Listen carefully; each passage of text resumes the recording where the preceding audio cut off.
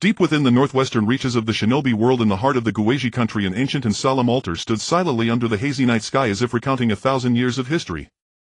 Around the altar ancient grey stone pillars were carved with mystical runes, each faintly glowing as if guarding the secrets of this land. Night fell and silver moonlight bathed the earth as if draping the entire world in a mysterious veil.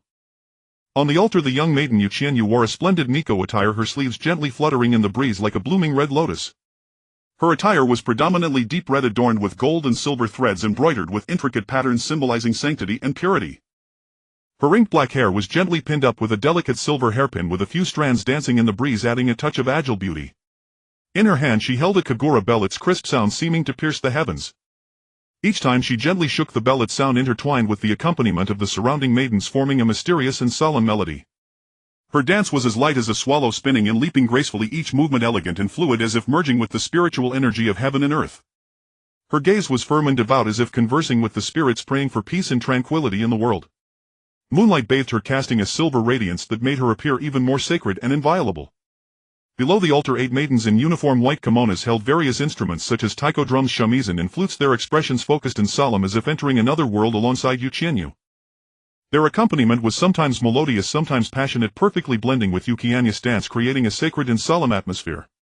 The entire scene resembled a flowing painting, with Yue Qianyu and the maidens' figures intertwining under the moonlight, forming a harmonious and beautiful picture. Their dance and music seemed to narrate ancient stories, conveying people's longing and prayers for a better life. Suddenly the runes on the stone pillars around the altar burst into intense light simultaneously. Yue Qianyu felt a dizzying sensation, her consciousness gradually fading as if pulled into an illusion by a powerful force. Before her eyes unfolded the prosperity of the Yue clan 1,000 years ago. The Miko of that era possessed immense power, able to communicate with nature, to draw spiritual energy, dispel evil and vanquish any demon or monster. The clan's people lived peacefully in Yue City, blessed and revered by the world. However, with the arrival of 3 Otsutsuki from other realms, the natural energy of the world rapidly dwindled. The clan's people drew less and less spiritual energy from nature, struggling to fight against demons and monsters. The number of ninjas wielding chakra grew, wars erupted incessantly, and the resentful grudges of countless unavenged dead gradually converged, forming the mighty demon Wangliang. For 1,000 years the Yue clan had shouldered the responsibility of guarding the shinobi world and exorcising the demon Wangliang.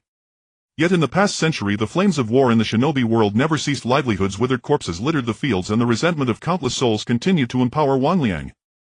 Thus the Yue clan's population dwindled, leaving only Yue Qianyu and her mother Yu.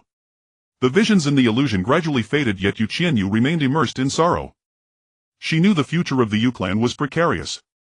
If no solution could be found, the clan, and even the entire Guizhi country, would vanish forever into the river of history. Without the suppression of the Guizhi country's Miko, the demon Wangliang would strengthen without limit, and then the shinobi world would be overrun by monsters and all people would become prey. Since she was 3, Yue Qianyu had often dreamed of scenes she had never seen before. Her mother told her she had awakened the power of precognition, and her Miko talent would be the strongest the Yue clan had seen in nearly 300 years. Over the following 10 years under her mother's guidance, Qianyu tirelessly learned various skills: literacy, musical instruments, dance, divination, exorcism, purification, talismans. In a decade she advanced from junior Miko to great Miko. As Qianyu grew stronger, her mother Yu's health weakened, and in the past 2 years she often fell into deep sleep. Fearing her mother might never wake, Qianyu would channel spiritual energy to her every few days to prolong her waking hours. In the illusion just now, Qianyu received the inheritance of the Yue clan ancestors and awakened memories of her past life. Her past life was an ordinary person from modern Zhonghuijia, China, with an ordinary appearance, ordinary education, ordinary job, and ordinary life, which ended in a car accident at the age of 25. The precognitive dream scenes from her childhood were fragments of the anime Naruto she had watched years ago, now fragmented and mostly forgotten. This life, her appearance was exquisite, she possessed many talents, and her identity was the young mistress of the Yue clan of Guizhi country, heir to the nation, ruling over 10,000 citizens. With the ancestral inheritance, past life memories, and partial knowledge of the Naruto plot, she was practically the winner of life. She resolved to carefully analyze the situation of the shinobi world and plan the future of the Yue clan. Coming back to her senses, Qianyu saw the 8 maidens looking at her with delighted expressions, all congratulating her on becoming stronger after receiving the ancestors' blessing. Clearly they, raised as Miko attendants, understood the significance of the recent phenomenon, especially as the country's ruler grew weaker. The young mistress' strength was everyone's hope. "Young mistress, the ruler urgently summons you." A middle-aged woman in a beige kimono rushed towards the altar. Qianyu guessed that her mother must have sensed the spiritual light emitted from the altar. She quickly descended the altar and ran towards her mother's room. Qianyu hurried along the road, her heart rising and falling uneasily. She longed to share with her mother the joy of having received the legacy, yet she was also afraid that her mother's condition might have worsened. Only when she stepped into the solemn ancient shrine pushed open the vermilion door did she see her mother's deathly pale face as the woman leaned feebly against the bedhead. Qianyu's heart trembled instantly. She hurried to channel spiritual energy into her mother while helping her lie down. Yue gently clasped Qianyu's hand, her pale lips lifting into a soft smile as she spoke in a gentle tone. Qianyu has received the blessing of our ancestors and become stronger, hasn't she? Though Qianyu had 1,000 things she wished to say to her mother, seeing how weak she was, she could only choose good news to lift her spirits. Mother, I have received the legacy of the Moon Clan ancestors. Within it are many lost talismans and martial techniques. Once I master them, I will surely be able to utterly eradicate the demonic beings and wraiths. In time our Moon Clan will gradually grow stronger and restore the glorious prosperity of 1,000 years ago. Qianyu, did you see the flourishing splendor of the Moon Clan from a millennium past? Yue suddenly grew so agitated that her breathing turned labored. Ever since I read at 18 in the secret chronicles of our Moon Clan about the clan's prosperity 1,000 years ago, my heart has always harbored resentment.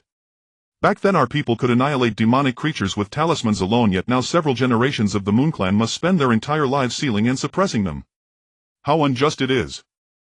Yue was seized by a violent coughing fit. It is all because of those damned Otsutsuki. They used demonic seeds to drain the world's energy, causing our ancestors' spiritual power to plummet. It is all because of that accursed Six Paths who bestowed chakra upon villains and created ninja who know only slaughter. The world became a field of corpses. Resentment soared to the heavens and birthed countless demons, leaving our Moon Clan decimated. It is all because of that damned Senju Hashirama and Uchiha Madara. After establishing the shinobi village, they did not govern the shinobi world but turned upon each other, instead expanding shinobi wars into great conflicts between nations. In merely 10 years 50 million people died, 50 million. The immense resentment empowered the demonic wraiths to break through the seals. I could only watch as my mother self-detonated her spiritual power to weaken those wraiths. My hatred runs deep. Yu's words dissolved into harsh coughing. Qianyu had never seen her mother scream so hysterically. She froze in fright, then hastened to pour more spiritual energy into her to steady her emotions. Mother, please don't get worked up. Everything will be all right. Aware that she had lost control, Yu immediately took up a small jade vial from the bedside box and drank a mouthful of water. She drew a deep breath to steady herself and said apologetically, forgive me Qianyu, your mother has frightened you. All these years I have always harbored resentment in my heart. In order to still my mind and guard the seal without letting the demonic wraiths disturb my sanity, I have been continuously taking Wangqing water of forgetting emotion. Qianyu had never imagined that her always gentle and loving mother had been suffering so deeply all these years. A sour ache rose in her chest. She had not even known that such a thing as Wangqing water existed. Her throat felt blocked as she choked out, Mother, you have endured so much. Yu gently caressed Qianyu's jet-black hair and said in a soft voice, with such an outstanding daughter as you, your mother does not feel it to be suffering. Qianyu, I have always known that you are the hope of our Moon Clan. 300 years ago our Moon Clan had a Miko named Yuli, whose beauty was peerless, whose talent extraordinary, and whose spiritual power formidable. Her appearance allowed our dwindling clan to glimpse the possibility of revival, and the clan members devoted themselves fully to paving the way for her and building her prestige. Yet when she descended into the mortal world at 18 to cultivate, she encountered love and became lost in passion, forgetting the duties of the Moon Clan. She even wished to abandon her identity as Miko. Many events that followed caused the reputation of our clan to plummet, compounding our misfortunes. Afterward, the clan leader developed Wangqing water and established an ancestral decree: upon returning from cultivation in the mortal world, all Moon Clan members must drink Wangqing water. Thus for these past 3 centuries our clan's emotions have always been subdued. Even if they encounter love during their trials, once both parties drink Wangqing water they part peacefully and go their separate ways. As for me, I cannot forget the scene of my own mother's death. Coupled with the fact that several tens of millions have perished in the Second Great War of the shinobi world in recent years, the demonic wraiths have grown ever stronger. Fearing that the resentment I carry would lead to backlash from the demons, I have been constantly taking Wangqing water to suppress it. Hearing so many hidden secrets of the Moon Clan, all at once Qianyu felt dazed.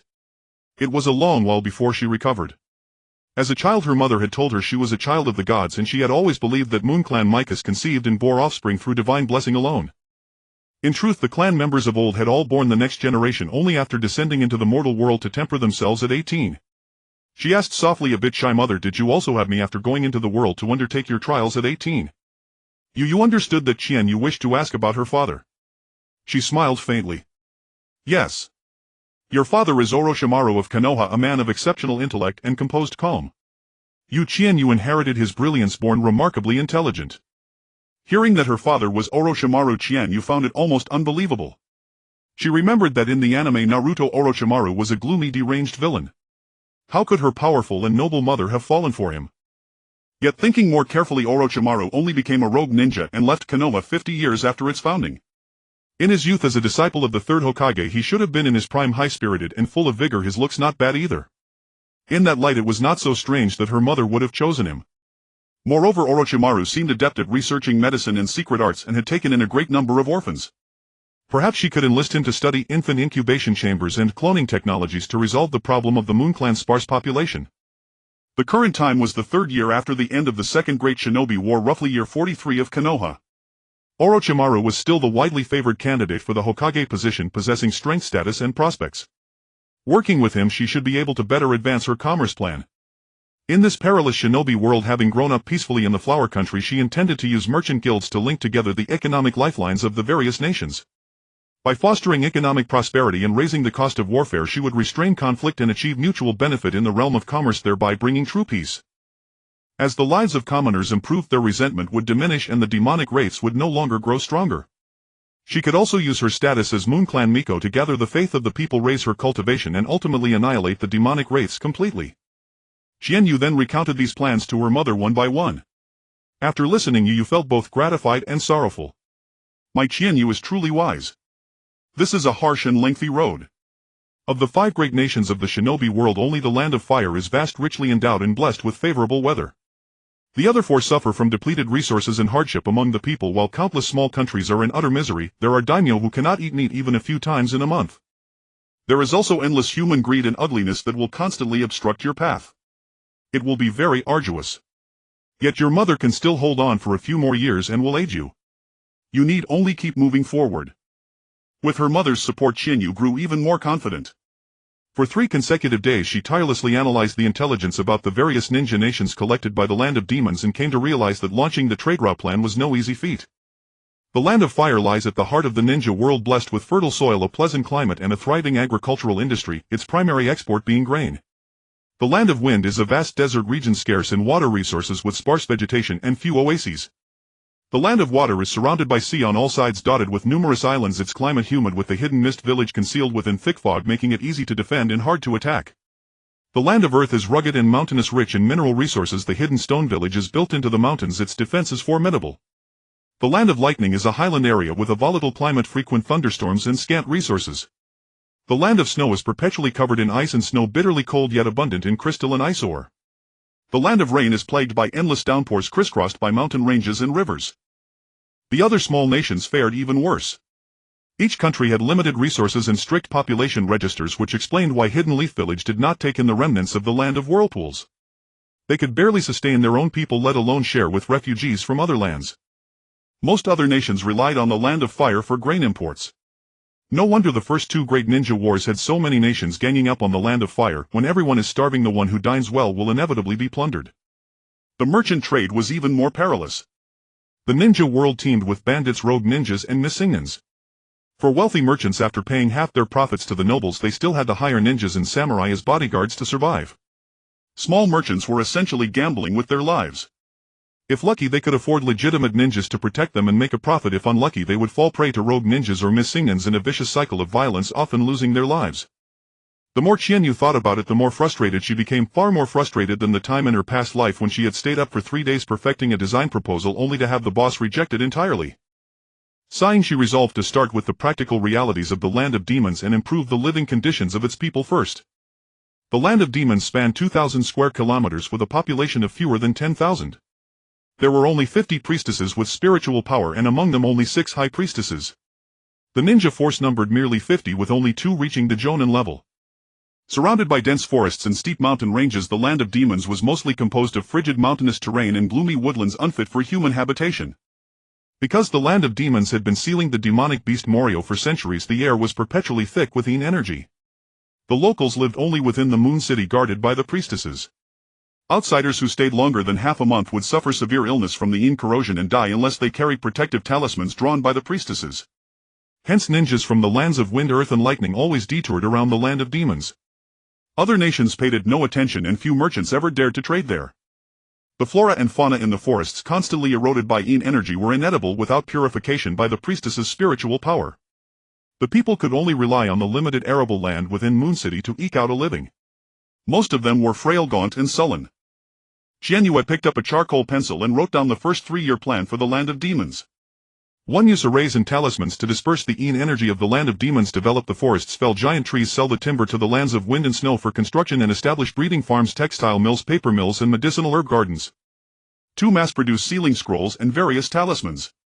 Use water storage talismans to sell the water from the Land of Rain to the Land of Wind. Use heat storage talismans to sell the desert heat of the Land of Wind to the Land of Snow. 3. Vigorously train intermediate priestesses, samurai, ninjas, and technical personnel.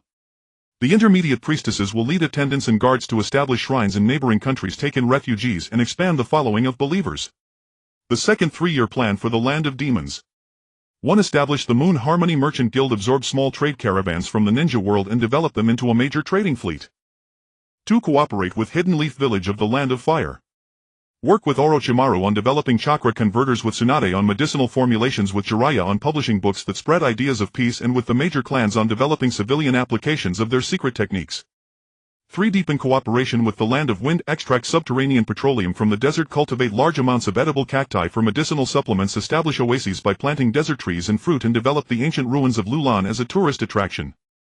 4. Collaborate with the Land of Lightning on researching lightning energy conversion and cultivating highland crops.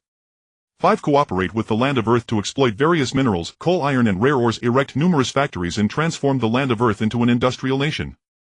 6. Partner with the Land of Water in the aquaculture industry, developing seafood transport chains, pearl farming, and island adventure tourism. 7. For other small nations, tailor cooperation according to their unique circumstances, and ideally absorb the neighboring small countries into the territory of the Land of Demons. Nourished by Qianyu's abundant spiritual energy, her mother Yuyu's health gradually improved. With her spirits lifted, she found her energy returning. After reading the outline of her daughter's plan, the two of them discussed the details.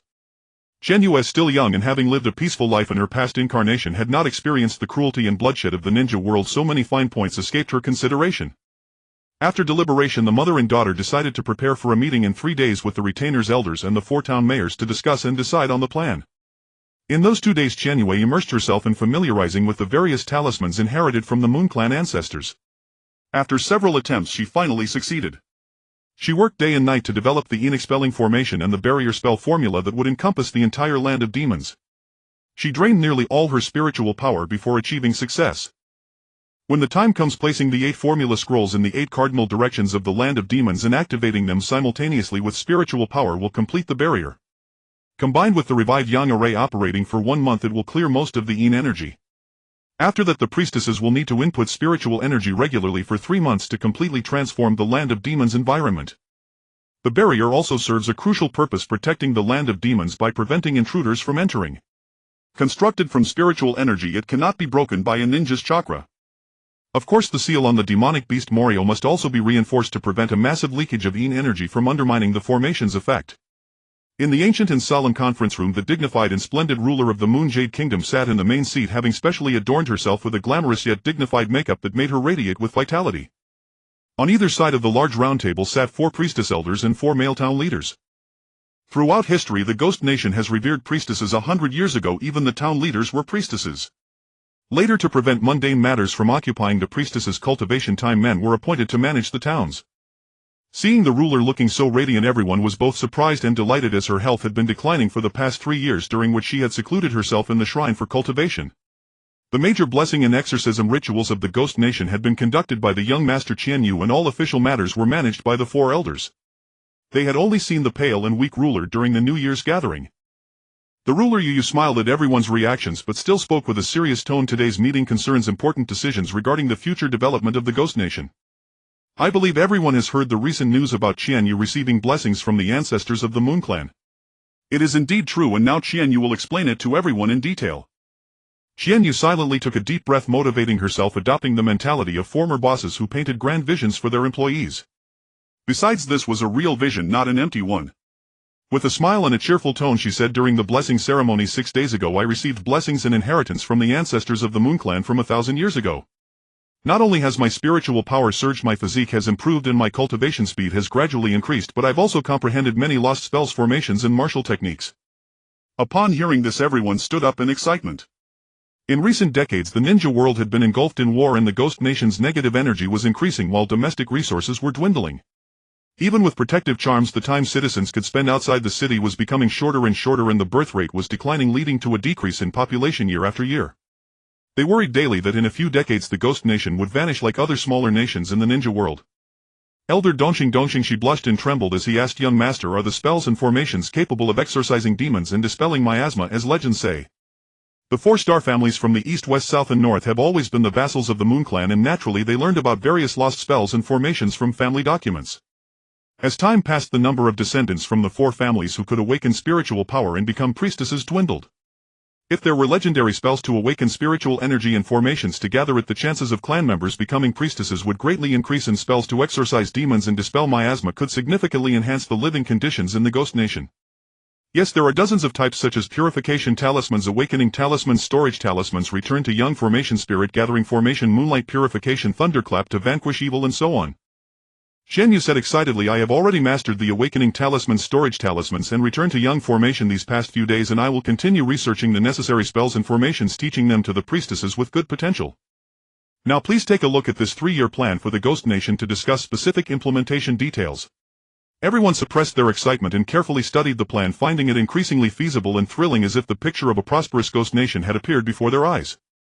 Qianyu quietly waited for everyone and after a while said, "I will first select the 8 strongest priestesses to activate the Ghost Nation's barrier and the return to young formation, and will regularly input spiritual energy to maintain the formation over the next 3 months. At the same time, I will also teach them various spells and arrange for them to pass the knowledge to other priestesses, while others should be selected and arranged by you all." Elder Beishing Han immediately responded, "Young master, apart from the ruler and yourself, the strongest spiritual powers in the Ghost Nation are our 4 great priestesses. I will be responsible for selecting 4 from the 16 intermediate priestesses to participate in the formation." Elder Nanqing Shi then said, "I will be responsible for testing the spiritual awakening potential of all individuals in each town in the coming days. With the awakening talismans, many people will have a chance to awaken." Elder Shishing looked at Elder Nanqing and said, "I will join you. I will collect information about the citizens to find those with special skills, and after a month we can recruit people to start establishing various factories." Qianyu quickly added, "Elder Shishing can let ninjas skilled in earth release and builders learn how to construct houses first. They will be the main force when it comes to building factories." Everyone was a bit surprised by this, thinking that earth release could be used this way. But then they felt it made sense. Those ninjas from powerful nations fought fiercely, leaving ruins everywhere, so it must be very easy for them to use earth release to build houses.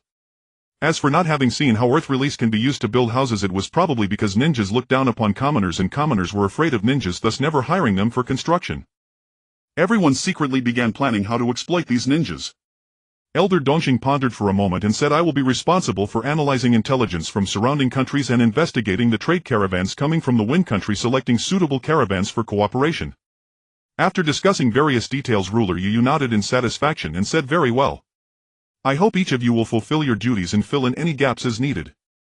The heavy responsibility of reviving the Ghost Nation has been entrusted to all of you." Qianyu responded in unison with everyone, "We will obey the ruler's command." The 4 town leaders had been eagerly watching Elder Nanqing and Elder Shishing. If not for the ruler being present, they would have rushed over to take them to their towns to select people. Once they exited the conference room, they surrounded the 2 elders. "Let's head to our Dongxing town today. The children in our Dongxing town have always had the best physiques and the highest chances of awakening spiritual power. Elders, don't listen to him. In recent years, the most children selected as priestess apprentices have come from our Nanping town. Elders, our women in Shilan town are skilled and crafty. The cloth they weave is both beautiful and sturdy. Let's go to our Shilan town first. Elders, our men in Beigyu town are strong and hardworking. They can do any kind of work. Let's go to our Beigyu town first. Our Dongxing town has even more craftsmen. Our Nanping town has the best herbs." The voices of the 4 town leaders clashed like 500 ducks quacking, making the 2 elders' heads hurt. It turned out men could be such a noisy species. In the end, it was decided that Elder Nanqing would be responsible for Dongxing town and Nanping town, while Elder Shishing would take charge of Shilan town and Beigyu town. The golden rays of the setting sun spilled over the dilapidated Shilan town, their light filtering through cracked windows and illuminating the dim interior of a room. Inside the room, a frail little girl sat by a worn wooden table, her focus fixed on mending a dark gray garment. This was the finest piece among the few clothes her parents had left her, and she treasured it so much that she had never brought herself to alter it to fit her smaller frame. Her fingers were slender yet their movements were remarkably skilled, the needle and thread darting through the fabric as if narrating a tale of resilience and endurance. Suddenly a clamor erupted beyond the door, shattering the room's tranquility.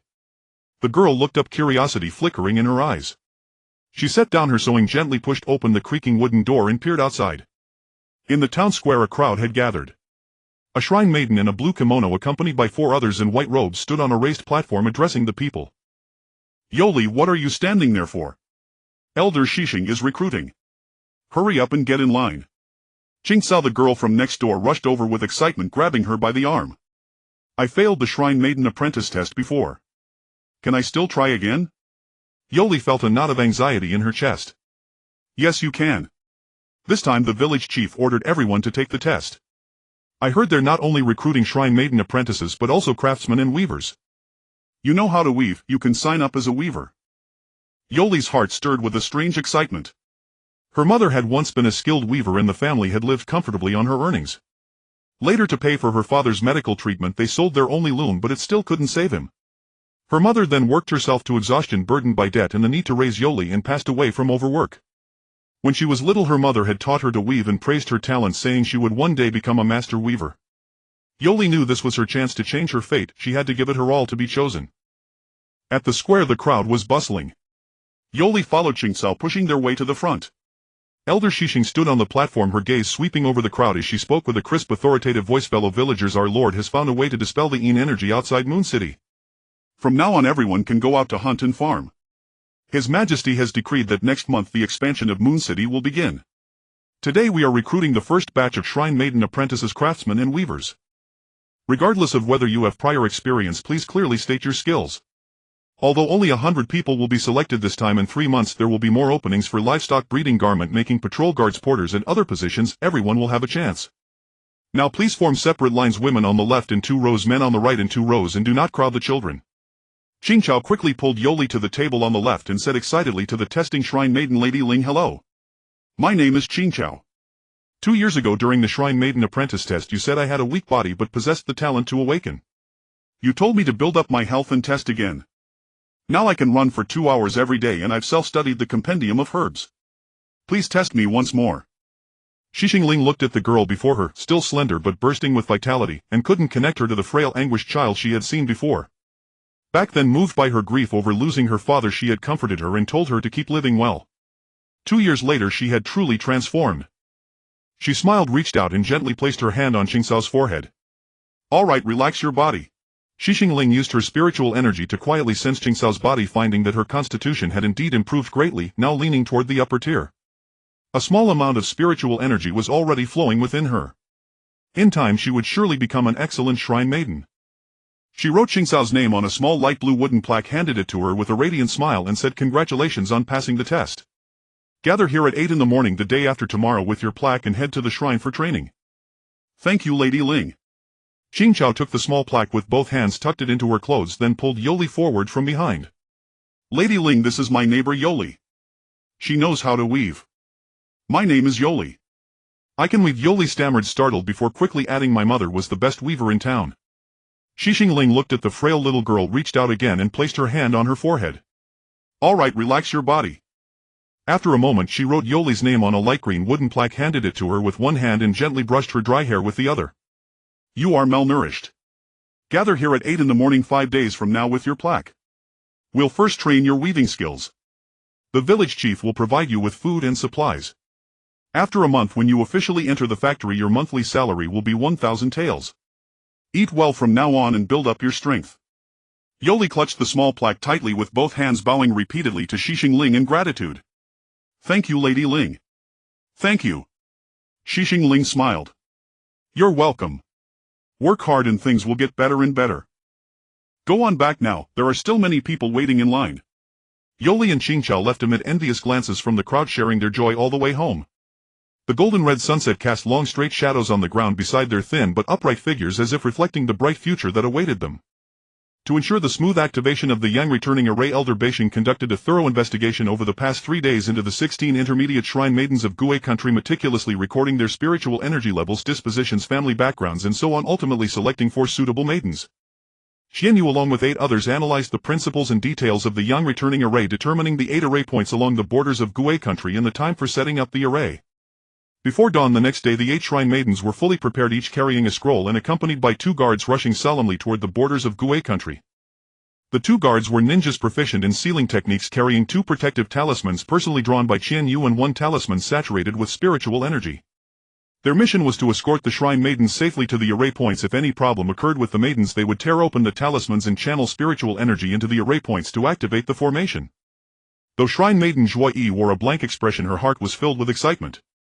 After completing this mission she would be promoted to High Shrine Maiden and receive advanced talisman teachings from the young lord himself. More importantly, once the Yin energy in Gue country was cleared, she could venture into the forest to find high-grade spirit herbs to craft numerous advanced talismans, earn more money and provide a prosperous life for her family. The 2 ninjas were also thrilled. The young lord had promised that after the success of this mission there would be a continuous stream of tasks with a monthly salary starting at 50,000 and an annual salary of 1 million, not a dream. They would also have priority in redeeming advanced ninjutsu scrolls, facilitating their early promotion to jounin. Thinking back on these years, they had only performed mundane patrol and escort missions, too poor to afford even moderately advanced ninjutsu scrolls, having remained shunin for a decade. As the sun set, the trio finally arrived at the array point on the border of Gue country.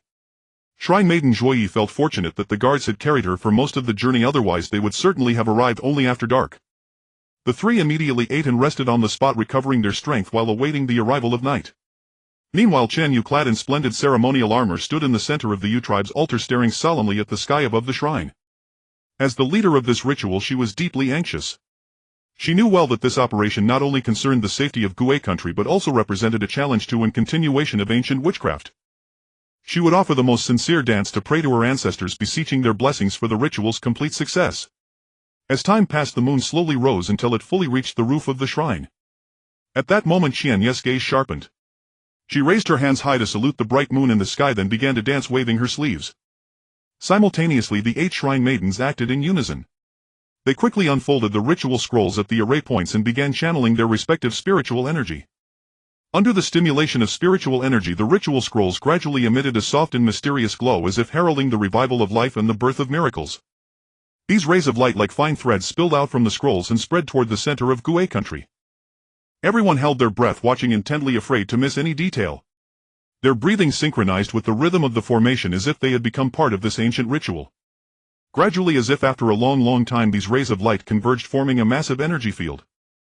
This energy field was the core of the Yang returning array. Guided by the moon and fueled by spiritual energy, it gradually created a powerful barrier over Gue country.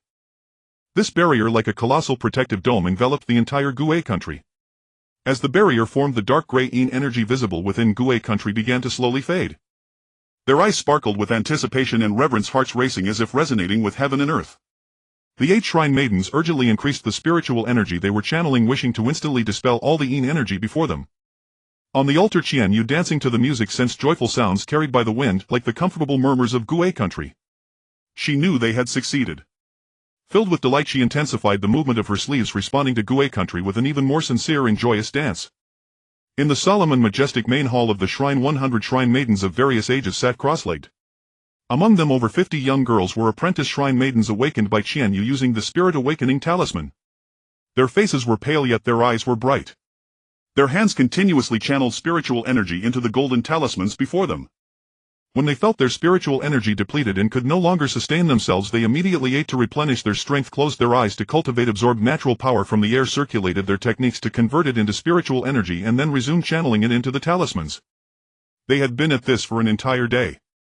Each shrine maiden had different aptitudes and cultivation speeds, so the number of talismans they fully charged varied. Some had charged 10 talismans while others only 2.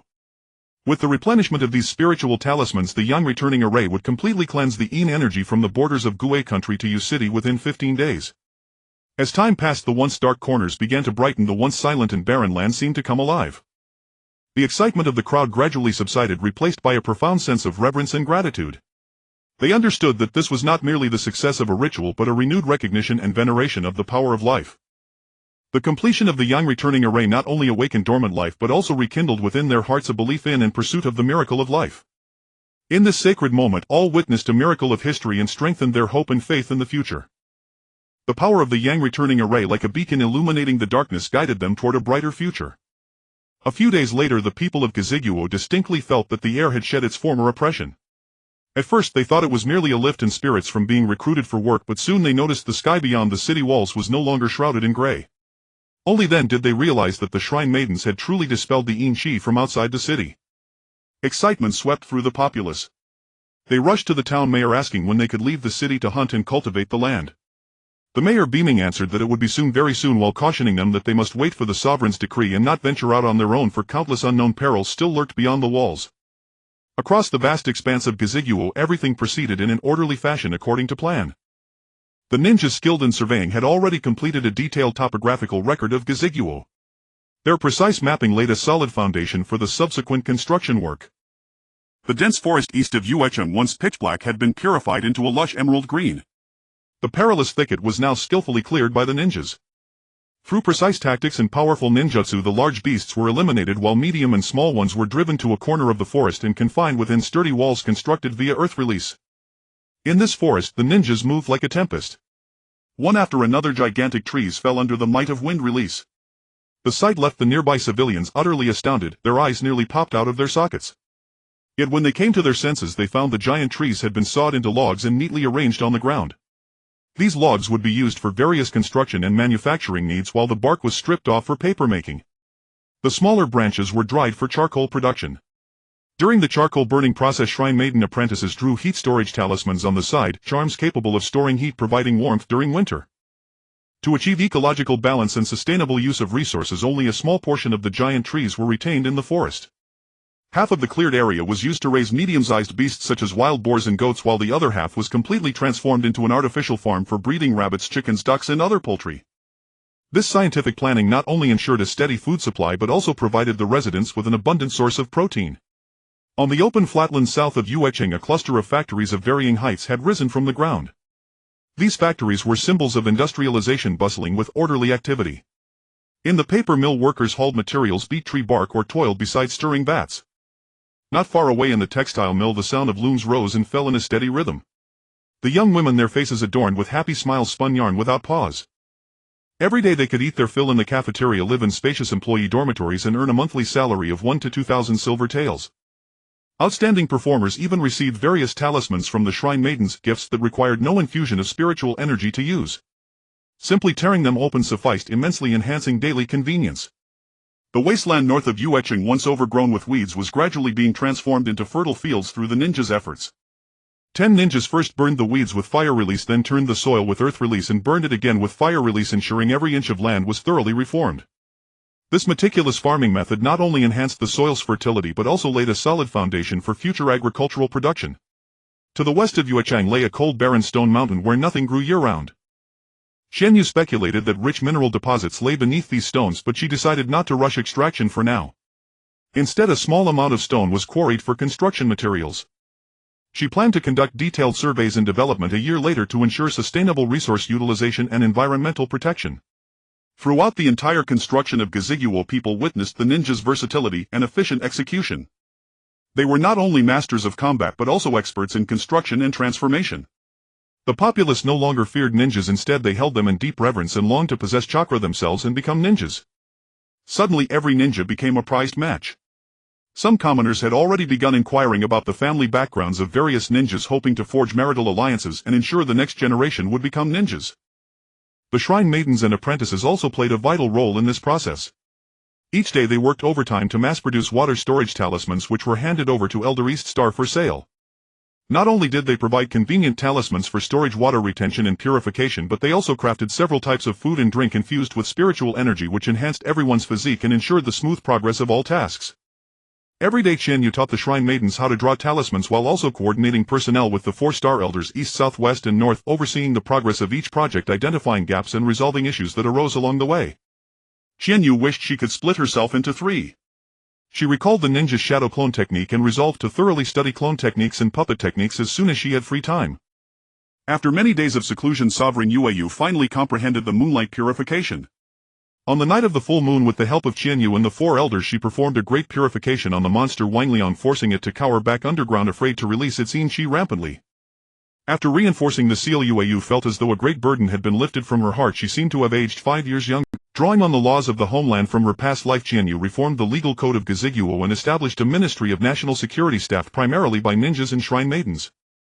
Ninjas possessed keen insight and swift action, while shrine maidens used binding talismans and truth-telling talismans to assist in capturing and interrogating criminals. As a result, public order throughout Gaziguo became well regulated. Through the joint efforts of ninja shrine maidens and commoners, Gaziguo achieved remarkable progress in a short period. The country was steadily advancing toward prosperity and strength. The future of Gaziguo would be a place brimming with vitality and hope, attracting more and more people to settle and develop. The reconstruction plan within Moon City has commenced, with a commercial street to be built in the city center, office buildings to the east, a sports ground to the south, a school to the north, and residential areas to the west. The houses from the previous 4 small towns must also be rebuilt alongside numerous roads that need to be repaired. 20 Earth escape ninjas are simply insufficient. There aren't enough craftsmen either, so construction will have to proceed region by region. Qianyu stared at the densely packed numbers in the ledger, particularly taken aback by the staggering wages of dozens of ninjas, estimating that it would nearly drain half of the national treasury. No wonder several elders expressed their indignation, insisting that the ninjas' wages be cut. The merchant team contacted by Elder Dongxing has already sold 2,000 primary water storage talismans with a capacity of 1 cubic meter, earning 200,000 taels.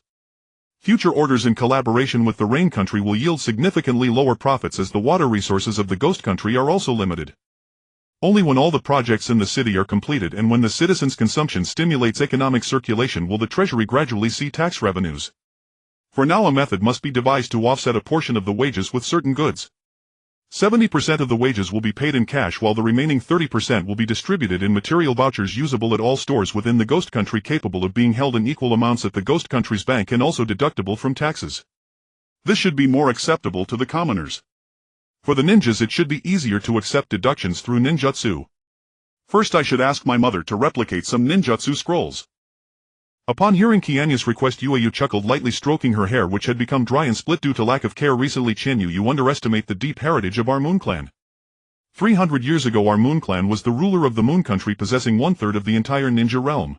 However, after the incident involving priestess Yuli, the Moon Country was divided into many small nations by foreign forces. Yuli ultimately regretted becoming a sinner of the Moon Clan and sealed most of the clan's wealth underground before dying, self-destructing her spiritual power along with those ambitious individuals. The sealing site is located beneath the Moon Clan's altar, with the entrance on the left side of the stairs, which can only be opened using the full moon cloud jade pendant of the clan's head. Tonight, Mother will take you to retrieve some items to contribute to the national treasury. On the quiet night, the bright moonlight bathed the ground as Qianyu followed her mother Yue, holding a stack of talismans, quietly approaching the altar. While dripping blood from her finger onto the first stone step, Yue infused her spiritual energy. Only after the 10th drop of blood seeped into the step did a circular pattern appear on the stone wall to the left of the stairs. She pressed the full moon cloud jade pendant against the circular pattern, and with a rumble, a tumtor-high doorway opened in the stone wall. After witnessing this, Qianyu realized that it required the 10 drops of blood and spiritual energy from the clan's head as well as the full moon cloud jade pendant to open this door. The mechanism was truly well designed. Qianyu took out the dust dispelling talisman and illumination talisman and followed her mother into the stone door. Yue turned back and said sternly to Qianyu, "Qianyu, follow my footprints closely. There are 3 traps here, and straying from the path could result in serious injury." Qianyu hurriedly nodded, carefully watching her mother's footprints as she descended the stairs step by step. Approximately 3 minutes later, a vast treasure vault gleaming gold, dazzling gems, and exquisitely crafted antiques piled high like mountains appeared before them, sparkling brilliantly. Rows of dark treasure chests lined the walls, overwhelming the senses. Qianyu was nearly blinded by the brilliance. She struggled to suppress her inner scream, trembling as she asked, "Mother, how much can I take?" Mother Yue looked at her restrained demeanor and found it amusing, saying, "Choose some jewelry and ornaments you like as your Kamingafage gift." Mother selected gold items worth 10 million taels to contribute to the national treasury. Upon hearing this, Qianyu immediately lunged forward. "This multicolored gemstone crown is the most eye-catching. I want it. This sapphire necklace is beautiful. I want it. This cat's eye stone bracelet looks so noble. I want it. This ruby ring is so shiny. I want it. This hairpin, this string of bells, this comb. These are all mine." After Yue neatly stored the gold using the storage talisman, she turned around to find Qianyu lying amidst a pile of colorful treasures, her eyes dreaming, a bewitching smile on her face, murmuring, "Mine." Yue felt 3 black lines appear on her forehead. This child was not this overly responsive the first time she followed her to the vault. This child must have been too busy and stressed during this period. "Qianyu! Qianyu!" Mother called, waking Qianyu from her stupor. She realized she was lying atop a pile of exquisite treasures. Goodness, there must be over 100 items here. She blushed and stammered, "Mother, I picked too many." "Never mind, you can take them all." Yue Qianyu sighed deeply after taking out a portion. "Reward the elders with some." Qianyu gazed at the dozen chests of gold and silver coins in the treasury, contemplating the exchange rate for the ghost country's paper currency. During the Second Shinobi World War, the unscrupulous five great nations incessantly printed more banknotes, driving up prices. 5 years ago 10 Rio could buy 2 jin of coarse grain, now it could barely purchase 1 jin. With the shinobi world in constant turmoil, the population had plummeted, productivity had collapsed, yet prices soared. How were commoners supposed to survive under such conditions? Issuing a ghost country exclusive currency now was impractical. The moment it emerged, the five great nations would suppress it. The ghost country's later development depended on trade with the five great nations, so the existing banknotes had to be used unless the ghost country gained the initiative to curb their reckless printing. Enough pondering, the ideal was still distant. First, establish the exchange rate: 1 silver coin for 1,000 Rio and banknotes 1 gold coin for 10 silver coins equal to 10,000 Rio. Half of the ninja and shrine maiden salaries would be paid in gold coins, while commoners could choose according to their preference how many silver coins to receive. The money house in the eastern district had to be prepared swiftly, and deposit and loan operations had to commence as soon as possible. Reading Elder Dongxing's report, Qianyu saw that outside the ghost country refugees were everywhere. Many had sold themselves to follow her back and were now settled on the outskirts of the forest between the ghost country and the bear country. Qianyu planned to first select a batch of refugees with good character, especially those with families, to incorporate into the ghost country. Now that vast tracts of farmland and hills had been reclaimed in the ghost country, using earth release to till the soil, talismans to accelerate seed growth, talismans to irrigate, talismans for pollination, and talismans to repel insects, the yield was bound to multiply. There was room to accept some refugees. Furthermore, the western mountains required a large workforce for mining next year. With the blessing of talismans, the medicinal herb gardens were flourishing and growing faster. A pharmaceutical factory needed to be built, the textile mills' warehouses were nearly full, so the garment workshop had to catch up, also a dried vegetable factory, a furniture factory, a kindergarten and elementary school. Everywhere needed people. The ghost country simply did not have enough manpower. Qianyu quickly drafted a recruitment plan and handed it to Elder Dongxing.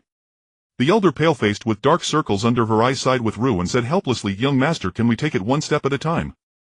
I haven't had a single day off in 2 months." Though Qianyu felt some pity for her, she hardened her heart and turned into a ruthless boss, speaking in a grave tone. "Elder Dongxing, I have foreseen that in 2 years the third great shinobi war will erupt, plunging tens of millions into misery. To reduce the death rate among refugees, to quell the rampage of the demonic beast yokai, and for the future of the ghost country and the peace of the entire shinobi world, we must accelerate our steps." Elder Dongxing was stunned. She took a deep breath and answered solemnly, "Young master, this old servant will give her all."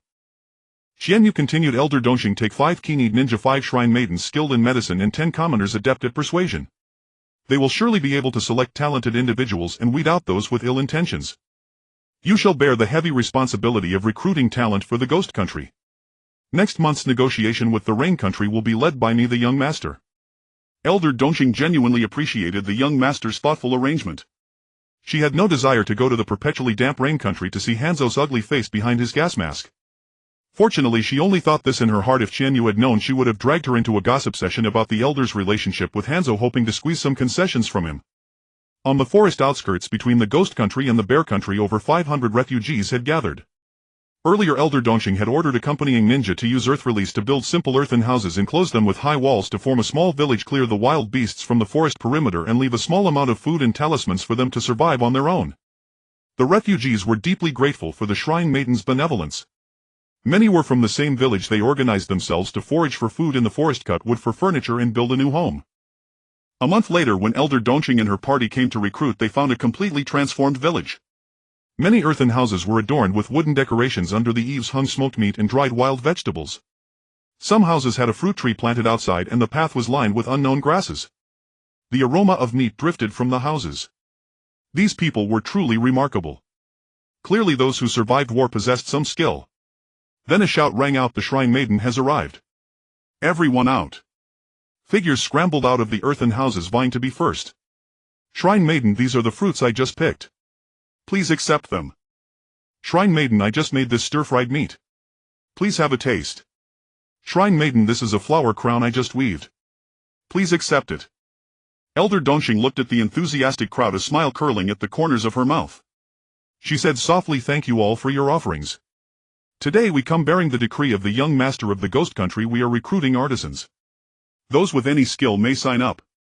Food and lodging will be provided with a monthly salary ranging from 1,000 to 5,000 Rio.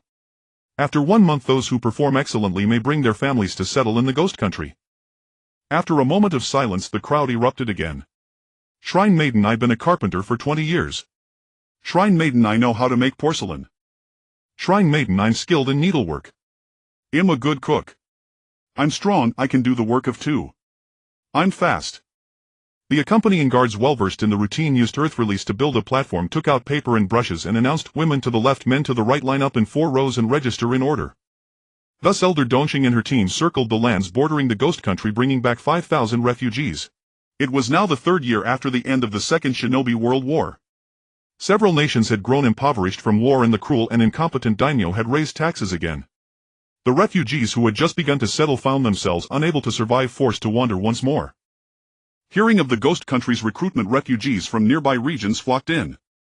They had once heard that the ghost country was haunted by man-eating demons and that anyone who entered would never come out. Indeed, refugees who had previously trespassed into the ghost country had perished, corroded by yin energy. But now their families were starving to death, so they could not afford to care about truth or rumor. At least the benevolent Shrine Maiden's talismans were real. Half a year had swiftly passed. With the advent of Golden Autumn, the harvest festival of the Oni Kingdom quietly approached. The harvest festival, held annually, was one of the most grand celebrations in this land. It was not only a commemoration of the previous year's hard labor but also a prayer for a brighter future. The fading glow of the sunset heralded the beginning of the festival. On either side of the street, rows of torches atop fire pillars illuminated the entire thoroughfare. Shop fronts were already adorned with colorful lanterns, and the air was thick with the aroma of food and the laughter of the crowd. As the full moon slowly ascended the festival's centerpiece, the harvest dance of the Shrine Maidens commenced in the newly built central plaza of Moon City. Qianyu, clad in a splendid robe embroidered with golden rice ears, held a scepter of rice sheaves and a kagura bell. Behind her, 8 Shrine Maidens in matching kimono walked solemnly with light steps toward the altar, their faces serene. The previously boisterous crowd gradually fell silent, and a sacred, solemn atmosphere pervaded the air. As melodious music arose, Qianyu shook the kagura bell and murmured incantations in a clear, sonorous voice, as if conversing with the deities. The 8 Shrine Maidens danced gracefully, their sleeves swaying. Every move was imbued with both strength and elegance, as if they were conversing with heaven and earth, praying for favorable weather and bountiful harvests in the coming year. The spectators watched every movement of the maidens with rapt attention, their hearts filled with reverence and anticipation. They believed that through the maidens' prayers the power of the gods would descend upon them, bringing good fortune and safety. As the ritual proceeded, occasional low murmurs of prayer and blessings arose from the crowd, rendering the scene both mystical and harmonious. As the music soared, the Shrine Maidens cast auspicious flower petals into the sky, which fluttered down like divine blessings upon the world. The people stretched out their hands trying to catch the petals that symbolized good luck, their faces beaming with joy and contentment. After the dance, the monarch Yu stood on a high platform facing the assembled populace. Her voice was resolute. My subjects, today I am overjoyed.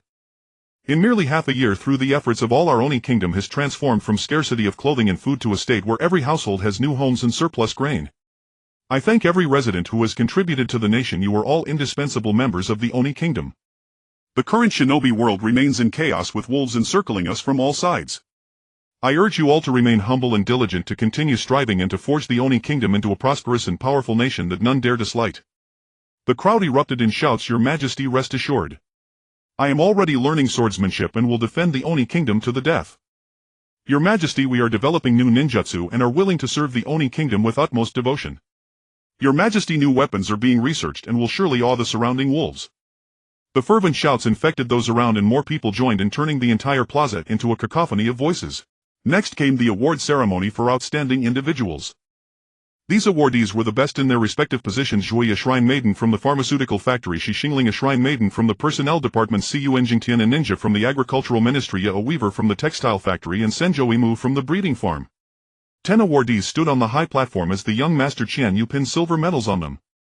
They smiled broadly, receiving the envious and jealous gazes of the crowd. Their stories inspired more people to work hard and pursue excellence in their own positions. In the afternoon, the performance of the guard force pushed the celebration to another climax. The ninjas displayed their consummate skills, from scaling walls and leaping across rooftops to ninjutsu duels. Every movement was precise and powerful, drawing rounds of cheers from the audience. Other civilian guards also demonstrated splendid boxing staff techniques, blade arts and swordsmanship. These performances not only showcased the strength and wisdom of the guard force but also reflected the formidable military and security capabilities of the Oni kingdom. As night fell, the final activity of the festival, the fireworks display, arrived as scheduled. Colorful fireworks burst in the night sky like twinkling stars illuminating the entire moon city. Beneath the dazzling light of the fireworks, people laughed, chatted, and savored this rare moment of tranquility and joy. Each burst seemed to bid farewell to the past year and offer heartfelt wishes for the new one. After the festival ended, the people did not disperse immediately but lingered in the lively streets. The cries of vendors, the laughter of children, and the distant strains of music wove together into a vivid tableau. On this night, every corner of the Oni kingdom was filled with festive spirit. Everyone celebrated this holiday that belonged to them in their own way. Qianyu stood on the high pavilion of the shrine, quietly gazing at the beautiful sea of lights below. Yet her heart was not as stirred as she had imagined, perhaps because she had witnessed such scenes too many times in her past life. Her mother Yu gently drew her into an embrace. "Qianyu, you have done well. Mother, I will continue to work harder." She knew that maintaining such a beautiful picture required even greater effort. The mother and daughter leaned on each other, savoring the tranquility of the moment. Qianyu silently analyzed the map of the ninja world before him. The land of snow, several times larger than the land of demons, was perpetually covered in ice and snow with a harsh climate and boasted abundant ice crystal or resources. This not only possessed extremely high hardness and durability but also special chakra conductivity, making it an ideal material for crafting high-grade ninja tools. The inhabitants of the land of snow were adept at stealth and ambush, capable of creating sharp ice blades and sturdy ice shields. Last month, Qianyu dispatched Elder Bei Xing leading 5 Earth-release ninjas carrying 5,000 caddies of charcoal, 5,000 heat storage talismans and fire ignition talismans, as well as heated brick bed technology, to the land of snow to establish diplomatic relations.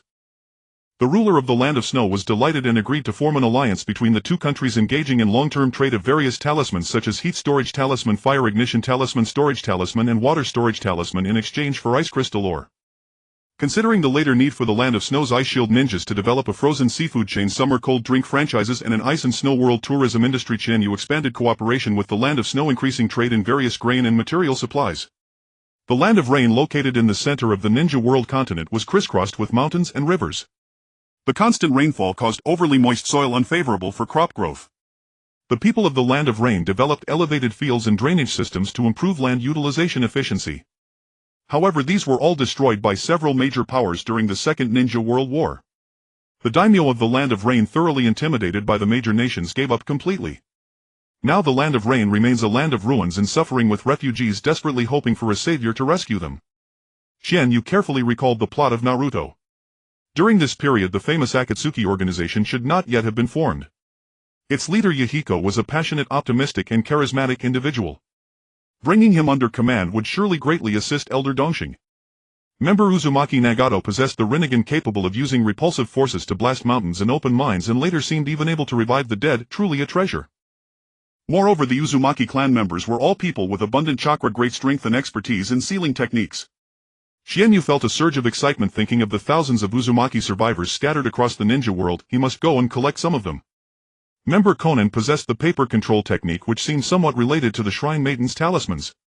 Qianyu wished Konan could mass-produce talismans like water absorption talisman and heat absorption talisman that could automatically seal. For the hundreds of millions in the ninja world, the talisman output of the land of demons was extremely scarce. Seeing the 120 Shrine Maidens drawing talismans until their hands were sore, Qianyu had long felt distressed. Despite repeatedly advising them to rest more, she was always infected by their passionate words.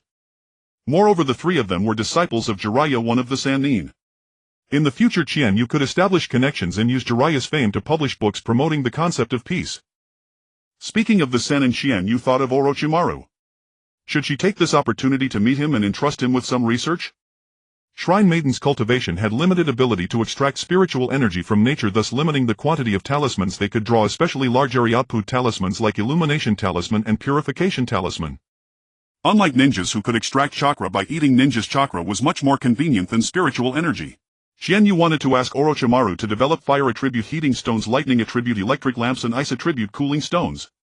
It would be even better if he could create a machine that freely converted between attributes. Orochimaru seemed to have no children of his own, only adopting many orphans to use as tools. Qianyu wondered if after drinking the Forget Love potion he would care for her as a daughter. Better to first ask her mother if she would approve of recognizing this convenient father. The route from the land of demons to the land of rain could follow the border of the land of earth or pass through the land of bears and the land of birds. The borders of the land of Earth were rocky and desolate with 300 kilometers of road that would inevitably encounter some ninja inspections and bandit robberies. A large troop would take 3 days.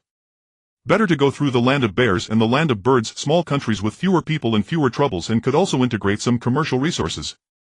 Since each factory adopted the piece rate system, the workers' enthusiasm soared to the point where they wished they could work 18 hours a day, causing the warehouses of the land of demons to be repeatedly expanded. The planned Moon Harmony Caravan had been initially prepared, tentatively composed of Elder Nanqing, Elder Shishing, 4 intermediate shrine maidens, 12 apprentice shrine maidens, 1 jonin, 12 chunin, and 20 samurai. The goods were all stored in sealing scrolls and storage talismans. So many people were arranged to establish shrines in the land of bears, land of birds, and land of rain. For the safety of the Moon Harmony Caravan members and to enhance their own martial power, Qianyu developed various types of barrier talismans, wind blade talismans, guardian jade, etc. The basic barrier talisman could form a barrier with a diameter of 1 meter to protect an individual, while the intermediate barrier talisman could form a barrier with a diameter of 10 meters to protect the entire caravan, essential for camping in the wild at night. Wind blade talismans could release dozens of wind blades to disrupt or kill enemies. Qianyu embedded guardian jade capable of blocking 3 enemy attacks into various accessories and distributed them to caravan members who treasured them like priceless gemstones. On the eve of the negotiation trip to the Rain Country, the national sovereign Yu fastened a round moon jade pendant brimming with spiritual energy onto Qianyu's waist, her eyes imbued with deep concern. Qianyu felt both anticipation and trepidation for this journey abroad. She knew that in the midst of it she would encounter numerous obstacles. In her past life, even during times of peace, there were crime, scheming, and moral blackmail, let alone this chaotic era plagued by disasters and calamities. She understood that over the past 6 months it was her mother's unwavering support and assistance that helped suppress domestic dissent, allowing Qianyu to swiftly mobilize personnel from various departments and ensure the smooth progression of every plan. Nestled affectionately in her mother's embrace, she whispered soothingly, "Mother, I have already mastered the wind control technique and the sword control technique. My hairpins, hair ribbons, necklace, and belt are all set with guardian jade. No shadow-level ninja or demonic creature can harm me." Mother Yu gently patted Qianyu's back and said with a chuckle, "For 15 years you have never left your mother's side. How can I ever feel at ease? Though you are strong and have guards to protect you, the ninja techniques beyond are diverse and unpredictable. Even weak and pitiful civilians might deceive you with your kindness. And lurking in the shadows of the ninja world are unknown demons. You must be on guard at all times. During my travels I saved many people. If any of them still remember this round moon jade, they may offer you some convenience," said Yu. She then picked up a thick old book from the table and handed it to Qianyu. "Mother knows your ambition encompasses the entire ninja world. That dream is far too grand and my ability to help you is limited. This is a compilation of notes and insights recorded by over a dozen clan members who ventured into the world over the past century. Read it carefully. During my own travels I had a few fleeting romantic encounters. If those men are still alive, you may make use of them. As for your father Orochimaru, he is intelligent, sharp, and aloof. You must bind him with both blood kinship and interests to have him serve your cause." Qianyu stared blankly at her mother, a wave of bitterness rising in her heart. A mother knows her daughter best. It turned out her mother truly understood her. The demon country was merely a small nation. Its neighboring countries, Snow Country, Earth Country, Wind Country, and Fire Country, were dozens of times larger in territory and tens of thousands of times larger in population. Even a single mouthful of spit from each person could drown the demon country. Qianyu possessed memories of her past life, teeming with countless ways to generate wealth that could be applied to various nations. She dreamed of drilling for oil in the Wind Country's desert, building glass factories, planting watermelons and seed buckthorn, cultivating cold-resistant potatoes, carrots, and sugar beets in Snow Country, developing terraced fields in Earth Country to grow wheat and build granaries, and constructing power stations in Lightning Country to supply electricity across the entire ninja world. But she dared not rush, she dared not underestimate the evil of human nature. She feared that the demon country built through hard work would be torn apart by greedy wolves. Had not the Whirlpool Country been annihilated for its sealing techniques? Once a feudal ally of the Fire Country's Konoha with powerful seals and tens of thousands of citizens, it still could not withstand the greed and conspiracies of those bandits. Qianyu speculated that over the centuries the ninja world must have seen many messianic figures who yearned for peace and cared for the world. They must have striven, failed, and despaired. Perhaps they had just rebuilt a small village only to have it destroyed by passing ninja battles, or after years of effort establishing a small state it was swallowed and annexed by neighboring great powers.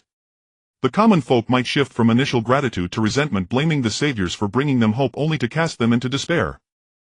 Hashirama Senju and Madara Uchiha founded the village system, which sheltered some but also escalated clan wars into wars between nations, increasing civilian casualties from hundreds of thousands to tens of millions.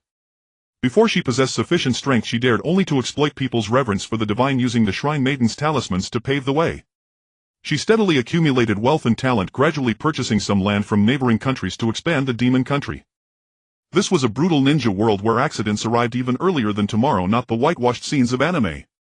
Whether through deception, enticement, or coercion, she would employ every means, leverage every person she could to achieve her goals. Qianyu opened the ancestral notebook and became increasingly engrossed as she read. The more she read, the more it overturned her understanding of her ancestors' professional ethics.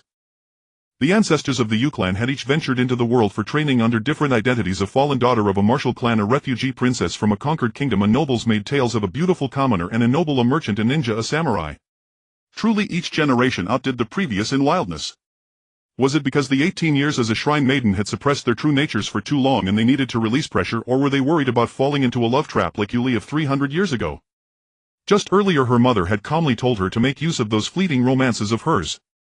But thinking about it, this was understandable. The Yue clan had given birth only to shrine maidens for generations, with women holding dominion since ancient times. The population was scarce, and when venturing into the world they sought strong mates for procreation. In this perilous ninja world the mortality rate was extremely high. Perhaps one would seduce a strong man only to have him die unexpectedly days later, so they had to have multiple backups. Speaking of which, the ancestors had excellent taste and high skills. Look at these chosen ones: Fengsun, son of the Wind Country Daimyo Shuichuan Lin, and noble of Snow Country Fujiwara Chino, a general of the Iron Country Hinata Sasuke, of the Fire Country Uchiha Inriai. And Tobarama Senju, grandmother's rightful match. Damn, why wasn't it Hashirama Senju? I could have used wood chakra to impersonate wood release and stir things up in Konoha. And why didn't I inherit the Byakugan, the all-seeing artifact, or the Sharingan, the copying treasure? Was the Shrine Maiden bloodline that strong? Still, I could later rely on my Senju lineage to claim kinship in Konoha, seduce the Senju clan to research high-yield agricultural seeds, and seduce Tsunade Senju to develop beauty products. Orochimaru should be very interested in me, who bears the bloodlines of many ninja clans. He would be delighted to help me awaken the Byakugan and Sharingan. The golden sunset enveloped the peaceful town of Pingtian in the Bear Kingdom, with faint wisps of smoke rising from the chimneys of a few houses. Suddenly a pitiful cry shattered the tranquility: "Please spare my daughter. I beg you." A middle-aged man in a gray-blue robe dragged a frail girl, kicking a gaunt woman who clung to his leg, to the ground. The nearby neighbors, hearing the commotion, dared not approach, lowering their heads to avoid letting the man see the anger in their eyes. Such scenes had occurred countless times before. For years the younger brother of the lord of the land, Watanabe Saburo, had been rampant, using his status to bully the townsfolk, sending his subordinates every month to forcibly seize beautiful women, none of whom survived more than a month. Although the townspeople were filled with anger, they could only keep silent, for those men had initially killed over 10 residents who resisted. They were well aware of Watanabe Saburo's power and background, fearing that any resistance would lead to even harsher reprisals, and thus they could only silently suppress their anger and dissatisfaction. The entire town was shrouded in an atmosphere of oppression and fear, and the lives of the people had become unsettled due to Watanabe Saburo's misdeeds, as if a dark cloud had long hovered over the town, unable to disperse. The gaunt woman lay on the ground, her breath weak, her lifeless eyes gazing at her daughter who was being taken away, tears streaming down her face. After a long time, long enough for her to think she had reunited with her daughter in the Pure Land, a warm current enveloped her body as if bathing in heaven, and she heard her daughter's familiar voice: "Mother, mother, how wonderful." "Thank you, Lady Shaman." She opened her eyes to see a gentle girl in a bright red shaman robe looking at her. Half an hour earlier, a caravan of over 40 people with 5 large carriages laden with heavy goods was slowly making its way along the bumpy road outside Pingtian town. Qianyu sat in the middle of a bright red carriage, quietly gazing at the scene outside through the window. The fields by the roadside were sparse with rice stubble weighed down and buzzing with a swarm of mosquitoes. Qianyu's gaze shifted with the turning wheels, and her mood grew increasingly restless with the desolate sight. Her melancholy intensified as a commotion unfolded ahead. 3 tall men were binding a frail woman, and the guards immediately rushed over to subdue them and rescue the woman. After questioning by the guard leader Tian Yuanqing, Qianyu learned of the inaction of the Lord of the Bear Kingdom and the misdeeds of his brother Watanabe Saburo. She had already devised a plan to incorporate the 500 square kilometers of the Bear Kingdom into the territory of the Ghost Kingdom. Everyone followed the girl Iris into the town to rest.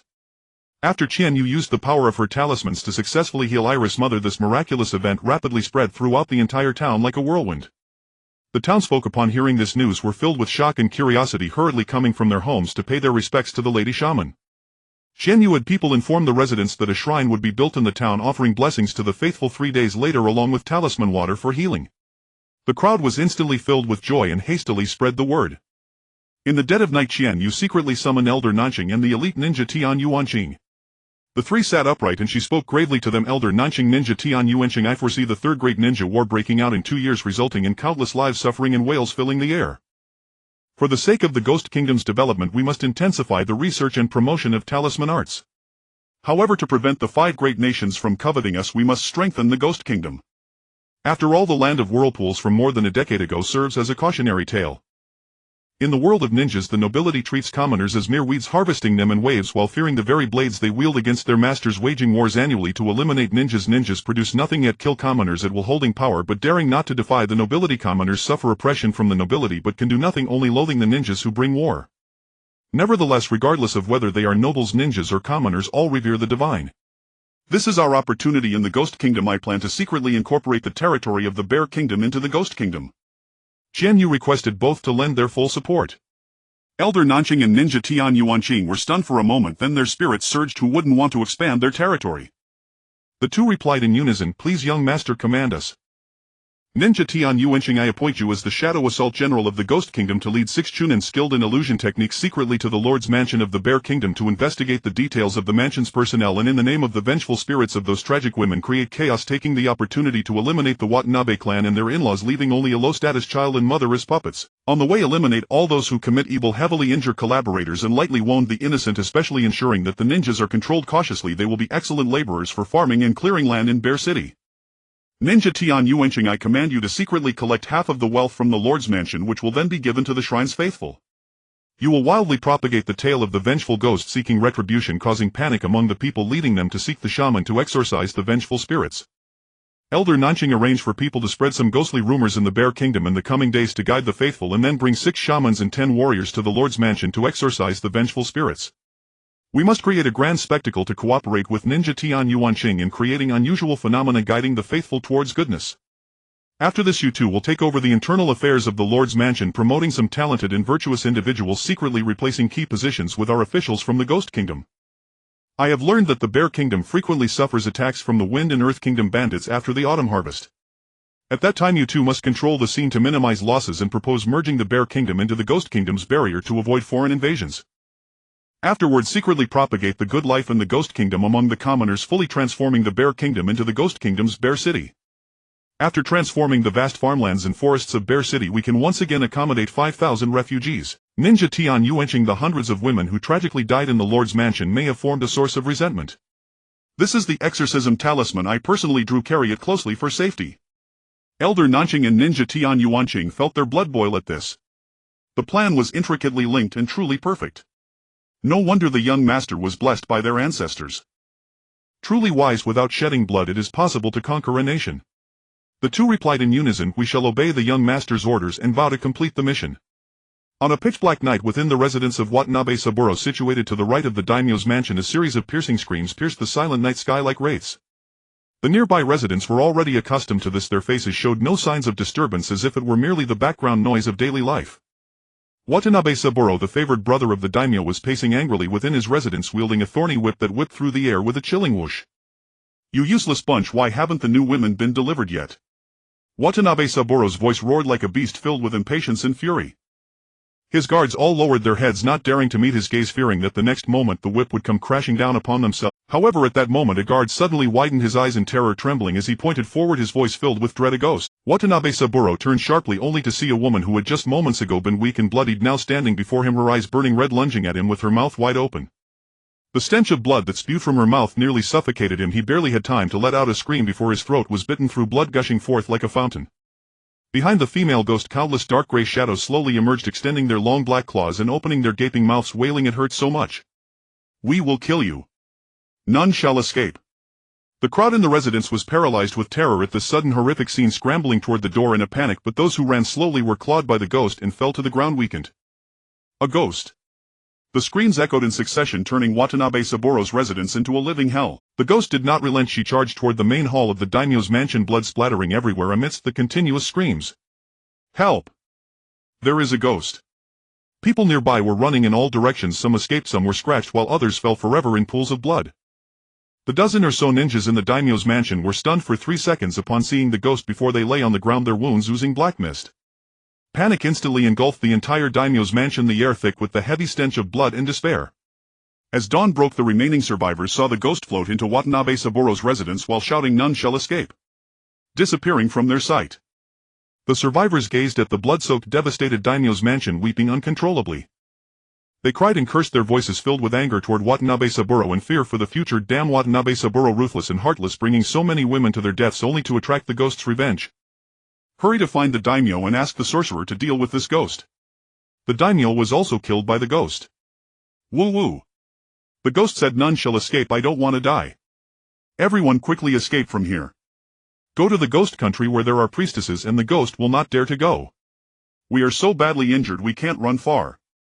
The daimyo's concubine Huanqiao tightly held her 6-month-old daughter, trembling in a corner, her eyes filled with fear and helplessness. Last night she had watched helplessly as the daimyo's throat was torn by the ghost, blood splattering across his face. She wished she could faint, but for her daughter she could not.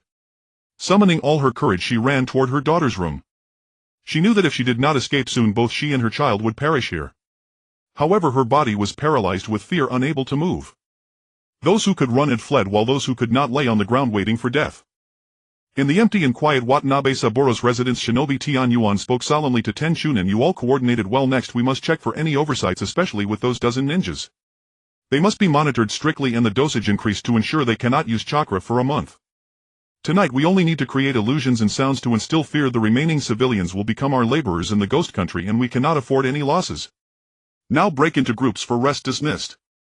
Shinobi Tian Yuan's eyes sparkled with excitement as he clutched dozens of storage talismans, his figure darting like a wraith toward the storeroom of the daimyo's mansion. The fleeing crowd heard that the priestess from the ghost country was holding a blessing ceremony in Hirata Town and hurried toward Hirata Town to seek her help. They were filled with hope, wishing that the legendary priestess could dispel the terrifying shadow looming over them. To the north of Pingtian Town lay a dense forest bordering the ghost country where towering trees stood in abundance and spiritual energy was plentiful, an ideal location for constructing a shrine. Qianyu arranged for 10 craftsmen and 20 laborers to be recruited from Pingtian Town who, along with the guardian ninjas, would work together to build the shrine. As the townsfolk looked on, wind release ninjas felled and sorted timber, fire release ninjas quickly dried the wood, earth release ninjas compacted the foundation, laborers transported the lumber to the site, and the craftsmen employed their lifetime skills to carve wooden beams and stone pillars. Dazzled by the spectacle, the residents eagerly joined in, each striving to contribute their modest efforts.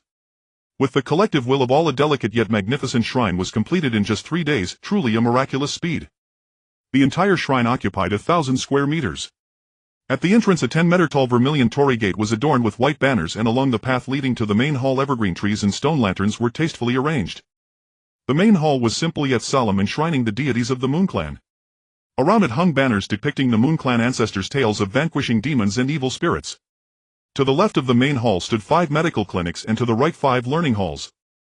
Qianyu did not plan to build a Kagura hall or a purification fountain, instead only facilities beneficial to the faithful such as the clinics and learning halls were constructed.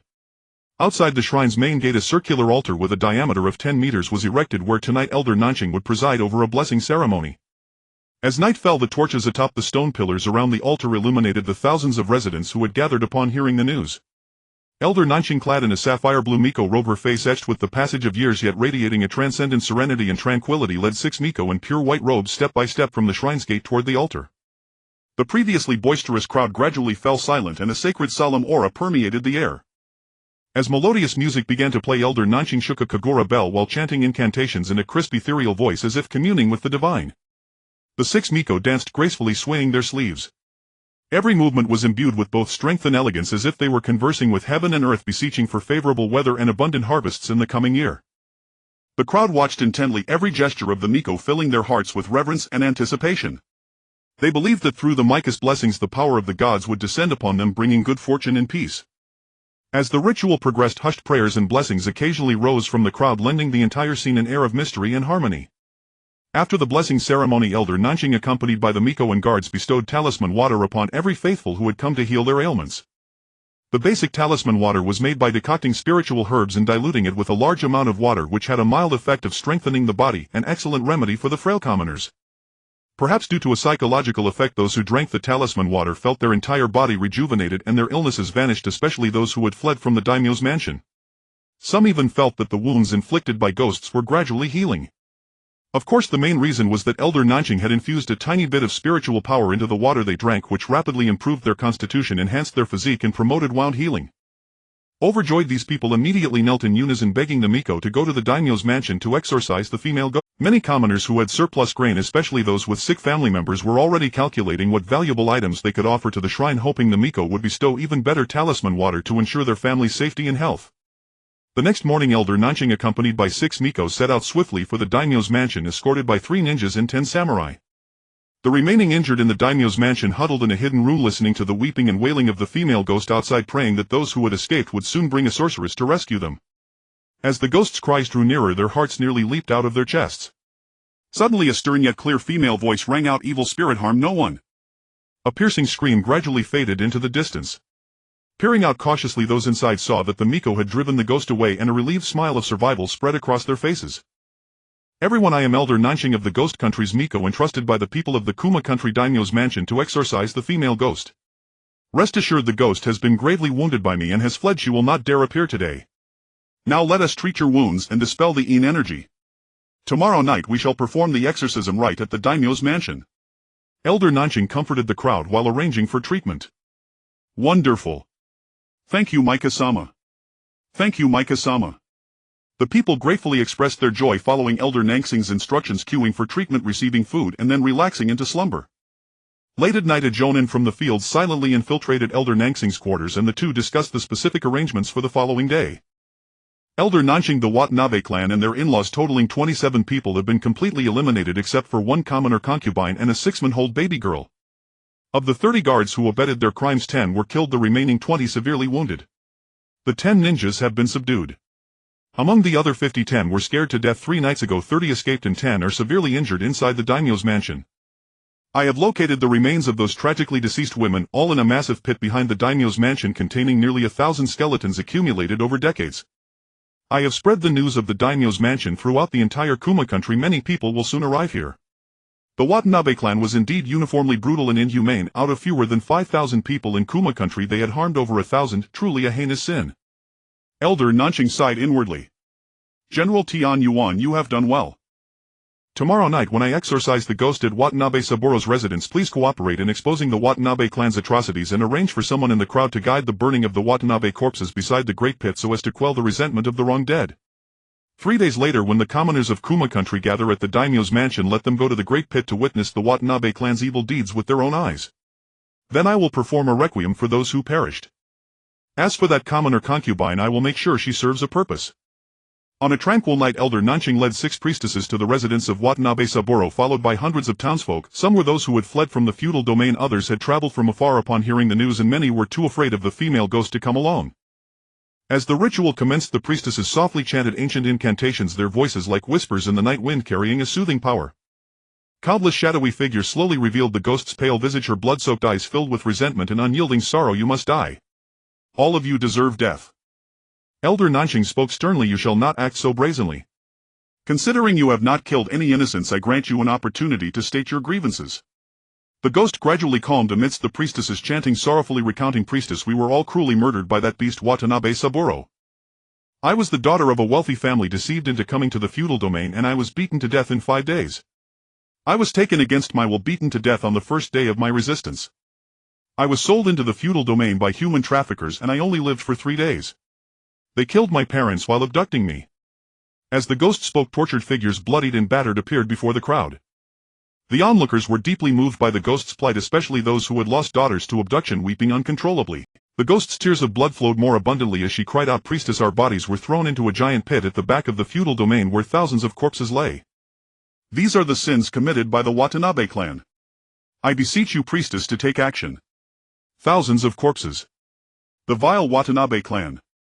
Our entire nation of the Bear Country has only a few thousand people. They are truly demons. Kill them all.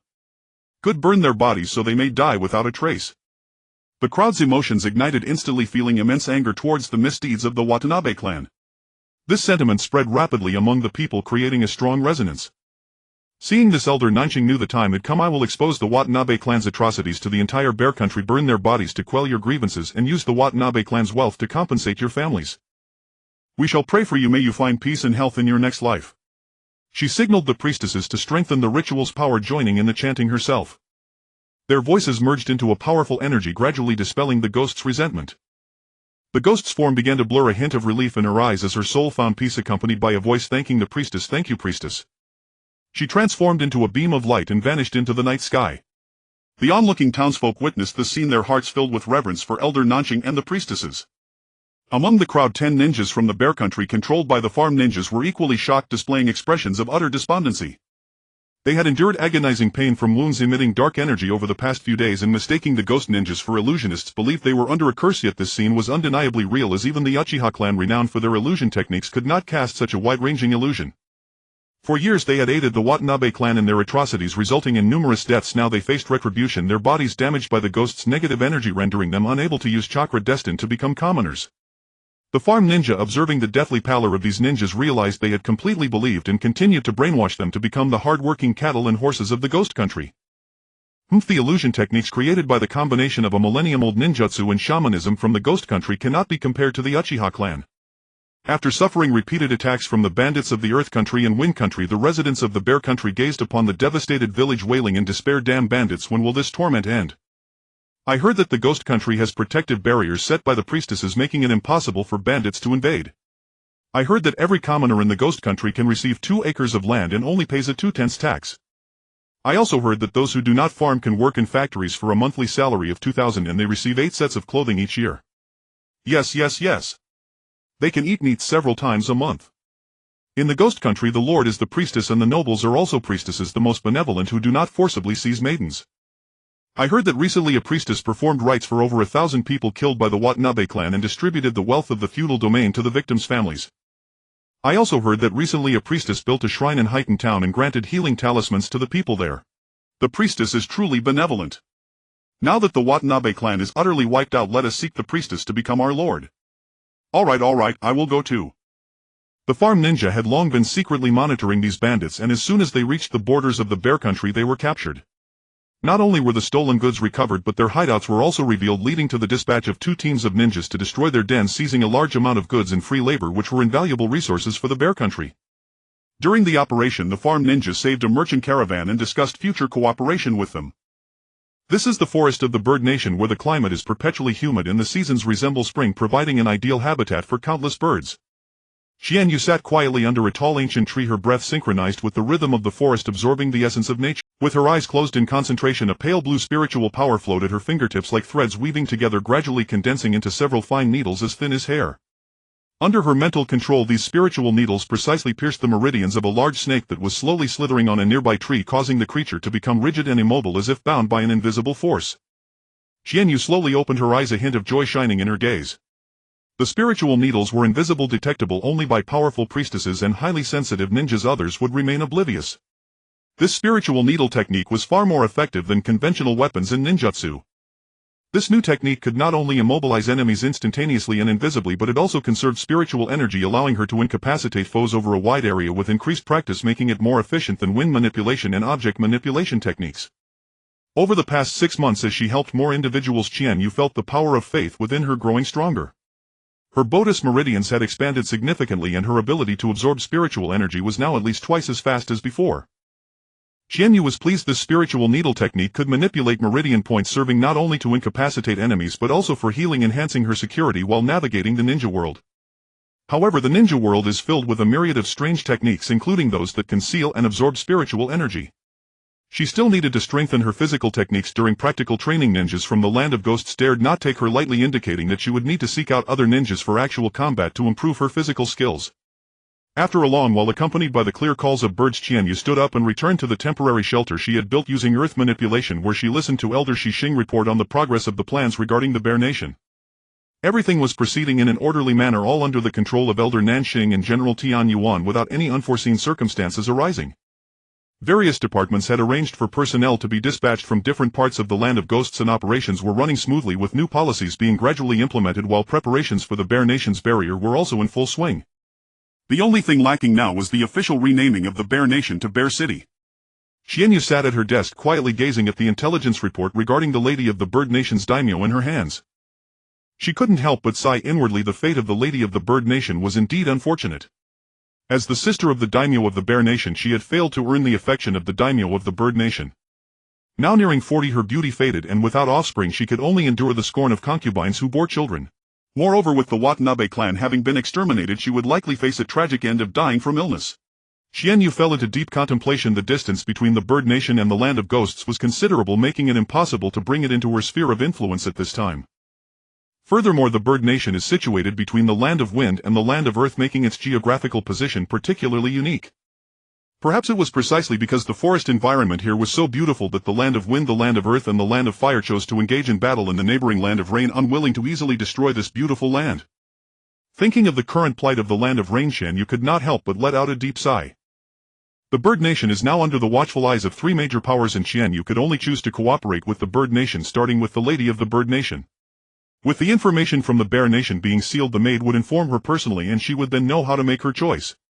Elder Shixing, tomorrow you will bear an important responsibility, traveling to the daimyo's residence in the Bird Nation to discuss long-term cooperation. Please prepare a card of fine writing paper, elegant clothing and crafts. These gifts will not only showcase the cultural heritage of our Land of Ghosts but also demonstrate our seriousness and sincerity regarding this cooperation. Through this collaboration we hope to introduce some rare bird species, enriching the biodiversity of the Land of Ghosts forests and further enhancing the spiritual energy and ecological value of the area. Afterward you will secretly take the maid from the Bear Nation to meet the Lady of the Bird Nation, ensuring she is made to believe that her years of barrenness are the result of the Watanabe clan's retribution. By thoroughly analyzing the current situation and the serious consequences it may bring, make the lady realize that only by relying on our Land of Ghosts can she obtain true protection and support.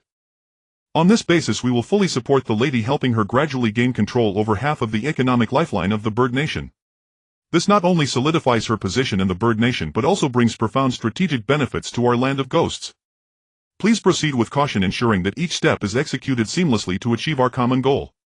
Ninja Inoue, you need to assist Elder Shixing throughout the entire process to ensure that this task is successfully completed within 2 months. By then I will promote you to the rank of Jonin and grant you the position of Vice Commander. This is an important opportunity. I hope you can fully utilize your abilities and potential to complete the task with all your might. Ninja Inoue's surprise was evident, as if the long-awaited wealth and honor had finally descended upon him. For hundreds of years the ninjas of the Land of Ghosts had quietly protected their homeland, their existence like shadows in the dark, indispensable yet rarely mentioned officially. They had always served as guards without receiving formal positions or recognition. However, when the news arrived that Jonin Tianyuan had been appointed as Shadow Assault General, Inoue's astonishment and envy were beyond words. This title was not only a recognition of Tianyuan's personal abilities but also an elevation of the status of all ninjas in the Land of Ghosts. Now the decisions of the young master were like the dawn's light, leading them out of the shadows and officially integrating them into the military system.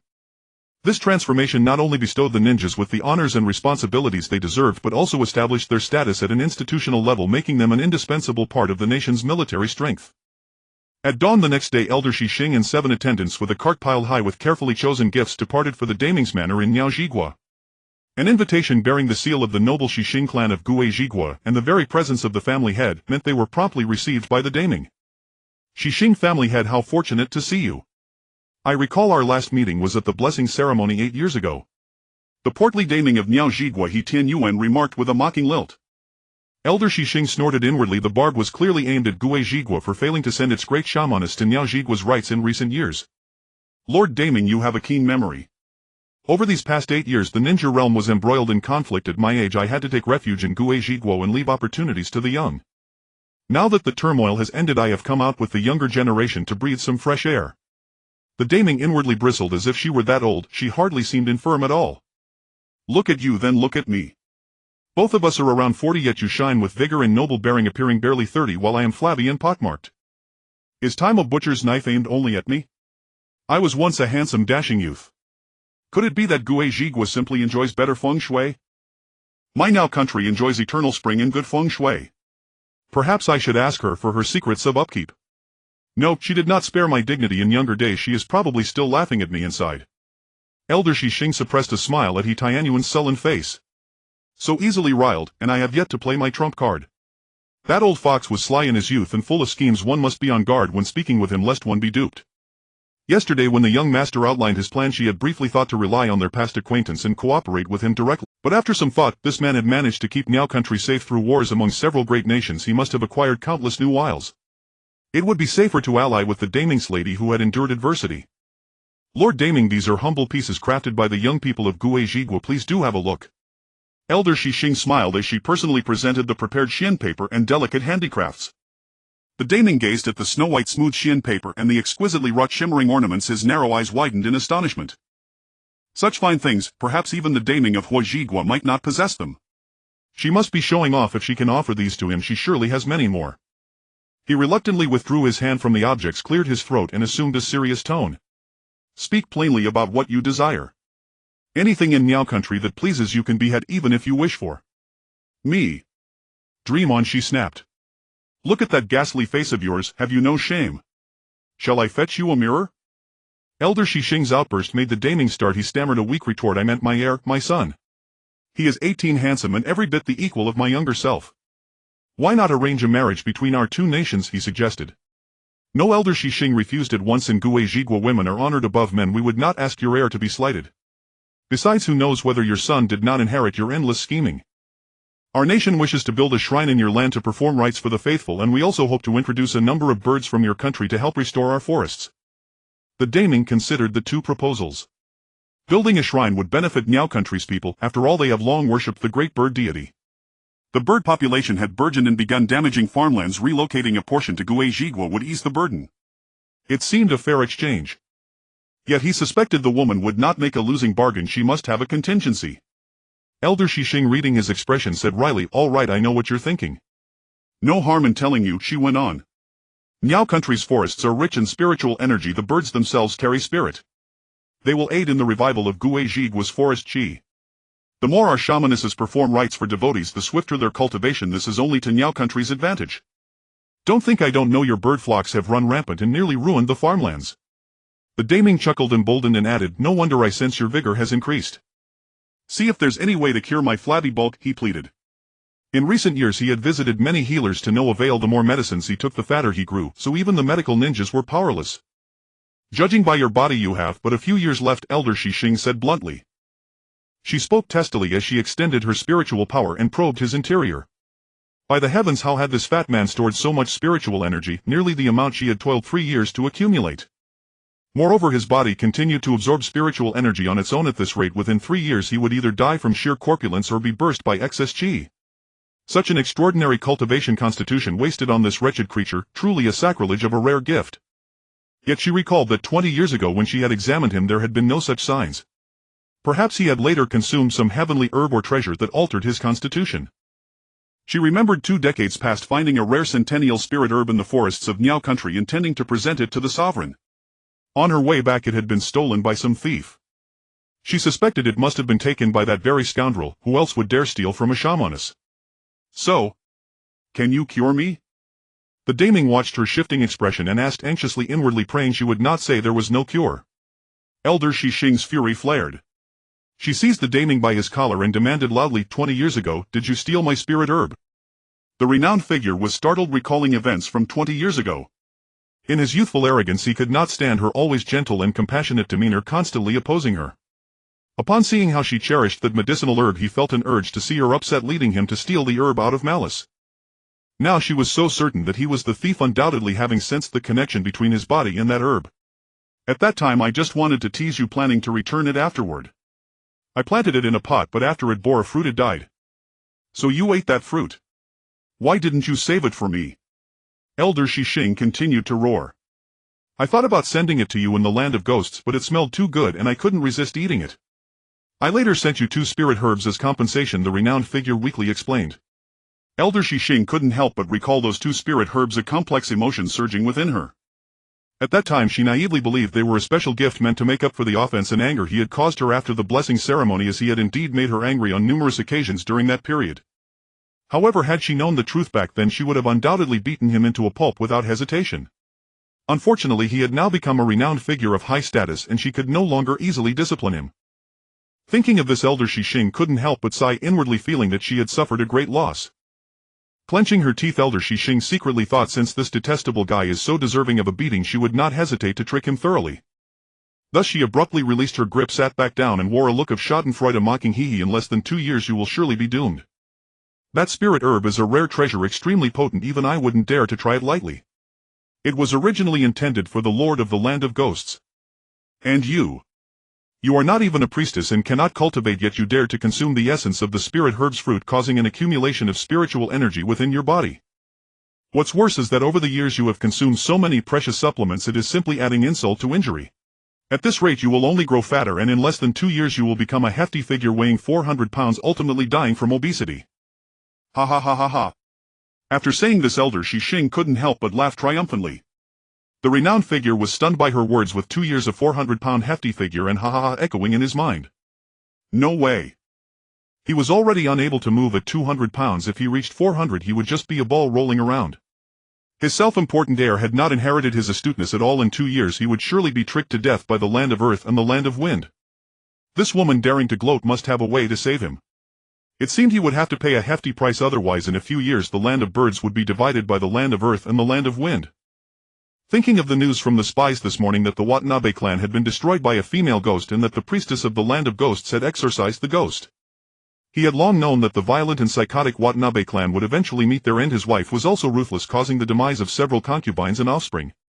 Their land of birds worshipped the bird god Yada no Kagami, inviting the priestess from the land of ghosts every year for blessings. The successive renowned figures had worked hard and treated their people with kindness to survive peacefully between the two powerful nations of earth and wind. Although he did not know the role the land of ghosts played in the destruction of the Watanabe clan, it did not hinder him from trying to deceive this woman. Elder Shishing, is it true that there are female ghosts seeking lives in this world? The renowned figure asked suspiciously. Does it require Lord Renowned to confirm personally? Just right, there are 2 women and a child behind you who want to talk to you. Elder Shishing had long guessed that this astute individual must have placed numerous spies in the land of bears and surely received some news. She was not afraid of his investigation. Do not underestimate the witchcraft of the land of ghosts. Moreover, the resentment gathered from the thousands who had died in the land of bears was not weaker than that of the female ghost. It took a lot of spiritual energy for Elder Nanxing and her group to purify it. The renowned figure recalled the 2 concubines and children who had died at the hands of his wife over a decade ago. At that time he did not punish his wife out of consideration for the renowned figure of the land of bears. Could it be that they had harbored resentment and refused to leave? He suddenly felt a chill down his spine and shivered slightly, quickly saying, "No need. I have always believed in the divine. Please forgive me, Elder Shishing." He regretted speaking too much. What if she got angry and refused to treat? The land of bears produces very little grain each year, barely sustaining its 5,000 citizens, and there is nothing good there. If the land of ghosts wants to take over, let them. It has nothing to do with him. He had been exhausted from dealing with the land of wind and the land of earth for so many years. If he got entangled with the land of bears again, he would be worn out, and who knows, he might even be dealt with by those 2 nations. Since the land of ghosts was not afraid of being dealt with by the land of wind and the land of earth, he was more than happy to watch the drama unfold, thinking he might even pick up some scraps. Besides, the land of birds was so far from the land of ghosts that the latter would have no way to target the former. Alright, seeing that you were so perceptive, I will forgive you. I cannot treat your condition, but I will report your physical state to the young Master Qianyu of the land of ghosts. She is skilled in spiritual healing and will think of a way for you. Thank you, Elder Shishing, the renowned figure said, his face filled with joy. Elder Shishing glanced at his awkwardly smiling face and immediately turned her gaze away, continuing to discuss the details of their cooperation. Qianyu fell into deep thought after hearing Elder Shishing's account. She began to seriously consider whether she should change her cooperation target to the daimyo of the Kingdom of Birds. Although the daimyo's wife is relatively easier to control, she is after all a ruthless and unscrupulous lone wolf. If she were to blame the Watanabe clan's troubles on the Kingdom of Ghosts and suddenly turn hostile, the consequences would be unimaginable. The daimyo has always been adept at assessing the situation, and now that he requires her assistance, establishing a good relationship with him might be more beneficial for her plans. However, the daimyo is also a cunning and shrewd individual, and Qianyu was well aware that she is no match for him. Therefore she decided to meet with the daimyo for a detailed discussion to see if they could reach a consensus and then consider the subsequent cooperation based on the actual situation. This way, even if the daimyo were to have a change of heart or betray her later, Qianyu would not be caught off guard and could take measures to respond at any time. Moreover, once Qianyu's cultivation improves further, she could use a puppet talisman to control the daimyo, turning him into her loyal ally. With this thought, Qianyu felt a bit more at ease. Dressed in a magnificent red robe, Qianyu sat across from the daimyo of the Kingdom of Birds, her gaze fixated on him as she carefully observed him. Spiritual energy slipped from her fingertips, quietly probing into the daimyo's meridians. Just as Elder Shishing had said, the daimyo's body was autonomously absorbing spiritual energy, indicating that the spirit herb was indeed a rare treasure. If only her grandmother had been able to consume that spirit herb back in the day, her strength would have undoubtedly reached new heights, and she wouldn't have been suppressed by the evil creature, eventually resorting to the desperate measure of self-detonating her spiritual power to weaken it. Thinking of this, Qianyu couldn't help but clench her fists, wishing she could punch the fat, greasy daimyo in front of her, her heart filled with resentment. However, for the greater good, she forced herself to calm down, putting on a gentle smile as she reassured the visibly anxious daimyo. "Daimyo, you need not worry too much. Although your current physical condition is even more severe than what Elder Shishing informed me, I am confident that I can cure your ailment. As long as you actively cooperate with my treatment plan, within 2 months you will surely be completely healed and regain your former handsome and robust appearance. Hearing this, the daimyo immediately displayed a friendly and amiable expression. Thank you, Qianyu, my dear niece. I will rely on you for my recovery. Qianyu silently cursed. Who is your niece? You shameless old man. Yet she still responded politely. Daimyo, you are too kind. In the next 3 days I will work with Elder Shishing to repair your damaged meridians due to the strong effects of the spiritual medicine. Then every 5 days Elder Shishing will guide and expel the excess spiritual energy from your body. We will proceed step by step in this manner, and I believe that in 2 months your body will surely be fully restored to health. Additionally, this guardian jade can protect your body and prevent your condition from worsening, so please carry it with you at all times. You shameless old man, from now on you will be Elder Shishing's spiritual energy power bank. Afterward, Qianyu, Elder Shishing and Jonin Inoue redefined the cooperation plan with the Kingdom of Birds. Since they were collaborating with the daimyo, there was no need to play any underhanded tricks. The two countries would cooperate long-term for mutual benefit. The daimyo's wife must be suppressed just in case, using the daughter of that concubine as leverage. If she wants to protect the last bloodline of the Watanabe clan, she must remain obedient and hide away. The first item regarding birds: introducing beneficial birds such as swallows, cuckoos, owls and woodpeckers to the Kingdom of Ghosts, researching medications to combat pests like sparrows and pigeons that eat crops, preventing them from destroying farmland, and vigorously cultivating and training eagles as reliable messengers to improve information transmission efficiency. The second item regarding medicinal materials: cooperating with the Kingdom of Birds to jointly develop precious medicinal materials in the forest and establish a pharmaceutical factory to produce various medicines, providing a sufficient supply for trade caravans. This not only meets market demand but also increases economic benefits for both countries. The third item regarding farmland: Qianyu plans to implement the same new farming model in the Kingdom of Birds as in the Kingdom of Ghosts. Using earth escape techniques for tilling, employing gathering spirit talismans for breeding, utilizing water storage talismans for irrigation, using wind talismans for pollination, and employing insect repellent talismans to eliminate pests. This way the grain yield can be greatly increased, continuously providing a steady supply for trade caravans. The fourth item regarding the training of priestesses: since the Kingdom of Birds has always been rich in spiritual energy, especially those women who have lived near the forest for a long time, their chances of awakening spiritual power are very high. Therefore, Qianyu decided to train these women towards becoming priestesses, making full preparations for establishing shrines throughout the ninja world in the future. Through this brand new cooperation plan, Qianyu hopes to further deepen the friendly relationship with the Kingdom of Birds, ultimately achieving a win-win outcome. The spiritual energy in the forests of the Kingdom of Birds is simply intoxicating. Qianyu wishes she could stay here to cultivate every day. Over the past few days she has used spiritual power to temper her body multiple times, greatly enhancing her physique. Without the guardian jade, even upper ninja levels would not be able to injure her. She must continue to strive and aim to cultivate a spiritual energy armor that covers her entire body. Remembering the Thunder Country's Yunin's Thunder Shield armor, which is impervious to blades and flames, it took 3,000 rock ninjas to exhaust the third raking. Qianyu felt an overwhelming envy. The accompanying priestesses also benefited immensely, each wanting to stay in the Kingdom of Birds. In the end, Qianyu ordered that in the future the priestesses would practice in batches at the shrine in the Kingdom of Birds before finalizing the personnel for the Rain Country's priestesses. 10 days later, Qianyu set off for the Rain Country with an expanded trade caravan. Along the way they encountered several groups of mountain bandits attempting to rob them.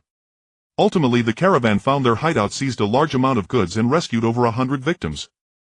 Those bandits who had committed numerous crimes were all killed, while the remaining ones were arranged to work in the caravan as punishment for their sins. Qianyu sat in the carriage holding a jade pendant strung with a rough red cord in her hand. The verdant jade stone paired with the coarse red thread resembled an old-fashioned token of love. The night before her departure to the land of ghosts, Elder Dongxing secretly sought her out, giving her the jade pendant and instructing her that if Hanzō showed any disrespect she should reveal the pendant and warn him that if he did not cooperate he would never see his daughter again. Gossip is a natural instinct for everyone, and Qianyu was so excited at the time that she pulled Elder Dongxing to gossip about her relationship with Hanzō.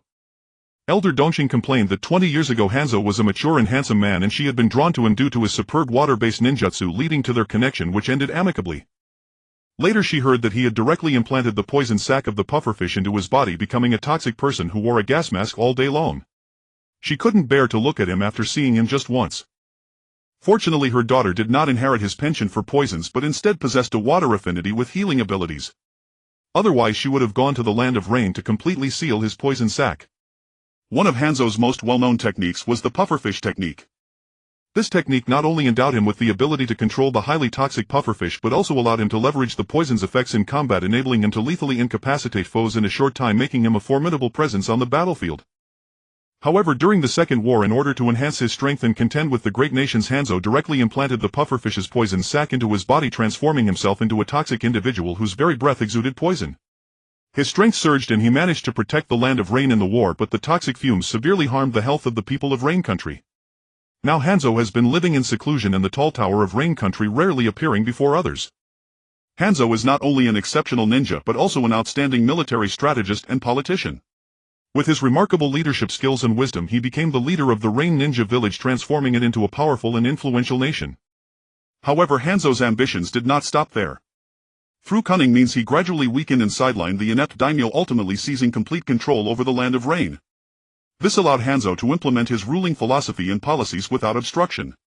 Hanzō was known for his iron-fisted approach. He enforced strict laws and tax systems, punishing criminal acts harshly.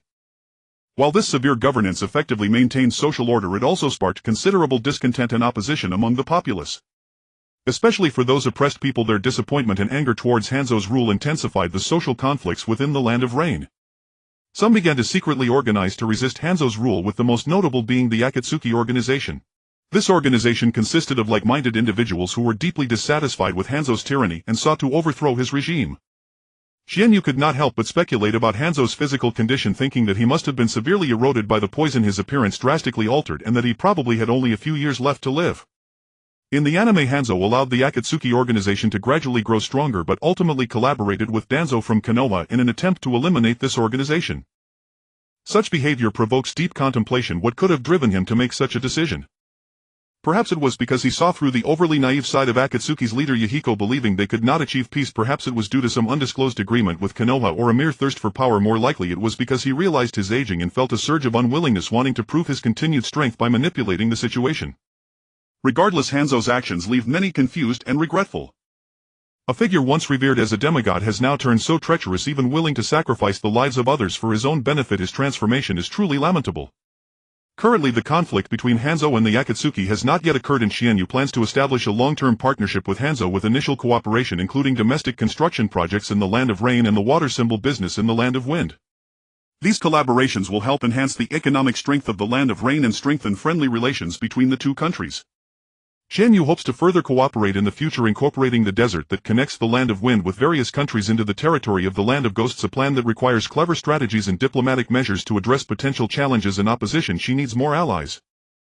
The merchant convoy stirred up dust as it majestically made its way toward the land of Rain. Their procession was large and eye-catching, with not only vehicles laden with goods but also a well-equipped escort team following closely behind. Behind this convoy followed a group of ragged, haggard refugees. These people had received assistance from the merchant convoy on the road and were now accompanying them to the land of Rain. Likewise, the weary and tattered citizens of the land of Rain paused curiously, observing the large and prosperous merchant convoy. Many eyes sparkled with hope, silently praying that this merchant convoy could bring a glimmer of change and hope to their impoverished lives. It had been far too long since they had seen such a grand convoy enter their country, let alone one loaded with abundant goods. These goods could mean food, clothing, and other daily necessities, all of which they desperately needed. This broken country truly felt despairing. The destruction of war had rendered everything here dull and lifeless, and people's lives were fraught with suffering and hardship. Yet faced with the helplessness of reality, they could only silently endure it all, continuing to strive to make a living, waiting for that day to come. Perhaps one day they could escape this plight and embrace new hope and vitality. From a distance, the scene of the land of Rain stirred up deep emotions. The outskirts of this land were vast and boundless fields, but due to years of continuous rain the fields had become muddy and waterlogged. The central part was filled with modern concrete buildings which appeared particularly out of place in the rain. However, upon closer inspection it could be seen that most of these buildings had suffered damage, with cracked walls and collapsed roofs giving off an air of decay and desolation. In the heart of the land of Rain stood a towering steel pipe tower soaring 100 meters high, becoming the landmark of the entire country. The leader Hanzō resides within this tower. In the dim and oppressive tower, Qianyu gazed at the man before her, Hanzō, who wore a black gas mask and exuded an imposing aura. Renowned as the demigod, he radiated a suffocating bloodlust that seemed to congeal the very air around him. His gaze was cold and piercing, carrying an unassailable dignity. Behind Hanzō stood two tall ninja guards, also masked, their postures as straight as pine, silent like statues. Their presence intensified the tension and danger in the room. Qianyu keenly sensed faint toxins drifting in the air, barely perceptible without careful observation. Yet Qianyu had anticipated this. She came well prepared, equipping her 4 accompanying guards with talismans that neutralized toxic fumes. Hanzō regarded the noble princess before him, clad in resplendent attire, her innocent face adorned with a gentle smile. Her bright dark eyes radiated a universal tolerance, meeting his gaze without fear, without the disdain reserved for ninjas, without the adoration for the mighty, only equal acceptance. This scene reminded him of a woman he had met 20 years ago who bore the same tolerant eyes and pure aura, yet the younger him dared not look her in the eye. Though outwardly calm, Qianyu's heart raced. Hanzō's dense bloodlust nearly materialized. Nevertheless, as the young master of the ghost country here to negotiate, she could not undermine its prestige, especially since Elder Dongxing's jade pendant was her trump card against this solitary sovereign. Lord Hanzō, this is a letter from the daimyo of the Rain Country. Please peruse it. The previous day Qianyu had used the guardian jade to secure an audience with the daimyo of the Rain Country.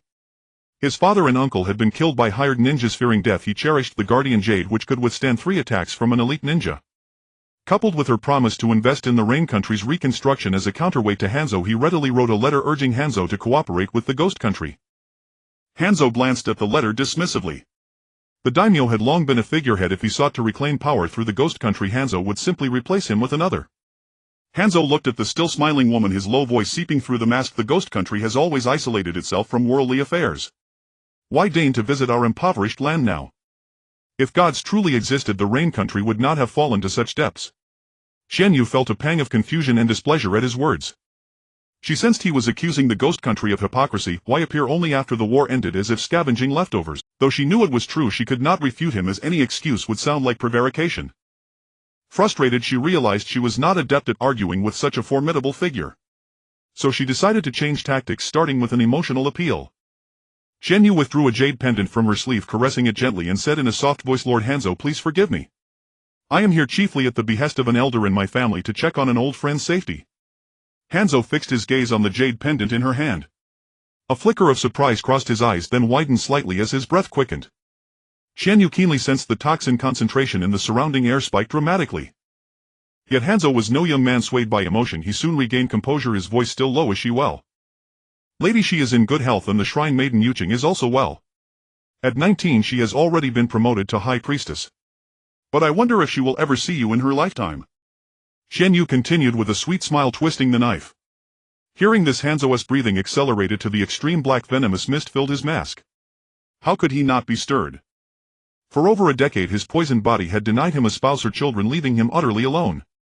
In recent years his worsening condition eroded his former ambitions, twisting his mind into cruelty. He grew increasingly resentful of his plight, yet felt helpless, satisfying his desires only through control and violence over others. In this state his behavior became more irrational, and his rule over the Rain Country grew more brutal. People lived in fear, daring not to defy his authority. Now the sudden knowledge that he had a 19-year-old daughter transformed his state of mind. After a long moment, Hanzō gradually calmed his agitation. He adopted an attentive posture, his tone softening. Please, young master Qianyu, elaborate on the cooperation between our nations. Observing Hanzang's softened attitude, the smile on Qianyu's face deepened. The ghost country, blessed by our ancestors, has mastered some talisman techniques for daily life and production, such as the water storage talisman, heat retention talisman, and insect repellent talisman. In recent months our merchant caravans have opened the market for water storage talismans in the Wind Country. The Rain Country, blessed with abundant rainfall year-round, could collaborate with us to build a water purification plant. We can collect and purify rainwater into domestic and drinking water, selling it to the Wind Country and other water-scarce nations. Currently the terrain of the Rain Country is unsuitable for growing crops. Earth-release ninjas could transform the land into terraced fields, plant water-tolerant sorghum and soybeans on higher ground, rice in the middle, and water plants and aquatic products in the low-lying ponds.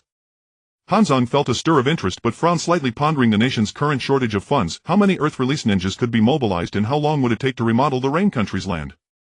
Qianyu seemed to read his thoughts and continued, regarding the compensation for Earth-release ninjas, Lord Hanzō may consider payment in the form of jutsu supply vouchers or military merits. After all, a single jutsu can be taught to many. The supply vouchers would still be spent in Rain Country shops, which can deduct commercial taxes when accepting them. Ninjas can use their military rank to exchange for advanced jutsu and enjoy priority access and discounts on premium goods from shops partnered with the Moon and Star Chamber of Commerce. Hanzang's eyes glinted at these words. Such an approach was possible. Truly worthy of the ghost country's young lord. Knowing he was tempted, Qianyu cast the line further. Regarding the rainy season, the ghost country will dispatch Lady Shi and her team to construct a barrier that diverts and stores rainwater during storms, preventing damage to the Rain Country's land and buildings. Once the subsequent transformations are complete, the rain country can rebuild with wood and earth structures, recasting existing steel into farm tools and weapons. As the light in Hanzō's and his two guards' eyes grew brighter, Qianyu went on.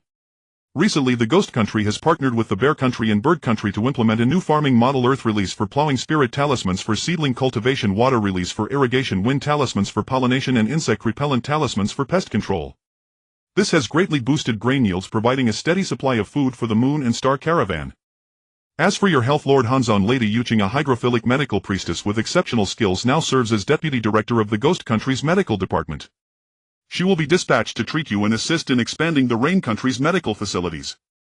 I hope for your kind support, Lord Hanzō. Hanzō, though inwardly thrilled, kept his face impassive and nodded. The two parties discussed operational details and haggled over profit distribution for a while before signing the cooperation treaty. Hanzō was indeed elated, holing up in his room to chuckle to himself. From time to time, the two guards at the door heard strange muffled laughter. The next day, a delighted Hanzō issued a new decree abolishing the high poll tax of 500 ryo per person per month, reducing the agricultural tax to 30% and cutting the commercial tax to 30% as well, with a pledge of no tax increases for 3 years. Suddenly, a wave of joy swept through the once dormant Rain Country. For years, the people had been bent under the crushing weight of the poll tax. Many commoners learned that the Ghost Country caravan had not only brought a large supply of affordable grain and goods but would also invest in the Rain Country's development, and through negotiations with Lord Hanzō had secured the new decree. They expressed their gratitude for the benevolence of the Ghost Country's priestess. Just then, the residents on the outskirts of the Rain Country suddenly received an order: they were to evacuate immediately into the inner city. The abrupt command shocked and bewildered everyone, yet they chose to obey Lord Hanzō's directive. As time passed, more and more people streamed into the inner city, forming a vast human tide. Meanwhile, Lord Hanzō ordered the recruitment of numerous Earth Release ninjas. These ninjas swiftly mobilized, using Earth Release to comprehensively remodel the Rain Country's farmlands. They used Earth Release to terrace the fields from high to low, digging drainage channels of varying widths. During this process, the ninjas displayed astonishing efficiency and teamwork, working day and night to complete the task as quickly as possible. Lord Hanzō announced that he would redistribute these lands among the people. The news drew cheers of joy. The populace expressed their willingness to support his decision, looking forward to a better life ahead. To the east of the Rain Country lay a battlefield in ruins where many civilians and ninjas scavenged for supplies. The lucky found recoverable weapons, the unlucky were blown apart by hidden explosive tags. Yet everyday crowds still gathered there, searching desperately. People had to survive after all. But today the area was heavily guarded by ninjas barring entry. Lord Hanzō decreed that tomorrow the priestess would perform a ritual to deactivate all explosive tags on the ruins. 3 days later, a large workforce would be recruited to clear the ruins and salvage steel weapons. A steel mill would then be built on the site, with priority hiring for those who performed well. The people wept with joy and spread the news far and wide. Qianyu learned that over 500 civilians had been killed by explosive tags on that battlefield in recent years, a number that shocked and pained her deeply. Behind this staggering figure lay countless shattered families and endless suffering. She sighed with emotion. How easily these innocent lives had been snuffed out, all because of the explosive tags buried in shadows and corners. They were like time bombs, ready to claim lives at any moment. After deep deliberation, she conceived an ingenious plan: use the Rain Country's thunderstorm weather to channel lightning into the steel-strewn ruins. Iron conducts electricity, and electricity generates heat, triggering the explosive tags. Any remaining ones could then be cleared by ninjas. Alas, if only the Hyuga clan's Byakugan were available, how much easier it would be. Another day regretting not having inherited the Byakugan bloodline. Moreover, steel tempered by lightning would become stronger and more valuable. This unique treatment might bring new opportunities and development to the Rain Country. To the north of the Rain Country lies the barren land of the Moon, where many impoverished commoners have gathered. Yahiko, Nagato and Konan, now 16 years old, reside here. Having been trained by Jiraiya, they have attained the level of Chunin. They often assist the local poor, and most people regard them as leaders.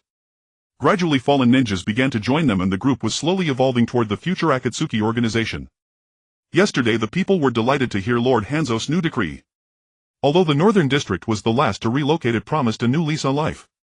They heard that a large merchant caravan had arrived in the city with a shipment of grain, selling at only 8 silver taels per caddy, a veritable blessing given that previously they could not buy a single caddy even for 20 taels.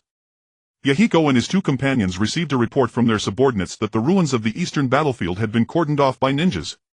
Tomorrow the Miko of the Ghost Country would perform a ritual to neutralize the explosive tags, after which a steel factory would be built there. The 3 exchanged glances. How should they put it? They were rather taken aback. Over the past few years they had scavenged many discarded weapons from those ruins and even established a small outpost there. Of course they had also lost several comrades. After all, explosive tags spared neither ninja nor civilian. The only difference was that ninjas with their quicker reflexes could flee in time and leave a more intact corpse. How could the Miko of the ghost country possibly neutralize the hidden explosive tags? None of them believed in gods, even though they had once prayed for divine protection. If gods truly existed, the Rain country would not have been reduced to a battlefield for the 5 great shinobi countries. After deliberation, the 3 decided to go to the Eastern District the next day to investigate the Miko's ritual. Qianyu was unaware of their intentions. Had she known, she would have arranged a prime spot for them to witness her lightning summoning technique, leaving a mysterious and powerful impression to win them over for future labor. The next morning, dark clouds gathered over the Eastern District of the Rain country and thunder rumbled, heralding a heavy downpour. 2 days earlier, Qianyu had predicted the morning storm. To avoid alarming the populace and drawing the attention of the great nations and to control the ensuing fires after the lightning strike, she had chosen this precise hour after meticulous calculations. Dressed in a crimson Miko outfit with a solemn expression, Qianyu stood on a makeshift altar erected with earth release techniques at the edge of the ruins. Thousands of gathered onlookers controlled by dozens of ninjas dared not make a sound. The 4 Miko stationed at the 4 cardinal directions around the ruins were also ready, waiting for Qianyu's signal as agreed. Qianyu fixed her gaze on the lightning in the sky, marveling inwardly. The power of this lightning is truly overwhelming. As time passed, the clouds thickened and the lightning grew denser. Qianyu took a deep breath, gathered all her spiritual energy and suddenly propelled it toward the sky. A dazzling radiance flickered between her fingers as if merging with the lightning in the heavens. Under Qianyu's guidance, the bolts coalesced into a colossal pillar of lightning. This lightning pillar, fully 3 meters in diameter, exuded a chilling aura. Like a roaring dragon, it charged toward the center of the ruins. Simultaneously, the 4 Miko rapidly channeled their spiritual energy, erecting a translucent light blue barrier that sealed the lightning within. This barrier, like an enormous cage, firmly trapped the terrifying lightning force. The crowd watched nervously as the 3-meter-wide bolt thundered down into the heart of the ruins. Instantly, a blaze of sparks exploded outward, accompanied by ear-splitting detonations. The sparks danced through the air like brilliant fireworks, but they heralded destruction and death. Yet just as the sparks were about to spread, the translucent light blue barrier took effect. Like an impenetrable shield, it blocked the sparks and rebounded them toward the center of the ruins. For a moment, the ruins erupted in raging flames and thunderous explosions that shook the heavens. At this sight, terror seized the crowd. Many faces contorted with fear, some screamed and clung tightly to those beside them, while others stood frozen, unable to move. Even many ninjas trembled, their eyes wide with disbelief. Someone could not help asking, is this the legendary power of Miko magic? Qianyu silently watched the scene, a pang of worry rising for the common people. She thought, what if this ordeal leaves psychological scars on them? After all, she had explicitly instructed everyone beforehand to cover their ears and avoid looking directly at the lightning. Yet it seemed many had disregarded her advice. Qianyu continued to channel spiritual energy into the clouds. Minute by minute passed. After 1 minute, a torrential downpour poured from the heavens, instantly enshrouding the world. Seeing this, the 4 Miko slowly withdrew the barrier, allowing the rain to extinguish the patches of blazing fire across the room. The crowd hurried into makeshift earthen shelters, quietly waiting for the storm to end. Their eyes, peering through windows at the rain-drenched world, were filled with hope and anticipation. The storm continued unabated, as if to thoroughly cleanse the ruins. Every raindrop seemed a blessing from heaven, nourishing the land. As time passed, the flames gradually weakened and finally vanished. An hour later, the sky began to clear. Sunlight pierced through the clouds, spilling onto the wet earth. The people emerged from the shelters, gazing at the scene before them, marveling at the forces of nature. By then, the rain had soaked the entire ruins, and the once blazing sea of fire had disappeared without a trace. Yet faint electrical sparks still flickered on some of the steel structures, as if reminding everyone of the heart-stopping inferno that had just occurred. The civilians had been evacuated, while dozens of ninja remained stationed around the area, some digging drainage ditches, others attempting to clear the perimeter. Qianyu gazed at the steel material tempered by lightning, discovering that, as she had anticipated, it had become even more resilient and valuable. The intense heat and immense energy of the lightning not only purified the impurities in the steel but also caused its structure to become denser, greatly enhancing its strength. Upon the tall tower in the city, Hanzō silently stared at the steel sample in his hand, replaying the scene just now in his mind. His gaze was focused and profound, as if he could see deeper secrets through this piece of steel. Meanwhile, his subordinate Kamikawa K stood respectfully aside, reporting the situation. "My lord, we have conducted a detailed analysis of this steel sample. Its texture is tough and its hardness extremely high. It has been transformed from ordinary steel into high-grade steel." Kamikawa K's voice was low and solemn, tinged with a trace of reverence. Hanzō remained silent. He had earlier witnessed Qianyu's process of summoning lightning from the tower. Such powerful lightning, let alone himself, even the god of shinobi Senju Hashirama could not withstand it. So this is the power of the Miko who can wield the forces of nature. Truly not to be underestimated. Previously he had taken the opportunity to cooperate with the Ghost Country by playing the emotional card, first considering his daughter and second believing the Miko was nothing to fear. Cooperating with them would surely place him in a dominant position in the future. Now seeing that even a young Miko could possess such formidable power, the strength of the Ghost Country's sovereign and elders must be no less than his own. The Ghost Country's decades of isolation must conceal great secrets. He would later seek information from his daughter. Another day and Hanzō longed to see his daughter again.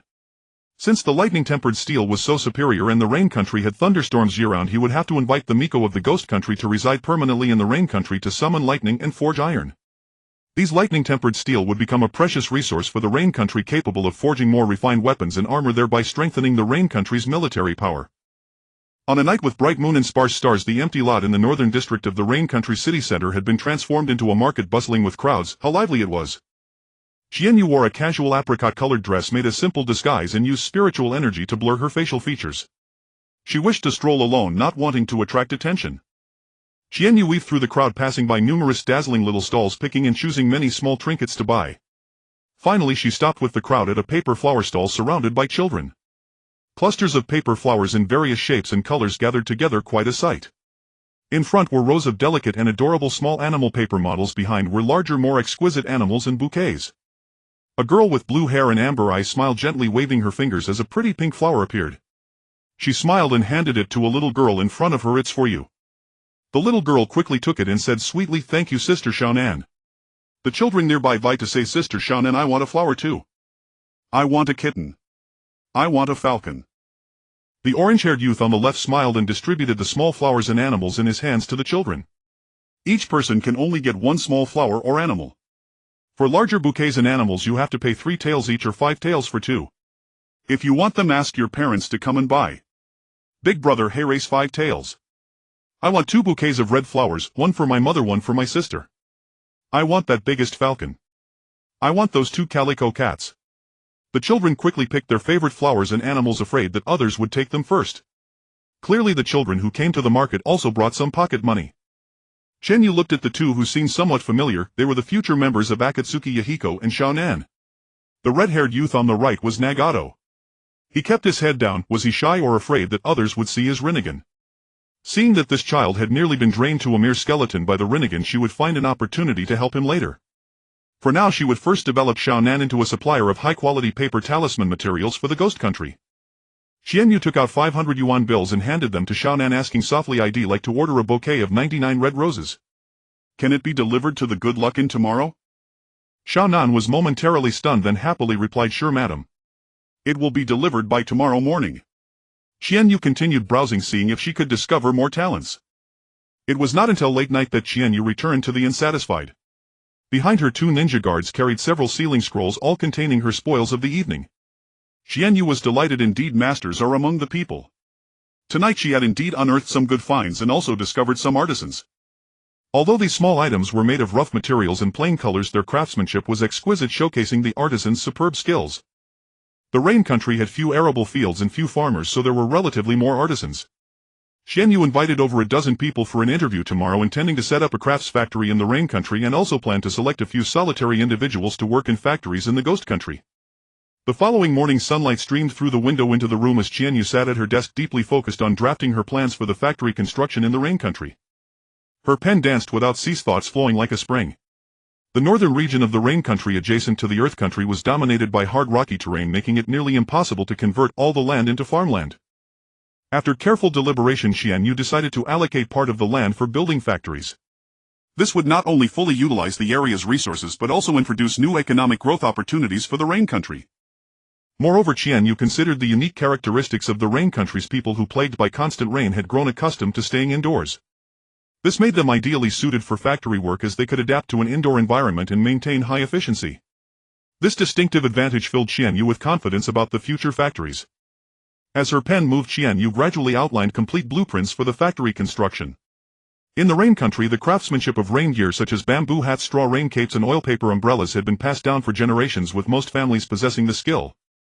Qianyu planned to leverage this advantage by establishing a modern rain gear factory.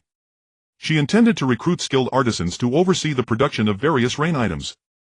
At the same time, she would introduce an assembly line to boost productivity and ensure product quality. This would not only meet domestic demand but also allow exports to other nations, generating greater profits. To cater to different consumer needs, Qianyu decided to launch rain gear in 3 tiers: high-end, mid-range and budget. The high-end line would use the finest materials, be meticulously crafted and boast exquisite designs. The mid-range would emphasize value for money to attract cost-conscious consumers, and the budget tier would capture market share through low pricing. This strategy would cover a broader consumer base and enhance market penetration. In addition to rain gear, Qianyu also planned to develop sun protective products such as youth protective clothing, parasols and tents. These items would target regions like the wind country where intense sunlight prevailed. Given the prolonged daylight hours in these areas, the demand for sun protection products was substantial, indicating immense market potential. As long as they could deliver high-quality sun protective goods, they would undoubtedly win over consumers. The climate of the rain country was exceptionally favorable for bamboo growth, with fertile soil, abundant rainfall and cool damp conditions providing an ideal environment. Bamboo grew remarkably fast here, maturing into tall sturdy groves within just a few months. As the bamboo forests expanded, a bamboo furniture factory could be established.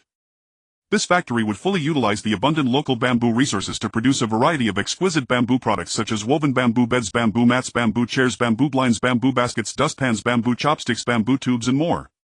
These items were not only beautiful and practical but also eco-friendly and healthy, highly favored by consumers.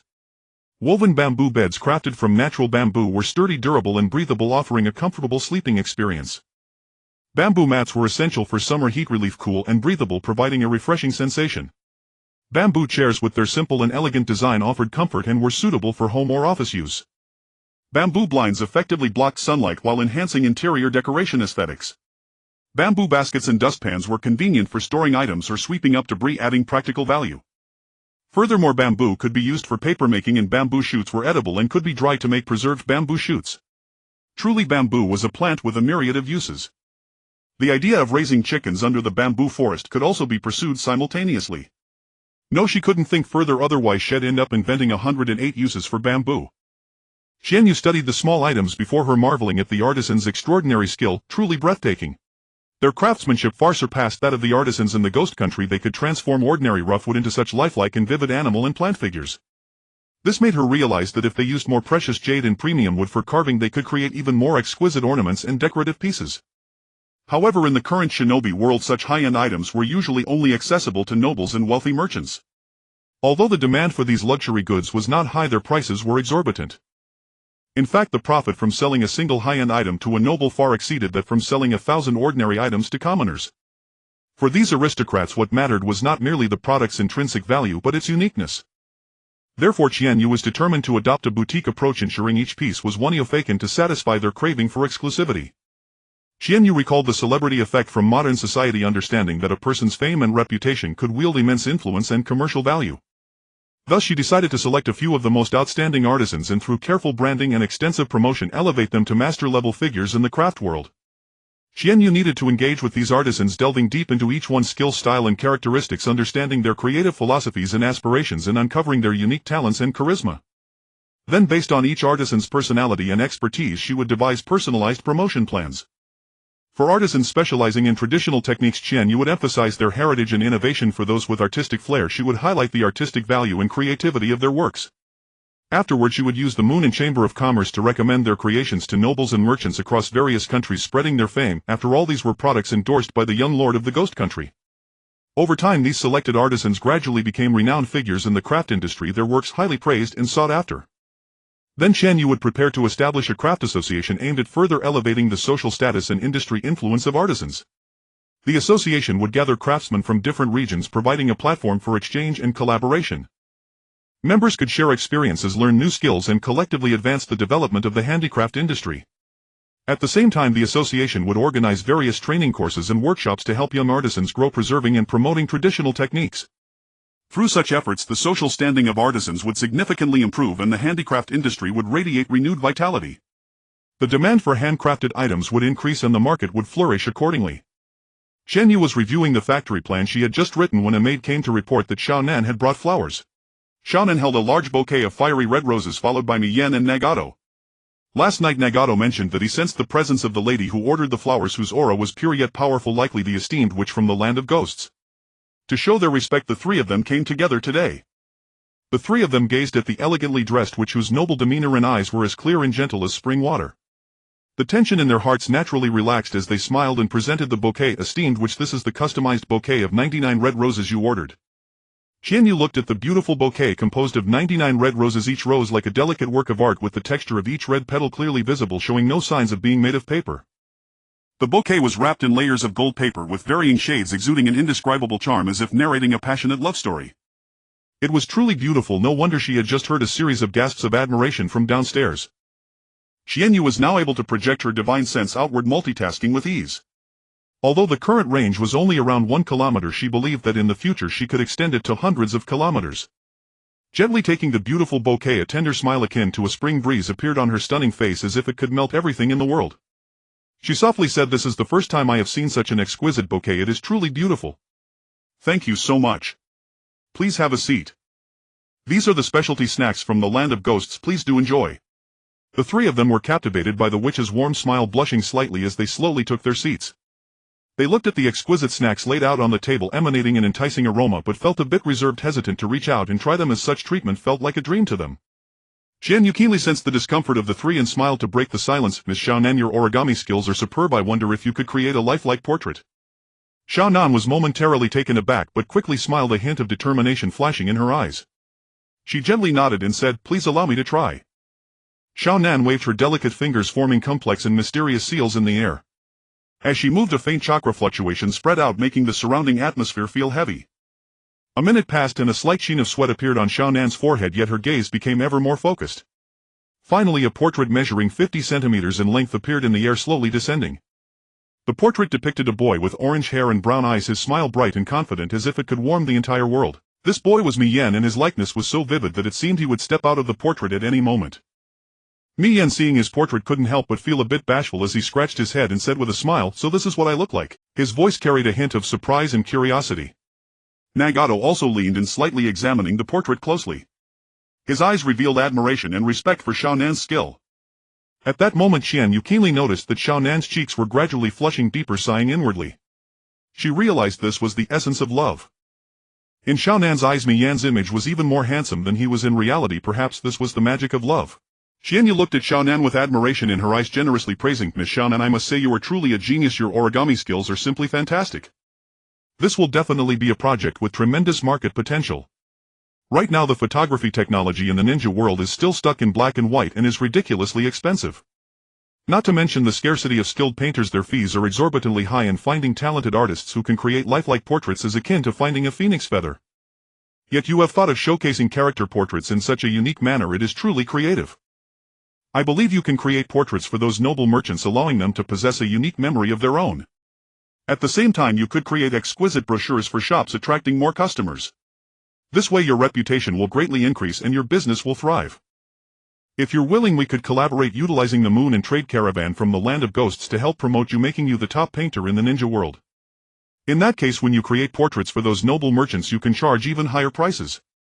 Furthermore, you might consider teaching students, spreading your origami skills and establishing your own school. I believe that in the near future your name will become a legend known throughout the ninja world." The three of them felt an uncontrollable excitement surge within them. In this era, people's longing for their families grew stronger, especially among those noble merchants who were eager to showcase a beautiful portrait to display their family's glory. Xiaonan's ability was simply made for this demand. She could easily draw realistic portraits using chakra without the need for cumbersome rice paper or expensive paint. This significantly reduced costs while greatly expanding the profit margins. Thinking of this, the three couldn't help but exclaim, "The esteemed witch truly has a discerning eye to spot such a business opportunity." They began to realize that Xiaonan's ability was not merely an artistic talent but could very well become a powerful tool for making money. In this fiercely competitive world, only those who can seize market gaps and provide unique services can stand out. At this moment the three of them shone with hope, as if they could see future wealth and glory. They understood that achieving this dream would require even more effort and sweat, but they were willing to fight for it. Because they believed that as long as they followed the esteemed witch's lead using their own wisdom and courage, they would surely create their own brilliance. Qianyu turned her gaze to Xiaonan and said with a gentle smile, "Ms. Xiaonan, I wish to commission you to craft a batch of exquisite promotional brochures to attract more customers. May I entrust you with this task? Sannin replied without hesitation, of course Lord Qianyu. I shall do my utmost to complete this assignment. Qianyu then inquired, furthermore I require a special type of paper that is both waterproof and fireproof, capable of remaining intact under all conditions. Are you capable of producing such high-quality paper? Sannin pondered for a moment before responding, this is indeed a challenge, but I will give it my best effort. Qianyu nodded in satisfaction and encouraged her, very well, I entrust this to you. I look forward to your results. At that moment Qianyu noticed Mi Yan standing nearby with a radiant smile. Her heart stirred and she turned to him saying, Mr. Mi Yan, I deeply admire your character and your ideals of pursuing peace. In fact, the Moon and Star Caravan of the Ghost Country was founded precisely to achieve peace in the shinobi world. Currently many people from various nations such as the Bear Country, Bird Country and Rain Country have joined our caravan. I sincerely invite you to join the Moon and Star Caravan to learn more knowledge together and rescue more impoverished people. Mi Yan was moved to tears and nodded repeatedly in agreement. Yes, Lord Qianyu, I am willing to join the Moon and Star Caravan to strive alongside you and contribute my strength to achieving peace in the shinobi world. Qianyu then looked gently at Changmen and said softly, Mr. Changmen, this year the Ghost Country has taken in several dozen members of the Whirlpool clan. If you wish to see them, you may accompany the caravan to the Ghost Country. Upon hearing this, Changmen abruptly lifted his head, his eyes widening with a look of pleasant surprise. But then, as if remembering something, he quickly lowered his head, a trace of concern flickering in his gaze. Qianyu keenly sensed the shift in Changmen's emotions. She also noticed his distinctive Rinnegan and felt a stir within her heart. After a moment's hesitation, she waved her fingers and set up a barrier, ensuring that no one else could overhear their conversation. Qianyu then addressed Changmen, Mr. Changmen, I know certain secrets concerning your eyes. Would you like to know them? Changmen raised his head again at these words, his gaze fixed intently on Qianyu, filled with shock and confusion. Sannin and Mi Yan also looked at Qianyu with tense expressions.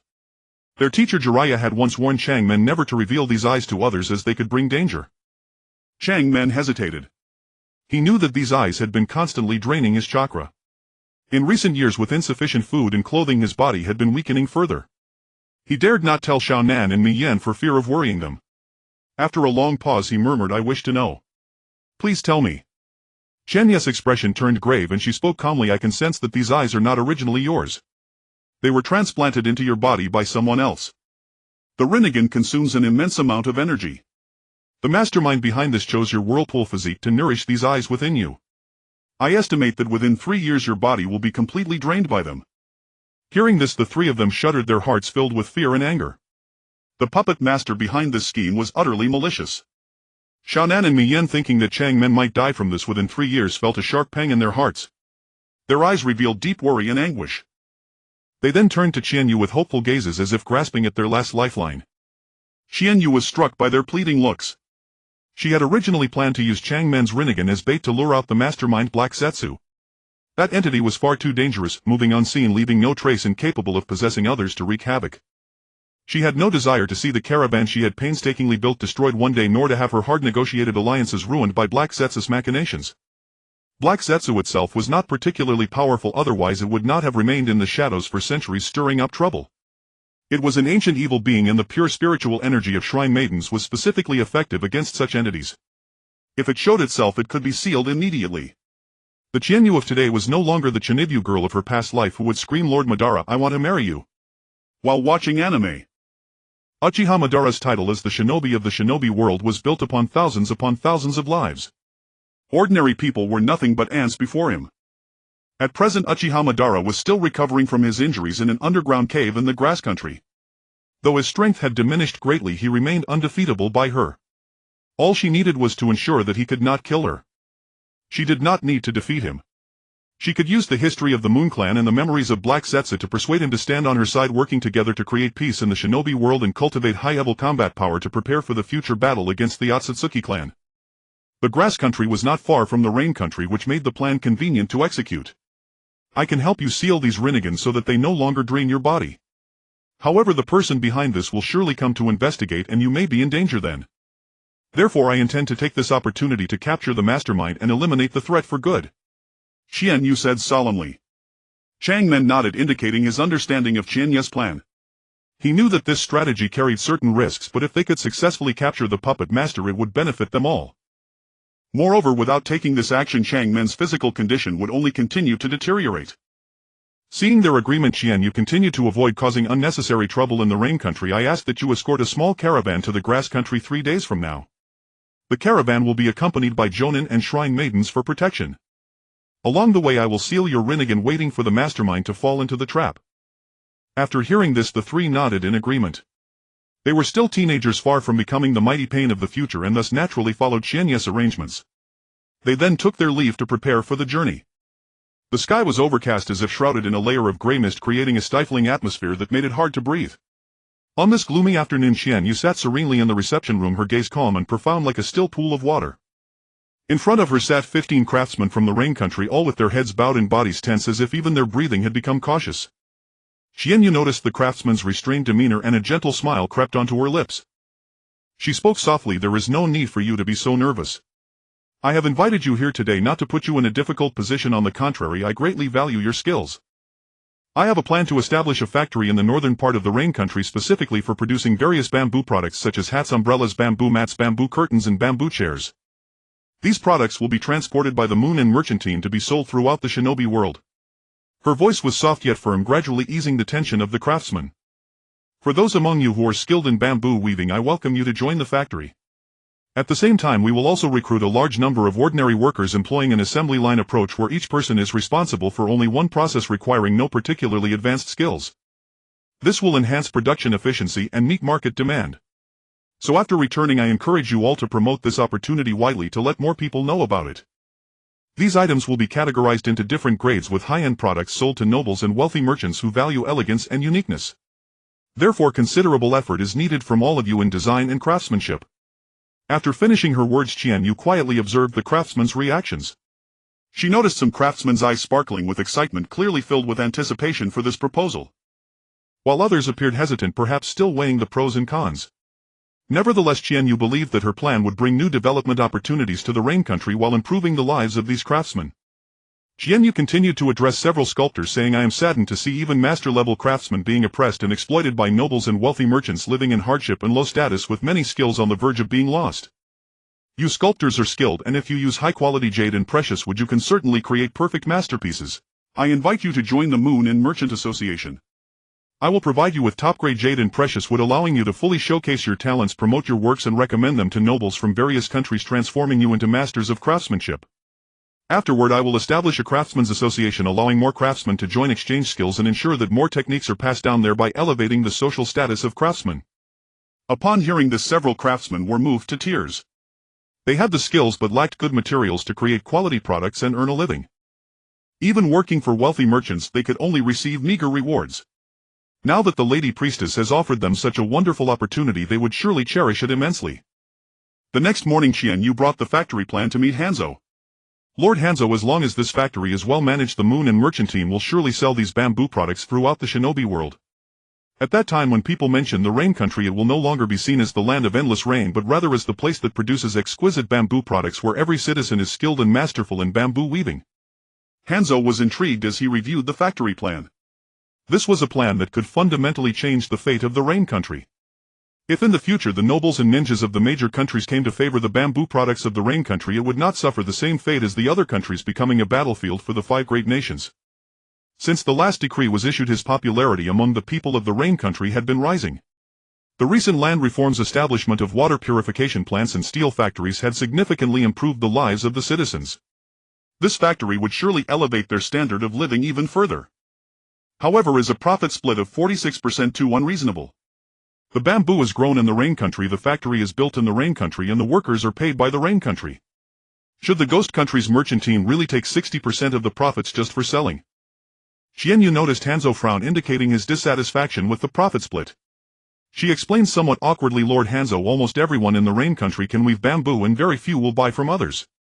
The current populations of the bear country and bird country with whom the Moon and Merchant team is collaborating are less than 20,000, so the demand is not high. Our main market lies within the 5 great nations. This is an unfamiliar market.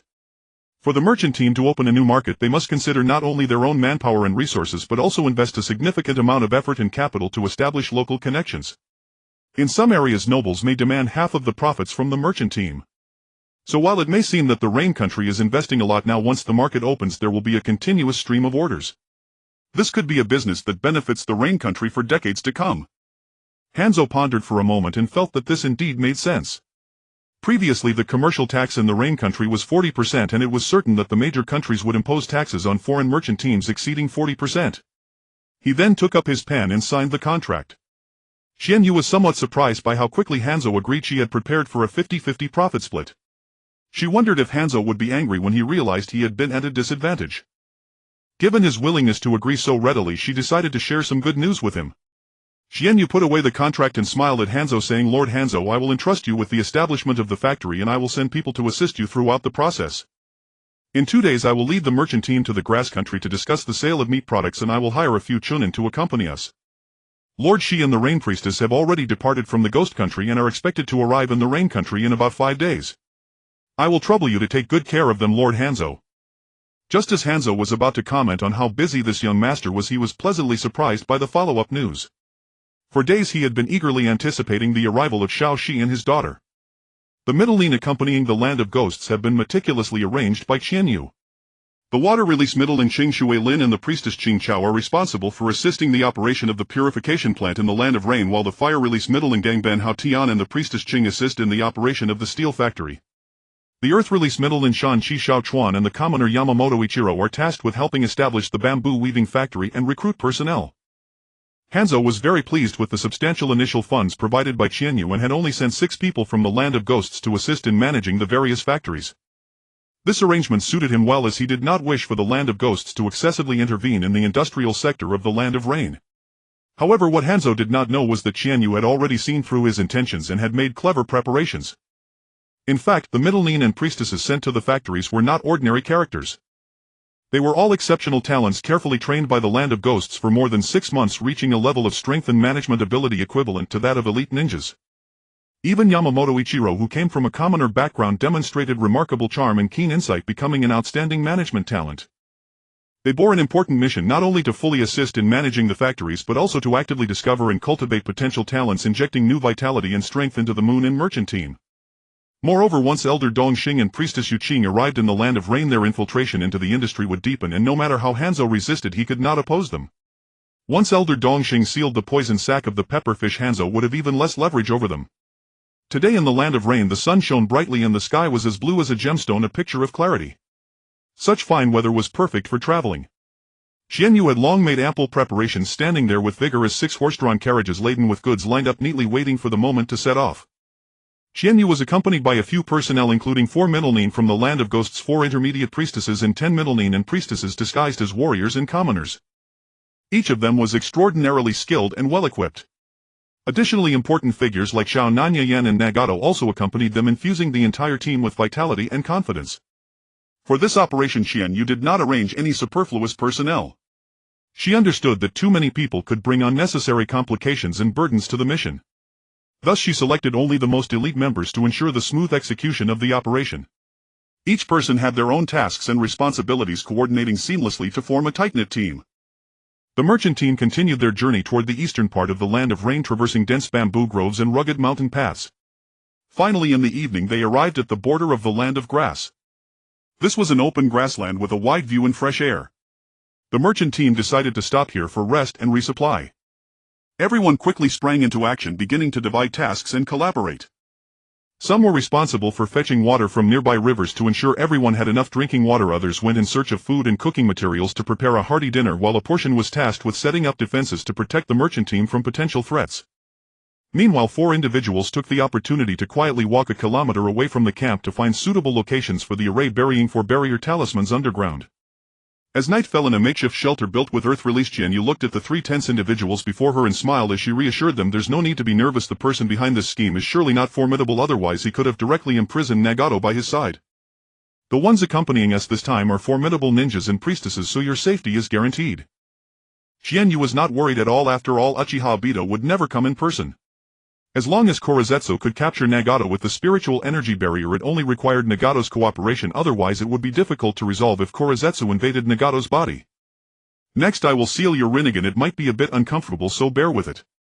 Nagato took a deep breath and said, "I'm ready. Please proceed, Lady Qianyu." Qianyu channeled her spiritual energy through her hands, gently stroking Nagato's eyes. The light blue spiritual energy transformed into runes that circled the Rinnegan, transferring the immense energy into another space. Nagato felt a sharp pain in his eyes, gritting his teeth with clenched fists. Gradually the pain began to subside, followed by a warm current flooding into his eyes and spreading throughout his body. He felt more comfortable than ever, involuntarily letting out a soft sound. Seeing that the patterns of the Rinnegan had disappeared, replaced by normal black pupils and white scara, Yue Qianyu ended the sealing process, adding a protective seal and channeling spiritual energy to help Nagato heal. After Yue Qianyu withdrew her hands, Yan looked at Nagato's eyes and exclaimed in surprise, "Nagato, your eyes are back to normal." Sannin also stepped forward to take a closer look. To her surprise, Nagato with his red hair and black eyes looked quite handsome. He had always kept his head down, making him the least noticeable, but now, as if he had taken a divine elixir, his face was flushed and his eyes radiated clarity. Changmen's face was flushed, his body trembling slightly as his voice brimmed with joy and gratitude. "Lady Qianyu, thank you so much. You have worked hard. I will do my utmost to repay your kindness in the future." Sannin and Mian also nodded vigorously along with Changmen, their eyes gleaming with determination, indicating their willingness to follow Changmen in repaying Qianyu's kindness. In just over 10 minutes they felt that Changmen had undergone a tremendous transformation, as if he had been reborn. Lady Qianyu's witchcraft was truly astonishing, leaving them in awe. A smile of relief curled at the corners of Qianyu's lips as she said gently, "I believe you will surely grow into outstanding figures in the ninja world." Haha, now 3 outstanding talents have completely fallen into my hands. How delightful. Qianyu quietly watched the 3 enveloped in a joyful atmosphere. After a long while she finally couldn't help but interrupt their merriment. "Changmen, go take a walk alone within 500 meters outside. Sannin and Mian, if you're worried, can follow from a distance, but don't get too close to Changmen lest you alert the enemy. Also, all 3 of you should carry talismans with you. If you encounter any anomalies, tear open the talisman immediately to protect yourselves." The expressions of the 3 instantly turned serious. They nodded earnestly, indicating they were ready. After checking the talismans in their pockets once more to ensure everything was prepared, they filed out of the house one by one. Changmen felt both excited and nervous. He tried to keep his facial expression natural, walking with his head down as usual. He walked 3 circles around the camp, trying to distract himself. Before long he sensed a pair of heavy eyes fixed on him from not far away. Changmen dared not stop walking and continued forward, noticing that the gaze seemed to be drawing closer. Gradually he subconsciously moved closer to Lady Qianyu's house. Sannin and Mian also keenly perceived Changmen's actions. They suppressed their physical reactions, not letting any abnormality show to avoid arousing suspicion. They tried their best to suppress their inner tension and unease, continuing forward resolutely, maintaining natural steps and posture. Inside the earthen house everyone held their breath, ready for action. Qianyu had been using her divine sense to perceive every stir around her, not daring to relax for a moment. Suddenly a dark aura intruded within a kilometer of the camp's perimeter. Her heart tightened knowing that Heiju had finally appeared. However, she did not panic. Instead she observed Heiju's movements calmly, allowing Changmen to lead him step by step into the camp. When Changmen, Sannin and Heiju were 300 meters from the camp, Qianyu immediately sent a tiny special signal. In an instant a transparent barrier rose from the ground, tightly protecting everyone inside. This barrier could not only withstand enemy attacks but also conceal their aura, making it impossible for the enemy to detect their presence. Meanwhile 4 ninjas swiftly carried 4 shrine maidens on their backs and dashed like lightning toward the formation a kilometer outside the camp. They had to reach there as quickly as possible to erect a barrier and prevent Heiju from escaping. If Heiju escaped, the consequences would be unimaginable. Time was pressing, every second was extremely precious. A few days earlier Heiju had obtained the latest intelligence about the Rain Country from Baiju. It was said that a large merchant caravan had recently settled in the Rain Country and was actively participating in the nation's construction projects. They had not only built multiple factories but also recruited a large number of employees, offering quite generous treatment. However, this stirred restless thoughts among some of the Baiju. A few disobedient ones even clamored to apply for jobs and work in the factories. Faced with this situation, Heiju mercilessly taught those troublesome Baiju a lesson. After handling the internal issues, Heiju reported the situation in detail to Lord Ban. Then he decided to go to the Rain Country personally to investigate. After all, the Rinnegan was still with Uzumaki Changmen of the Rain Country, and to Heiju the Rinnegan was far more important than Uchiha Ban. The moment Heiju set foot in the Rain Country, a strong sense of discomfort surged within him. He keenly perceived more than a dozen auras on this land that disgusted him. The aura was both familiar and unfamiliar. After some thought he guessed that these auras might come from shrine maidens. Because only the pure spiritual power of shrine maidens could trigger such a strong reaction, that spiritual power both intimidated him and filled him with deep aversion. Recalling an experience from several hundred years ago, Heiju still shuddered. At that time he was accidentally struck by a purification technique released by a shrine maiden from the ghost country. That encounter nearly took half his life. From then on he developed a deep fear of shrine maidens and their power. Therefore he never set foot in the ghost country again, and even when encountering shrine maidens elsewhere he would keep a wide berth, terrified of suffering such an attack again. Now sensing so many shrine maidens in the rain country, Hanzō couldn't help but feel a trace of worry. He didn't know whether these shrine maidens would pose a threat to him, but he decided to remain vigilant and ready to deal with any danger that might arise. After all, survival was the most important thing for him. This time so many shrine maidens had come to the rain country, forcing him to only linger outside the city. Fortunately, Baiju reported that Uzumaki Changmen would go to the grass country on a mission in 2 days, so he only needed to wait at the grass country border like a bird waiting for prey. However, he never expected that Changmen would come together with these shrine maidens. Faced with so many shrine maidens accompanying him, he could only hide at a distance.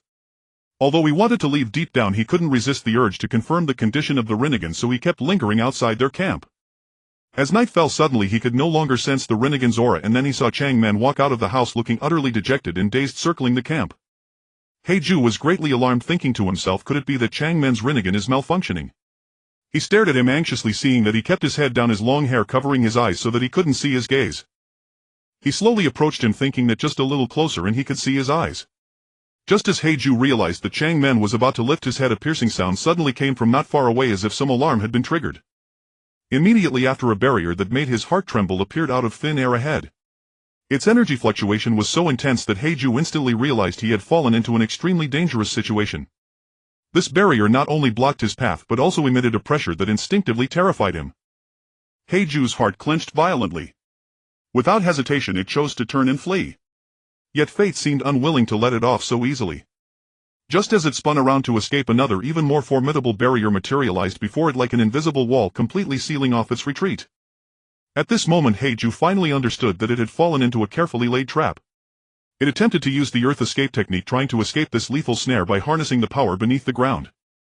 However, the moment its body touched the ground, a surge of powerful spiritual energy erupted from below, like countless invisible hands forcibly pushing it back to the surface. Hanzō discovered in terror that the entire ground had been rigged with a dense barrier. Its spiritual energy was potent enough to block any attempt at the earth escape technique. Qianyu had long anticipated that Hanzō might try to escape via the earth escape technique, so she had specifically laid a barrier on the ground, ensuring Hanzō could not flee through the earth. At this moment Hanzō seemed trapped in an invisible cage. No matter how it struggled, it could not break free from this fatal confinement. Hanzō, this entity lurking in the shadows, now felt an unprecedented crisis. The spiritual energy barrier surging from the surrounding ground was like an invisible cage, firmly trapping it with no escape. Its sinister gaze locked onto Changmen not far away, with only one thought in its mind: if it could control Changmen, perhaps there was still a glimmer of hope. Facing Hanzō's sudden assault, Changmen was terrified. Those vicious eyes and that twisted, grotesque figure all proclaimed the inhuman nature of the enemy before him. He cried out in his heart, "Is this a ghost? It must be a ghost." Yet his body was as if bound by an invisible force, unable to move an inch. Xiaonan and Miyan witnessed the scene, their terror palpable. Shouting, Changmen dodged. They rushed toward him, recklessly trying to erect a barrier between him and Hanzō. Yet time seemed frozen at that moment. Their shouts and running were so futile. Just then, in the nick of time, a figure flashed by like lightning. It was Qianyu. She keenly perceived Hanzō's intention and unhesitatingly dashed forward.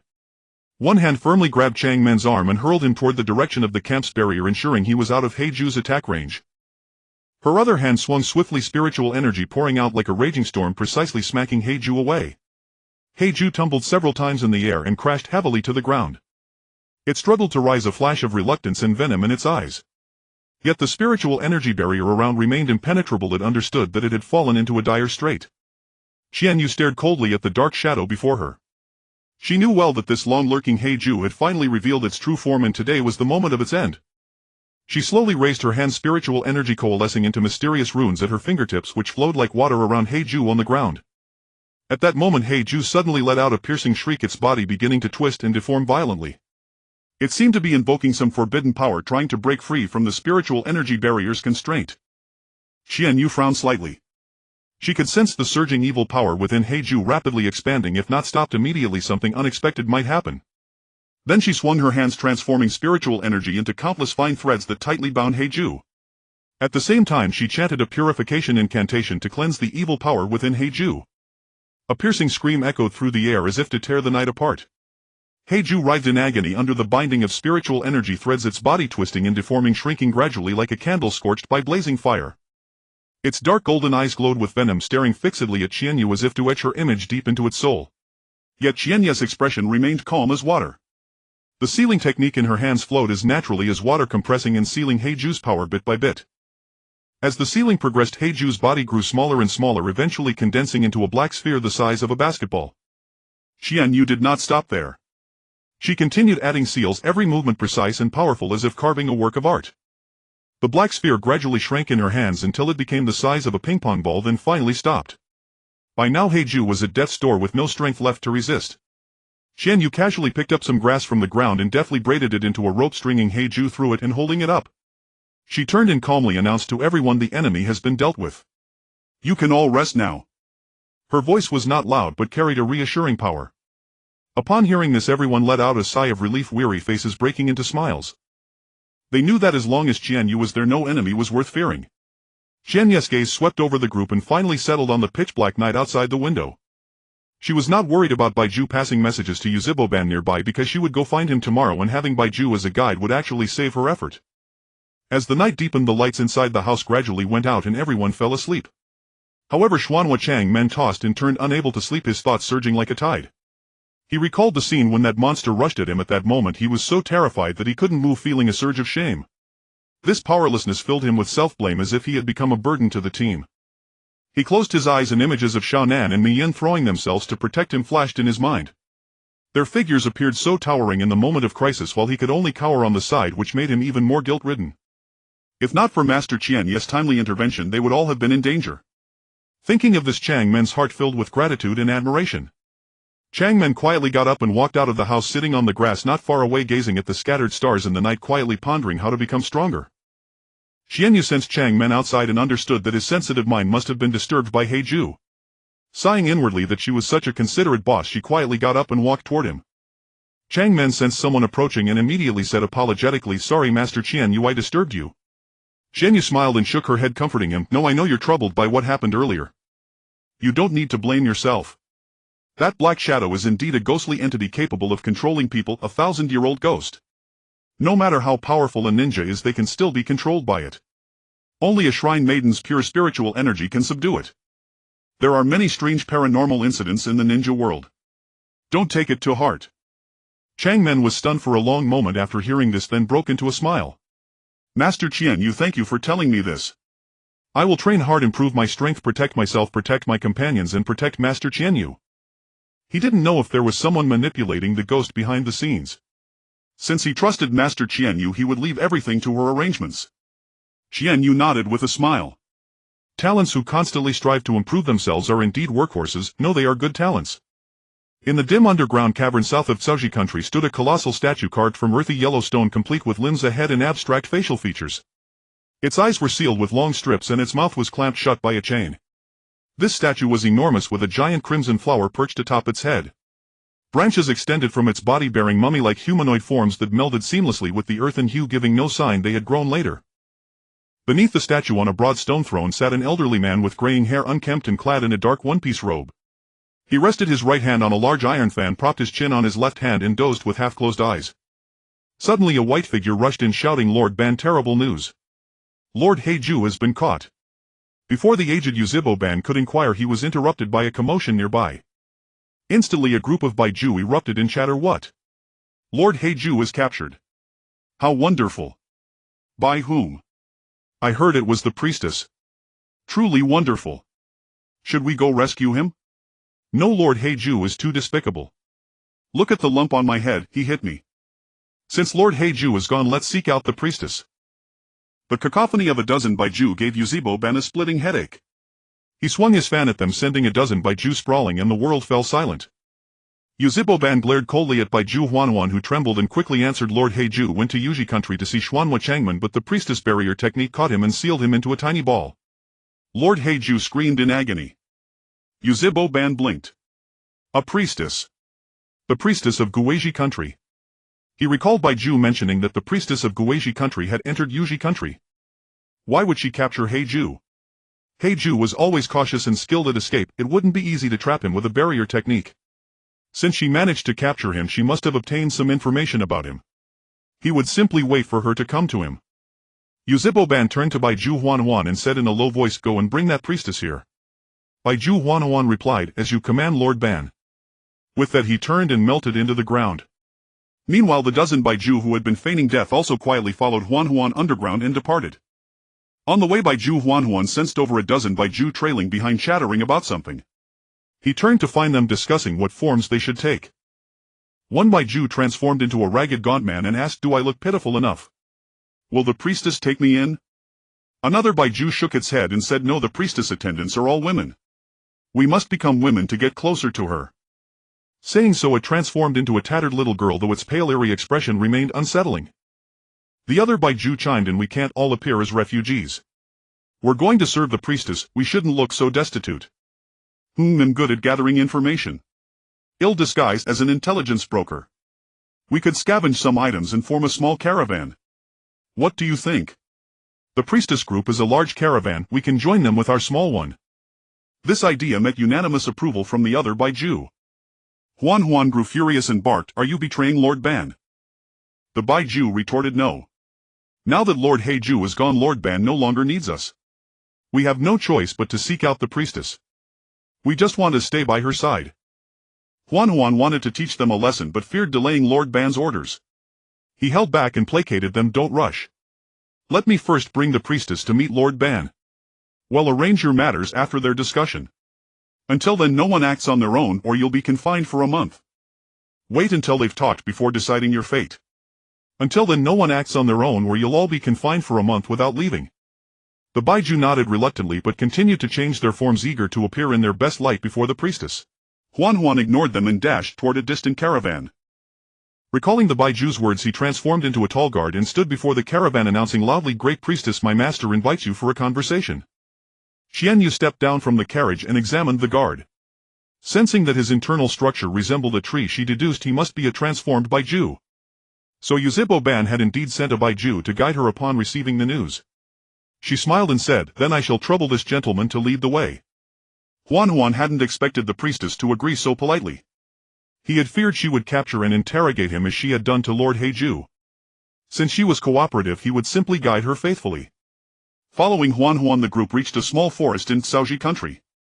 There Huan stopped and said, "Priestess, my master is just ahead. Please proceed alone." The others insisted on accompanying her, but Qianyu ordered them to wait and warned that if anything went awry they should retreat immediately and not become a burden. Qianyu worried that if she clashed with Yuzhibo-ban and couldn't defeat him, she would need a plan to escape. She followed Baiju Huan through the woods to a cave. At the entrance, over a dozen oddly dressed Baiju gathered, chattering, "Priestess, please follow us. There are many traps inside, if you stick with us you won't get hurt." Huan was speechless and snapped, "No need for your meddling. I'll escort the priestess safely." Qianyu smiled and thanked each of them, but ripples stirred within her heart. She hadn't expected the Baiju to be so enthusiastic. Perhaps they rarely interacted with others. Given their attitude, Qianyu speculated it might be due to her identity as a priestess and the purity of her spiritual energy. These Baiju were wood-attributed beings closest to nature and thus naturally drawn to her. Qianyu understood that as wood element entities the Baiju shared an intrinsic connection with the natural world. Not only did they resemble plants in form, but their life energy also resonated with nature. This innate affinity made them instinctively close to a priestess with pure spiritual energy. Qianyu further pondered the remarkable utility of the Baiju. Firstly, they excelled at intelligence gathering, infiltrating various environments silently to obtain critical information. Secondly, they required no food, water, or rest, meaning they could execute tasks around the clock without interruption, greatly enhancing efficiency. Most importantly, Baiju cells possessed immense medical value, accelerating wound healing and potentially curing stubborn diseases. It seemed they could even heal and evolve the Xiaolunian of the Yuzhibo clan. How could she let such a fine resource slip away? Qianyu followed Huan for 5 minutes, observing the perilous traps along the way. She couldn't help but exclaim that it was no wonder Orochimaru had remained undiscovered here for decades. Passing through the narrow passage, a glimmer of light finally appeared before her eyes. Qianyu saw inside the cave a colossal monster statue adorned with hanging mummies. In the center sat an old man in his 70s, leaning on a large iron fan, his sharp gaze fixed on her. Qianyu gazed at the imposing Orochimaru before her, marveling that the Shura of the ninja world truly lived up to his reputation. His blood aura was already visible to the naked eye. His crimson Xiaolunian regarded people as mere ants. Wait, the blue spiritual body nestling beside him, surely that wasn't a manifestation of his chakra. Could this spiritual entity with the small braid be Uchiha Izuna? Qianyu was stunned for a moment. Over the years she had encountered spiritual entities a few times, but always shortly after their deaths, and they quickly returned to the Pure Land, never lingering in the mortal world. Just how much did this Uchiha Izuna love his brother that he had remained by his side for decades without departing for the Pure Land? However, his entire spiritual form was so faint as if a gust of wind could disperse it. Was he about to fade away? Qianyu thought a lot but remained composed. Assuming the posture of a junior, she smiled and said to Uchiha Madara, "Lord Madara, greetings. This is our first meeting. I am Yue Qianyu, the current young master of the Ghost Country. My great-grandmother once formed a bond with your uncle Lord Uchiha Yenling, so you may regard me as a junior." Uchiha Madara looked at the young girl, who still wore a smiling expression under the pressure of his Xiaolunian, and couldn't help but think she was a promising talent. When he heard that she carried the bloodline of the Uchiha clan, a flicker of surprise crossed his eyes, but not much. At his age he had grown indifferent to everything, including bloodlines. He simply gazed at her in silence. Qianyu handed him the small sphere of Heijue and said, "Lord Madara, I captured this sneaky fiend last night. It claims to be a manifestation of your will, but judging by my abilities as a shrine maiden, it is a demon that has lived for a millennium." "You may interrogate it." Uchiha Madara found this hard to believe. How could Heijue be a 1,000-year-old fiend? He concluded that the young girl before him would not dare to deceive him, and immediately used his Xiaolunian to examine Haiju's memories. Qianyu hastily stopped him. "Lord Madara, please wait. This fiend's millennium of memories is vast. If you view them directly, it may harm your spiritual sense. You could start with the memories from the recent decades."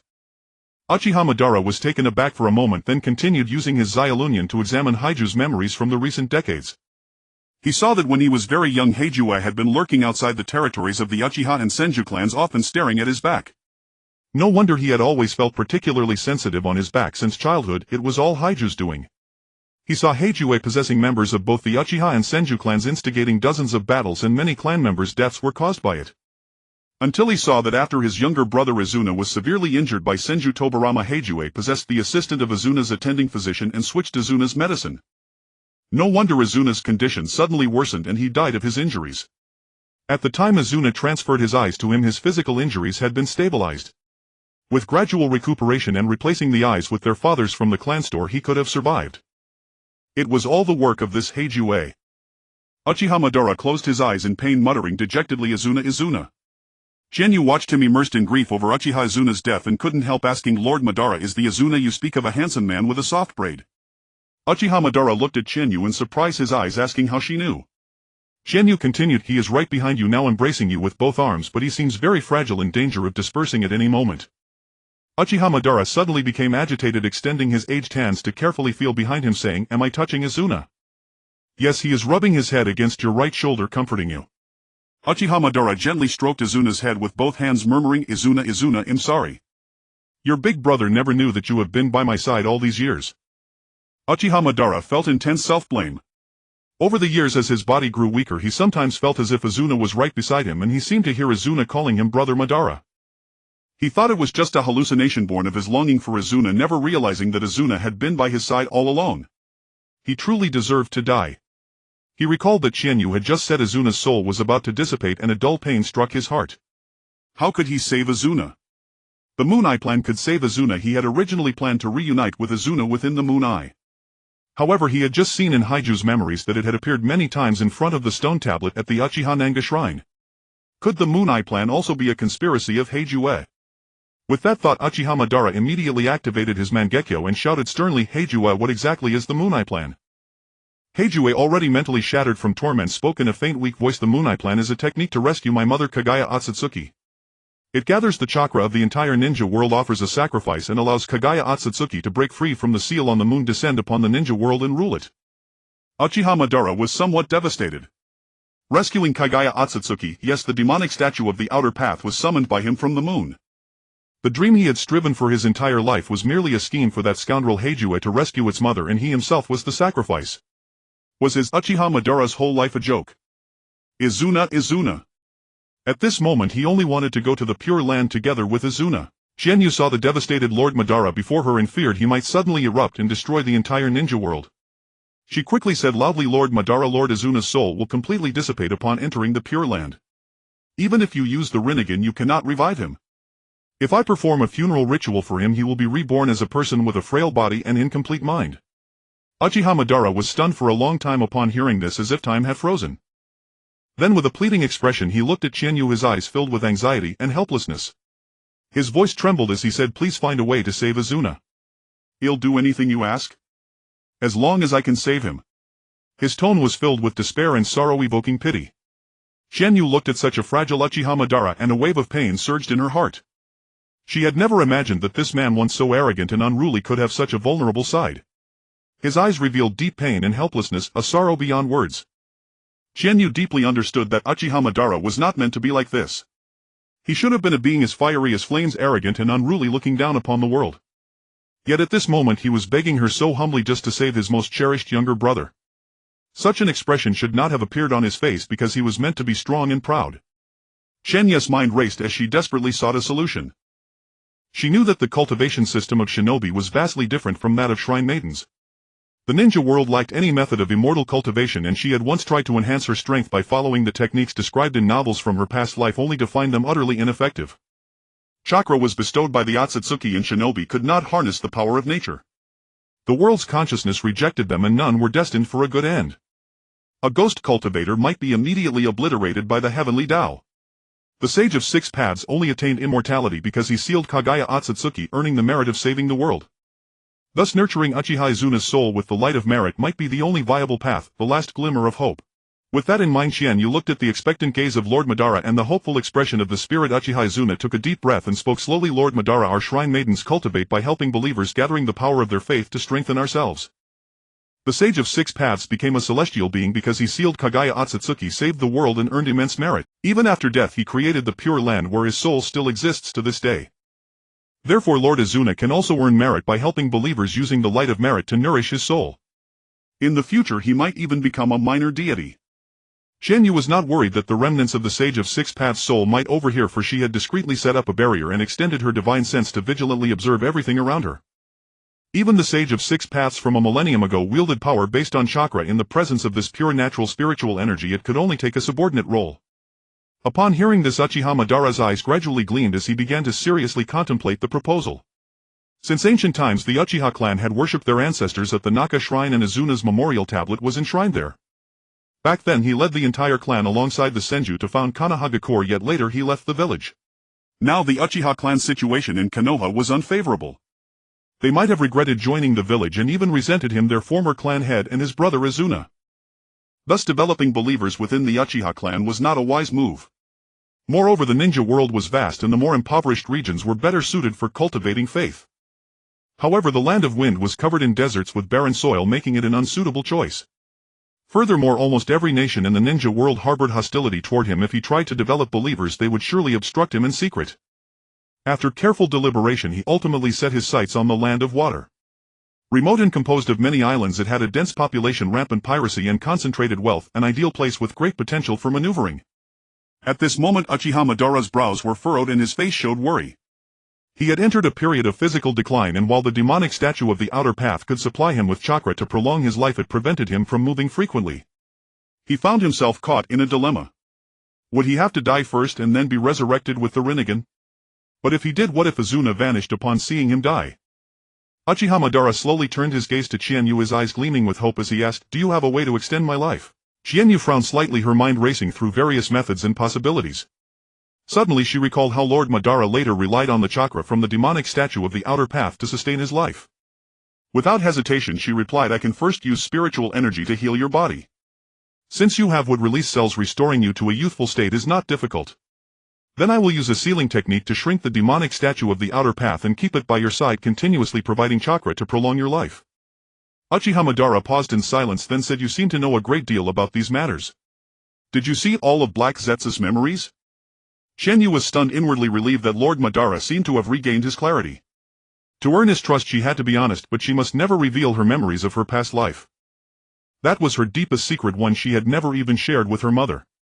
So she sealed away those memories of her former life, leaving only vague anime scenes that she could pass off as prophetic visions. She feigned hesitation, then answered cautiously, "I was born with a shrine maiden's prophetic ability.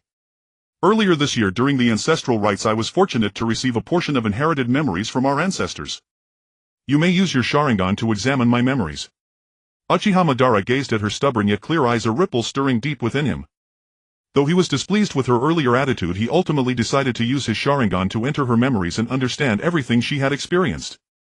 As the Sharingan activated, Uchiha Madara saw the memories she had received while praying along with all that followed. He silently watched these scenes as if immersed in an unfamiliar world. After a long while he finally came back to himself, let out a deep sigh and said with emotion, "Your Moon Clan truly are the guardians of this world. You have done well, very well."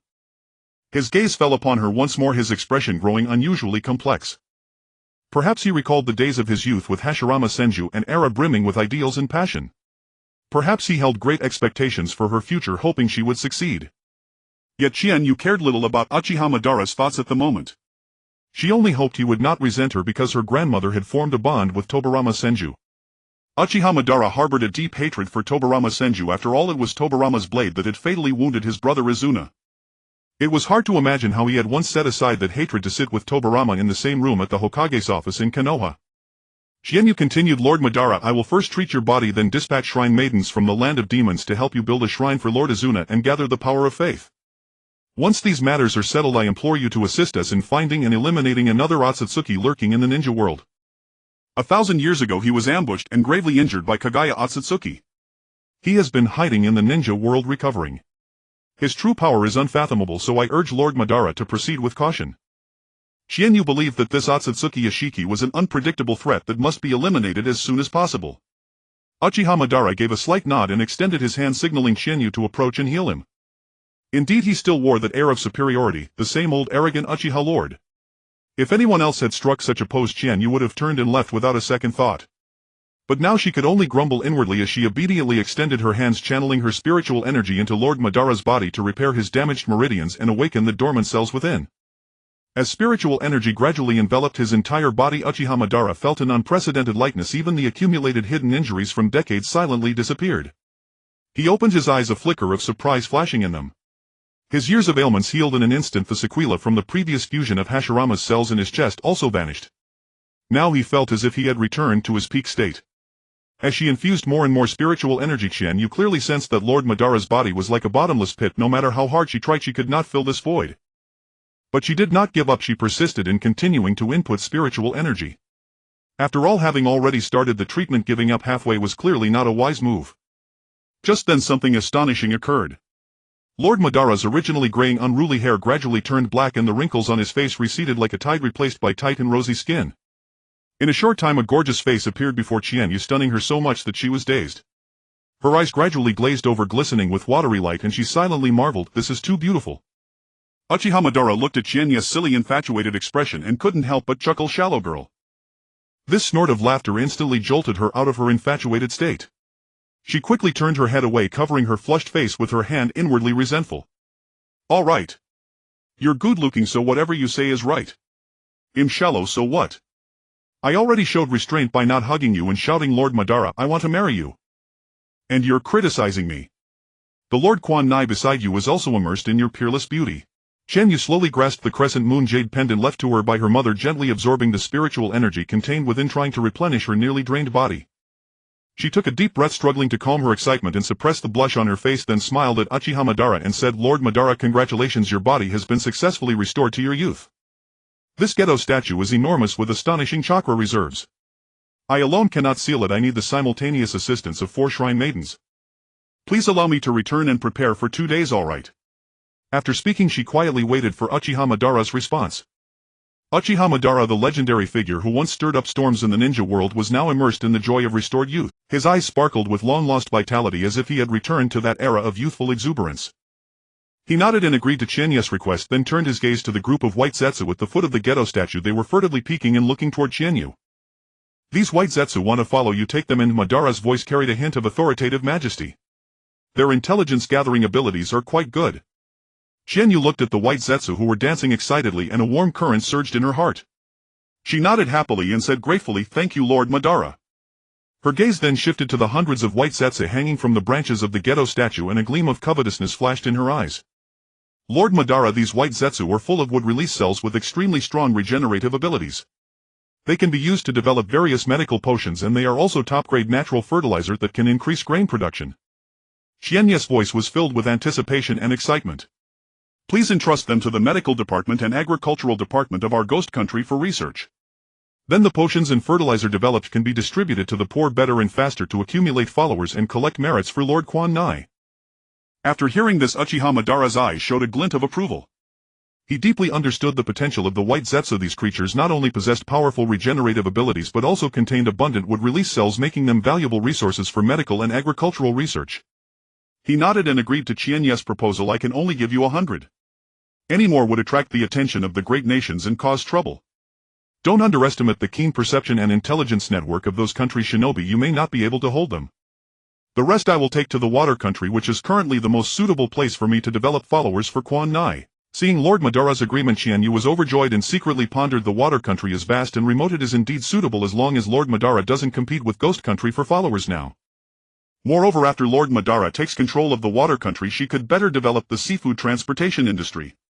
Perhaps then they could transfer large amounts of seawater to the wind country to create a sea in the desert. Lady Qianyu, this is all our belongings. We dedicate everything to you. Please let us follow you. Lady Qianyu, I want to be your personal attendant. You go away, you're male and female. I should be the lattice attendant. Then I'll be the guard. Qianyu returned to the surface amidst a flock of chattering white zetsu surrounding her. Uchiha Madara watched the scene expressionlessly, inwardly grateful that Qianyu was taking away these noisy white zetsu. Now it was quiet. No one would disturb his conversation with Quan Nai. He could already see Quan Nai's blurry figure with his Mangekyo Sharingan. Uchiha Madara gently embraced the spiritual body of Quan Nai, slowly pouring out his longing and guilt over the years. As for Black Zetsu and the Rinnegan on Nagato Uzumaki, what were they compared to his brother? As Qianyu walked out of the cave, she saw that everyone had already set up camp and were listening with relaxed expressions to two white zetsu vividly recounting something. When they saw her come out, they hurriedly greeted her and asked, "Young mistress, was that really the former shinobi Shura Uchiha Madara? Is he your elder?" After hearing this, Qianyu was speechless. These big-mouthed white zetsu were really in need of discipline. If the ninja world learned that Uchiha Madara was still alive, who knew what upheaval it would cause? Maybe the Third Great Ninja War would break out early. These people were too careless. Weren't they afraid Uchiha Madara would silence them? She channeled her full spiritual energy, manipulated the surrounding air and compressed it to its extreme, forming a powerful oppressive force. With a stern expression, she issued a harsh order. This matter is classified. No one is to reveal it, or they will be dealt with for treason. The people of Ghost Country were so frightened that they immediately knelt on one knee and said in unison, "We obey the young mistress' command." Konan, Yahiko and Nagato struggled to control their trembling bodies and said with quivering voices, "As you command." A dozen white zetsu were pressed down and reverted to their original forms. Some even showed plant-like leaves, trembling with fear, not daring to move. Qianyu said sternly to them, "If any of you dares to reveal information about Lord Madara, I will turn all of you into immobile trees and burn them down with fire." The white zetsu shuddered in unison, shaking their heads to indicate they dared not. Qianyu looked at the terrified white zetsu, softened her voice and said, "Since I have accepted you, I will treat you fairly. From now on, without my permission, you may not reveal any information about Ghost Country or the Moon and Merchant Caravan. From now on, Chunin Yamazaki Isshu and Shrine Maiden Honling will teach you." Chunin Yamazaki Isshu and Shrine Maiden Honling both accepted the order. Watching Qianyu enter the earthen house, the others, whose backs were already drenched in cold sweat, finally heaved a sigh of relief. They had always known their young lord was formidable, but they never expected that when the usually gentle young lord became serious, her aura would be so terrifying. They had grown far too complacent along the way. Was information about the ninja world's Azura something they were supposed to know? Weren't they afraid of being silenced? Would they actually be silenced by Uchiha Madara? The breath they had just released was caught again. Since the young lord had ordered them to keep it a secret, they should be safe, otherwise the young lord would have already ordered them to flee. Then they patted their chests and went back to their business. Nagato and his two companions also speculated that the master of the Rinnegan was Uchiha Madara and that Nagato had somehow become entangled with that legendary figure. They dared not make any move and simply followed Qianyu's arrangements.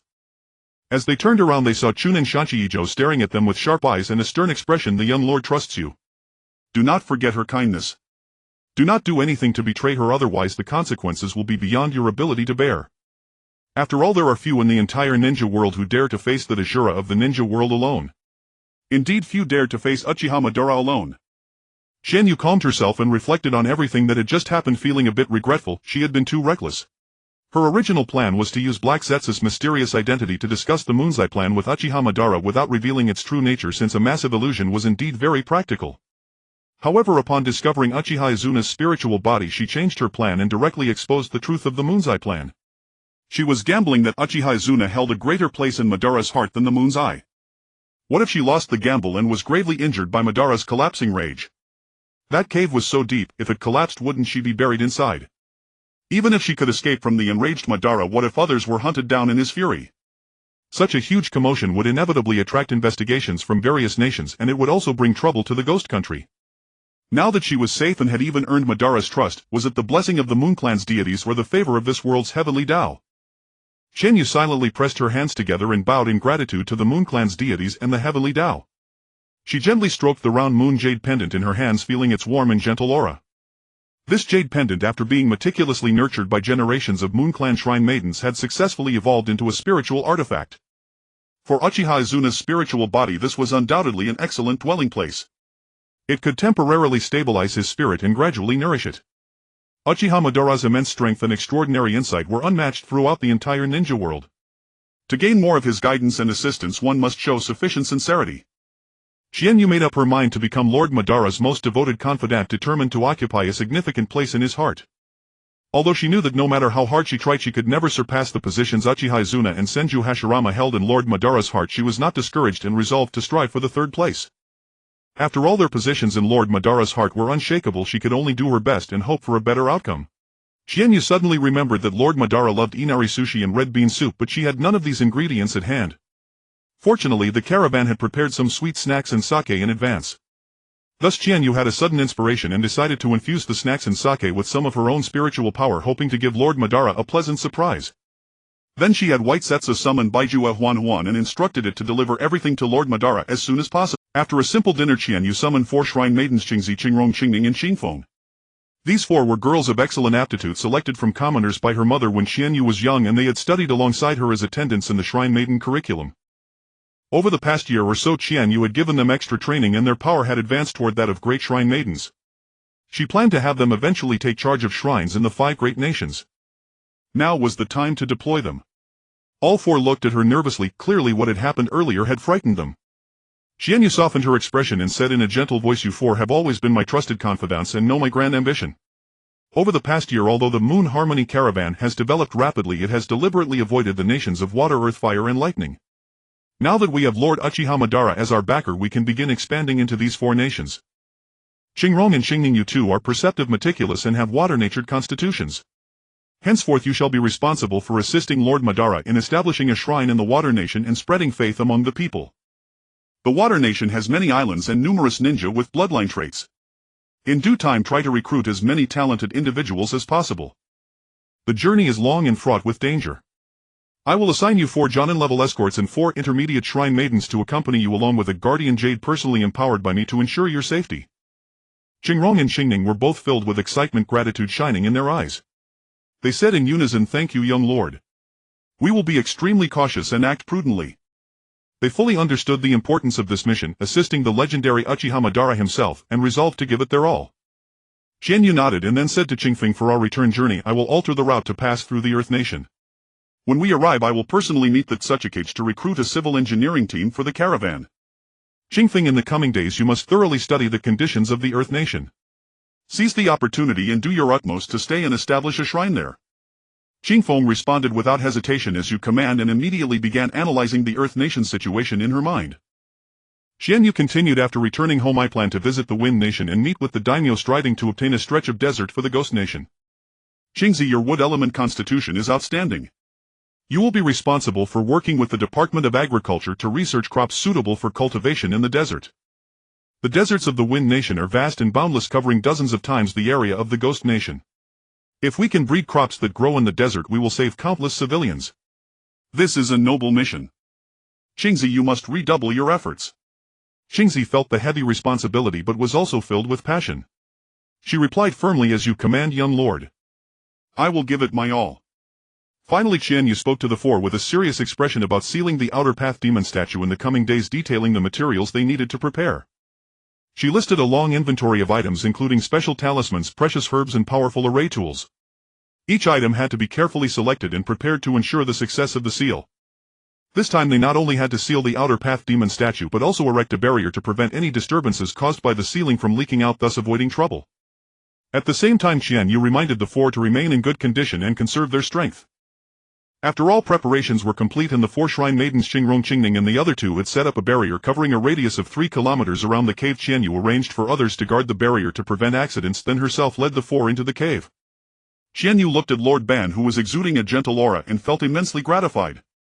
Indeed, Lord Ban was an ultimate brother complex.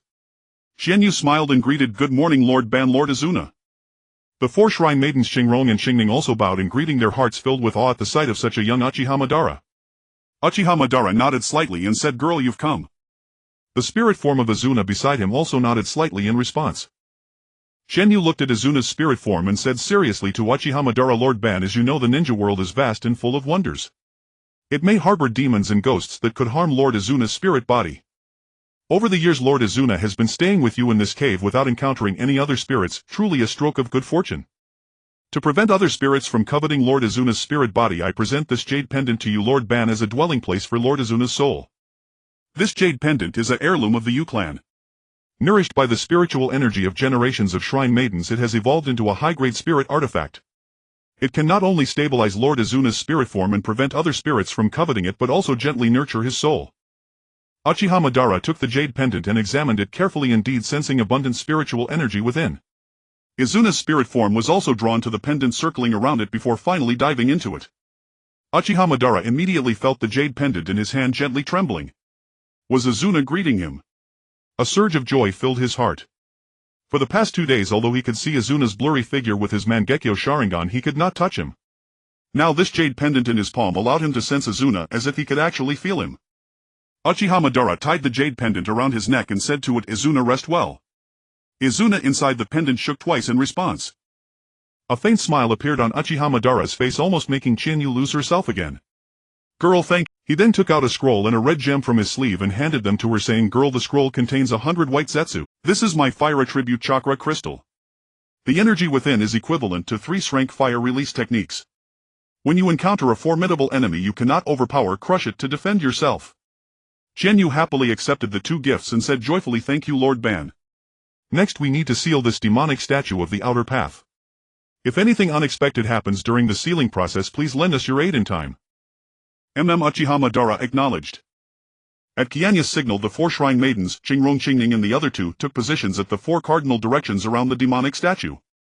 Staring at the hideous giant statue, they were nervous inside, yet their hands continued the barrier work methodically. Qianyu took a deep breath. Her hands danced and spiritual energy surged out from within her. Strings of mysterious runes flew out like flowing water, circling around the demonic statue and binding it tightly like chains. However, at that moment the demonic statue seemed to sense danger and began to shake violently, trying to break free from the rune's restraint. Seeing this, Qianyu immediately increased her spiritual energy output, chanting spells rapidly. But the statue's struggles grew fiercer, making it difficult for Qianyu to control the runes. At the same time, the 4 shrine maidens also began to feel overwhelmed. Uchiha Madara saw the situation, his gaze sharpened, and he swiftly activated his Mangekyo Sharingan, unleashing powerful ocular power.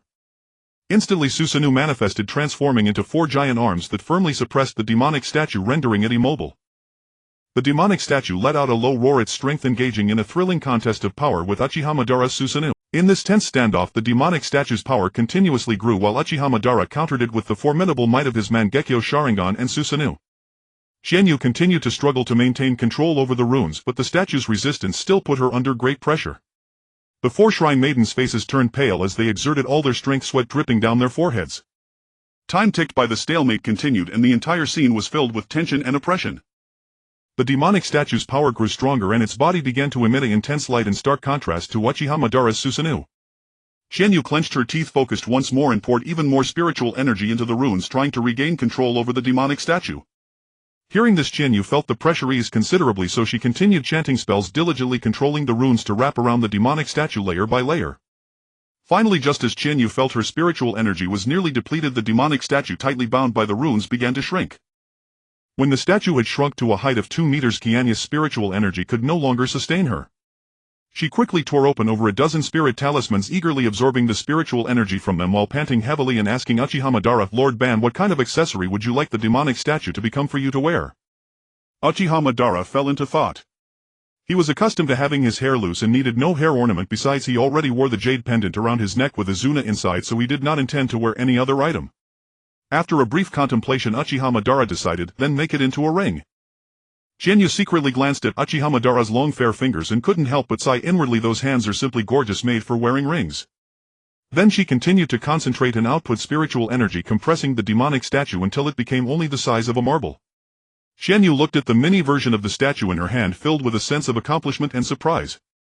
She hadn't expected to complete this sealing task so easily. Then she chanted the transformation spell, turning the demonic statue into an exquisite ring engraved with runes. She carefully handed the ring to Uchiha Madara, her eyes shining with anticipation. Uchiha Madara took the ring, inspected it closely, then tried it on his finger and finally chose to wear it on his middle finger. He nodded with satisfaction, seemingly very pleased with the ring. Qianyu saw Uchiha Madara wearing the ring and secretly rejoiced. But at the same time she muttered inwardly, if only it were on the ring finger. However, she dared not say it out loud as she didn't want to be swatted away by Lord Bansfan. Though it was merely a fleeting thought, Qianyu still felt a touch of embarrassment. She took a deep breath, striving to calm herself, then smiled at Uchiha Madara and said, "Lord Madara, since you have accepted the ring I crafted, from this day forth you belong to me." With that she gave a playful wink, her face radiant with bliss. A faint smile curled at the corner of Uchiha Madara's lips, painting a bewitching and somewhat sinister expression. He casually raised his hand, lightly flicking Qianyu's forehead with a crisp tap, and let out a scoff. "Impudent little girl." Qianyu let out an involuntary oof, covering her head with both hands, her eyes brimming with a hint of grievance and innocence as she gazed straight at Uchiha Madara as if protesting, "If you don't agree, you don't agree. Why did you have to hit me? I've never been struck by anyone in my entire life." Seeing the accusation in Qianyu's eyes, Uchiha Madara couldn't help but scoff again, then turned around to carefully survey the place where he had lived for over 30 years. "Girl, leave now. I intend to seal this place completely." His voice was calm yet firm, carrying an indisputable authority. Qianyu nodded in understanding, then led Qingrong, Qingning and the others out, with White Zetsu Huanhuan closely following behind. As they stepped out of the cave, they realized the sky outside had already reached high noon. Qianyu raised her head to gaze at the azure heavens, a light smile unconsciously spreading across her face. She turned to the crowd who had been guarding the cave entrance with tense expressions and said with a smile, "Thank you all for your hard work. The mission is complete. Now please prepare a grand celebration feast." Hearing this news, everyone let out a sigh of relief, their faces breaking into relieved smiles. They dispersed and began bustling about to prepare the grand banquet. At that moment, Uchiha Madara's imposing figure gradually appeared in the interplay of light and shadow. He stood silently, the scorching sun casting its rays through the clouds onto his body as if cloaking him in a golden radiance. He narrowed his eyes slightly, gazing at the beaming Qianyu, an indescribable expression flickering in his gaze. Qianyu gave a playful wink and said to Uchiha Madara, "Welcome back to the world, Lord Madara. Allow me to host a welcoming banquet for you." Uchiha Madara's lips curved upward slightly as he let out a low hum in assent. The banquet table was laden with an array of exquisite delicacies, enough to make one's mouth water. Qianyu had meticulously prepared many sweet dishes, including glistening red braised pork, tangy and sweet and sour tenderloin, crispy and juicy sweet and sour spare ribs, adorable squirrel-shaped fish, fragrant and sweet corn cakes, and soft glutinous old pumpkin. In addition, she specially prepared aromatic tofu skin sushi and steaming hot red bean soup. On the left side of the host's seat at the banquet, Qianyu had reserved a place for Uchiha Chuanai, setting out delicate pastries infused with spiritual energy and rich spiritual wine. Qianyu personally attended this table, accompanied by Qingrong and Changning on each side. The others sat at adjacent tables, admiring the visually stunning and fragrant dishes while sensing the overwhelming aura emanating from Uchiha Madara. The feelings in their hearts were known only to themselves. Uchiha Madara was quite pleased with the meal and rare praised Qianyu. After the meal, during a short respite, Qianyu handed Lord Madara a cup of digestive tea. "Lord Madara, regarding Lord Kuanai's God creation plan, I have some ideas." Uchiha Madara drank the tea with a contented expression, gesturing for her to continue. "The Uchiha clan has always been renowned in the world for their formidable illusion techniques, and you and Lord Chuanai are the pinnacle, unrivaled by any. You could certainly employ this masterful art of illusion to shape Lord Chuanai into a dreamlike divine figure. In this turbulent ninja world, apart from the lofty nobles, nearly everyone lives in misery. The vast majority of commoners endure endless suffering. They may never have had a full meal, never worn new clothes, and never known the true taste of happiness. We can transform Lord Kuanai's shrine into a massive illusion formation, allowing every person who enters to immerse themselves in a beautiful dream where worries of food and clothing are non-existent. On this foundation, we can also teach practical survival skills within the illusion, such as farming techniques, craftsmanship, and even reading and writing. Within the illusion, a single person can instruct dozens or even hundreds simultaneously. Through this method, we can help more commoners improve their abilities and escape poverty. Over time more and more commoners will begin to believe in Lord Qianyu. Moreover, the flow of time within the illusion is entirely under your control, Lord Madara. You can adjust its speed as needed. For ninjas we can also offer special services. For example, teaching ninjutsu within the illusion, allowing them to progress rapidly in a short time. One day of study in the illusion equates to a mere 3 seconds in reality, yet it grants them immense benefits. It will surely be welcomed by the vast majority of ninjas. Qianyu watched as Lord Madara and Lord Qianyu pricked up their ears, listening intently. A faint smile touched her lips as she took a sip of tea and continued. The illusion formation can not only be adjusted for different groups but also possesses powerful adaptability and multifunctionality. Take the Land of Water for instance. Pirates run rampant there. You cannot possibly kill them all, can you? For those steeped in evil, you can place them in the illusion and torment them, making them personally experience the pain they once inflicted on their victims, thus achieving punishment and reformation. In this way they will become nothing more than beasts of burden, atoning for their sins through labor. Next, Qianyu mentioned another segment of the ninja world, those afflicted by illness or limb disability. She continued, if these people could possess a young and healthy body in the illusion enjoying the joy of unimpeded movement, they would undoubtedly choose to enter the illusion without hesitation. This point is particularly applicable to the nobles who fear aging and death. We can design an extremely expensive noble package tailored to their needs. With that, Qianyu smiled at Lord Madara and Lord Qianyu, awaiting their response.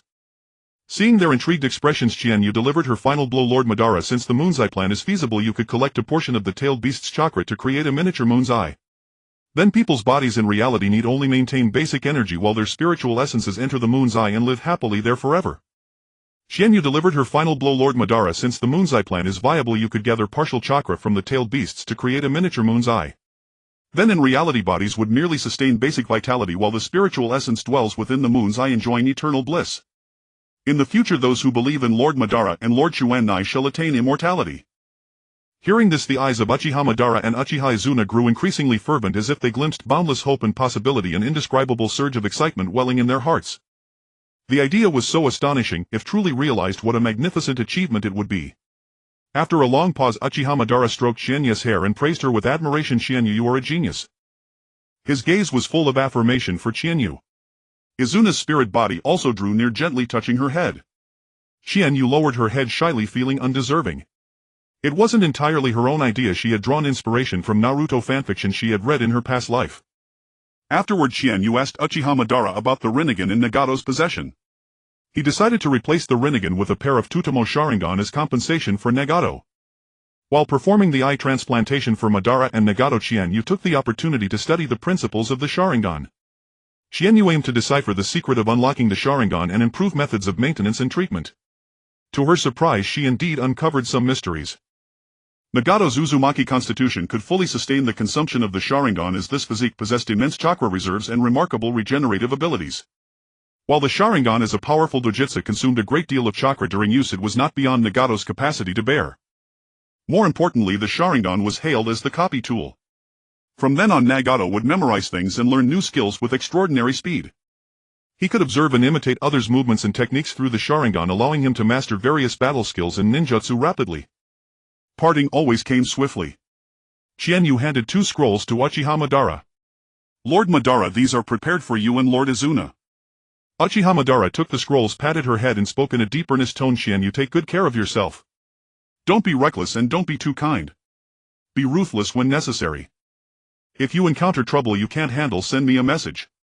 Qianyu nodded happily and replied, yes, Lord Madara. Please take care of yourself too, eat well, rest well, and don't do everything yourself, assign tasks to others. Lord Izuna, please urge Lord Madara often.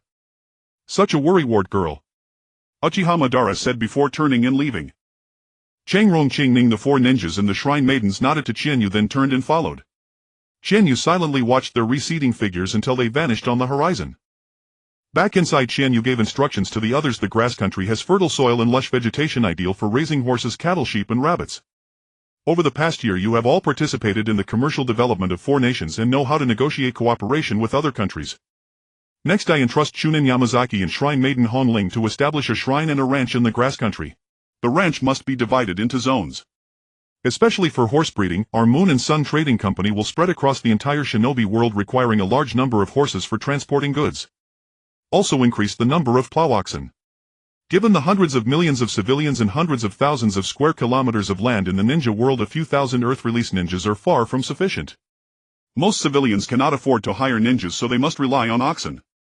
Pay attention to rabbit breeding, they multiply quickly and love to dig burrows. Therefore the ground beneath the rabbit pasture must be hardened with earth release to prevent them from burrowing too deep and causing trouble when catching them. The grass country likely has a wide variety of medicinal herbs.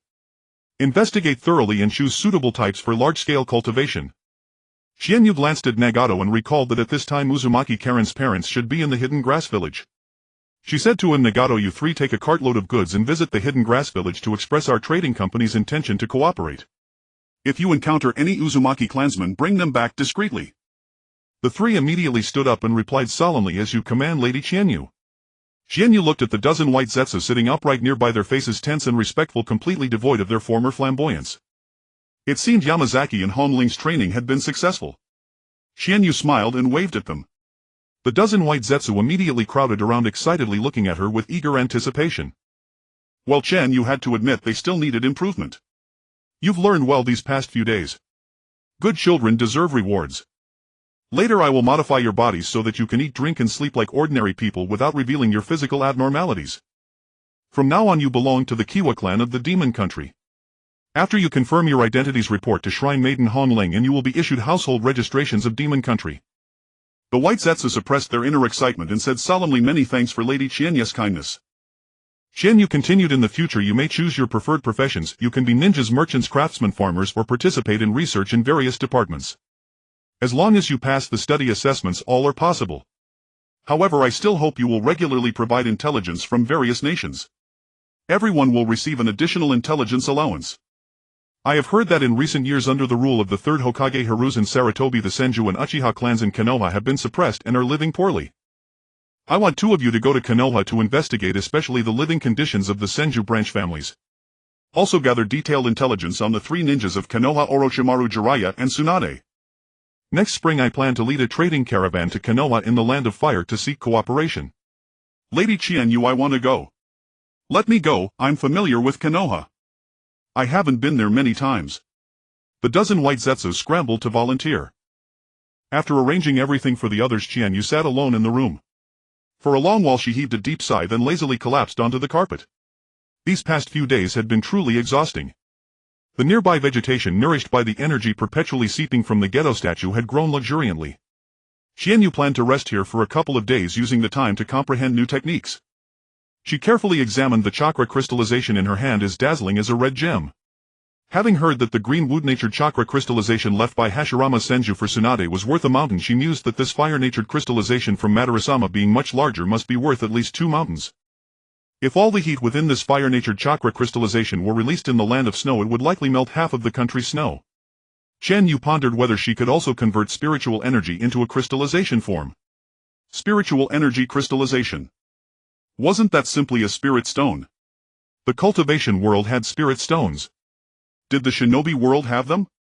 If spirit stones existed, she could mass-produce shrine maidens, improve the land and increase crop yields. It seemed she needed to search thoroughly. Areas with jade deposits were more likely to contain spirit stones. But the shinobi world was vast, how could she find them?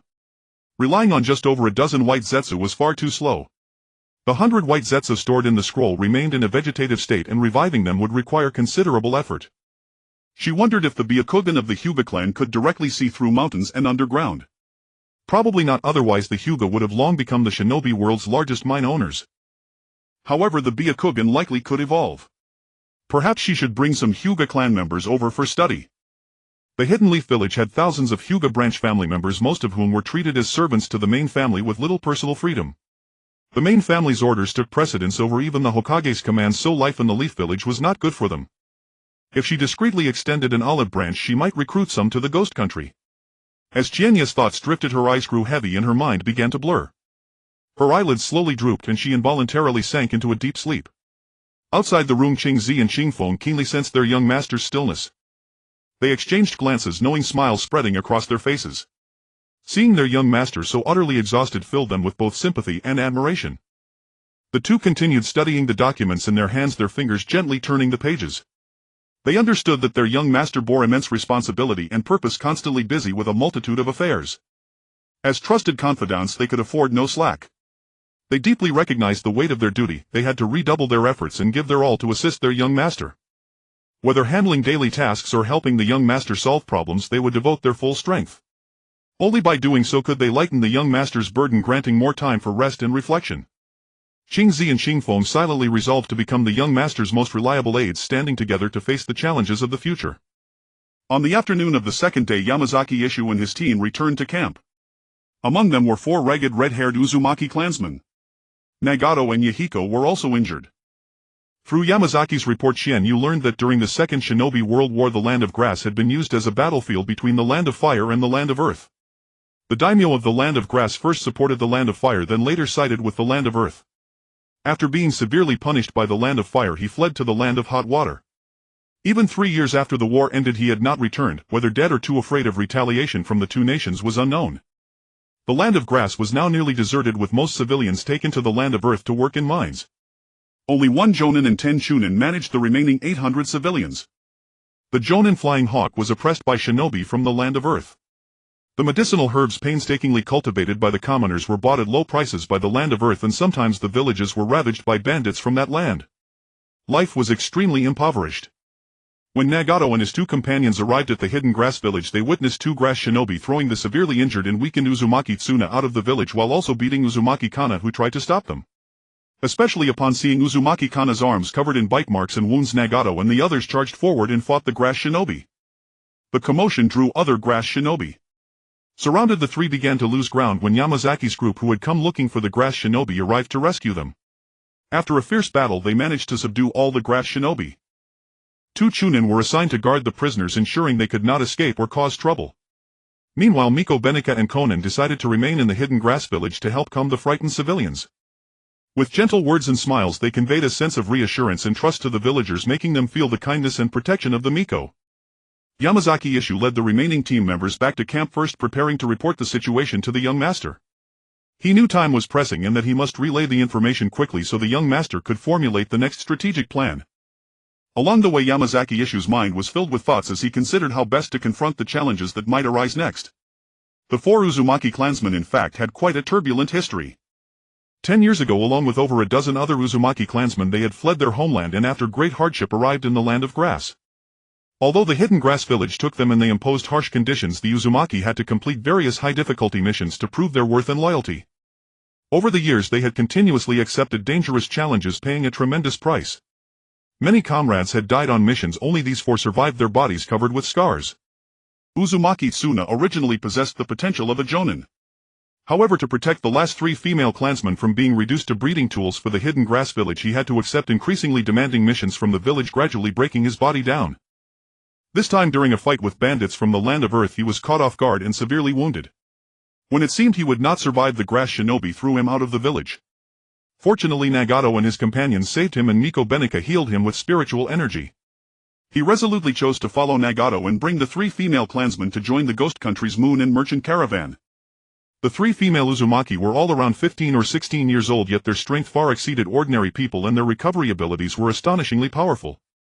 As a result, they had always been assigned heavy labor, working tirelessly as if they never fatigued. Among them, a young girl named Uzumaki Kana had awakened the Uzumaki clan's unique ability, physical healing. This ability allowed others to quickly restore their chakra and heal wounds simply by biting her skin. The grass shinobi were thrilled by this discovery. They treated Uzumaki Kana as a free medical blood pack, taking a bite for every wound, big or small. As a result, her arms were covered in crisscrossing bite marks. Qianyu speculated that Uzumaki Tsuna and Uzumaki Kana might be the parents of the future Uzumaki Karen. This guess made her feelings complicated. If true, then Uzumaki Karen's childhood must have been filled with hardship and suffering. Nagato and Yahiko knelt on one knee, their faces taut with tension as they pleaded for forgiveness, their hearts brimming with regret and self-reproach. They realized that their impulsive actions had not only failed to accomplish the mission but had also completely disrupted Lord Qianyu's meticulously laid plans. Qianyu gazed at the 2 before her, their faces full of guilt, a hint of helplessness in her eyes. She let out a soft sigh and said, "Your actions this time were far too reckless. If not for Yamazaki's timely arrival at the critical moment, you might have both lost your lives. Remember, from now on, no matter the circumstances, do not act so rashly. Considering this is your first offense, I will punish you by having each write a 500 character self-criticism so you may reflect on your behavior." Nagato and Yahiko were dumbfounded upon hearing this punishment. The 3 of them had been orphaned since childhood, never receiving a formal education and possessing extremely limited literacy. Although they had recently been studying under the Shrine Maiden Honling, the total characters they could recognize still fell far short of 500. What were they to do? At that moment they would rather Lord Qianyu assign them some perilous mission than force them to write this headache-inducing self-criticism. Qianyu, however, had already stopped paying attention to the two who were anxiously scratching their heads. Turning to Chunin Yamazaki, she said, "Since the grass country is now under the jurisdiction of the earth country, let us temporarily suspend our original plan. For now our top priority is to help the residents of the grass country improve their living conditions while gaining a thorough understanding of the local situations. As for those grass ninja, continue to keep them under guard and conduct thorough ideological work to help them understand our purpose and significance. 3 days from now I will depart for the earth country to discuss matters with the daimyo." Nagato bit his lip, silently vowing never to act so recklessly again, promising to be more composed and cautious. Yahiko too pondered how to enhance his abilities and knowledge so as not to cause Lord Qianyu any more trouble. Meanwhile, Chunin Yamazaki was earnestly contemplating the tasks assigned by Lord Qianyu, considering ways to best carry out these arrangements. In this somewhat tense atmosphere, each person had their own thoughts and plans. They all understood that the road ahead was long filled with various challenges and hardships, yet they firmly believed that as long as they united they could overcome all difficulties and achieve their goals and ideals. The Earth Country lies in the northeastern part of the ninja world, characterized by mountains and rocky terrain. Though its land is unsuitable for farming, it harbors extremely rich mineral resources with precious ores scattered everywhere.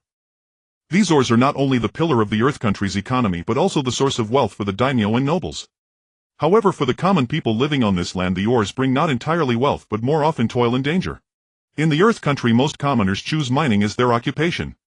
The miners' work is extremely arduous. Every day they toil deep in the mine, sweating profusely, enduring darkness, dampness and heavy labor burdens.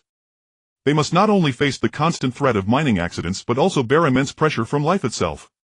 Every year miners are forever buried beneath the mine shafts due to sudden collapses or gas explosions, plunging their families into endless grief and despair. Yet even so, mining remains the sole source of livelihood for many families. Although the exploitation of mineral resources has made the daimyo and nobles of the Earth Country immensely wealthy, possessing mountains of gold and silver, the hard-working miners receive a mere 2,000 ryo in paper currency each month as compensation. This amount is insignificant against the high cost of living in the Earth Country, originally barely enough for a family of 3 to scrape by. However, 2 years ago the daimyo issued a shocking decree: every household must bear 3 children. This policy originated from the sharp decline in the Earth Country's population during the Second Great Ninja War. The brutal cruelty of war reduced the Earth Country's population from 100 million to 70 million. This figure filled the daimyo with anxiety, for he understood that population was the foundation of national development. Without a sufficient population, the nation's economic, military and social development would be hindered. To reverse this trend, the daimyo devised the method of forcing families to have more children to increase the national population.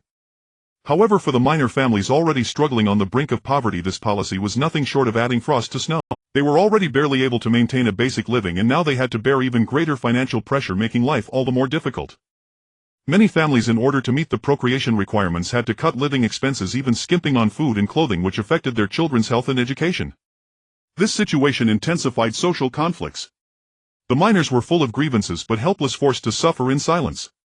Meanwhile, the ninja of the Earth Country also suffered heavy losses during the Second Great Ninja War. Originally possessing 50,000 ninja, the Earth Country was left with only 30,000 after the war. This situation drew the grave attention of the third Sachikage Inoki. To restore the strength of the ninja forces, Inoki took decisive measures, issuing an order that every ninja family must raise at least 3 children to increase future ninja reserves.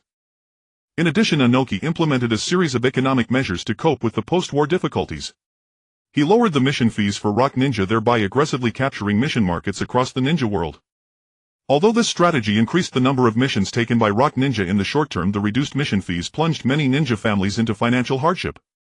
Like the miners, these ninja families faced rising living costs and dwindling incomes, making life increasingly difficult.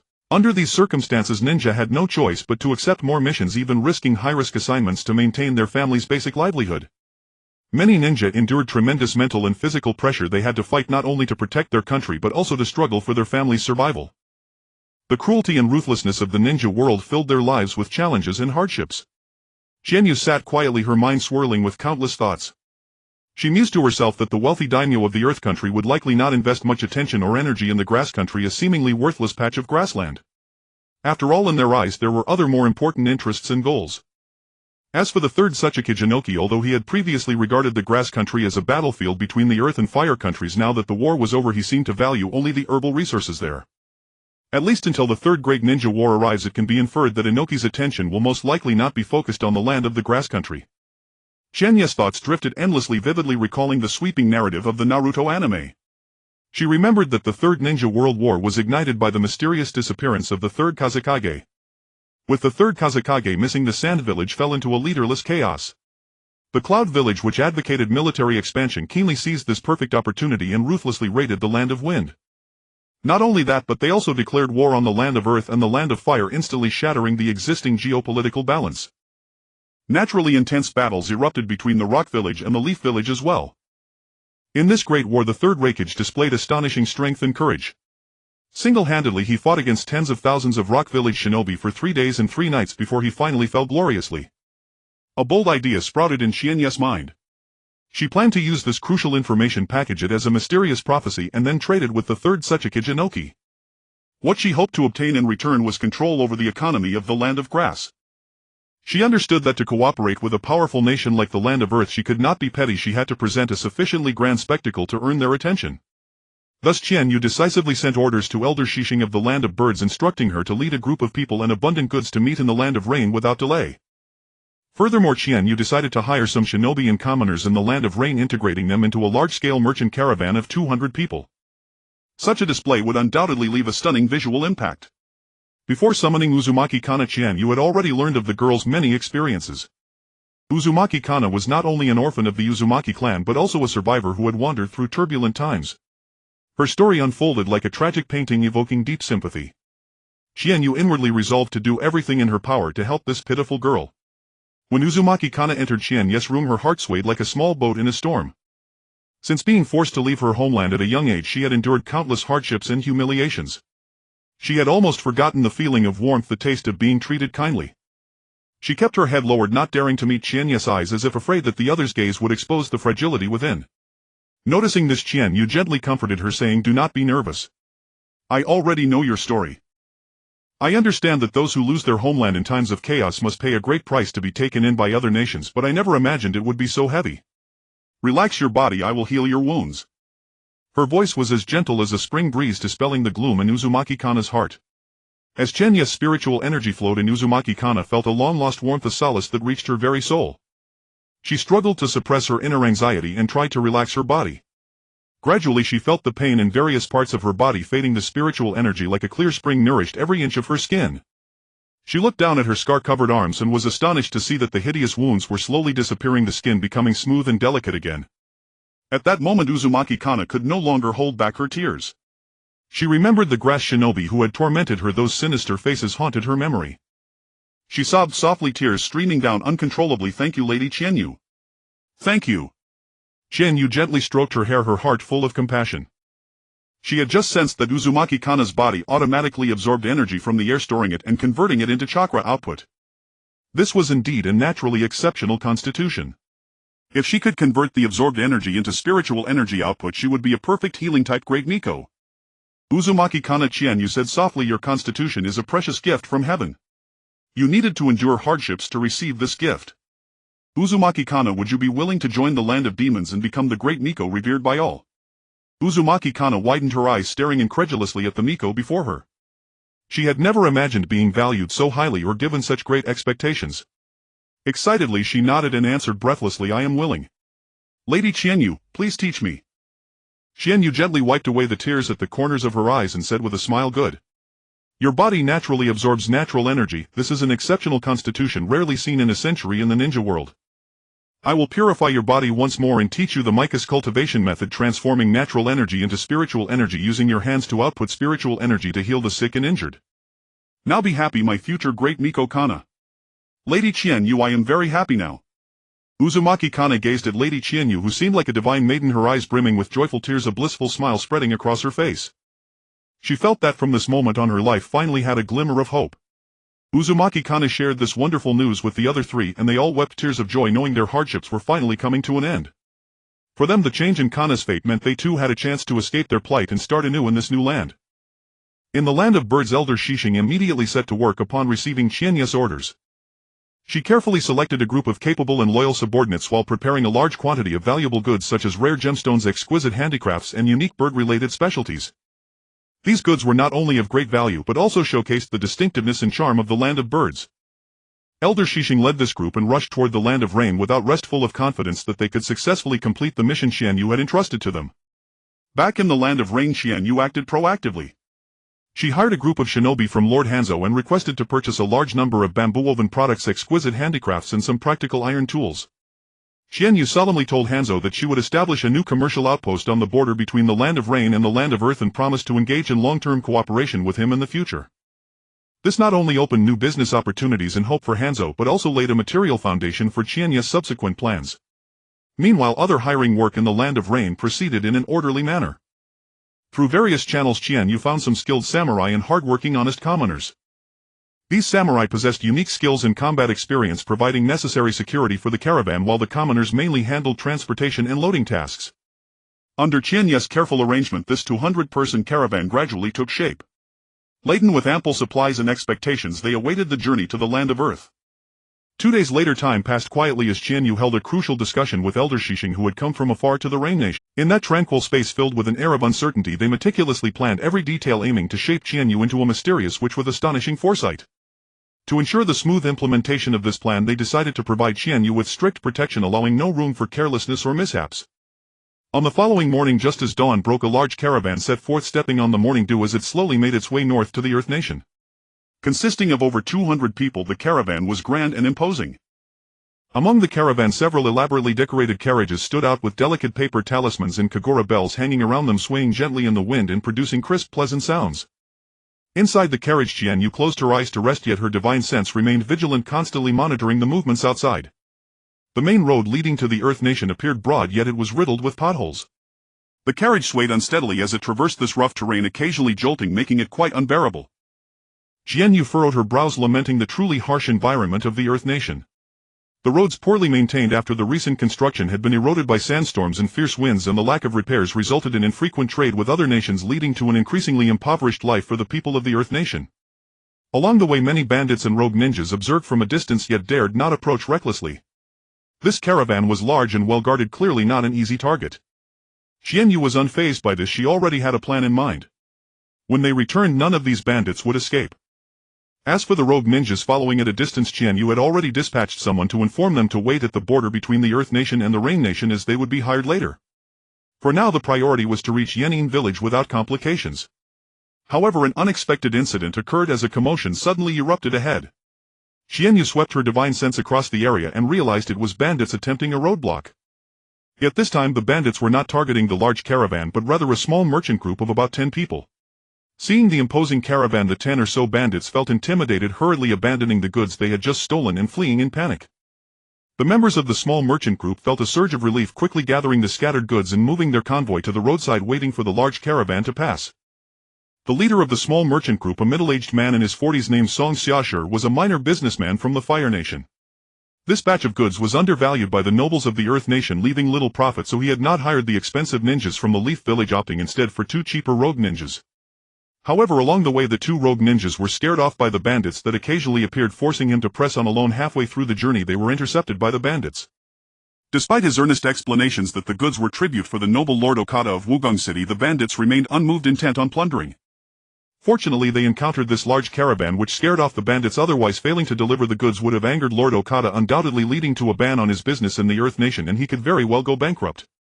On the roadside, Song Xiaoshi respectfully bowed, fully focused on waiting for the carriages to pass by slowly. His gaze cautiously darted toward the imposing ninjas, whose agile figures seemed ready to respond to any danger at a moment's notice. Moreover, dozens of armored warriors exuded an aura of invincibility, while several strong laborers stood by, their robust arms showcasing their strength. In the center, the elaborately adorned carriages draped in paper talismans and kagura bells led Song Xiaoshi to surmise that those seated inside were likely not ordinary individuals, most probably the esteemed witch.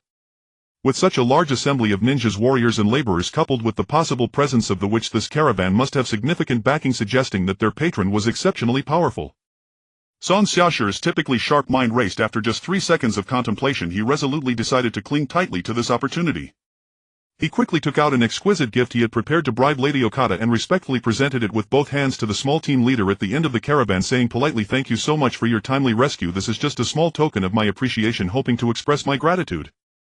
The small team leader at Chunin from the village had already received prior instructions and calmly accepted the gift without any visible reaction, adding, "The item has been received, you may follow behind the caravan now." Song Xiaoshi was immediately filled with excitement and gratitude. Along the journey he frequently engaged in conversation with the Chunin, becoming increasingly enthusiastic with each response. Thus by the time they arrived at Wugong City in the Earth Nation, Song Xiaoshi had already formed a brotherly bond with the Chunin, even agreeing to seek his assistance for an introduction to the witch when they left the Earth Nation. It must be said these merchants from the Fire Nation truly lived up to their reputation. Their shrewdness and cunning were vividly displayed throughout these interactions. After 6 days of arduous travel, the caravan finally arrived at Yan'an village. Surrounded by towering mountains, the terrain was perilous, resembling a natural fortress. Upon reaching the village entrance, the caravan's representatives cautiously presented their travel documents, and after a rigorous inspection they were permitted entry into the village. The group quickly settled at the relay station for a brief rest before promptly sending a letter of introduction to the third Tsuchikage Onoki, hoping to arrange a meeting for the next day. Qianyu maintained a mysterious demeanor, never revealing herself. Even upon entering the relay station, she sat in a palanquin closely guarded by 2 jonin and 6 chunin, with 8 maidservants flanking her. Such a display inevitably led the residents of the Earth Nation to speculate that she must be a noble princess from a great nation possessing an extraordinarily high status. Inside the relay station, Qianyu slowly entered the room surrounded by her palanquin. The luxurious kimono she wore shimmered in the light, and the exquisite hair ornaments added an air of elegance and grandeur to her stature. Her features were strikingly beautiful and dignified, with an indescribable aura of nobility and authority in her eyes. The 2 jonin and 6 chunin flanked her, their expressions solemn, vigilantly scanning their surroundings to ensure her safety. Meanwhile, the 8 maidservants stood respectfully to the side, ready to heed her every command. As night fell, the entire Yan'an village was enveloped in tranquility.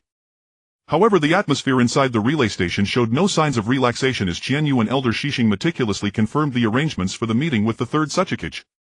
Every detail was scrutinized, repeatedly striving for perfection. Qianyu placed great importance on this meeting, knowing that this conversation was not merely a courtesy visit but a vital opportunity that would affect their future relationship with the Earth Nation. The next morning, under a radiant sun, Elder Shishing of the Western Star Clan, attended by her maids, donned a resplendent royal blue kimono cinched at her slender waist with a golden sash. Her golden crown shimmered with dazzling brilliance, complemented by a light blue brocade haori, rendering her even more noble and elegant.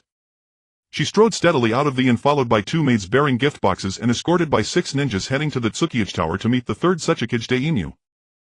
Within the Tsukiyage Tower, the third Tsuchikage Daimyo had long been awaiting. Though small in stature, he exuded an extraordinary aura, his sharp eyes fixed intently on Elder Shishing. Elder Shishing inclined her head slightly in greeting to Daimyo. "I have long heard of the renowned third Tsuchikage. To meet you today is a triple blessing. House Lord Shishing, a pleasure indeed. Welcome to Tsuchiguo." The third Tsuchikage Daimyo refrained from putting on airs, knowing well that she was a noble of Tsuchiguo. "May I inquire the purpose of House Lord Zixing's visit to Tsuchiguo?" He was also curious why Tsuchiguo, which had been sealed off for decades, had suddenly made a grand entrance into Tsuchiguo. Elder Shishing replied with calm composure, "Lord Tsuchikage, you are aware that Tsuchiguo has been trapped by miasma for centuries, living in seclusion. Thanks to the blessings of our ancestors, the miasma has been dispelled, allowing us to emerge. Tsuchiguo has always revered the deities. Our entry into the world for trade and to spread faith among the people is also a means of accumulating merit for our nation. The Tsuchiguo merchant caravan seeks a long-term partnership with Yan'an village." Daimyo fell into deep thought after listening. He understood that spreading faith among the populace would greatly stabilize the nation's morale, while cooperation with the Tsuchiguo caravan would bolster economic development. Although Tsuchiguo boasted abundant mineral resources and a large population, most of its wealth was concentrated in the hands of the daimyo and nobility, leaving commoners struggling to make ends meet.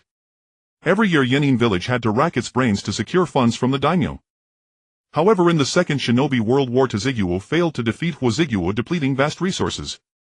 This greatly displeased the daimyo, who repeatedly withheld Yan'an village's budget, forcing daimyo to lower ninja commissions to compete for missions. He couldn't help but envy the third raikage of Yan'an village, who could stand firm against the Tsuchiguo daimyo, ensuring ample funds for his village. But Tsuchiguo's mineral resources were all controlled by the daimyo and nobles, leaving daimyo unable to be as resolute as the third raikage. However, if trade could be established with the Tsuchiguo caravan, increasing Yan'an village's fiscal revenue would be a boon. With this thought, Daima's tone softened. "May I ask what areas House Lord Shishing wishes to cooperate in?" Yan'an village has not been deeply involved in Tsuchiguo's or business. Elder Shishing replied unhurriedly, "Lord Tsuchikage must be aware that most of the wealth in the shinobi world is concentrated in the hands of the nobility.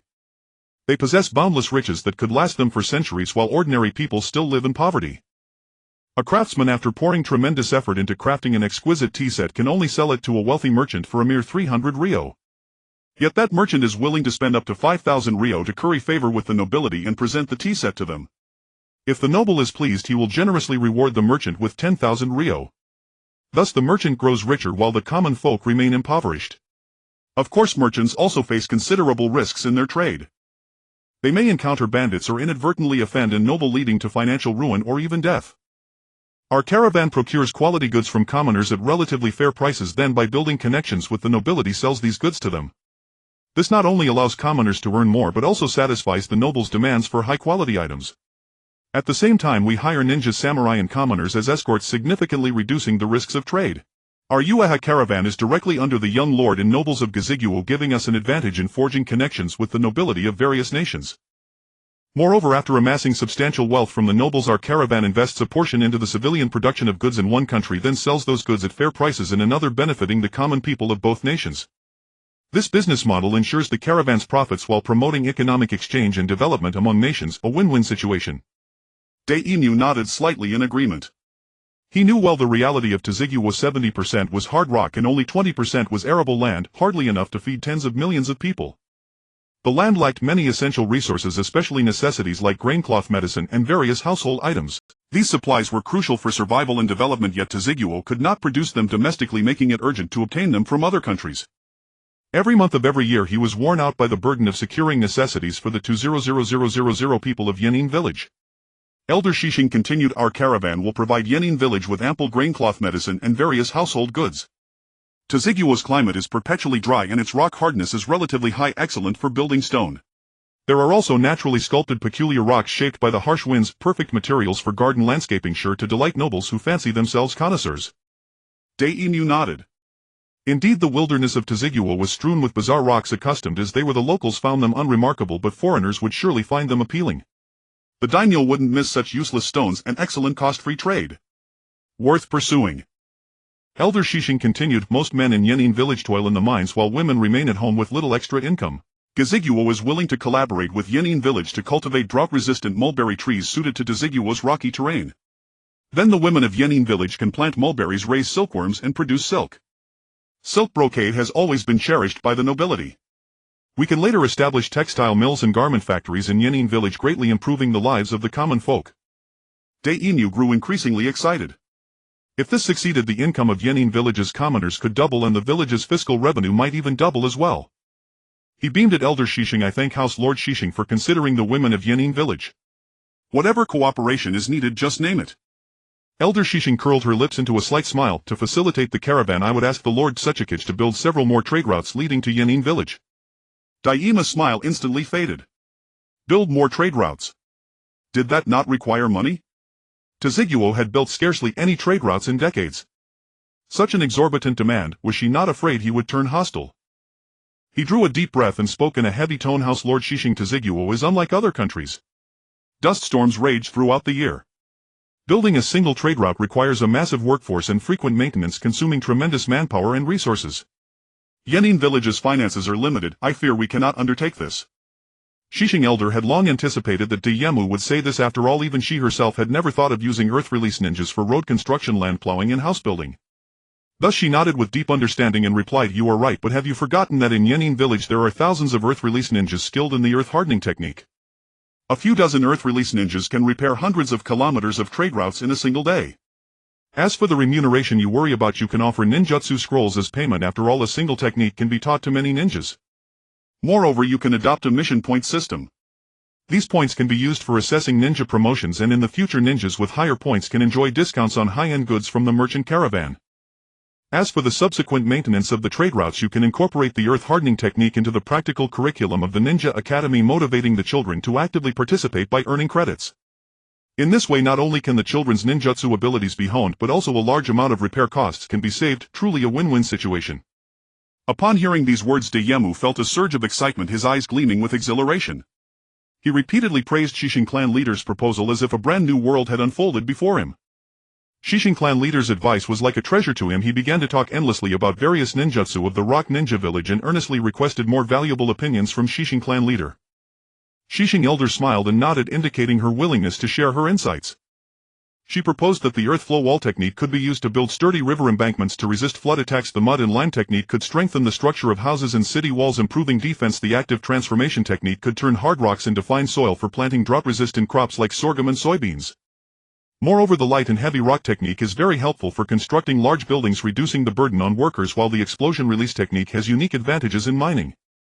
Finally, Shishing Elder made a specific request to Dayemu arrange 20 ninjas proficient in earth release to form a professional construction team and join the Yue caravan. This construction team would accompany the caravan to various places, undertaking various construction projects showcasing the strength and skills of the Rock Ninja village. If they could also wipe out the bandit dens along the trade routes, that would be even better. Dayemu gladly accepted the suggestion and indicated that he would implement the relevant matters as soon as possible. Shishing Elder had made present a gift box. Lord Earthshadow, inside are the water storage talisman and dust removal talisman drawn by the Shrine Maiden of Guizhi country.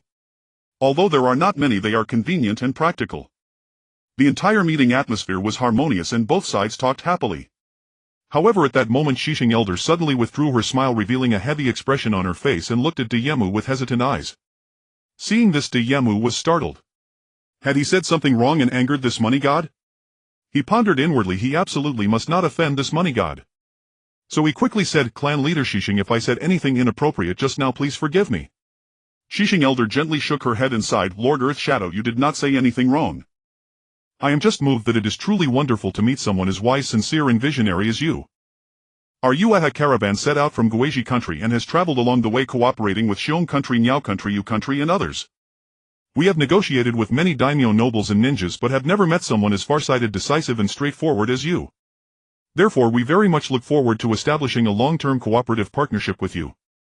I believe you have also heard that there is a mysterious princess in our caravan."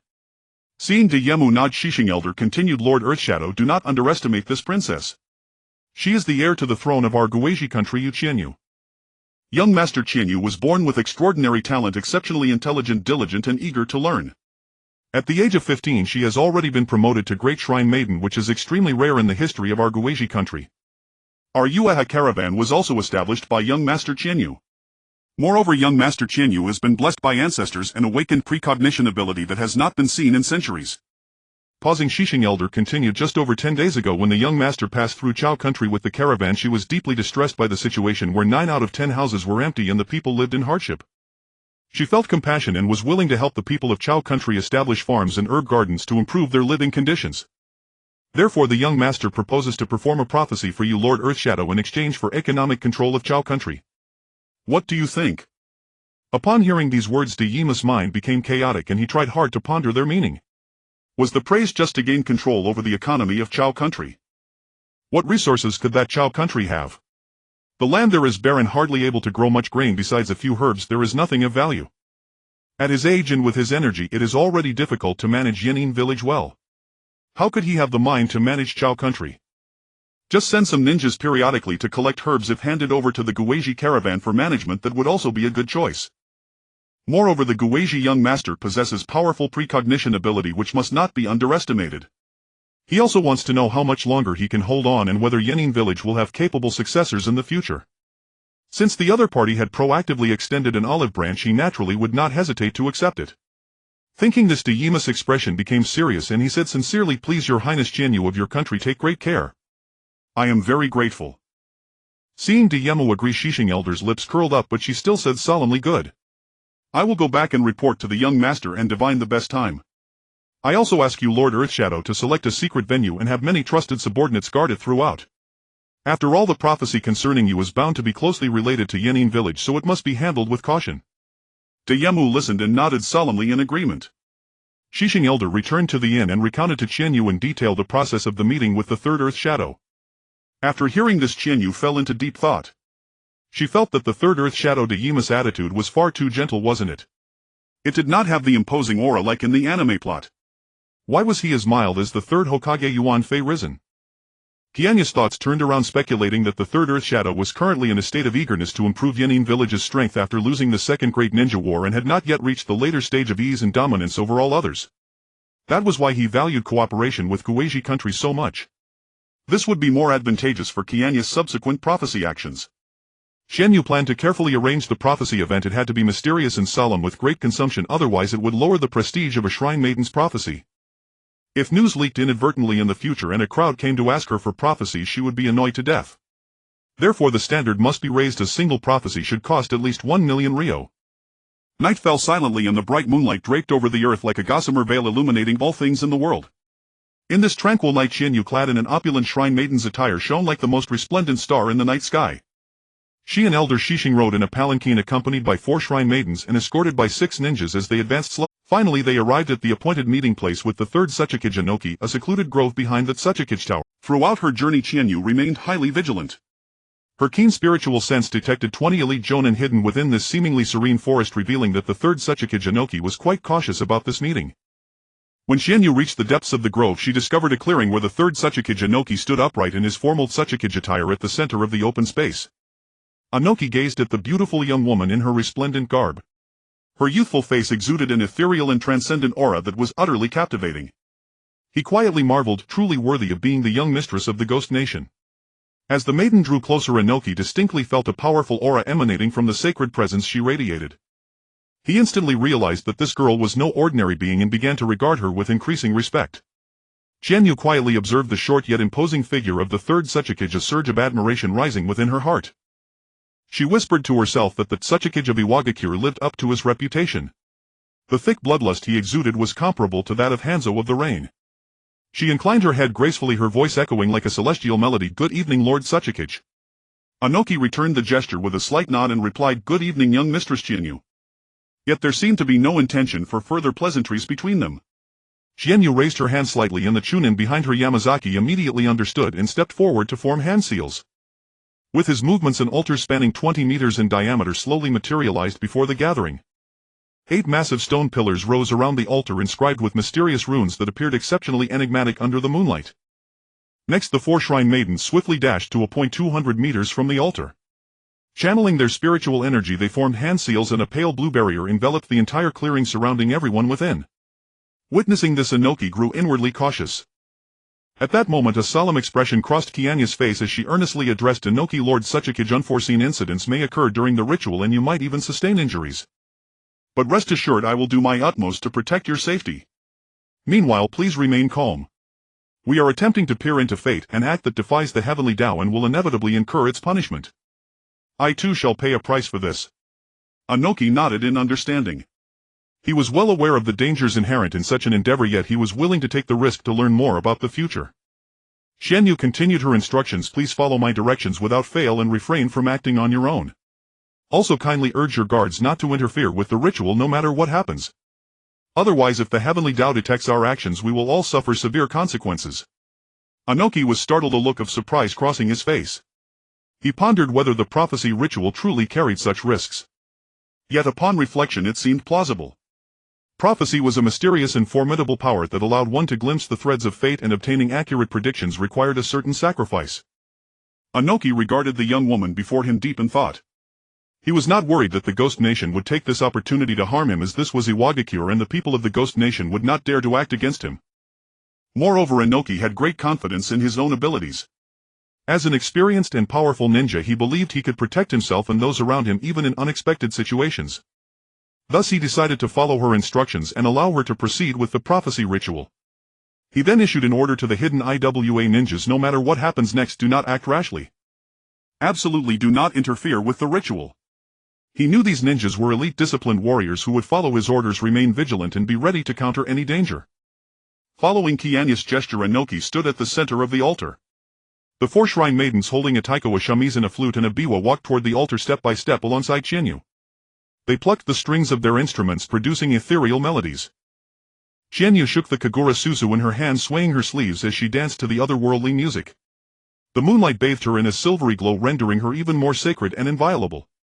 As she chanted ancient incantations, Qianyu silently pleaded with the heavenly Tao to be merciful, to cause only minor disturbances rather than a major upheaval. Slowly Qianyu infused her spiritual energy into the runes on the stone pillars around the altar. Strings of runes flowed like water encircling the platform. Inoki felt a powerful surge of energy, as if the entire world had frozen in that moment. He clenched his fist, silently praying that this venture to peek at fate would proceed smoothly and bring more hope and opportunity to Iwagakure. As the moon ascended to the zenith, Qianyu continued to channel her spiritual energy, summoning the power of the wind. Gradually an oppressive pressure formed around Inoki and she took the opportunity to seal his meridians with spiritual needles. Inoki was locked in place by this pressure, unable to move. Suppressing his shock, he wondered, is this the warning from the heavens? The Shrine Maiden's instruments played with increasing urgency, the ritual's tension mounting. Suddenly a fierce bolt of lightning streaked across the sky, hurtling toward the altar. Qianyu was startled. This lightning was not summoned by her, it was the heavenly Tao showing its might. But the power within that lightning was not to be underestimated. Qianyu immediately activated the protective jade on her person, channeling spiritual energy to envelop Inoki's body. The protective jades on the 4 Shrine Maidens were also triggered, forming a barrier.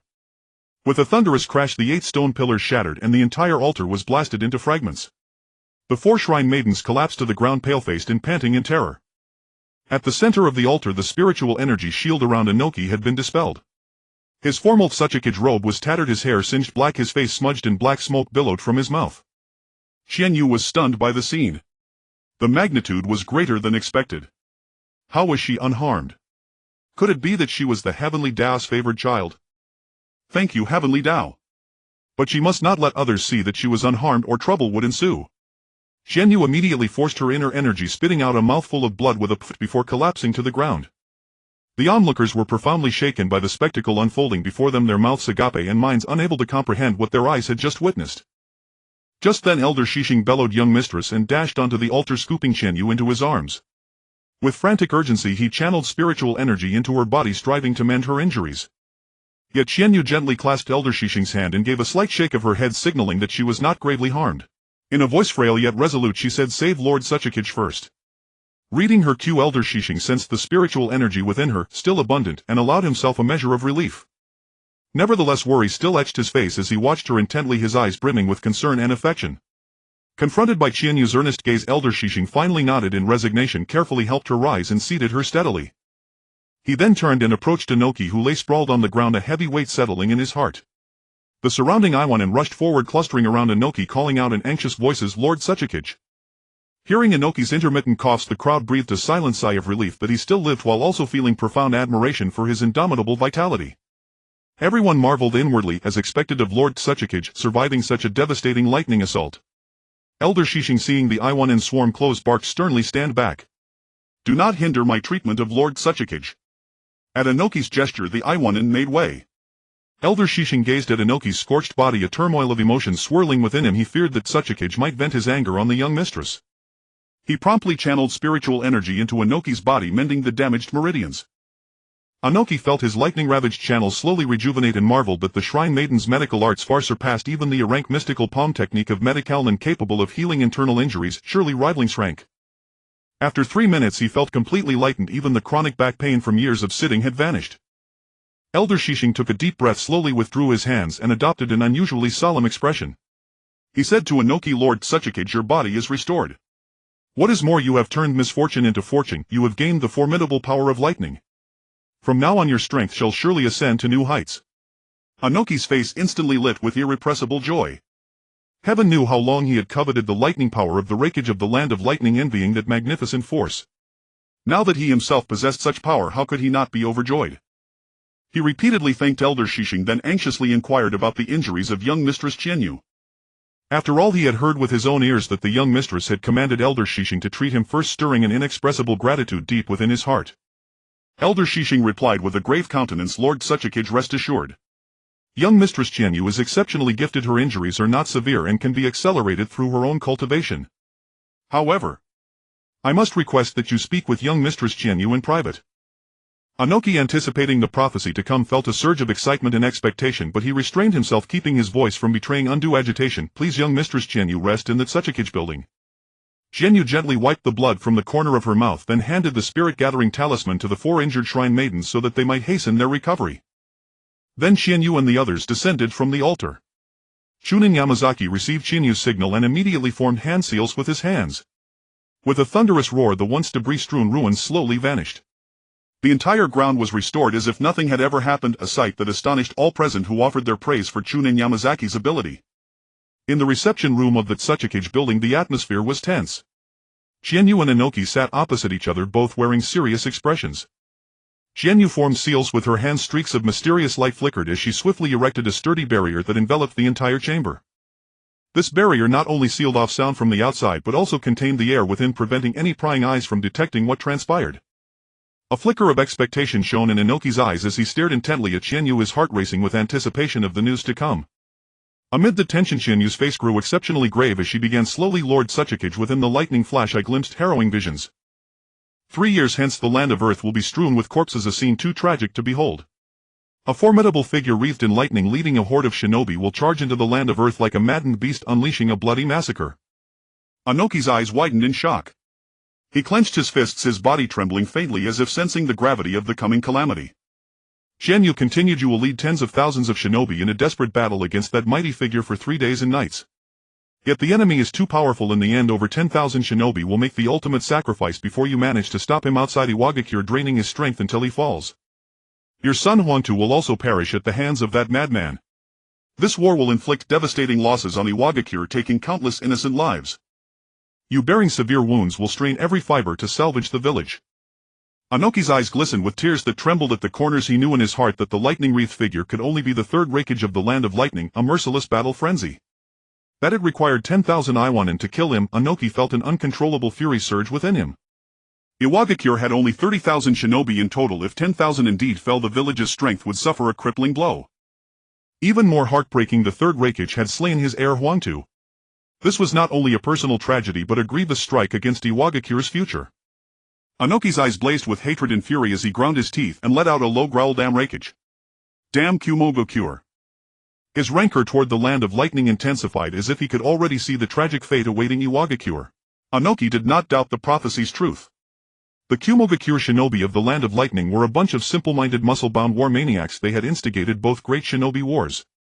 In the Second Shinobi World War, among the 20,000 Iwanin who died, more than 10,000 had fallen to the Cloud Shinobi.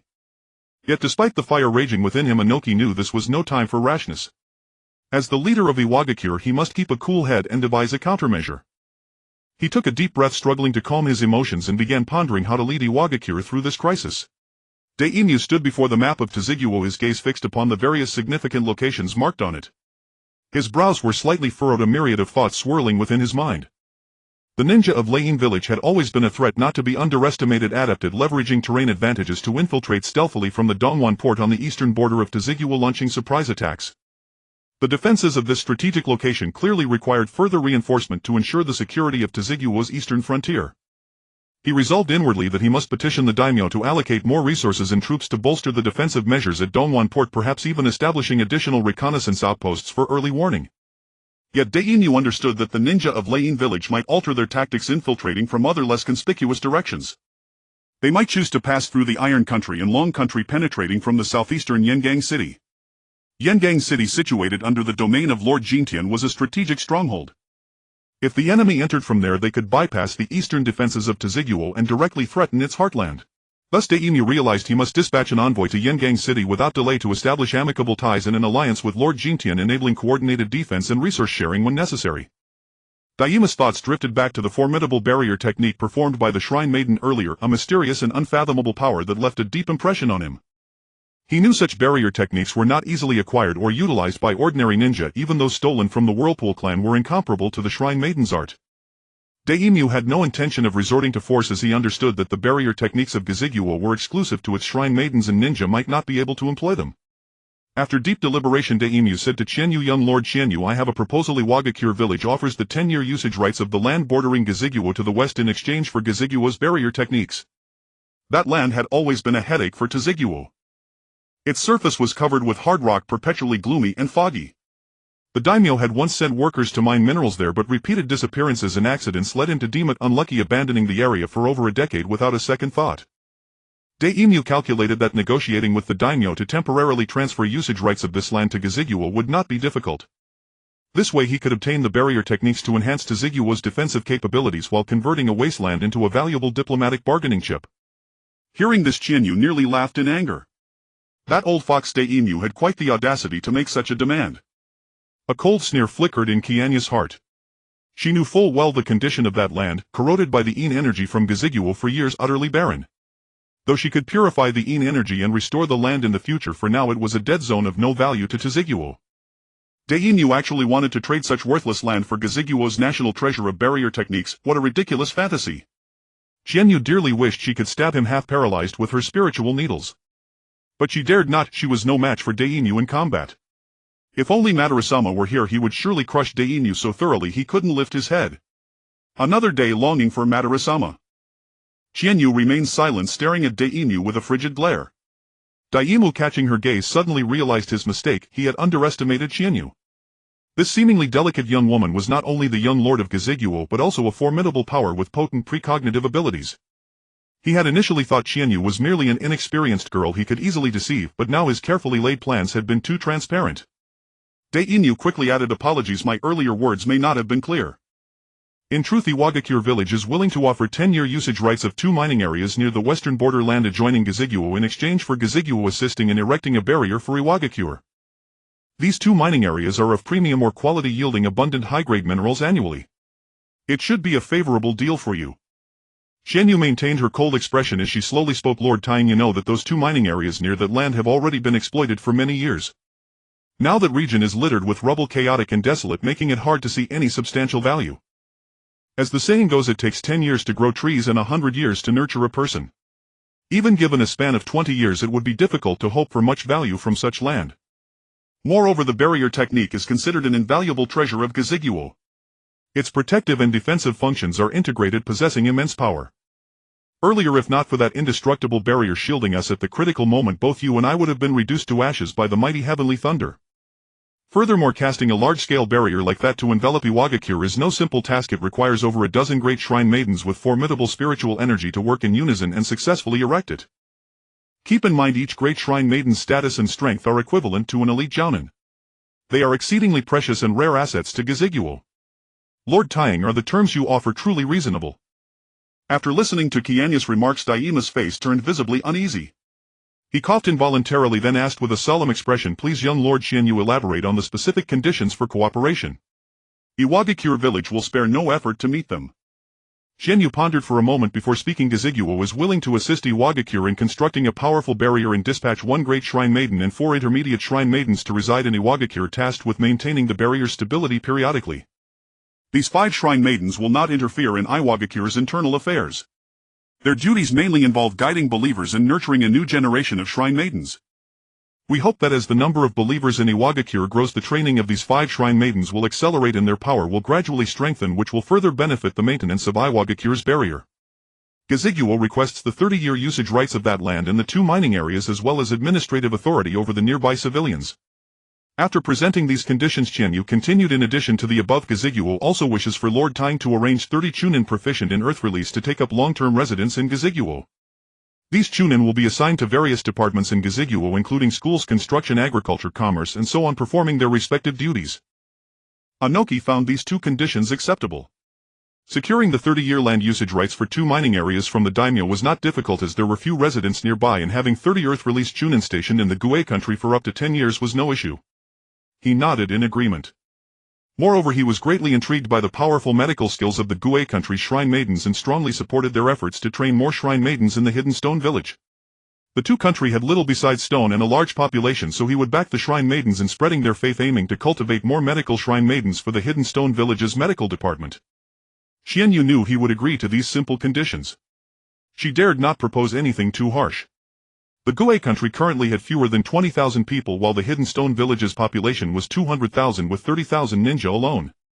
Considering this disparity, Qianyu did not press further. Lord Suchikage, should our merchant caravan wish to purchase rare ores from the 2 country in the future, we humbly request your assistance in connecting us with the mine owners. Naturally, we will offer unique guardian talismans from the Gue country and some rare items as tokens of goodwill. Anoki nodded in agreement. He was eager to engage more with young Lady Qianyu and Elder Shishing, hoping to broaden his thinking beyond the confines of a ninja's perspective. In his 40-plus years he had rarely encountered nobles who treated ninja and commoners as equals. He knew that nobles typically regarded commoners as insignificant, while viewing ninja with a mix of disdain and wariness, considering them mere tools. Over the years he had suffered no shortage of contempt from the daimyo and nobles. Even the daimyo's attendants had flaunted their power before him. He yearned to ask Qianyu how to elevate the status of ninja and wrest power from the nobles, but he understood that she represented the aristocracy and would not allow ninja to breach their bottom line. If Qianyu knew of Anoki's thoughts, she would have eagerly shown him the treatment of ninja in the Gue country and offered a host of strategies for seizing power and wealth from the nobles. Returning to the Yue Qianyu secretly convened several key figures and announced that commercial cooperation had been settled with the Hidden Stone Village. Gazing at the solemn faces, Qianyu smiled. In today's ceremony you all witnessed the heavenly thunder. Even the third Suchikage, a ninja of such immense power, was nearly burned to cinders under my spiritual protection. Yet I and the 4 shrine maidens sustained no major injuries. It is clear that the Divine Lord favors our Gue country. Excitement surged across the faces of the crowd. This was a true heavenly thunderbolt, unlike the cloud thunder they had encountered in the rain country before. Qianyu felt even more smug. As the chosen one blessed by the heavenly Tao, she could now boast before Lord Madara.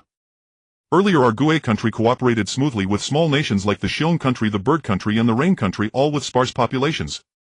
But now the two country has tens of millions of people and the Hidden Stone Village alone holds 200,000, a scale our Gue country cannot match. Hence in our future collaborations I urge you all to act with propriety, be firm when necessary, modest when appropriate and humble when called for. Above all, do not tarnish the Gue country's spirit nor stir trouble that brings great calamity upon us. Hearing this, the smiles on their faces faded. Indeed, the journey had been smooth and they had been brimming with confidence for this trip to the two country. But the two country was a giant potato dwarfing their Gue country like a tiny bean.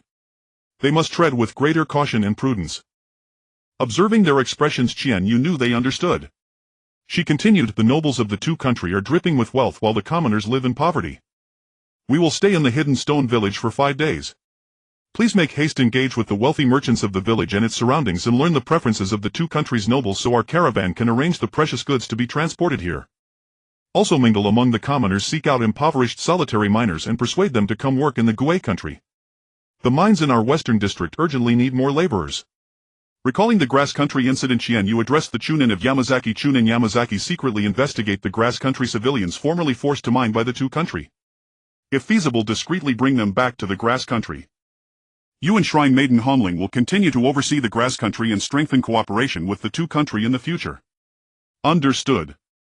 Chunin Yamazaki sensed the immense pressure. Removing miners from the nobles' territories would be no easy feat. It required meticulous planning.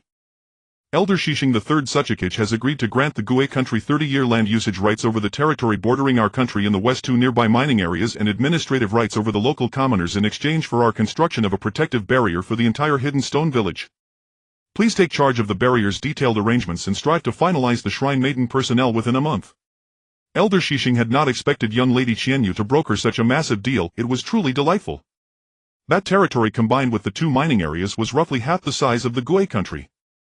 As she knew, the region was almost entirely rocky with sparse vegetation, scarce human habitation and harsh conditions, undoubtedly a challenge. Yet she believed the Gue country could transform it into valuable land, having successfully reclaimed similar areas before. Just like the outer district of the Gue country's Moon City, which was once barren wasteland, little better than the land they were about to acquire. In a mere year, the outer district had been transformed into a bustling scene with buildings rising from the ground and commerce thriving day. As long as they invested genuine effort, they could breathe new life and vitality into that land. Shrine Maiden Xingfeng, I appoint you to lead a team and station in the Hidden Stone Village, regularly maintaining its barrier and ensuring its security. At the same time, vigorously spread the faith among the people. Additionally, actively train a new generation of Shrine Maidens to strengthen our Gue country's power. Currently, the Gue country has few Shrine Maidens, whereas the two countries' vast population surely holds many steadfast, talented women waiting to be discovered. I hope you will spare no effort in seeking out these potential talents, infusing fresh blood into our Shrine Maiden community. Hearing this, Shrine Maiden Xingfeng could hardly contain her excitement, nodding repeatedly. I obey, young lady. I will do my utmost to fulfill the mission. She fully understood the heavy responsibility she bore and was filled with anticipation for her future work in the Hidden Stone Village. After all, she was blessed by the divine, having survived the terrifying heavenly thunder, a testament to her fortune and strength. Now with such an opportunity to shine, she resolved to live up to the trust placed in her, contributing to the prosperity of the Gue country. Finally, Qianyu gave a brief summary and adjourned the meeting. You have all worked hard today. Rest well. Tomorrow arrange for people to purchase some local specialties from the Hidden Stone Village and bring them back to the Gue country. 5 days later, on a sunny morning, dozens of carriages of the Moon Harmony caravan were lined up at the entrance of Yan'an village ready to depart. The carriages were arranged neatly, stretching out in an imposing and majestic formation. Most of the carriages were loaded with various items, the majority being exquisitely carved stone statues, stone sculptures, and artistically charming rock paintings and other crafts. These crafts all showcased the superb skills of Yan'an village's artisans. Every detail was meticulously carved, as if telling moving stories one after another. As for the more valuable ores and ninja tools, they were carefully sealed in scrolls and storage talismans to ensure their safety and secrecy. At the rear of the caravan a dozen carriages carried a group of civilians from the land of Earth. Most of them were elderly and frail miners and stone-carving artisans. These people, originally crushed by the burdens of life, could only struggle bitterly in harsh conditions, even believing that death was their only prospect. Yet now, seated in such fine carriages, their eyes sparkled with bright hopes for their future life in the land of ghosts. Qianyu had originally intended to take a batch of strong miners and skilled artisans, as such people could bring greater value and contribution to the land of ghosts. However, Yan'an village firmly refused to release them. Helpless Qianyu had to settle for the next best option and chose these old, weak, sick and disabled individuals. But she also understood that although their physical condition was poor, they were all experienced miners and artisans selected through screening. With proper care and training in time, they could still become diligent, good workhorses for the land of ghosts. A few days earlier, the third Suchikage had, as per Qianyu's request, dispatched 10 Earth-released ninjas to work on the construction of the trade route from Yan'an village to the land of rain. Amazingly, in just 3 days they successfully built a 400-kilometer trade route. What efficiency! Qianyu looked at the broad and flat 6-lane trade road outside the carriage and thought it would be even better if windbreak trees could be planted on both sides. As the caravan passed majestically through Wugong City, they encountered the wealthy merchant from the land of fire Songshishi, who was presumably waiting there on purpose. Adhering to the principle of continuously expanding the caravan, Qianyu decisively sent the Chunin Suanshan Yiping to communicate and also recommended the caravan's construction engineering team to Songshishi. She generously presented him with a protection jade and 2 medium-level barrier talismans. Songshishi received such precious gifts and felt as if he had acquired a treasure, his face beaming with excitement and gratitude. He repeatedly expressed that if they ever came to the land of fire, he would certainly entertain them lavishly. At the same time, he mentioned some scarce goods in the land of fire and expressed hope for more cooperation with the Moon Harmony caravan in the future to jointly explore the market and achieve win-win outcomes. After the caravan smoothly left Wugong City, Qianyu immediately arranged a team of ninjas to wipe out several bandit lairs along the way. During the operation, adhering to the principle of justice, they killed those wicked and notorious bandits. As for the remaining bandits who had not committed heinous crimes, they were made to work as laborers to atone for their sins. For the victims who had suffered from the bandits' persecution, if they had somewhere to go, the caravan would give them some money to start a new life. For those with nowhere to go, they were invited to follow the caravan back to the land of ghosts. After 4 days of travel, the caravan reached the outpost at the border of the land of Earth, taking half the time compared to the outward journey. After all, the newly built road was smooth, allowing both carriages and people to travel faster. After storing most of the goods at the outpost, Qianyu arranged a small team to transport a batch to the land of rain and the land of grass, while she herself followed the main force back to the land of ghosts. The weather was getting colder and there were only over 20 days until the new year.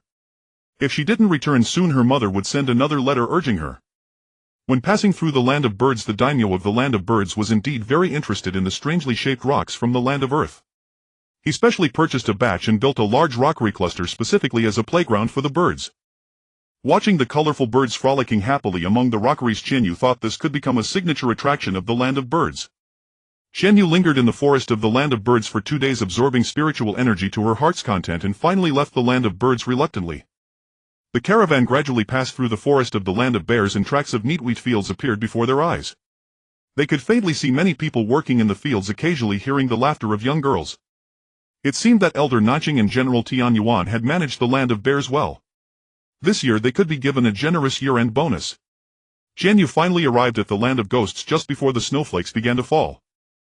The land of ghosts before her eyes was even more prosperous than 2 months ago. The roads between towns were wider and many trees had been planted. The pedestrians on the road were all wearing thick cotton-padded clothes, busy with vigor. Upon seeing the caravan, they stopped one after another and bowed to Qianyu's carriage, greeting her.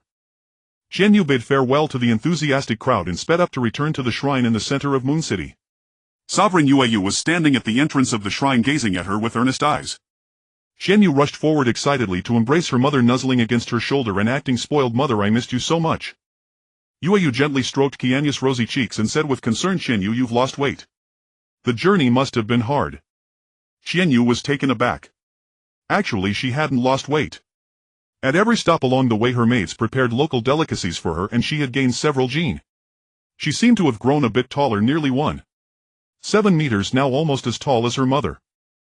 Well, there is a saying, a mother always thinks her child has lost weight. Qianyu warmly linked arms with her mother and walked into the shrine, chattering non-stop about various events during the caravan journey. Her mother occasionally smiled and nodded, praising her for doing well. Finally, when they entered the room and were alone, Qianyu hesitantly told her mother about Uchiha Madara. Qianyu knew that her mother had always harbored resentment towards Senju Hashirama and Uchiha Madara, and she had also given away the family heirloom, the full moon jade pendant. Her mother would surely be very angry. Yue was stunned for a long time. She hadn't expected that Uchiha Madara was still alive and had even rejuvenated. Uchiha Izuna's spiritual body had been following Uchiha Madara for decades. Humph, what a brotherly love that moves heaven and earth. Seeing her daughter's anxious expression, Yu's mood was complicated. Finally she let out a helpless sigh and gently embraced her. Qianyu, you've worked hard. You must have been very scared at that time. I'm sorry that I wasn't there with you. Don't worry, I'm not blaming you. I said I will always support you. Go ahead and do what you need to do, but you must protect yourself. You mustn't be so reckless in the future. Mom. Qianyu hugged her mother tightly, nodding incessantly, her heart filled with intense emotion. This is my mother, one who understands me, loves me, and cherishes me. Mother, I am so fortunate to be your daughter in this life. Qianyu continued discussing with her mother the land bordering the land of Earth in the southeast of the Ghost Country, inquiring in detail whether it was feasible to remove the yin energy from that area and transform it into a rocky soil region for planting soybeans. During her 2-month journey she discovered that the variety of ingredients in the ninja world was very limited, and the way beans were consumed was extremely monotonous, usually just boiled and eaten directly. Moreover, tofu was grayish in color and only affordable for wealthy families. Upon reflection, the common people in the ninja world could barely solve their basic needs for food and clothing, so naturally they had no energy to study the method of making tofu, let alone waste beans to soak and sprout. Qianyu imagined various delicious soybean products such as bean sprouts, tofu, soy milk, dried tofu, and yuba. If these could be popularized, it would be a huge market. Moreover, soybeans are a treasure. They are not picky about soil and can survive in any kind. In particular, the roots of soybeans have miraculous rhizobia that can be used as fertilizer and also improve the soil. Beans can be made into delicious tofu, while soybean stalks can be used as poultry feed. If the rocky soil region of the land of Earth were fully planted with soybeans, within a few years it would turn into fertile farmland. And don't forget, she also had white zetsu as a natural fertilizer. So this soybean planting plan was definitely feasible. Qianyu seemed to see the future, the Ghost Country's tofu chain stores blossoming everywhere in the ninja world, with countless coins surging toward her like a tide. Yu couldn't help but laugh at the sight of her daughter's eyes sparkling with gold. She couldn't bear to interrupt her daughter's beautiful fantasy, but still spoke. Qianyu, if this rocky soil is really so important, then I will find a way to incorporate it into the territory of our Ghost Country. Yu looked at her daughter's eager eyes, smiled and nodded, continuing, the daimyo of the land of Earth is already over 50 and his body is showing signs of aging. People of this age are often filled with fear and worry about death. Therefore I will send a formal state letter on behalf of the Ghost Country expressing our willingness to dispatch a grand shrine maiden to the land of Earth each year to treat his body and extend his lifespan. As a condition of exchange, we hope they will permanently cede that land to the Ghost Country. Qianyu listened, her eyes shining with excitement, nodding repeatedly in agreement. Excellent. A brilliant idea. And since it's almost New Year, we can send this state letter together with the annual gifts to the land of Earth. This will not only express our sincerity but also show our emphasis on friendly relations. I believe they will seriously consider our proposal. By next spring we can start planting soybeans, and we are sure to have a bountiful harvest. Her voice was filled with anticipation and joy. These days Qianyu was busy reviewing various reports from the Ghost Country over the past 2 months. Seeing the consecutive positive numbers at the end of the ledger, her eyes crinkled with delight. All departments of the Ghost Country were truly efficient. The year-end bonus must be substantial. Now the regions of the Ghost Country were no longer divided by towns but had been reorganized into Dongqing City, Nanping City, Shilan City, and Baiguo City. All 4 urban districts had uniformly built 5-story residential areas. The current policy of the Ghost Country Construction Department was to collect 300 taels per person per month as housing rent. After working for 5 years, only a 50 tael management fee would be charged and the house would be allocated to the individual. Of course, residents could also buy a house for 200,000 taels. However, few people did, as apart from ninjas and samurai not many had saved 200,000 taels in a year. Renting was still the preferred option. In contrast, ninjas and samurai preferred to purchase detached courtyards in Dongqing City. The area offered fresh air, beautiful scenery, and ample space, perfect for their daily training. For these experts striving to enhance their strength, a good living environment and sufficient training space were crucial. Therefore, despite the higher price, the detached courtyards in Dongqing City remained popular among them. The forest farms outside Dongqing City had expanded to 4. This new year every household could enjoy meat. How wonderful! The industrial area outside Nanping City had also expanded, and the employee dormitories had improved significantly. Half of the young people in the ghost country lived there. The farmland outside Bago City was mainly managed by ninjas and the elderly. With the high efficiency of ninjas, the farmers were much more relaxed. The mining area outside Shilan City currently only extracted a portion of stone for construction. Some craftsmen and the people brought back from the land of Earth were settled in Shilan City. The number of houses in Yue City had also increased. Last month a large amount of steel was purchased from the land of rain. Combining Earth release techniques, ninjas used steel and stone to build 4 10-story commercial office buildings. Primary schools were built along the main roads near the 4 outer cities, while kindergartens were constructed directly in the residential areas of the 5 inner cities, making it convenient for residents to take care of their children. A middle school was specially built in the inner district of Yue City, but it had not yet opened. Only a night class was available for commoners to learn to read. Standing on a high place, Qianyu looked down at the bustling market and the flowing crowds, a gratified smile on her face. She saw people's yearning for a better life and felt their hopeful hearts for the future. She silently resolved to create more happiness and prosperity for these lovely people. She knew that achieving this goal required continuous effort and innovation. Thus she began to think about how to make the lives of the common people more colorful. First she thought of food culture. Currently the decorticating technology for grains in the ghost country was still relatively backward. Commoners could only rely on simple stone mills and hand-operated winnowing machines to process grains. Yue City had only 2 electric rice mills, both old and dilapidated, unable to meet the growing demand. Therefore she decided to first organize the technology department to conduct research on improving rice mills. If progress was not smooth, she would consider seeking help from Orochimaru of the Land of Fire. After all, he would become a renowned scientist in the ninja world. This would not only solve the grain processing problem but also provide an opportunity to deepen ties with Orochimaru, laying a good foundation for future kinship ties and expanding into the Land of Fire market. Food, clothing, housing and transportation were all essential. Regarding transportation, since the roads in the ghost country had been repaired, the next step was to consider speed. The principles of bicycles and tricycles were not complicated, just need to solve gear chains and rubber tires. The technology department of the ghost country was fully capable. Larger buses were more complex, requiring precise motors and fuel which would have to be imported from the Land of Fire and the Land of Lightning. It would still be necessary to find technological talents like Orochimaru. If only it were possible to make buses powered by chakra. It could also provide ninjas with a side job, preventing them from being endlessly energetic and always wanting to fight. Thinking of Orochimaru reminded Qianyu of the Ryuchi cave behind him, inhabited by several thousand-year-old snake spirits with abundant spiritual energy many times richer than that of the ghost country.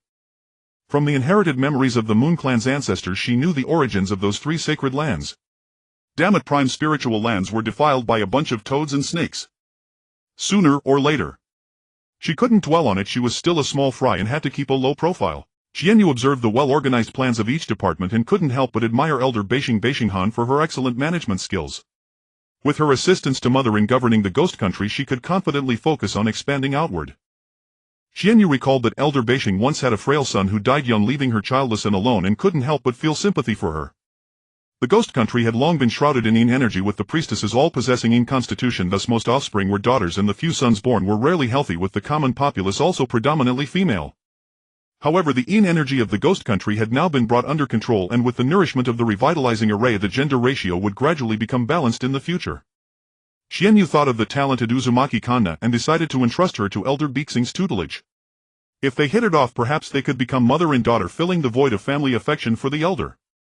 Moreover, the historical records of the ghost country documented that the priestesses had frequently exchanged sealing techniques with the Uzumaki clan, perhaps they were even related by blood. With these thoughts, Qianyu immediately took Uzumaki Kanna to visit Elder Beishing's home. Uzumaki Kanna's eyes sparkled with excitement, blazing like a burning inferno as she fixed her gaze on the stern-faced Lady Beishing before her.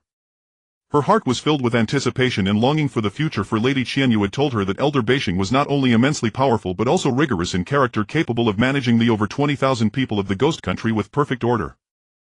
Now she was fortunate enough to become Elder Beishing's disciple, an undeniable great honor. Elder Beishing quietly observed the emotional red-haired girl before her and couldn't help recalling the few Uzumaki girls she had seen in her youth. They were warm, generous and brimming with energy, a stark contrast to the gentle and restrained demeanor of the priestesses of the ghost country. At that moment the corners of her mouth lifted slightly into a faint smile. She gently stroked Uzumaki Kanna's crimson hair and said with a firm yet tender tone, "Good child, from today onward I will personally teach you the way of cultivation. I hope you will one day shoulder the heavy responsibility of carrying on the legacy of the Uzumaki clan." "Yes, master," Uzumaki Kanna replied excitedly. Her heart brimmed with joy and anticipation, for she knew she bore a crucial responsibility and mission. In the past few days she had seen dozens of Uzumaki clan members in the Ghost Country. They had all endured countless hardships and difficulties before finally arriving here. They exuded an aura of unyielding resilience that filled Uzumaki Kanda with deep admiration. She fully understood that she must train diligently and continuously enhance her strength. Only in this way could she better protect her clan and family. At the same time she hoped to help more of her fellow clansmen, extricating them from hardship and leading them to a happy life. Having been a royal of the Uzumaki clan in her childhood, Uzumaki Kanda harbored deep affection for her family and nation. She yearned to become the clan leader and lead her people toward a prosperous and flourishing future. Time slipped by unnoticed until the year's end. The Ghost Country was blanketed in pristine white snow as if the entire nation had donned a layer of pure cotton. In the cold winter days the falling snow turned the Ghost Country into a fairy tale world. On this special year-end the residents of the Ghost Country experienced unprecedented warmth and joy. In years past during the new year the residents of the Ghost Country could only huddle in dilapidated houses, barely surviving on meager stored grain. They often ate only a small portion of good rice saved throughout the year and celebrated a meager new year. However, this year was different. After a year of hard work the residents of the Ghost Country gradually welcomed a new way of life and newfound hope. Qianyu was cultivating in the shrine's attic when a magnificent black falcon flew in through the window carrying a scroll. Perching on the windowsill it opened its beak and uttered a low voice, "Lady Qianyu, this is a gift from Lord Ban." Qianyu was overjoyed. She had just been thinking about how to send New Year gifts to Lord Ban, but unexpectedly he had sent gifts to her first. Delighted she took the scroll. "Thank you. It's cold outside, please come in and warm yourself." In the meantime she ordered a maid to prepare meat for the black falcon. The black falcon gazed at the plates of fresh rabbit, lamb and pork, nearly drooling with greed. Having been busy traveling these past 2 days with the cold weather driving the animals into hiding, it hadn't tasted such succulent meat in a long time. Qianyu opened the scroll and found several smaller scrolls containing assorted seafood, exquisite coral, beautiful seashells, a large box of pearls in various colors, and 2 letters, one thick and one thin. Qianyu opened the thin letter first. It was from Lord Ban. With bold flamboyant strokes it read, "Girl, Happy New Year." That was it, nothing else. Lord Ban was indeed as concise and straightforward as ever. Qianyu then opened the thick letter written by Qingrong and Chengning. It described various encounters on the journey to the water country, emphasizing the vastness and abundance of the ocean, and expressed the hope that she would soon send the merchant caravan to operate there. The rest recounted Lord Uchiha Ban's miraculous feats.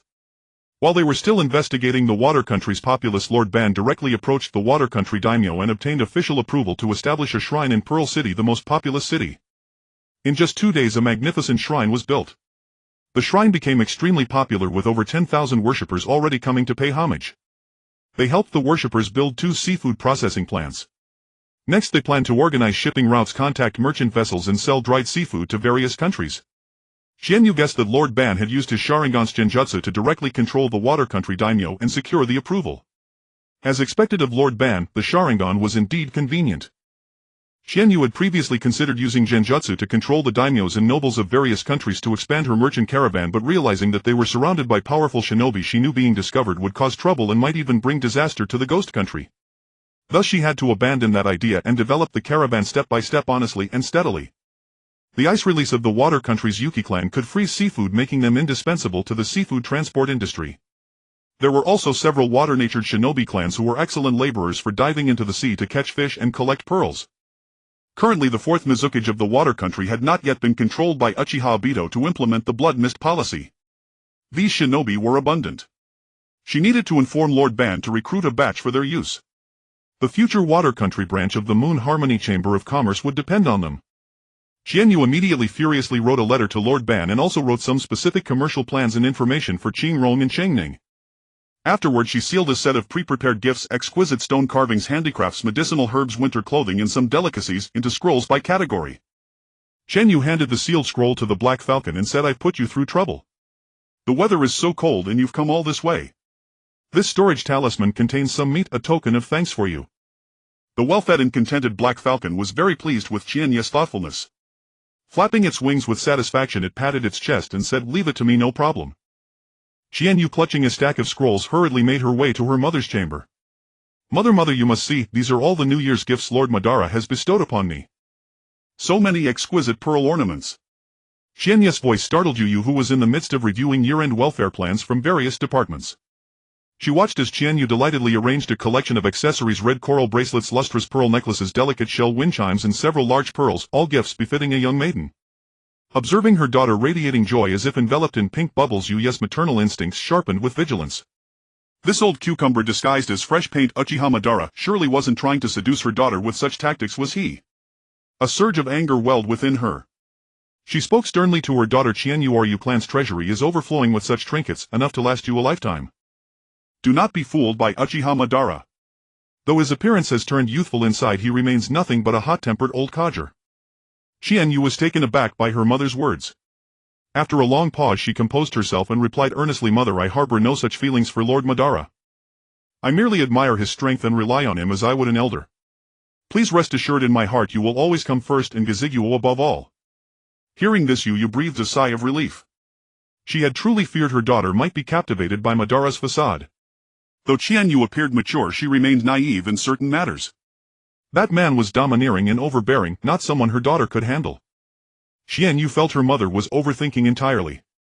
Lord Madara merely treated her as an exceptional junior to dote upon. And while she occasionally fantasized about him, in her heart she neither possessed the courage nor the power to pursue a romantic relationship with him. Moreover, as her mother had said, behind Madara's peerless beauty lay an unyielding, self-centered chauvinist. It was fine to revere him as an elder, but if she were to actually date him, she estimated she'd crumble within 3 months. Even if she someday grew stronger than Madara, she doubted she could suppress him, and by then her mind would likely be elsewhere, far from matters of love.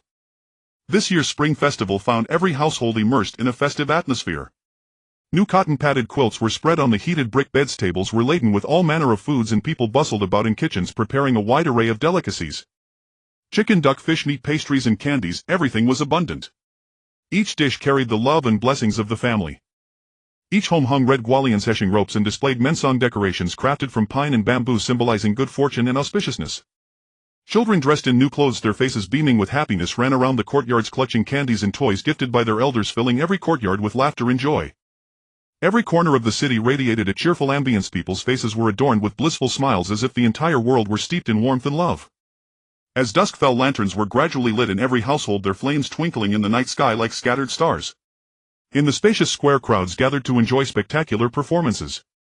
The lion dance troupe pranced to the beat of drums and gongs. Lifelike lions danced gracefully under the performers' control, drawing enthusiastic applause from the audience. On the adjacent stage, opera actors delivered a riveting performance, their vivid portrayals enchanting the spectators. Additionally, ninjas put on a spectacular show. Earth release users skillfully manipulated chakra to conjure various wondrous scenes on a large wall, while water and fire release ninjas created an immersive atmosphere with their unique techniques, making the audience feel as if they were part of a live cinematic experience, lingering in delight. This spring festival saw every household immersed in joy. People experienced happiness amidst their busyness. Children grew up in laughter, and the entire city was filled with warmth and love. This spring festival was destined to be an unforgettable one, a festival brimming with love and joy. As night deepened, the sound of firecrackers rose and fell like a lively symphony. At that moment, the sky burst into a riot of colorful fireworks. Those dazzling rays of light, as brilliant as a galaxy, illuminated the entire city's night sky.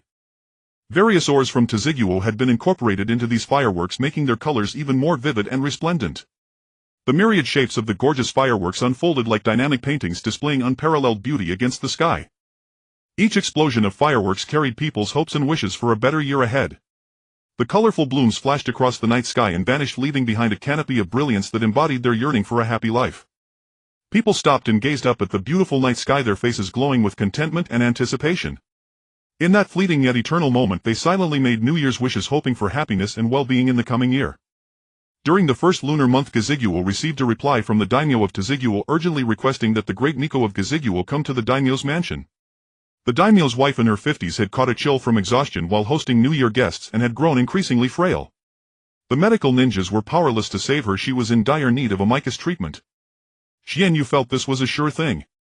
Medical ninjas treatment mainly stimulated cell regeneration, which worked well for ninjas but provided only temporary relief for elderly, weak civilians, and might even worsen the condition.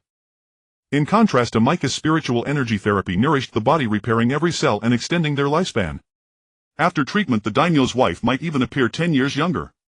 After purifying the yin energy in the rocky region of Taziguo, Qianyu, accompanied by 4 Micas, discussed matters with the engineering and agricultural teams before entrusting overall coordination to Elder Beishing.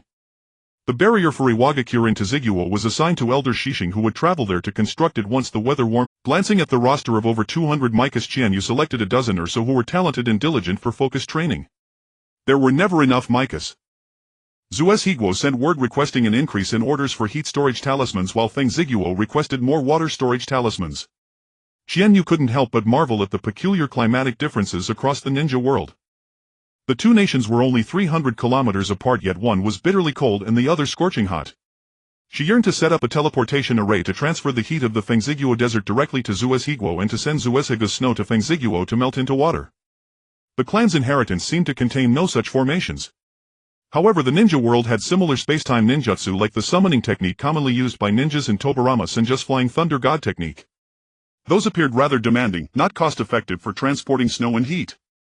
Still, she could ask Orochimaru to research a more efficient method of transportation in the future. Qianyu increasingly felt Orochimaru's importance. She was itching to claim kinship with him now. But it was still too cold. Although her spiritual energy protected her, traveling was inconvenient. She would wait until the weather warmed before heading to Ziguo. For now, Feng Ziguo's weather remained relatively hot, so she planned to go there first to discuss matters concerning the sandy land. Since the daimyo of Ziguo had been willing to cede a piece of rocky land for the sake of his health, the daimyo of Feng Ziguo would hardly begrudge a patch of useless desert for resources and health, especially since she herself carried the royal bloodline of Feng Ziguo. Qianyu reminisced about her ancestor Lady Yulin, who once formed a bond with the renowned Fei Sun of the Wind Country, feeling a surge of admiration in her heart. Lady Yulin possessed an extraordinary sensitivity, particularly adept at divination and barrier techniques. At that time she had just turned 18, the perfect age to embark on her worldly cultivation. She journeyed into the vast desert of the Wind Country, where she encountered Lord Fei Sun, who was then the heir of the Wind Country.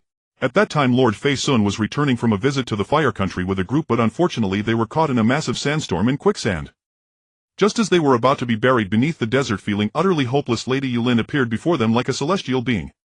Utilizing her powerful wind control technique, she successfully led them out of the quicksand area and erected a solid safety barrier, allowing them to safely weather the sandstorm. Afterward, she was honored as a distinguished guest by Lord Fei Sun, who invited her to visit the royal court of the Wind Country. Along the way, Lady Yulin used her keen sensitivity and divination to help the entire party avoid multiple dangers, even sharing knowledge about edible desert plants, earning her the reverence of the group as a goddess.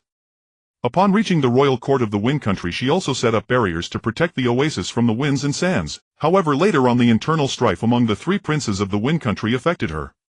Not wishing to become embroiled in it, she departed from the Wind Country after forming a bond with Lord Fei Sun. Qianyu carefully examined the 12 amber cat's eye stones on the bracelet in her hand, her eyes reflecting a glimmer of awe. She couldn't help but exclaim: the color, the smoothness, the warm texture, truly a treasure of the royal court of the Wind Country. Thinking of the desert of the Wind Country reminded Qianyu of glass. The ninja world had known glass for quite some time, but the varieties were scarce, mostly used by nobles and wealthy families for windows, with mirrors being few and far between, often treated as precious items in brocade boxes at large stores. Qianyu planned to create single-sided glass mirrors and glass ornaments. The process of making glass is not complicated. Quartz sand transforms into glass at 2300 degrees Celsius.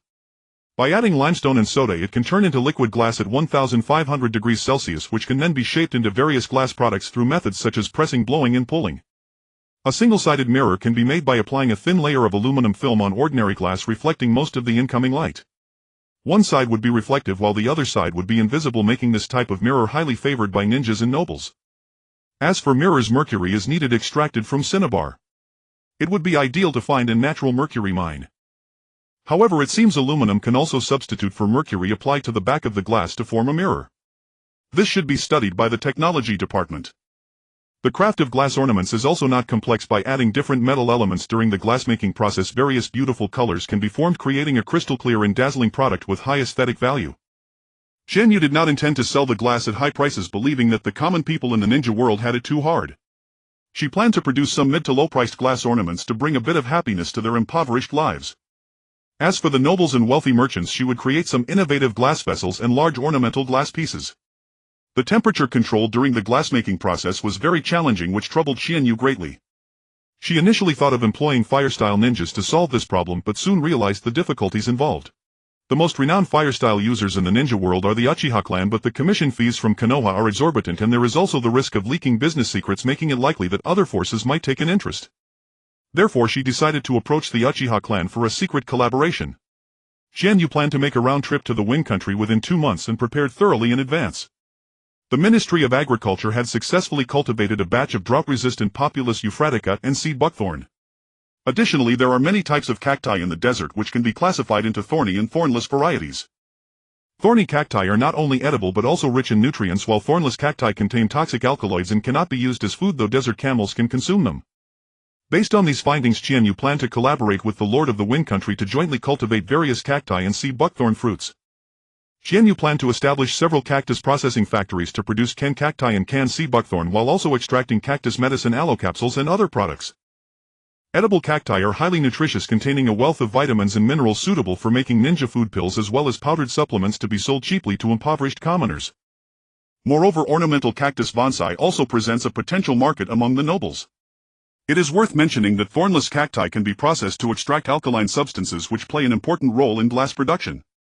After the 15th day of the first month, Qianyu sent someone to the village of Konoha in the Fire Country to issue an rank mission worth 500,000 ryo, commissioning Lord Orochimaru of Konoha to research and manufacture 5 types of machines: a more energy-efficient and simpler threshing machine, shelling machine, dust removal machine, grinding machine, and oil press. She then requested Lord Orochimaru to guide the workers at the factory in the Land of Ghosts in producing and assembling the machines, promising that for every machine sold by the merchant group of the Land of Ghosts in the future he would receive a 1% share. Lord Orochimaru, who was busy researching the bloodlines of ninjas, was suddenly taken aback by this task. Such agricultural machinery was not difficult for him, as the operational principles of the 5 machines were quite similar. The reward of 500,000 ryo was quite generous, and considering the future profit share he couldn't help but marvel at how considerate the employer was. Scientific research is a costly endeavor. Most of Orochimaru's life savings were invested in various research experiments. He greatly favored this research task that did not require going out, deciding to apply all his knowledge to satisfy this generous employer from the Land of Ghosts. As the weather warmed slightly, Qianyu began preparing for her journey to the Wind Country, adorned with various pieces of equipment, almost fully armed to face any possible situations. Additionally, she selected 4 elite ninjas skilled in wind and earth techniques as her attendants to embark on this challenging journey together. Before departure, Qianyu carefully considered how to transport a large quantity of goods. Due to the harsh desert environment with scorching heat during the day and extreme cold at night, along with frequent occurrences of sandstorms and other extreme weather, ordinary carriages simply could not navigate such terrain. Thus, after careful consideration, Qianyu decided to seal all the goods within scrolls. Although producing such large sealing scrolls incurs a significant cost, considering that these goods could sell for several times their original price in the Wind Country, this investment remains highly worthwhile. As Qianyu and the others crossed through the Bear Kingdom and entered the desert of the Wind Kingdom, they deeply understood what it meant to open one's mouth and eat a mouthful of sand. Despite it being the cold winter, the temperature here had already risen to over 20 degrees Celsius. The group put on protective masks and cloaks, proceeding along a road lined with sparse poplar trees. As Qianyu walked, she couldn't help but look back. She noticed that the footprints they had just made were quickly covered by the wind and sand, as if no one had ever passed through. She couldn't help but fall into deep thought. Establishing a trade route in the Wind Kingdom was not an easy task. The vast desert seemed to stretch endlessly. During the road construction, it would be wise to consider planting large numbers of poplar trees as windbreaks and using large stones as markers to ensure the caravan wouldn't lose its way. Additionally, the maintenance of the road in the later stages would also be a massive undertaking. Thinking of this, Qianyu couldn't help but frown, feeling the gravity of the task ahead. However, she understood that if this trade route were completed, it would not only bring wealth but also benefit the people of several surrounding nations. For the future cactus processing plant, glass factory, and wind power plant, she silently resolved to overcome all difficulties and complete this plan. After walking for most of the day, the 5 of them stopped to rest in a rocky area. The only female ninja among them, Hashimoto Koizumi, spread out several layers of mats on a flat shaded rock for Qianyu to sit on and handed her a water flask. Qianyu took a sip of water, closed her eyes to rest, and extended her spiritual sense to sense any dangers around. Sure enough, not far ahead 6 sand bandits lay in ambush with 4 camels hidden behind the rocks. Qianyu signaled to the elite ninja Yoshida Yamura with a gesture indicating for him to quietly scout ahead. Yoshida Yamura was an experienced ninja, agile and swift, disappearing into the shadows of the rocks like a nimble leopard. 2 minutes later, a few screams broke the surrounding silence. Shortly after, the elite ninja returned dragging a sand bandit who was covered in black and yellow. The sand bandit was clearly injured but still wore a fierce expression with an indomitable look in his eyes. Qianyu took out a truth-revealing talisman and placed it on the sand bandit's forehead. Instantly, the bandit's expression became dazed, his body shaking uncontrollably as if he were spilling out their situation like beans. It turned out that over 30 kilometers ahead there was a small oasis that had once supported thousands of people. It was a beautiful and fertile place shaded by trees and rich in water, a treasure in the desert. However, last year a massive sandstorm destroyed the oasis and the rampant winds and sands obliterated its former prosperity. Among the few hundred survivors, most of the able-bodied had fled to other places, leaving only about 100 elderly, weak, sick and disabled. They lacked the strength and resources to rebuild their homes, and life became exceedingly difficult. In order to survive, these people had no choice but to rely on a few strong young individuals to rob passers-by. The sand bandits' words revealed helplessness and despair, and Qianyu couldn't help but feel a pang of sorrow in her heart. She fell into contemplation. The harsh environment had forced the poor frail commoners to become road bandits. How should these people be dealt with? They were indeed unforgivable, but they were also victims of their environment. After some thought, Qianyu made a decision, commanding the four to take these sand bandits to their village. The injured were squeezed onto the camels while the others led the camels. The sand bandits were trembling in fear, not daring to play tricks, and could only obediently lead the way. In this sparse little grove, Qianyu felt a deep sense of human suffering. A group of elderly, weak, sick and disabled individuals were terrified, hiding in sand fortresses, their eyes revealing worry and anxiety about the future. Qianyu's heart stirred. She couldn't bear to watch these helpless people suffer. She waved her hands to erect a barrier protecting the entire grove. She planned to utilize the relatively good soil here to arrange a gathering spirit formation to improve soil quality, helping the trees to grow better. Qianyu instructed Hashimoto Koizumi to distribute water and food to these impoverished people, while having Yoshida Yamura use Earth Escape to build several rows of sturdy houses for them to live in. She walked up to the leading sand bandit Sha Tao and solemnly said, "I am the young master of the Ghost Kingdom, and I am about to go to the royal court of the Earth Kingdom to discuss cooperation matters. From now on, this area will fall under my management.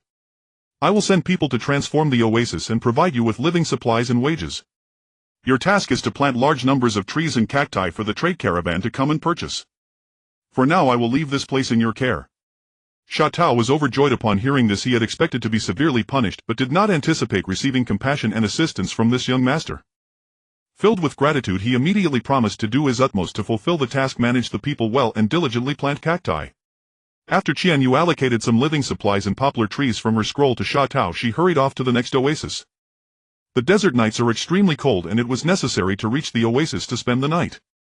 Qianyu used her spiritual power to accelerate, keeping pace with the four ninjas, and finally arrived at the small town named Jade City after sunset.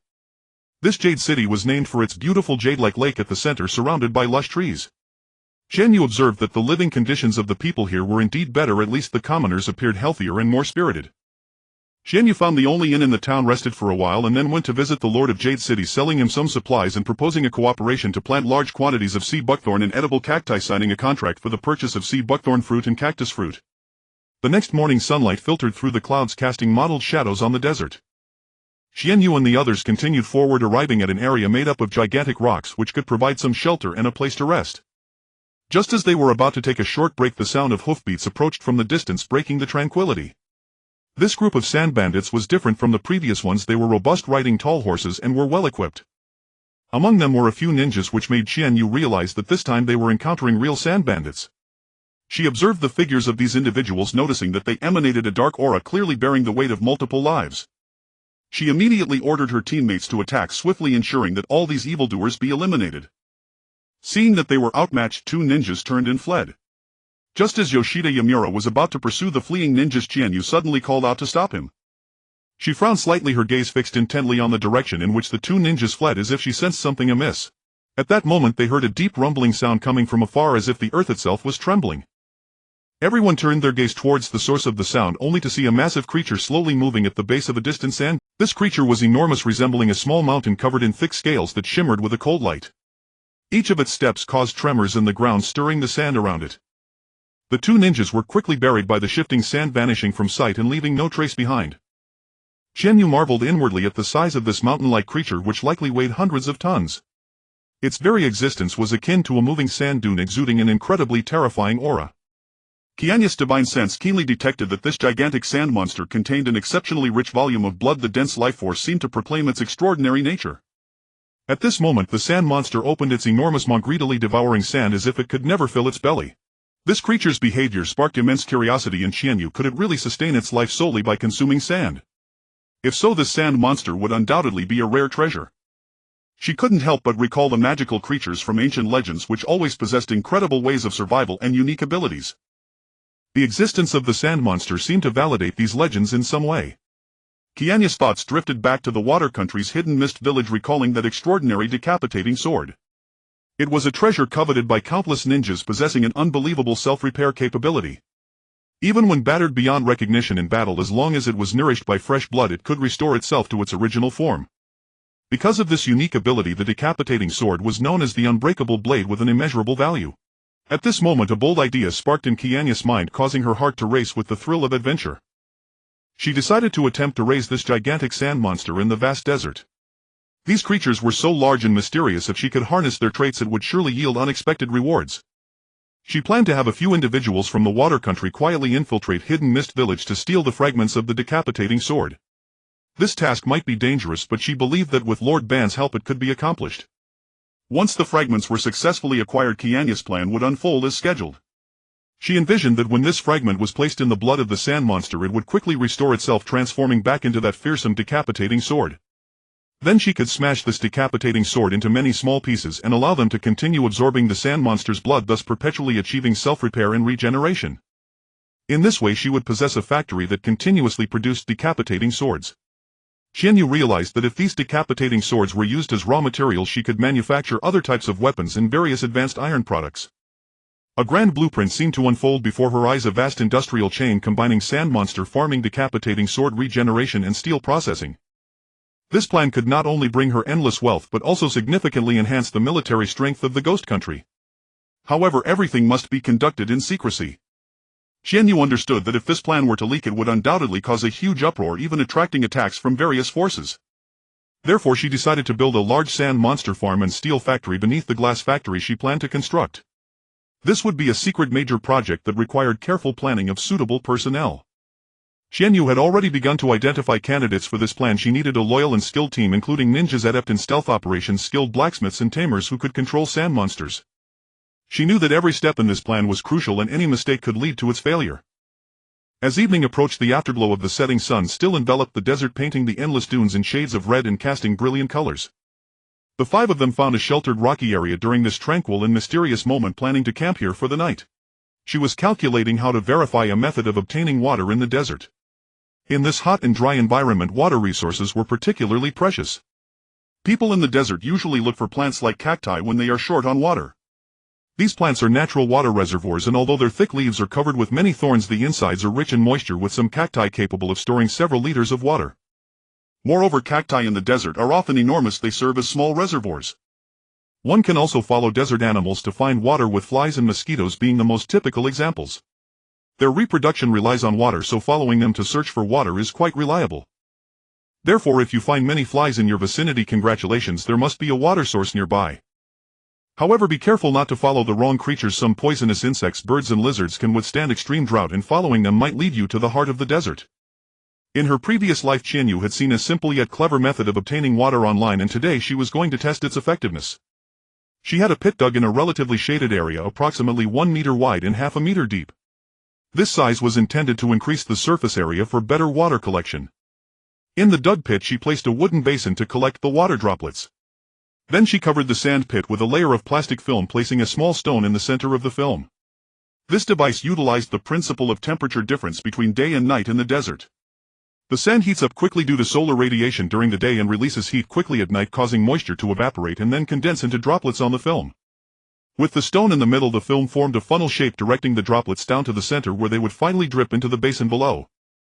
To ensure success, Qianyu arranged for 4 people to dig several such sand pits around. Due to insufficient plastic film, they used oilcloth instead. Although the effect might be slightly inferior, it was a good choice given the limited resources. Qianyu couldn't help but sigh at how scarce plastic was in the ninja world. Plastic is derived from petroleum, and the development of petroleum in the ninja world is still in its early stages, making plastic products even scarcer. Feeling inspired, Qianyu conceived the idea of exploring for petroleum resources in the desert. If she could find a large quantity of oil, the Wind Country might become the second richest nation in the ninja world. Petroleum can not only be refined into fuel and gasoline, but also serves as a raw material for many chemical industrial products such as solutions, fertilizers, pesticides, and plastics. As night fell, the temperature in the desert quickly dropped below freezing, the cold air causing involuntary shivers. However, the 5 of them were comfortably nestled in the earth house they built using earth escape techniques, using a heat retention talisman and thick blankets, feeling no chill at all. The heat retention talisman proved to be an excellent charm for desert travel, effectively storing the heat from the day and releasing it at night, providing them with a warm refuge. Occasionally the sound of insects would reach them, blending with the stillness of the desert, and soon they drifted into slumber. In the early morning, before the sun had fully risen, Qianyu eagerly got up to check on their well results. To their delight, the wooden basin had collected about 200 milliliters of water. The water looked clean and with just a bit of boiling could be safely consumed. This simple yet effective method of water collection filled them with joy, especially in this scorching desert where such a method could be a lifesaver. Qianyu realized that this method would save many struggling in the desert due to lack of water. However, she also understood that this method was not foolproof. It was only applicable in relatively cooler areas, especially those with slightly higher sand moisture. In particularly arid regions, unless the sand pits were dug deeper, it would be challenging to collect water. Even so, it remained a technique worth promoting. Qianyu silently resolved to compile this discovery into detailed records and share it with more people in need. After 4 days of arduous travel, Qianyu and her friends finally arrived at the sandy village of the Wind Country just as night fell. The village boasted a unique architectural style, with most buildings constructed from sand and stone, giving it a rugged yet mysterious aura. At the center of the village stood a massive sandcastle, the emblem of the sandy village and its defensive core. At night in the sandy village, the sky was filled with stars, creating a breathtaking sight. People would light lanterns on the streets, illuminating the entire village. During this time, the streets of the sandy village would become somewhat lively as people came and went, some being ninjas and others ordinary villagers. The ninjas wore black attire, donned headbands, and cloaked themselves, exuding an air of mystery. The villagers, on the other hand, dressed in dark clothing with their faces covered, making it hard to discern their expressions. The climate in the sandy village was extremely dry, with the sun blazing during the day and strong winds at night. However, the villagers had grown accustomed to this climate, knowing how to survive in such an environment. They would stay indoors during the day and venture out at night. Qianyu's group chose to act discreetly, disguising themselves as merchants to avoid the attention of the sand ninjas resting in a quiet inn. The next day they would set off for the royal court of the Wind Country, over 100 kilometers away from the sandy village. Qianyu gazed at the oasis city before her, enveloped in a light blue barrier resembling a fairyland. Lush trees surrounded a vast lake as a flock of birds skimmed across the turquoise surface, creating ripples. Circular buildings lined the lakeside, with one larger round building shimmering with golden light under the setting sun. At that moment there was no hustle and bustle of the city, only the tranquility and harmony bestowed by nature shining like a brilliant pearl amidst the desert. As the five of them approached the city, tall palm trees stood like giant umbrellas along the city's edge, seemingly welcoming each visitor with open arms. Their canopies intertwined, forming a green barrier that shielded them from the desert's heat and sandstorms. On either side of the city were architecturally unique structures that blended various cultural elements, with walls mostly built of stone and sand. The people on the streets wore garments of various colors, their expressions serene as they hurried about. Upon seeing the arrival of the five, many approached to inquire. Guided by a friendly uncle, Qianyu and her companions arrived at the top tier and closest to the royal court. The setting here was elegant and peaceful, but the prices were steep. A suite for one night cost 2,000 taels, 10 times that of other places. After a brief rest, they dispatched Shinobi Yoshida to the royal court to deliver the invitation from the Ghost Nation. 5 days of travel left Qianyu feeling somewhat fatigued. Although she could dispel fatigue with her spiritual energy, the ongoing sandstorms wrapped her up tightly, making it hard to maintain the energy shield for long. It was still quite tiring. Fortunately, they had not encountered any severe sandstorms or strange phenomena along the way. Tomorrow they were to meet with the daimyo of the Wind Country, and tonight they needed to rest well and prepare for the upcoming challenges. In the morning, golden rays of sunlight streamed through the window, illuminating the entire room. Qianyu sat at the vanity as Hashimoto Koizumi stood behind her, gently brushing her long hair before intricately braiding it and adorning it with beautiful hairpieces. Next, Hashimoto Koizumi carefully helped Qianyu into the elaborate and extravagant kimono, attending to every detail with precision. The kimono was embroidered with exquisite patterns and vibrant colors, crafted from soft and smooth fabric, exuding an air of nobility and elegance.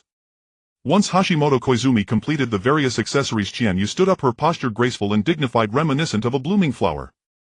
The kimono and accessories complemented each other, making her appear even more radiant, noble and beautiful. As the temperature rose, Qianyu felt quite stifled, forcing her to erect a spiritual energy shield to block the heat lest she break into a sweat. Meanwhile, the four ninjas donned their brand new formal attire. Their clothing was well-tailored, with smooth lines and vibrant colors showcasing youthful vitality and masculine vigor. They held exquisite gift boxes in their hands, solemnly following behind Qianyu as they made their way to the royal court. The daimyo of the Wind Country Foamling was a tall middle-aged man sitting in his palace, furrowing his brow as he looked at the invitation in his hand, astonished that the princess of the Ghost Nation would visit their inhospitable land. Foamling murmured to himself, this impoverished and remote land of the Wind Country is only trodden by merchants and ninjas. In all these years I have never seen a noble visit here. However, despite his confusion and disbelief, he decided to treat the visitor with courtesy, especially since they came from the mysterious ghost nation. Thus Feng Ling ordered his attendants to prepare for the reception and instructed his daughter Princess Lisa to get ready to accompany them the next day. The entire royal court of the Wind Country grew busy with maids tidying up the palace and setting up rooms, chefs meticulously preparing sumptuous dishes, while guards intensified security measures inside and outside the court. Everything seemed tense yet orderly, all to leave a good impression on this esteemed guest. As Qianyu stepped into the royal palace, her eyes were greeted by a resplendent hall adorned with precious gems embedded in the walls, casting a kaleidoscope of dazzling light and reflecting vivid patterns. Along the corridors hung exquisite frescoes depicting Western region myths, legends, and historical tales, vibrant and lifelike, showcasing the profound heritage and unique charm of that culture.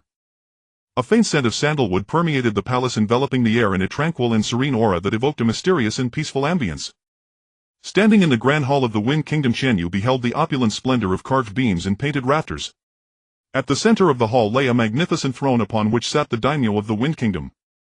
The daimyo wore a light robe crafted from what appeared to be precious silk, its surface shimmering with a soft luster under the lamplight. The robe was embroidered with intricate and delicate patterns, testament to superb craftsmanship. Upon his head rested a crown studded with gems that sparkled brilliantly under the sun, captivating all eyes. In his hand he held a scepter carved with exquisite motifs symbolizing his supreme authority. Such regalia rendered the daimyo solemn and dignified, commanding awe and forbidding direct gaze. Below the throne sat a princess with golden hair and emerald eyes. She wore a silk gown embroidered with gold and silver threads, its hem lavish and flowing, rising gently with her movements as if dancing in the air. Upon her head rested an ornate jeweled tiara, its exquisite craftsmanship and intricate design leaving an indelible impression. Adorned with countless scintillating gems, each movement caused the jewels to shimmer enchantingly under the light, radiating an aura of nobility and elegance.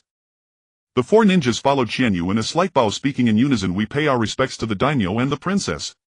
Their voices rang out crisp and powerful, echoing through every corner of the hall. Daimyo Feng Ling gazed at the princess from the ghost country, his eyes betraying a flicker of curiosity. Qianyu was not only radiant in countenance but also wore attire that was elaborate and ornate. Feng Ling inwardly admired her ability to maintain elegance and poise despite such heavy garments, ultimately restraining himself from voicing the question, "How do you manage to wear so much without sweating?" Composing his expression, he said calmly, "Welcome, Princess, to the Wind Kingdom." At that moment Princess Lisa, seated nearby, offered a faint smile, her emerald-like eyes reflecting a friendly expression as she nodded gently. Qianyu courteously took a seat on one side of the hall and gestured for the Jonin Yoshida beside her to present the gift box containing the scroll of supplies, a gift list, and the exquisite cat's eye bracelet. Her voice was gentle and modest. "My name is Yue Qianyu, heir to the Ghost Country. I have come to visit the Wind Kingdom and in turn pay homage to our ancestor Fengsun. A century ago my ancestor Yulin formed a bond with Fengsun in the Wind Kingdom." Daimyo Feng Ling listened, both surprised and delighted. As he carefully examined the gift list, he marveled at the generosity and courtesy of the Ghost Country. However, when Qianyu mentioned Fengsun, his gaze involuntarily fixed upon the cat's eye bracelet. This bracelet was one of the unique treasures of the Wind Kingdom's royal family, and seeing it confirmed in the daimyo's mind that Qianyu's purpose was to acknowledge kinship. Feng Ling recalled the records in the family chronicles about Fengsun and Yulin. In those days Yulin and Fengsun were indeed lovers. Two other princes had coveted Yulin's beauty and divine abilities, even sparking a civil war. After Yulin's disappearance, Fengsun banished the two princes. So Yulin came from the mysterious Ghost Country, no wonder she possessed such divine powers. The oasis of the Wind Kingdom had stood for a century thanks to the barrier Yulin had erected. Yet as time passed, the barrier had gradually weakened. He had worried that the next major sandstorm would destroy it and had planned to spend a fortune hiring ninjas from Konoha to repair this crucial shield. Now with the descendant of Yulin before him, he felt a strange sense of relief and hope. This descendant of the Feng clan must be acknowledged at once. A warm smile spread across Daimyo Feng Ling's face as he said gently, "I see. The chronicles of the Feng clan record Yulin's deeds. She performed many beneficent acts for the Wind Kingdom, earning the people's deep respect and being revered as a divine maiden. The Oasis barrier was also built by Yulin, protecting the Feng clan for a century. Child, the Feng clan welcomes you." Qianyu smiled and continued, "For centuries the Ghost Country has been ruled by the priestesses of the Yu clan, who have guarded the seal of the demon Wangliang to prevent it from harming the countless living beings of the ninja world. According to ancestral precepts, a Yu priestess may leave the Ghost Country for cultivation only in her 18th year and must return within a year to guard the seal. Yulin followed this rule as well, which is why later Yu ancestors never came to the Wind Kingdom to seek kinship." Daimyo Feng Ling and Princess Lisa, startled by such secret knowledge, widened their eyes. Was there truly such a fearsome demon in the ninja world? Yet recalling the bizarre ninjutsu of ninjas, the former god of shinobi and the demon of the shinobi world, and some strange occurrences in their own Wind Kingdom desert, they found it not surprising that powerful demons existed. So your Yue priestesses are truly great.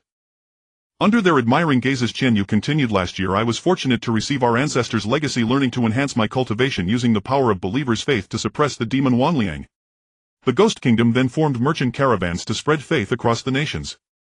Currently our Yue Merchant Association has established trade partnerships with the Snow Kingdom, Earth Kingdom, Rain Kingdom, Bear Kingdom, Bird Kingdom and others. The water storage talisman that has recently become popular in the Wind Kingdom was created by the priestesses of the Ghost Country. I have come today in hopes of forging a trade alliance with the Wind Kingdom.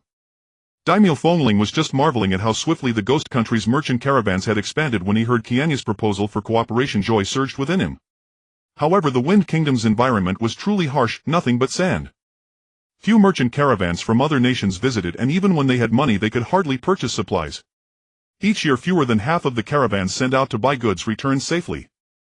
Under the daimyo's expectant gaze, Qianyu continued. The Ghost Country's agricultural ministry has successfully cultivated drought-resistant poplars and seed buckthorn which can be planted in large quantities across the desert, and we can build trade routes. The edible cactus of the desert is rich in nutrients, abundant in vitamins and minerals. It can be used to make military rations, pills for ninjas, medicines, and can also be ground into a powder mix sold cheaply to commoners.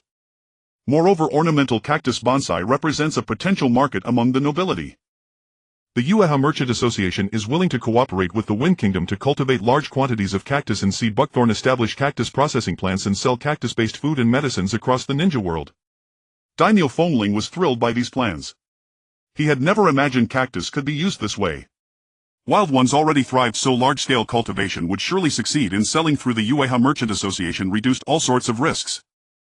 He promptly agreed to the partnership.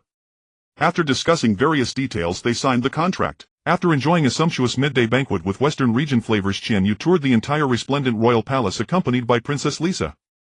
Subsequently, Qianyu, carrying some previously prepared glassware, secretly paid a visit to Lord Fengling once more. Watching him heap endless praises upon these crystal-clear, dazzlingly radiant glass artifacts, Qianyu spoke. "My lord, these exquisite glass pieces are made by melting quartz sand at 2300 degrees Celsius, adding various precious ores and processing them through unique sophisticated craftsmanship. Although quartz sand is ubiquitous in the deserts of Fengji country, reaching a temperature of 2300 degrees Celsius is extremely difficult. Only a few ninjas highly proficient in fire release can achieve it, and even in the Uchiha clan renowned for their fire release such talents are rare. Qianyu humbly requests that your lordship bestow upon me the 500 square kilometers of desert at the border of Fengji country, Xiong country and Miao country as my fief. The following are the exchange benefits that Guizhi country offers to Fengji country." The daimyo was somewhat displeased upon hearing that Qianyu wanted 500 square kilometers of desert as a fief. Although it was useless desert, asking for 500 square kilometers at once was too excessive. He also knew that melting sand at high temperatures was not easy. Mass production of these glass items was impractical, otherwise such exquisite artworks would have long been famous in the ninja world. For the sake of these exquisite glass pieces, the daimyo patiently listened to her continue, curious about what benefits she could offer. First, the 500 square kilometers of fief will be fully managed by Guizhi country from now on. Qianyu plans to secretly cooperate with the Uchiha clan of Mai to establish a glass processing factory, giving your lordship 20% of the annual profits. Second, within 5 years Guizhi country will assist Fengji country in expanding 10 oases and build a century-lasting barrier for each oasis. Third, within 3 years Guizhi country will help transform the 500 square kilometers of desert bordering Yu country and He country into a small granary. What do you think, my lord? Qianyu looked at the daimyo, calmly confident in his agreement. Lord Fengling was slightly dumbfounded upon hearing these three benefits. Was there a gold mine in that desert? Was it worth Guizhi country offering such generous benefits? Not to mention the 20% profit from the glass factory, but the century-lasting barriers for 10 oases would be worth billions, right? Do you know what a granary of 500 square kilometers means to Fengji country? Could there really be a gold mine? But on second thought it was unlikely. Over the decades, 2 ninja world wars had nearly turned the desert upside down. If there had been a gold mine, the ninjas would have dug it all up long ago. Was this child trying to completely return to her roots and merge Guizhi country into Fengji country? Could Guizhi country agree? She hadn't shown such intention before. Watching the daimyo's shocked and puzzled expression, Qianyu realized she had offered too many benefits. The daimyo of 2 country had even given away a large stretch of rocky land for the sake of health and longevity. But these benefits were not difficult for her to achieve. She hoped to completely bind Fingji country through this cooperation so that in the future she could incorporate Xiong country, Miao country and even Yu country and Chao country into Guizhi country's territory. She sighed deeply and said, "My lord, I know you are puzzled that Guizhi country can offer so many benefits. For a century Guizhi country has been a neutral nation and it always will be." The two ninja world wars were both triggered by resource disputes among nations. Great powers fought and small countries suffered. Tens of millions of civilians died and monsters and malevolent spirits grew stronger, nourished by the resentment of these commoners. To suppress the reinforcement of these malevolent spirits, besides having the shrine maidens train hard to enhance their power, Guizhi country will also work to improve the lives of civilians in other countries by strengthening commercial cooperation among nations, balancing resources, preventing wars and reducing the resentment in the ninja world. Qianyu took a sip of tea and said in a grave tone, "My lord may think Guizhi country's approach is futile, that nations will never be balanced, that wars will break out at any time, especially given the ever-strengthening ninjas who must be consumed through wars, otherwise they will eventually threaten the rule of us nobles. To be honest with you, the shrine maidens of the Yu clan have dwindled in numbers over generations due to suppressing the malevolent spirits. From over a dozen per generation 100 years ago, now only my mother Queen Yu and I remain. If the Yu clan does not change and weaken the malevolent spirits, the next generation may be devoured by them. When that happens, the monsters and evil spirits will break the seal and run rampant in the ninja world with unimaginable consequences." Watching the daimyo's increasingly solemn expression, Qianyu continued, "Currently the Yue Chamber of Commerce plans to integrate ninja power into daily life using the ninjas wind release, earth release, water release and fire release. We have already formed ninja pioneer teams for forest reclamation, farmland cultivation, building construction and so on. We are also researching ways to convert ninja chakra into something like electricity to power various household appliances. As long as we make ninja chakra a part of daily life and common people's use, they will not devote themselves to developing destructive ninjutsu or creating more ninjas, and thus they will not threaten us nobles. Qianyu carries the blood of the Feng clan, so naturally I wish to build Fingji country into a stronger nation. Later I will visit the Third Wind Shadow in Xiayin village to learn about the various ninjutsu of the San Shinobi and apply them to the construction of Fingji country. Their puppet techniques can create exquisite dolls that will surely be beloved by young nobles. They can also produce various agricultural and industrial machinery. In the future, machines for peeling, dicing and grinding cactus can be entrusted to them. Especially the Third Wind Shadow's bloodline limit magnet release iron sand, which is an expert at discovering iron ore in the desert. And that one-tailed Showa called the Desert Demon can control sand and gravel, build large sand castles and withstand sandstorms. I humbly request your lordship to allow the San Shinobi to join the Yue Chamber of Commerce. In the future, if the chamber cooperates with Shui country, we might even use the power of these ninjas to transport an ocean into Fingji country." Lord Fengling stood up excitedly, his eyes sparkling with joy. He gently patted Qianyu on the shoulder and said with a beaming smile, "Good child, you are truly a genius. Just call me uncle. From today on you are the Princess Yu of our Fingji country. If you need anything in the future, just tell me and I will surely grant your wishes. As for those San Shinobi, they are all thick-skinned tough guys. Don't be polite with them, use them as hard as you can." Ha ha ha. In Lord Fengling's mind, those San Shinobi were nothing but money-losing goods. Every year billions were allocated to Xiayin village and he had never seen a single cent returned.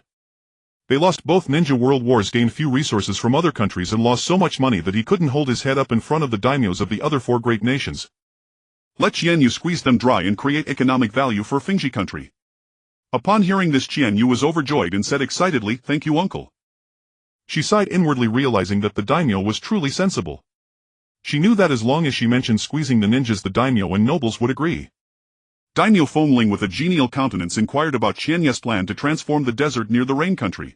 Qianyu explained that their merchant guild had already assisted Hanzō of the rain country in reshaping the terrain into terraced fields, water-tolerant crops at the top, rice in the middle and the lower areas converted into lakes for aquatic plants and aquaculture.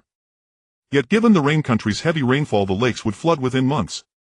They planned to channel the floodwaters into the desert of the wind country, allowing it to soak the sand thoroughly. The floodwaters would carry silt, enriching the sandy soil.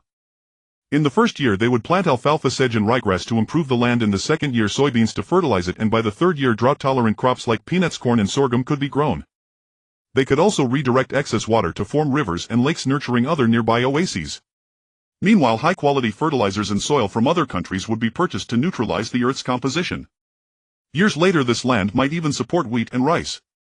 The daimyo upon hearing this deemed the plan highly feasible and praised Qianyu's ingenuity repeatedly. The unscrupulous daimyo of the fire country had raised grain export prices again this year.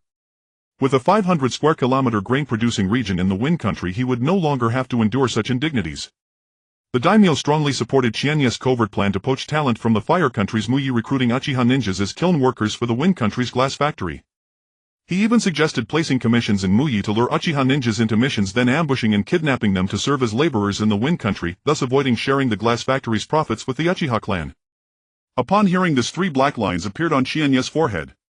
She had considered kidnapping Uchiha herself, but they were Uchiha, far from easy to capture. Even if captured, controlling them as kiln workers would be difficult. A rank fire release could blow up the entire factory. She quickly explained that powerful Uchiha fire-style ninjas were hot-tempered and unruly, preferring death over submission. Kidnapping them would be futile. Over the years, the Uchiha clan had been ostracized in the village of Muyi, leading a difficult life. Offering them a small share of the profits would secure their sincere cooperation as laborers. Perhaps some Uchiha ninjas would eventually choose to remain in the Wind Country wholeheartedly, becoming Wind Country's own Uchiha. The daimyo approved of Qianyu's approach and issued several decrees to the city lords of the Wind Country's oases, ordering commoners to cultivate cacti on a large scale. He also sent a decree to Sha-in village demanding that the Third Fonging fully support Qianyu's commercial plans. That evening, the daimyo hosted a family banquet introducing Qianyu to his wife and 2 princes. This is Yue Qianyu, the heir of the Gue country and also a child from our Feng family's ancestral line. From now on, Qianyu shall be our Wind Country's Princess Yue. The daimyo's wife, a still charming golden-haired blue-eyed beauty, gently placed a gold bracelet studded with 7 colored gemstones onto Qianyu's wrist. Qianyu, this is a heirloom of the Wind Kingdom's royal lineage, only 2 exist. One for you, one for Lisa. Princess Lisa, standing nearby, raised her right hand lightly and smiled, showing Qianyu the 7-colored gemstone bracelet on her own wrist. Sensing the goodwill of the daimyo's family, Qianyu felt she should not be discourteous. She took a gift box from her wide sleeve, a simple yet elegant jade necklace, and handed it to the daimyo's wife. And thank you so much for your kindness. This is a guardian jade crafted by the Yu clan shrine maidens of the Gue country. It not only enhances beauty, strengthens health, and makes one look 10 years younger, but also withstands 3 Jonin-level attacks. May you forever remain young, beautiful, and healthy. The daimyo's wife was astonished, realizing these were truly extraordinary items befitting the mysterious shrine maidens of the Gue country. She joyfully put on the necklace. The other 4 looked on in wonder, then gazed expectantly at Qianyu.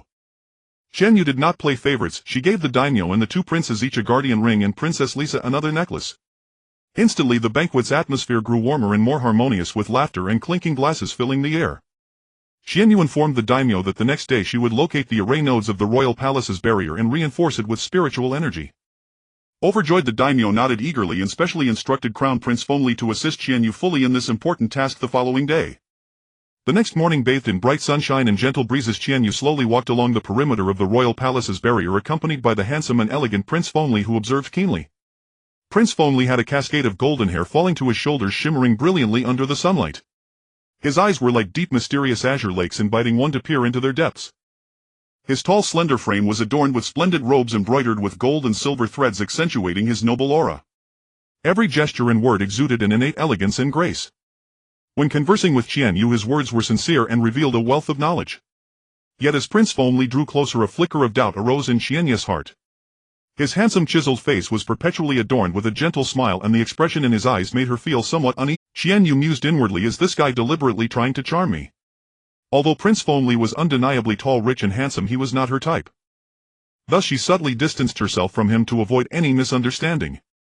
During the inspection, Qianyu quickly located the barrier's array nodes and immediately expressed her desire to return to her quarters to study reinforcement methods. She bid Prince Fengli a polite farewell and hurried away, leaving him standing with a regretful expression. He had wished to chat more with his sister Qianyu. Sister Qianyu was beautiful, intelligent, and erudite. Every topic he raised she could engage with, even offering unique insights that delighted him. Last night his father had praised her highly, also informing him of the cooperation between the Gue country and the Wind country. His father had also explained the succession method of the Gue country's ruler and hinted subtly that he should grow closer to Sister Qianyu.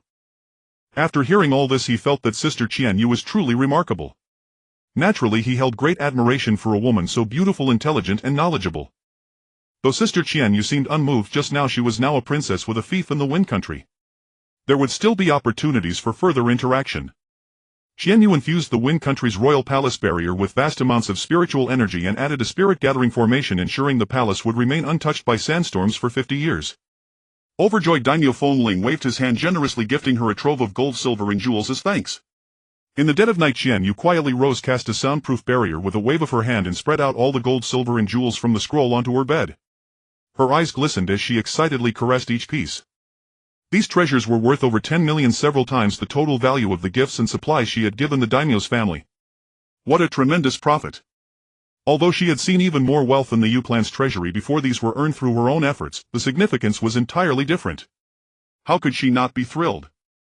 2 days later, Qianyu bid farewell to the reluctant Princess Lisha, promising her to quickly research and develop multiple varieties of fruits and vegetables that could be planted in the desert. Once the fiefdom was built, he would send someone to pick her up for a visit, thus coaxing her not to follow him away. Qianyu looked at the elegantly standing Fengli, whose face bore a cheap smile. She thought forget it, if he wanted to follow to Xian village, let him. With him there, the cooperation with Xian village would go more smoothly. The prince's travel procession was indeed extraordinary. Rows of tall and sturdy camels stepped steadily, pulling luxurious and exquisite carriages moving slowly forward. Each carriage was adorned resplendently, exuding nobility and luxury. The prince sat inside the carriage, surrounded by 6 nimble and stern-faced ninjas who remained vigilant at all times, guarding his safety. In addition, more than a dozen well-trained and gracefully mannered attendants followed behind, responsible for attending to the prince's daily needs, ensuring everything was properly arranged. At dusk, the setting sun cast a golden radiance, illuminating the entire desert. The distant dunes under the sunlight appeared extraordinarily magnificent, like a colossal golden mountain. In this golden light, a solitary camel caravan moved slowly forward, their shadows elongated and merging with the desert. At that moment, a gentle breeze swept by, lifting a cloud of sand dust and forming a sand wall. The sand wall danced in the wind like a giant dragon coiling in the sky. Behind the sand wall, a red sun gradually set, dyeing the sky orangered. Amid this magnificent scenery, only that camel caravan silently moved forward, as if advancing toward a distant goal. Gazing at the beautiful scene, Qianyu could not help reciting that poem: in the vast desert a lonely plume of smoke rises straight over the long river, the setting sun rests round. Wonderful words. Fengli, who had approached unnoticed, praised this scene. I have witnessed it for over 10 years and it no longer stirred any waves in me. But now, viewing it together with Sister Qianyu, it has a unique charm. She thought, heck, this guy is flirting with me again. Qianyu rolled her eyes inwardly, turned around and left, too lazy to pay him any mind. This guy had been nagging all the way, sending fruit and pastries at every turn, even though she had all these things in her own carriage. It was simply creating trouble for no reason. She couldn't be bothered with him. Along the way, the procession made stops and starts. After 2 days of arduous travel, they finally arrived at Xian village. Xian village had long received news that the prince and the newly appointed Princess Yue by the daimyo would visit. Since the end of the Second Ninja War, with Xian village defeated, the daimyo had issued multiple decrees reprimanding them and even reduced the village's funding. Over the past 2 years, Xian village had faced tight funds and material shortages, causing a sharp decline in the living standards of the entire village. Everyone desperately hoped that the arrival of the prince and princess would bring a turning point to Xian village. The third Kazekage had already led a delegation to wait at the entrance of Xian village. The crowd, seeing the majestic prince seated in the luxurious carriage, bowed in unison. Accompanied by the prince's haughty expression, they followed the convoy into Xian village. Qianyu sat composedly in her carriage. As the current princess of Feng country, she naturally would not alight and walk. Moreover, Xian village was so vast they could not possibly enter on foot. One had to admit that the first Kazekage of Xian village had great foresight, selecting an excellent geographical location, the underground river in this canyon. This underground river not only provided a continuous water source for Xian village but also nourished several surrounding oases. These oases, like pearls in the desert, brought vitality to Xian village and sustained over 100,000 people. In comparison, the large oases in other parts of Feng country paled in significance, with populations far smaller than that of Xian village. Some small oases had only a few hundred inhabitants. This situation led to an extremely uneven population distribution in Feng country, and various oases lacked effective communication and cooperation. These oases of various sizes were scattered throughout Feng country, making trade very inconvenient. It would be better to first vigorously develop Xian village and relocate the populations of those small oases. After a fairly sumptuous banquet, Qianyu and Prince Fengli summoned the third Kazekage and 2 elders. Prince Fengli, looking at the 3 tense faces, said leisurely, in recent years the price of grain in fire country has been increasing day by day, making the lives of the people unbearable. My father is deeply worried. Fortunately, Princess Yue has come to share the burden, bringing good news to Feng country. From now on, you only need to follow Princess Yue's arrangements. Qianyu, under the expectant gazes of the 3, said gently, everyone, good evening. My name is Yue Qianyu, the young master of Gue country. Fortunately, I have been appreciated by the daimyo of Feng country and granted the title of princess. The Yue trading company I founded has already cooperated with multiple countries such as Shui country, Tu country and Yu country, and now I am also honored to establish a cooperative relationship with Feng country. The third Kazekage and the 2 elders were also astonished by the scale of the trading company. They equally hoped that a large-scale trading company would bring more and better-priced supplies to Cheyenne Village. Although the daimyo has some complaints about Cheyenne Village, he also believes in your excellent capabilities. Upon hearing this, the three felt that Princess Yue was being too courteous. They knew very well what the daimyo thought of Cheyenne Village. They had been scolded like dogs by the daimyo before. Qianyu also felt a bit guilty, saying that, silently complaining to herself that the daimyo phoneling had been unreasonable before wanting the horse to run but unwilling to feed it good grass. The daimyo has ordered Phone Country to vigorously plant edible cactus and seed buckthorn trees. Edible cactus and seed buckthorn fruit are rich in nutrients containing a large amount of vitamins and minerals. Regarding this, Elder Chiyo, who is skilled in developing various medicines, should be very clear. This year the daimyo has increased the financial allocation to Cheyenne Village by 50 million ryo to develop Cheyenne Village. The Yue Trading Company will assist Cheyenne Village in establishing a cactus processing plant to produce various cactus foods, medicines and bonsai, selling them to all countries in the ninja world. In this series of production and sales processes, a large number of commission tasks and job positions will be provided for the ninjas and civilians of Cheyenne Village. Elder Chiyo was stunned after listening. She usually sought out poisonous cacti to extract toxins and rarely dealt with edible cactus, not to mention making money from cactus. However, the poor in Phone Country did eat some cactus, but they often encountered poisonous ones. If they could mass plant and process edible cactus varieties and sell them to other countries, that would indeed be a good idea. This would not only help solve the food problem for the poor of Phone Country but also increase the country's income. At the same time, it would allow more people to learn about the specialty cuisine of Phone Country and enhance its reputation. Thinking of this, Elder Chiyo couldn't help but show a slight smile. It seemed this idea had great prospects. Qianyu watched as the eyes of the three gradually brightened, realizing they were beginning to accept her suggestion. She then continued, I am deeply interested in the puppet techniques of Cheyenne Village. The dolls in the hands of the village children, if carefully crafted from precious wood, meticulously painted and adorned with exquisite costumes and accessories, would surely be favored by young nobles and wealthy merchants. Coupled with story-based marketing, they could even sell for tens of thousands. Moreover, these dolls can be mass-produced through an assembly line process which not only safeguards the technical secrets but also enhances production efficiency. Furthermore, puppetry can be applied to manufacturing various civilian machinery, such as the machines for peeling, dicing, juicing and grinding, and cactus processing plants, all of which require your expertise to develop. I believe that as long as you fully leverage the advantages of puppetry, you will undoubtedly achieve tremendous commercial success. Upon hearing these words, the third Kazekage and the other two showed expressions of astonishment. Their eyes widened as if they could hardly believe it. All along they had thought that puppetry was merely a technique for combat and killing, but now they realized it had such other applications. The small dolls made by puppet masters from leftover materials could even sell for tens of thousands of ryo. If puppetry could indeed be applied to the commercial sector, it would be a tremendous opportunity for Cheyenne Village. After all, they possessed hundreds of excellent puppet masters. As long as their creativity was fully unleashed, they could create countless exquisite dolls.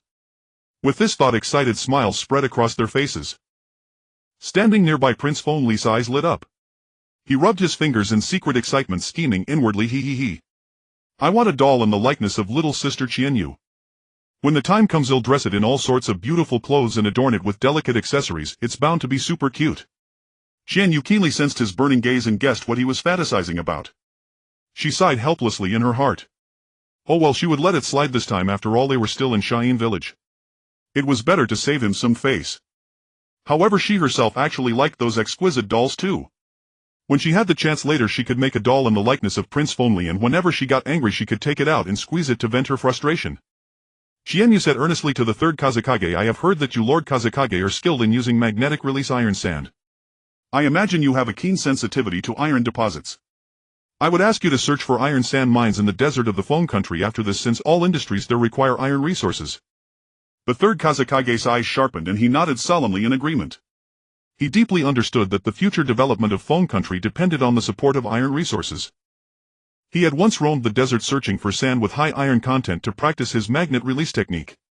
Thus he was quite familiar with the deserts near Cheyenne Village and knew where iron sand deposits might exist. Qianyu thought of the one-tailed Shoha and asked solemnly, Lord Kazekage, the daimyo has greatly praised Cheyenne Village for its years of guarding the desert demon, the one-tailed Shoha. Upon learning of my sealing techniques and barrier arts as the Shrine Maiden of the Ghost Country, he wishes to utilize Shoha to create more value, since it once caused enormous losses to Phone Country. Upon hearing this, the three immediately became wary. The one-tailed Shoha was Cheyenne Village's secret weapon with the ability to control fierce winds and sandstorms. Successive Kazekages had derived various powerful ninjutsu from Shoha, making its value to the village immeasurable. This princess from the Ghost Country actually had designs on Shoha. They must never agree to it. Qianyu saw the resistance in their eyes and sighed lightly. I know the importance of the one-tailed Shoha to Shine Village. However, it is not only a weapon that intimidates the nations of the ninja world but also a treasure of Phone Country. I will surely make it create more value for Phone Country. As far as I know, Shine Village cannot fully control the one-tailed Shoha. It can only be sealed within a Jinchuriki and guarded by heavy troops. In my view, this completely fails to realize Sha's value and wastes one strong individual and multiple ninja as guards. Under the disapproving gazes of the three and the excited expression of Prince Fonli, Qianyu continued, the one-tailed Shoha is huge in size, familiar with the desert, and can control strong winds and sand. It is practically born for Phone Country. You all also know that Shoha has intelligence but low intellect, otherwise Shine Village would not have obtained so many ninjutsu. In my opinion, Phone Country can negotiate with Shoha, enshrine it as the wind god of Phone Country, have it control the wind and sand, transform the harsh desert climate, and bless all oases of Phone Country. Moreover, Sha's ability to construct giant sandcastles is unmatched by dozens of sand ninja. In the future, with numerous giant sandcastles and the barrier arts of the Ghost Country, the people of Phone Country will no longer fear the ravages of wind and sand. The three were overjoyed and thought this plan was excellent. Although the one-tailed Shoha is hot-tempered, it is indeed low in intelligence, otherwise it would not have been deceived many times by successive Kazekages. However, Shoha now harbors great hostility toward the ninja of Shine Village. Persuading it will not be an easy task. It seemed this heavy responsibility could only be entrusted to this wise princess. Qianyu had originally planned to persuade Shoha herself, so she agreed without hesitation and said, you all know that the one-tailed Shoha is full of hostility toward Sand Ninja Village. If we go rashly, it may cause its aversion and attacks. Therefore, I hope everyone can cooperate actively and make yourselves appear more miserable. If possible, it would be best to bring along each of your chosen successors. This would be more persuasive and increase the chances of success. The third Kazekage and the other two immediately understood the princess' inner calculations. She intended for them to play the victim before the mighty Shoha, willingly taking the blame for sealing Shoha. At the same time, she expected them to have their respective successors curry favor with Shoha. It must be said that to some extent these things were not difficult to achieve. After all, ninja inherently possess robust physiques. Even if they suffer severe injuries like broken limbs, as long as timely reattachment is performed, they can recover completely unharmed. Moreover, Elder Chiyo had long since carried out a peculiar modification on her own arm, turning it into something like a mechanical puppet. When the time came, she could disconnect it at will and reattach it just as easily. Qianyu knew the temperament of the one-tailed Shoha. It was the weakest of the nine-tailed beasts as well as the most irritable and naive. She was fully confident in persuading it. Even if Shoha proved uncooperative, her sealing techniques were nothing to scoff at. After all, her sealing arts had once sealed the demonic statue of the outer path. There was no way she would be afraid of dealing with just a single-tailed beast. Qianyu knew that tailed beasts could perceive human malice, so she constantly reminded herself to regard Shikaku as a future benefactor guarding the Wind Country, to respect and adore it from the bottom of her heart. She also required the accompanying others to do the same. If they couldn't, they should merely recall Shikaku's overwhelming power that could crush them with a single slap and thus maintain reverence in their hearts. In the early morning, Qianyu looked at the disheveled, broken-armed and lame third Kazekage Elder Chiyo, Elder Ebizo, and behind them the future fourth Kazekage Razasasori of the Red Sand and Jonin Baki, and couldn't help twitching her mouth. You all are way too committed. Prince Fonli, who followed her everywhere, ignored Qianyu's eye roll and still greeted her warmly. After all, he was the future daimyo of the Wind Country. He had to witness the legendary Desert Demon. Besides, how could he miss the heroic grace of his sister Qianyu persuading the Desert Demon? The group passed through towering cliffs, crossed a lake, entered a huge cave, and saw a prison surrounded by massive wooden fences. Inside the prison sat a stooped white-bearded ancient monk. He was the first Jinchuriki of the one-tailed Bunpuku. Looking at the old man before them, frail yet as immovable as a rock, everyone sighed with emotion. The old man Bunpuku heard the noise, opened his cloudy eyes, and seeing the miserable third Kazekage and the other two, couldn't help wondering if the hidden sand village had been breached by enemies. If the one-tailed Shikaku could no longer be protected, he hadn't heard any sounds of battle in the village lately. The scene was somewhat awkward. Qianyu had to step forward and explain, Lord Bunpuku, I am Princess Qianyu of the Wind Country. I have come on behalf of the daimyo to pay respects to Lord Shikaku. Please convey this message. After confirming with the third Kazekage's gaze, Bunpuku tremblingly unsealed a seal. A surge of powerful chakra burst out, followed by an arrogant and domineering voice, Who wants to see me? Am I someone anyone can just meet? Watch out, or I'll swat you away with one claw. Qianyu's eardrums nearly trembled from the sound. She stepped forward respectfully and said, Lord Shikaku, I am Princess Qianyu of the Wind Country. I have come on behalf of the daimyo to visit you. Many days ago, while perusing a travelogue of the Wind Country, the daimyo discovered that decades ago many travelers had been sheltered by you in the desert. Later investigations revealed that over the past century several oases in the Wind Country had escaped devastating sandstorms thanks to your protection. The daimyo exclaimed that you are truly the guardian deity of the wind country and wished very much to visit you. After learning that you have been trapped in the hidden sand village without freedom for decades, he severely punished these despicable sand ninja and specially dispatched me and the prince to visit you. Please be magnanimous and graciously accept the offerings of the wind country, continuing to be our guardian deity, the Lord Wind God. Everyone else was overwhelmed by the formidable aura of the one-tailed Shikaku. Prince Fongli, supported by his nearby ninja, struggled to steady himself, his pounding heart repeatedly saying, Sister Qianyu was right. Father discovered from a travelogue that Lord Shikaku is actually the guardian deity of the wind country. Qianyu recalled a travelogue of the ninja world she had read before, which mentioned that the author once encountered a massive sandstorm in the wind country desert that was blown away in one breath by a giant tanuki. She guessed that Shikaku must have done such things many times over the centuries. The one-tailed Shikaku was stunned by these words. It retrieved from its vast memory that while playing in the desert it had seen people fleeing in the wind and sand and casually blew away the sandstorm so that those people wouldn't disturb its play in the sand. Sometimes when it was in the mood to admire an oasis, a dark unwelcome tornado would come and block its view, only to be swatted away with a single claw. So it had indeed helped many humans. All these years it had been sealed here by those damned sand ninja. How many years had it been since it last frolicked freely in the desert sand?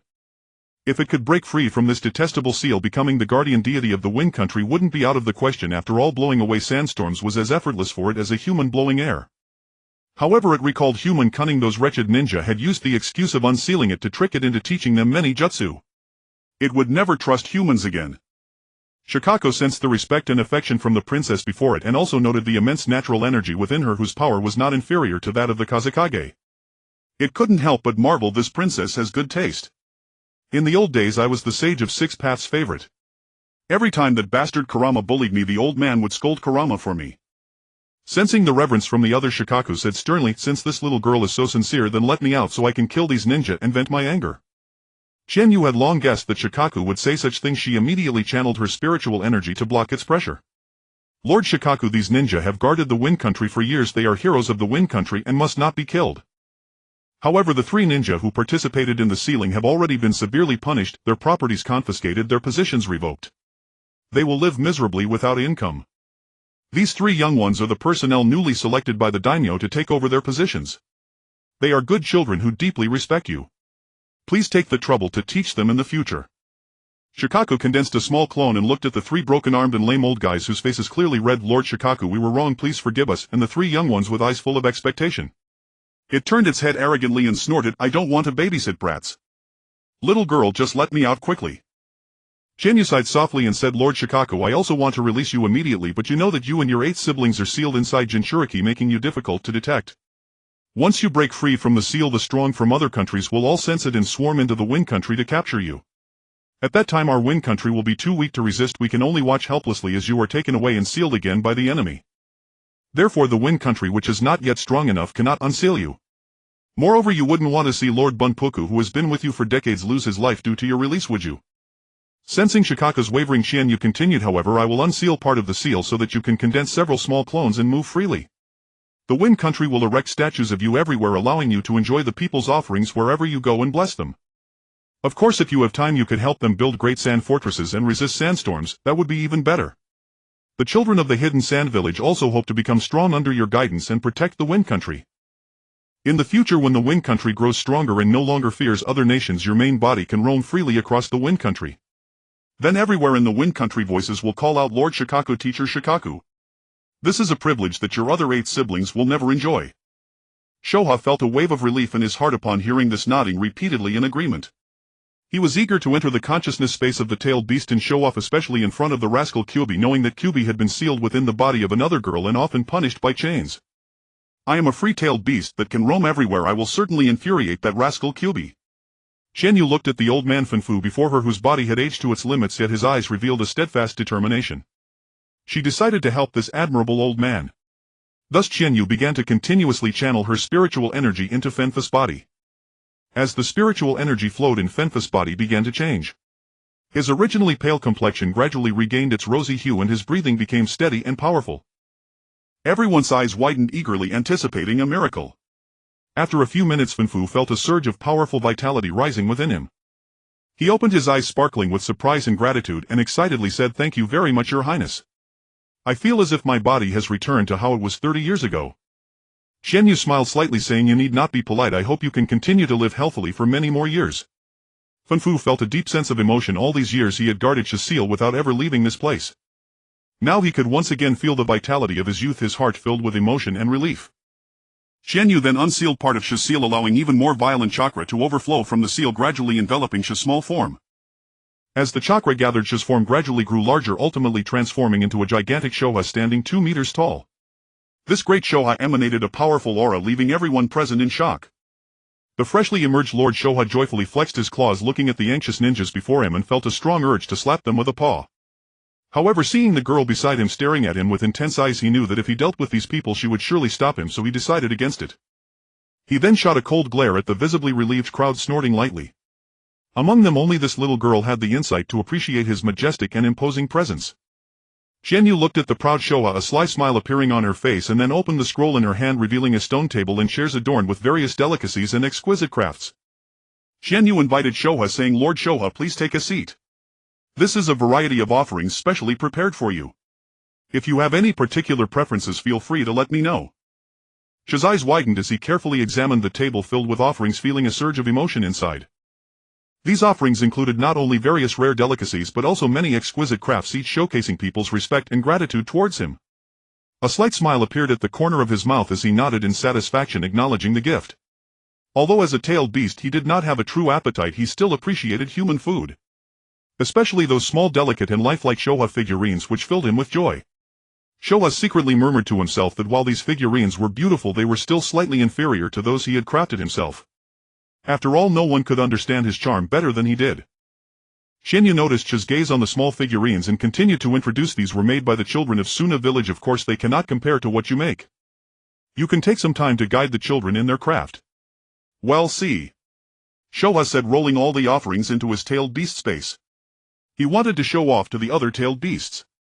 Qianyu sighed, realizing that tailed beasts had their own spaces.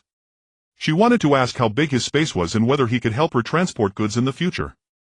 Just think about it, if Shoha had a few large warehouses filled with goods in the land of fire and a ninja from Suna village performed a summoning technique, Shoha would appear in Suna village, saving so much time and effort. But now was not the time. She would find an opportunity to ask later. Qianyu spread out the map in her hand, pointing to the land of wind, and said to Shoha, Lord Shoha, here is Suna village and here is Qianyu's fief, which is not yet fully developed. You are welcome to visit in the future. This area of desert is reserved for you. You can play in the sand and build castles here. As the princess of the land of wind, Qianyu has to support millions of citizens. If you discover any valuable minerals in the desert, please inform me. Qianyu wants to earn more money to improve the lives of her citizens. Shoha nonchalantly nodded, saying, all right, I will let you know if I find something. There are treasures everywhere in the desert that you humans like. These ninjas only know how to fight every day and don't know how to seek them out. No wonder they are so poor, dressed in rags. Qianyu, hearing this, grabbed Sha's arm excitedly, saying, Lord Shoha, please be sure to tell me the locations of those treasures. The others also stared at Shoha with sparkling eyes. Shoha was startled by Qianyu's action. He had never been so close to anyone other than the old man of the 6 paths. After so many years, I've long forgotten the places. I'll tell you when I come across them later. Little girl, quickly let go. This arm of mine is not for you to touch. Qianyu had to reluctantly release her grip, but to be honest, Sha's arm was furry and soft, making her want to squeeze it a few more times. Qianyu's gaze shifted to Sha's round belly, thinking that if Shoha grew a few more times, lying on its soft belly would surely be very comfortable. Shoha was startled by Qianyu's eager gaze, saying, I'm going to play in the sand. I'll come back to play with you in a couple of days. He dashed away, leaving everyone staring at each other in surprise. Qianyu lightly coughed to break the awkward silence, saying, well, you all understand, Lord Shoha has been sealed for decades and is eager to go out and stretch his legs. Lord Sha's true form is still here. He will return in a few days, so everyone need not worry. Afterwards I will discuss with Lord Shoha about leaving a chakra clone for you, so you can contact us promptly if needed. Seeing the understanding expressions on everyone's faces, Qianyu continued, Lord Kazekage, the land of wind is vast and there are surely many plants yet to be discovered. I want to issue several crank missions to broadly search for undiscovered plants and submit them to the Suna Village Research Department for study, offering C2 rank commissions based on their economic value. The third Kazekage had returned to his solemn demeanor, nodding slightly in agreement. I will conduct an inspection in Suna Village over the next few days and look for other potential collaborative projects. In the meantime, I'd like to ask everyone to produce a batch of low and medium quality figurines to provide to the merchant team for market development. As for high-quality figurines, they can be made slowly over time as continuously improved and innovative products are more favored by consumers. In the ninjas, understanding every mission must be approached with the best attitude and utmost effort to satisfy the employer, ensuring that the employer won't cut commission fees and will continue to commission in the future. As for business, I really don't understand much, so I'll just listen to the princess. Qianyu recalled the reason behind the third great ninja war upon seeing the red-haired youthful face of Deidara.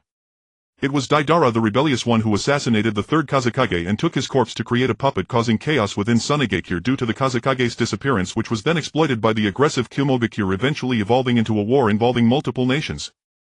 Qianyu contemplated whether to deal with Deidara first, but considering his superb puppet skills and the potential value he could bring to the Moon and Commerce Guild, she suppressed her impulse.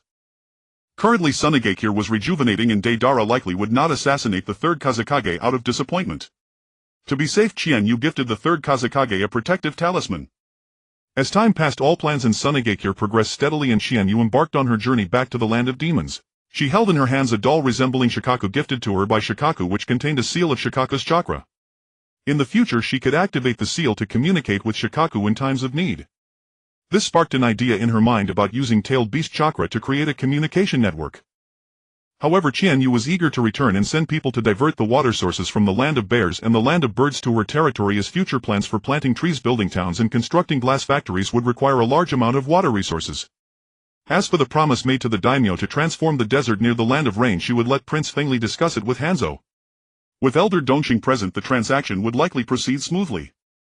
Passing through the area where she had encountered the sand bandits last time, Qianyu asked Jitian the Jonin to look for the bandit hideout. Sure enough, they found the bandits' base in a rocky canyon which housed over 100 bandits and a dozen ninjas. To avoid causing a commotion, Qianyu instructed Jonin Hashimoto to prepare some sleeping gas. As a gust of wind swept through, hundreds of bandits collapsed, leaving only a few ninjas in a panic to flee. They appeared to have the strength of Chunin, and Jitian and his team swiftly moved to subdue them. After inspecting the vast canyon, Qianyu decided to transform it into a resource base for the Moon and Commerce Guild. At that moment, Jonin Jitian quietly reported to her that he had just discovered an injured Hyuga ninja in a secret chamber. Qianyu was immediately filled with joy and hurried over. Looking at the severely injured yet expressionless Hyuga ninja before her, she noticed a blue-crossed mark on his forehead along with two opposing hook patterns. This must be the caged bird seal of the Hyuga clan. Why is it still emanating dark energy? Could it be that the Hyuga clan's caged bird seal is actually a dark energy seal? Qianyu seemed to have discovered a crucial point. If this were the case, she could completely disperse the dark energy with her spiritual power, unravel the seal, and secretly recruit the Hyuga branch ninjas. Thinking of this, Qianyu revealed a gentle smile and spoke to him. "Hello, esteemed ninja. I am Qianyu, the young master of the land of demons and a high priestess. If I were to break the seal on your forehead, would you be willing to follow me back to the land of demons?" The expressionless Hyuga Tatsuya seemed not to have heard Qianyu's voice, still lost in his own world. He had been assigned this escort mission by the main family, but as a mere chunin he was no match for several rogue ninjas' ambushes, and his employer had already been killed by the bandits. His mission had failed, and what awaited him was the punishment and humiliation of the main family, which was worse than death. Furthermore, his parents would also suffer punishment from the main family, leaving him despondent, allowing the sand bandits to imprison him and persuade him to join them, letting his injuries worsen until death. Seeing his lifeless demeanor, Qianyu did not want to give up the opportunity to obtain the Byakugan. She stepped forward, infused him with spiritual power, treated his injuries, and purified the dark energy in the cursed seal by further refining her chakra. Sure enough, as the dark energy retreated as if encountering a natural enemy, the seal gradually began to disappear. Qianyu joyfully took out a mirror and held it in front of Hyuga Tatsuya, gently saying, "Quickly take a look, I have already broken this seal." As Hyuga Tatsuya sensed the comforting aura of the high priestess while she healed him, he realized that the oppressive pain in his head had vanished when he looked at his smooth forehead in the mirror. He knew that once the main family sensed the disappearance of the caged bird seal from a branch family member, it meant that the member had died and would no longer be cared for. Tears filled his eyes. He was truly free. Seeing him excited yet still only sobbing quietly, Qianyu couldn't help but sigh. Indeed, the Hyuga clan was strict with their rules. If it were anyone else in such a situation, they would have already been ecstatic, shouting and dancing. Suppressing his inner joy, Hyuga Tatsuya knelt on one knee, trembling as he spoke. "High priestess, I, Hyuga Tatsuya, vow to serve you for life." Qianyu nodded in satisfaction. "Good. I need several Hyuga ninjas to survey the mines. There must be many branch family members suffering from cursed seals among you. I will send someone to guide your family to collect your remains under the name of your employer for this mission, and during that time you need to persuade them to secretly help some branch family members fake their deaths and leave Konoha, joining the land of demons." Of course I will use secret techniques to conceal your Byakugan so that no one can identify them and protect your eyes. From now on you will be the Berry clan of the Land of Demons and you can choose various professions such as commerce, politics, labor and agriculture. However, a portion of you must work as mine surveyors and medical examiners, which is my condition for helping you. The Byakugan's ability to see through is incredibly powerful, akin to X-rays effortlessly penetrating objects to reveal their structures and details. This ability can not only be used to locate underground mineral resources but also to assess the safety of mines, ensuring the safety of miners' lives. At the same time, it can be used to check internal health issues in the human body, helping doctors make more accurate diagnoses and treatment plans. Hyuga Tatsuya was instantly overwhelmed with emotion filled with gratitude. This was not merely a condition, it was clearly a blessing. The Hyuga branch family had thousands of members but most relied on serving the main family for their livelihoods. In the past many of them held positions in various departments of Konohagakure. However, after the war a few years ago, several branch family ninjas defied orders from the higher-ups of Konohagakure, choosing to follow the main family's commands and covering their retreat, which caused the higher-ups to lose trust in them. Since then, many members of the Hyuga branch family had been removed from their positions for various reasons, leaving only a handful working in the patrol department of Konohagakure. Now branch family ninjas had difficulty receiving tasks above rank. This rank escort mission was obtained only after his parents repeatedly requested the branch family's elders. With this mission having failed, he had initially planned to wait for death, but unexpectedly he encountered the High Priestess and successfully lifted the caged bird seal. He firmly believed that the High Priestess was a goddess sent by heaven to save the Hyuga branch family. High Priestess, I will make sure my parents cooperate, allowing dozens, no hundreds of Hyuga branch family members to join the Land of Demons. Several hundred members of the Hyuga branch family. That many would certainly draw the attention of both the main family and Konoha, causing unnecessary trouble. However, Qianyu decided not to dwell on it for now. Qianyu inwardly resolved that if so many Hyuga branch members truly joined the Land of Demons, he would send a portion to the Land of Water, letting Lord Madara bear the blame. After all, Konoha would never confront the Land of Water over the Hyuga branch. Qianyu found the merchant leader's documents and, imitating his handwriting, wrote a letter to Konoha. It stated that their caravan had encountered quicksand in the desert and the Hyuga ninja, in his efforts to protect the leader and the others, had tragically been swallowed by the sands. He expressed deep regret and hoped that Konoha would allow the ninja's parents to come and recover his remains. Along the journey he had admired the Hyuga ninja's diligence and responsibility, and during their conversations learned how deeply he loved his parents. Though the chance of recovering the body was slim, he still wished for his parents to see him one last time. To express his guilt, he enclosed a compensation of 30,000 ryo. Qianyu reasoned that Konoha, swayed by the money, would likely agree to let Hyuga Liu's parents come for his remains. To maintain the ruse, Qianyu had his accompanying ninja subdue several sand bandits and disguise them as the original caravan to continue their journey. Later, depending on the situation, he would decide whether to take over the wealthy merchant's assets or fabricate an accidental death. Using spiritual energy, Qianyu transformed Hyuga Liu's Byakugan into black pupils, instructing him to remain here discreetly and assist Jonin Yoshida in managing the canyon base. After discussing with his parents, in about 10 days he would join the Yuan merchant caravan, dispatched later to return to the Land of Demons as a miner. Qianyu repeatedly cautioned him that if others accompanied his parents, he must not reveal himself and should wait for another opportunity to meet. Hyuga Liu understood perfectly. The fact that Lord Qianyu could remove the caged bird seal was a secret that must not be exposed. He would conceal himself and alter his appearance. After Lord Qianyu modified the meridians in his body, both his chakra nature and aura had changed. Even those who once knew him well could no longer recognize him by his chakra. From now on he was no longer Hyuga Liu of Konoha but by Li Feiyu of the Land of Demons. When Qianyu returned to the Land of Demons, the weather had gradually warmed. The once bare cherry trees were now adorned with tender green shoots, infusing the entire land with a vibrant breath of life. Half of the vast rocky area named Yendo City had already been diligently reclaimed. Meanwhile, a large quantity of soybean seeds, amounting to thousands of jin, had been collected and the optimal time for sowing was approaching. Through relentless effort and persistence, Maboroshi Kanna successfully advanced to the rank of medium-level Miko. Moreover, with the assistance of Elder Beishing, she located hundreds of scattered Uzumaki clansmen. Filled with gratitude and trust, these clansmen unanimously acclaimed her as the new leader of the Uzumaki clan. Under her guidance, the clan would reunite and display formidable vitality and resilience. To everyone's delight, Xiaonan had indeed succeeded in crafting advanced waterproof and fireproof talisman paper. A truly remarkable achievement. Even more exciting, she collaborated with Maboroshi Kanna on in-depth research mass-producing runic water storage talismans, heat storage talismans, and dust-repelling talismans. These talismans only required a slight infusion of spiritual energy from the Miko to automatically absorb water, heat, or dust, incredibly convenient and practical. This invention delighted all the talisman Miko who felt immense gratitude toward Xiaonan and Maboroshi Kanna. Now they could finally relax and enjoy a rare moment of leisure. Yet Xiaonan and Maboroshi Kanna did not rest on their laurels. They actively researched methods for mass-producing storage talismans and storage scrolls, hoping to bring even greater convenience to people. Qianyu believed that with their intelligence and effort they would surely achieve this goal, benefiting many more. Qianyu thought that the dust-repelling talisman could also be used to absorb the heavy snow from the snow country, which contained minerals capable of improving desert sand. Imagine using dust-repelling talismans to transfer massive amounts of snow from the snow country to his desert fief, then employing heat storage talismans to absorb the scorching heat of the desert and using it to melt snow in the snow country, a brilliant plan. He must skillfully persuade the snow country daimyo to cede a piece of land to the land of demons as compensation. From the distant land of water, Chang Rong and Chang Ning sent word that they had established shrines in 4 cities, there gathering a following of hundreds of thousands. They noted that Lord Azuna's spiritual body had visibly condensed and Lord Madara's expression had softened considerably. With Lord Madara's help they raided 2 pirate strongholds, seizing substantial supplies, treasures and 10 large ships. After sharing a portion with the land of water daimyo, they used the remainder to establish a shipping company, now trading with neighboring countries around the land of water. To Qianyu's greater delight, they had dispatched a squad of Yuki ninja carrying a large quantity of frozen seafood heading toward the land of demons. He could already imagine enjoying various delicious scallops, squid and lobsters regularly. The thought of being able to savor cooling treats made by the Yuki clan anytime in his desert fief was utterly satisfying.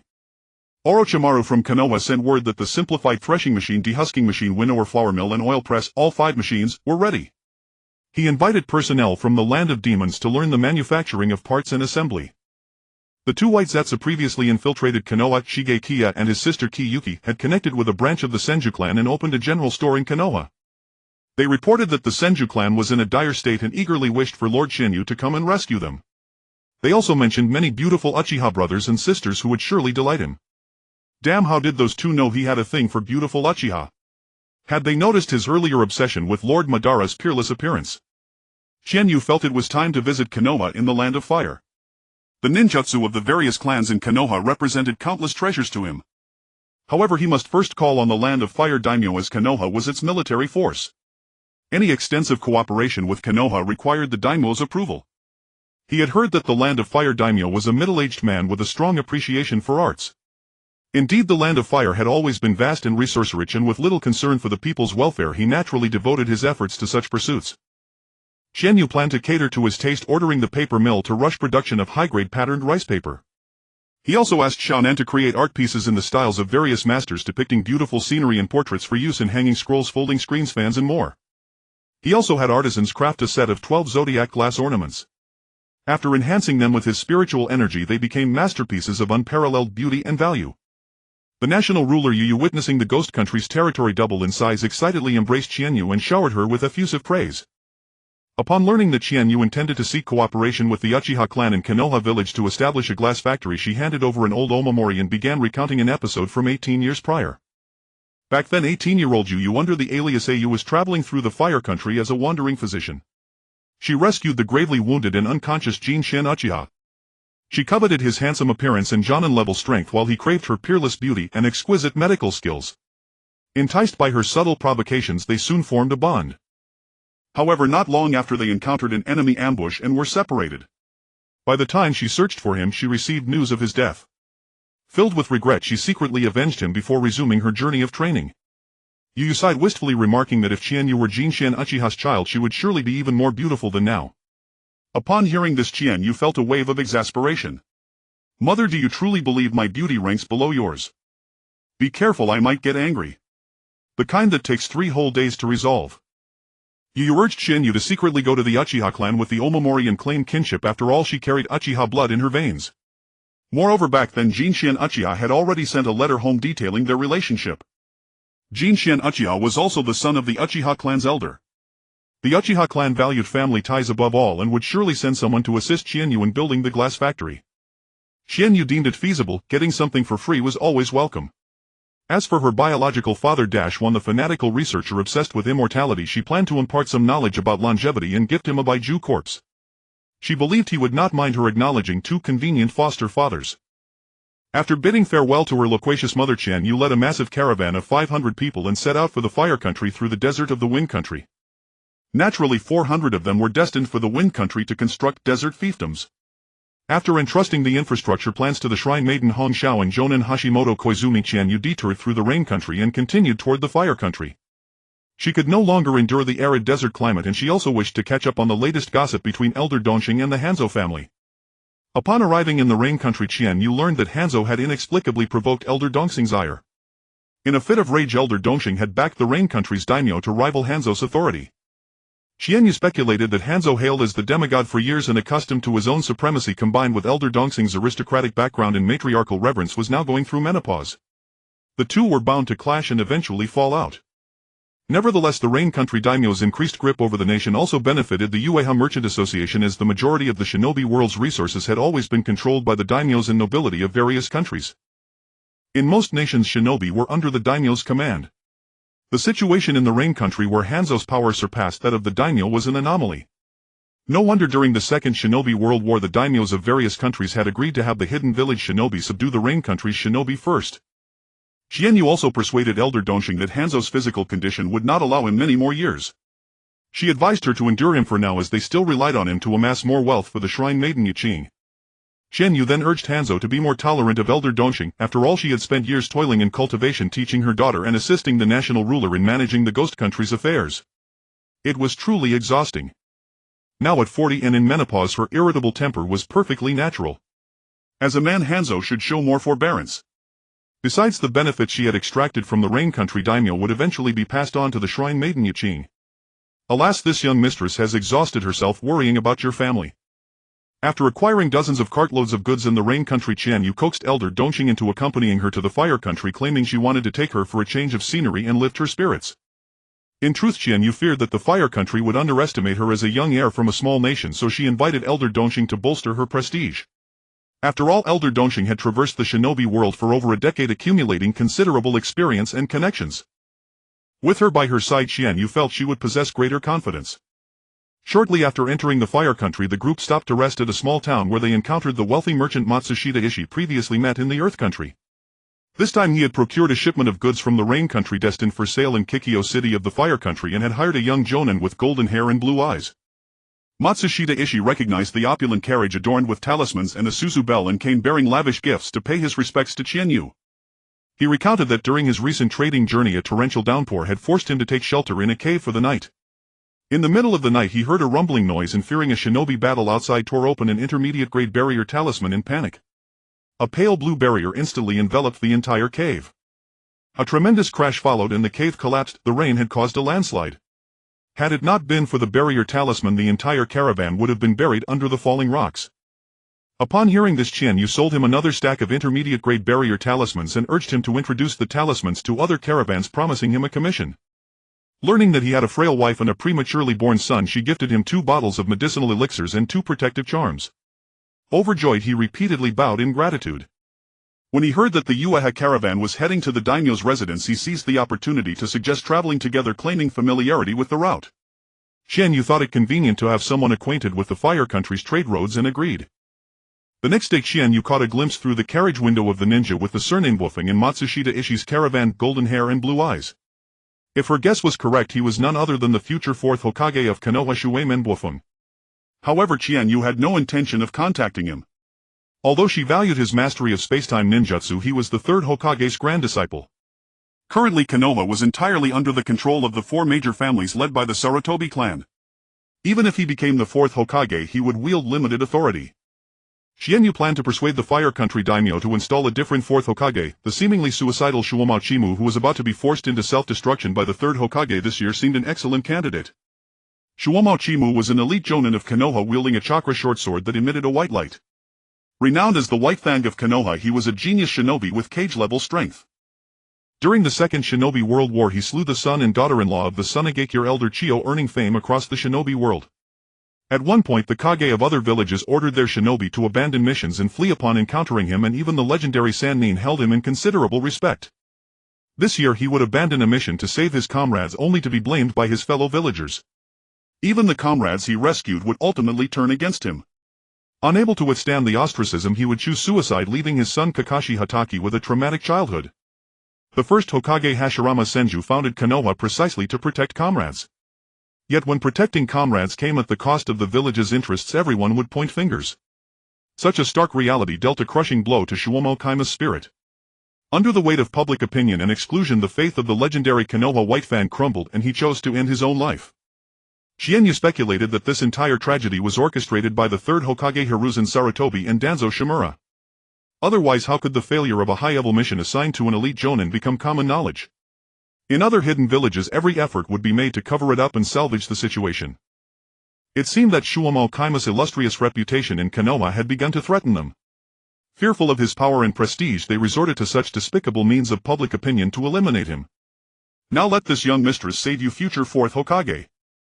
Thus the group advanced along the established route. Within the carriage, Qianyu and Elder Dongxing sat in silence, each immersed in their cultivation.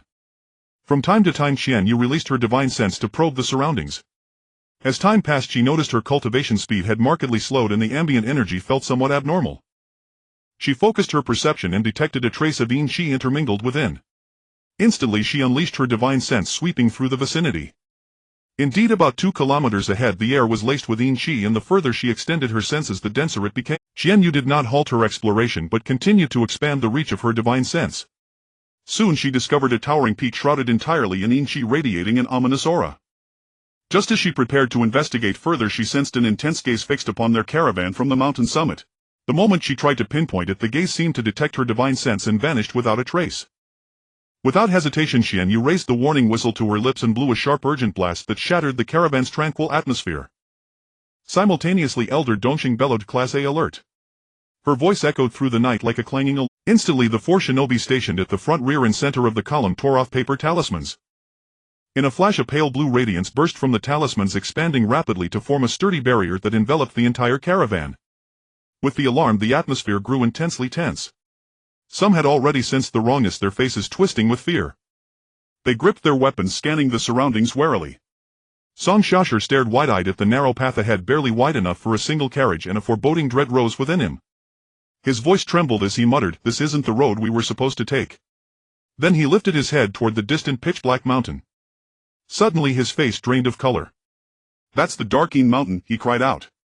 How had they ended up here? For decades countless travelers had vanished on this road, never to return. Song Ziyashi's heart was now flooded with terror and despair. He knew the mountain's perils well, yet he could not fathom how they had inexplicably strayed onto this path. He silently prayed that the Shrine Maiden would find a way out soon, leading them away from this cursed place.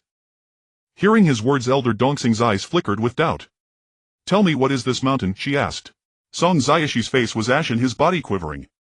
He swallowed hard and replied in a quavering voice, "Decades ago there were over a dozen villages within 20 li of this mountain. But then something happened. The entire peak turned black as if soaked in ink. After that the villages vanished one by one, swallowed by darkness. Later passing caravans also disappeared mysteriously. Over time rumors spread of man-eating ghosts and no one dared set foot here." Elder Dongxing frowned, lost in thought. Could it truly be the work of ghosts? She recalled the eerie atmosphere she had sensed upon entering the mountain, the pervasive yin qi that sent a chill through her bones. Moreover, the entire caravan had wandered here unknowingly. This was no coincidence, they might have already fallen into some sort of ghostly domain. With this realization, Elder Dongxing's expression grew even graver. She turned to the 2 shrine maidens behind her and commanded sternly, "You 2 reinforce the barrier immediately. No mistakes." Then she selected 2 stronger shrine maidens and 2 jonin to accompany her up the mountain to investigate. At that moment, Qianyu, clad in a simple shrine maiden robe, descended gracefully from the carriage and said firmly, "Elder Dongxing, I shall go as well." Elder Dongxing's face changed, she quickly shook her head. "No, young miss. This mountain harbors ghosts, you must not take such a risk." Qianyu frowned slightly, but her eyes were calm and resolute. She sensed that a formidable entity lurked within the mountain, one that Elder Dongxing might not be able to handle. Thus she decided to see for herself. Faced with Qianyu's unwavering determination, Elder Dongxing could only sigh in resignation and eventually granted her request. After all, over the past 2 years Qianyu's power had grown tremendously, leaving her beyond persuasion. Just then Bulfeng Shuiman, who had been standing at the rear of the caravan, stepped forward and said firmly, "Please allow me to join. I possess the strength of a jonin and will not cause any trouble." His gaze radiated resolve and confidence, moving those who saw it. In truth, Bulfeng Shuiman had already noted the anomalies around them. The clear traces of battle and the distress signals left by Konoha ninja weighed heavily on his mind.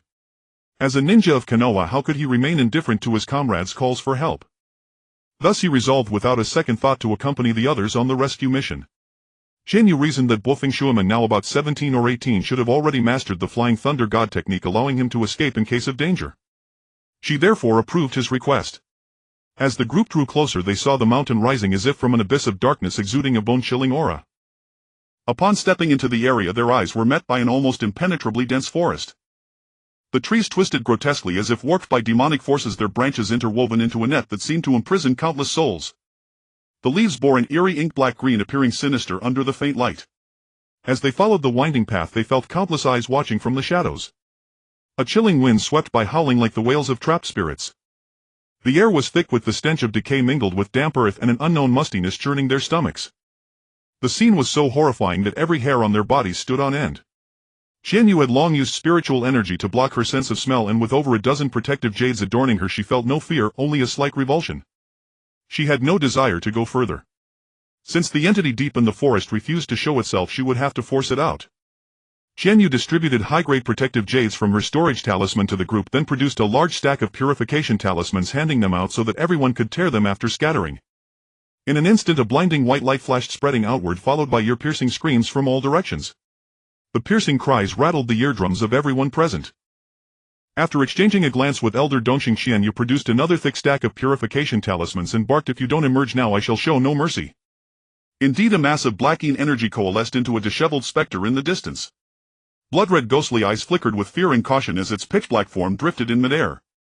The specter's right arm had been corroded into a gaping hole, white smoke still rising from the wound, clearly the result of the earlier purification talismans.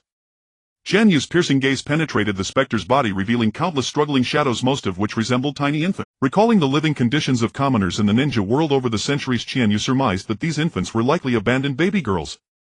The commoners of the ninja world had always favored sons over daughters, believing that boys could work when grown while girls were useless. Especially in impoverished mountain regions, most families would discard any newborn girl. This mountain must have been used by nearby commoners as a dumping ground for abandoned infants. With fewer girls raised in the surrounding villages, the boys grew up seeking wives but remained trapped in poverty. Unable to find women locally, they resorted to abducting women from elsewhere, likely subjecting many to neglect and abuse. Whenever the elderly or the sick in the villages could no longer work, their families would abandon them on this mountain. Coupled with the endless wars of the ninja world, the land was strewn with corpses and filled with resentment, giving birth to the vengeful ghost. Over the years, the vengeful ghost grew increasingly powerful, eventually forming a ghost domain.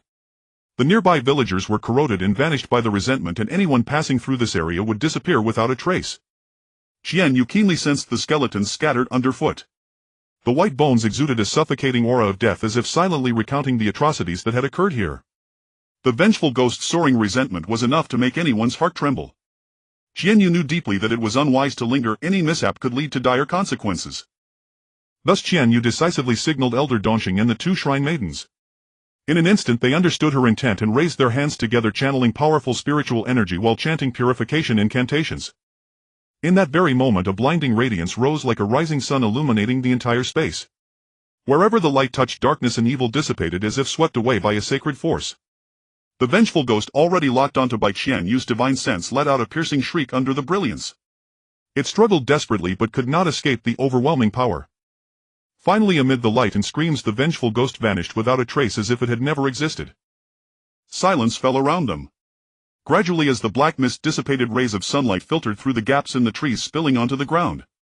Everyone finally breathed a sigh of relief. Qianyu had no intention of purifying the yin energy from the rest of the mountain. Beneath this mountain lay tens of thousands of skeletons saturated with yin energy for ages, forming a true extreme yin land. For such an extreme yin land, Qianyu had other plans. She exchanged a subtle glance with Elder Dongxing and the two shrine maidens. Instantly all four turned pale, their bodies trembling as if drained of strength. Qianyu cast a glance at the dazed Bofeng men beside her. Recalling his constant nervousness along the way and the traces of battle she had seen earlier, she deduced that he must have discovered that Konoha ninjas had gone missing on this mountain. She extended her spiritual sense and indeed detected two faint life signs not far ahead. With a sigh, she spoke softly to him. "Mr. Bofeng, I sensed faint life signs about 3 kilometers ahead. They should be the ones you're looking for." Bofeng men was overjoyed at her words. He quickly bowed in gratitude and said thank you very much. Then with a shushing sound he vanished. A ninja accompanying them used earth release to create a flat area and 4 chairs. Another ninja extracted soft cushions from a storage scroll. Qianyu and the other 3 sat on the cushions to rest. Everyone exclaimed in awe at the magnificent purification scene they had just witnessed, a centuries-old vengeful ghost annihilated in an instant. Not long after there was another shush sound. Bo Feng Shui Men was momentarily taken aback at the sight of the others resting leisurely. Then with a troubled expression he implored Lady Shrine Maiden, my two comrades are severely wounded and on the brink of death. Please save them. The Hidden Leaf Village will certainly express our utmost gratitude to you. Bo Feng Shui Men never expected the two missing ninjas to be Senior Yue Qianyu and Senior Ri Xiangling. Senior Yue Qianyu was the son of a major elder of the Yue Zhibui clan, and Senior Ri Xiangling was likewise the son of a clan elder of the Ri Xiang clan. He couldn't fathom why two ninjas from such delicately related clans would appear here together. Yet both were now barely breathing, teetering on the brink of death, so he had no choice but to immediately seek the Shrine Maiden's help. When Qianyu heard him say the Hidden Leaf Village will certainly express our utmost gratitude, she realized these two must be of significant status. She considered whether she could leverage the situation. She quickly agreed, saving lives brooked no delay. Together with Elder Dongxing she used the transient body technique to rush ahead. They saw two figures lying on the ground, their bodies shrouded in black qi and their breaths faint. Immediately they knelt down to administer aid. As spiritual energy flowed into them, the black qi on the two men gradually receded. Their deathly pale faces began to regain color and their eyeballs seemed to stir beneath half-closed eyelids. Observing their gaunt, starved appearance, as if they hadn't eaten in 7 days, Qianyu produced 2 flasks and handed them to Bo Feng Shui Men. This is a high-concentration nutrient solution. It can rapidly replenish the body's essential nutrients. Please feed this to them. They should wake up shortly. Bo Feng Shui Men accepted the flasks and nodded gratefully. He carefully propped up Yue Qianyu, uncapped the flask and slowly poured the nutrient solution into his mouth. Bo Feng Shui Men couldn't help but marvel at the Shrine Maiden's incredible medical skills, far more potent than a brank mystical palm technique. This was undoubtedly an Srank medical technique. Yue Qianyu and Ri Xiangling regained consciousness shortly after drinking the nutrient solution. They were still visibly shaken, clearly having endured terrible torment at the hands of the ghost. When they heard from Bo Feng Shui Men that the ghost had been vanquished, they nearly wept with relief, letting out a huge sigh. Aware of their own condition, they bowed solemnly to Qianyu and Elder Dongxing. The Yue Zhibui Ri Xiang clans welcomed the two Shrine Maidens to visit us as honored guests. Qianyu and Elder Dongxing smiled and nodded in agreement. On the way back, Yue Qianyu and Ri Xiangling conducted a thorough search and collected over a dozen dried-out corpses. One corpse clad in ornate clothing was carefully stored alone inside a scroll. Ninja missions were confidential, so no one asked further questions. Still, they could guess the general situation. Likely the two had received a commission to search for missing persons in this area. That was indeed the case. The nephew of the Fire Daimyo's wife Tong Yuan-chi had gone missing near this area while visiting a friend. The Daimyo's wife's brother Tong Yuan clan head had commissioned Konoha ninjas to find him. The third Hokage was also aware of the rumors surrounding Darkeen Mountain. To show the Tang Yuan family proper respect, he dispatched 2 Jonin, Yue Qianyu and Ri Xiangling, each leading a squad of 3 Chunin on the search mission. Little did they expect that as the 8 of them approached this area, they fell into the vengeful ghost's domain. The ghost tormented them for 3 days, draining the life from 6 Chunin, leaving them withered husks. Had it not been for Qianyu and her party, Yue Qianyu and Ri Xiangling would surely have met the same fate. As the group reached the foot of the mountain, they found the sky already veiled in twilight. It had felt like less than 2 hours, yet in reality half a day had passed. The flow of time in this ghostly realm was truly astonishing. Qianyu ordered the caravan to proceed to a clearing 5 li away to rest for the night, as the Yin energy here was too heavy. Even with a barrier it would disrupt everyone's rest. She and Elder Dongxing and a few others planned to stay here, waiting until the moon hung high in the night sky to perform the soul-sending ritual for the tens of thousands of skeletons. Uchiha Yenue and Hugo Ling also requested to stay and participate in the soul-sending ceremony. In this mission they had only found young Master Fujiwara's corpse without saving him and had lost 6 Chunin. The Fujiwara clan head would surely vent his anger on Konoha, causing immense damage to the village. The third Hokage would also be angered by this and suppress their clans even more harshly. Over the years, under the oppression of the 4 great families led by the Sarutobi clan, their clansmen had been living with increasing oppression. Even the lives of ordinary clan members were inferior to those of common Konoha villagers. Looking at the 2 men as if a great disaster was imminent, Qianyu guessed the reason and sighed inwardly. There was nothing she could do either. If young Master Fujiwara had died only recently, she could have used her spiritual power to disguise him as a comatose vegetable. But now that he had become a dried corpse, she was utterly powerless. However, there was another way: have someone disguise themselves as young Master Fujiwara. Ordinary ninja transformation techniques were easily seen through by high-level ninja and could not be maintained long-term. But White Setsu's transformation technique could work. It was just that she didn't know whether these two individuals, or rather their clans, could offer sufficient benefits to exchange for her using White Zetsu, her trump card. Thinking of this, Qianyu arranged a private meeting with the two. She changed into a luxurious young master's robe and said to the solemn-faced pair, "I can roughly guess the situation of your mission and the severe consequences you will face. I suppose you may have also considered using transformation to disguise as young Master Fujiwara, but the feasibility is very low. The Moon Clan's ancestors had close ties with the Uchiha and Hyuga clans, and I am willing to help you both. The Land of Ghosts has a skilled person adept at transformation, and with the assistance of my secret technique we can ensure he is not discovered for 3 months. The only person you two need to convince is that Namake's ninja. Of course, I also do not wish for this matter to be known by anyone except you three." After hearing this, Uchiha Yue and Hyuga Ling were stunned for a moment, then ecstatic. They had detailed intelligence on young Master Fujiwara, so using the disguise would be no problem. Moreover, since they had been frightened by Ghost's abnormal behavior, would be plausible. As for Namake's Minato, although he was the third Hokage's grand disciple, when it came to matters concerning the entire Hidden Leaf Village's interests he would still cooperate. The two immediately stood up and bowed. "Thank you for your help. The Uchiha clan and the Hyuga clan will never forget your kindness. We will convince the Namake's ninja right away." Sure enough, Namake's Minato, after listening to the analysis and requests of the two seniors, nodded in agreement after a moment's thought. He was very intelligent, otherwise he would not have mastered the Flying Thunder God technique at such a young age. Although he was an orphan, the Namake's clan was once a branch of the Senju clan, and he knew the history of Konohagakure and was well aware of the despicable deeds of the current 4 great families of Konoha.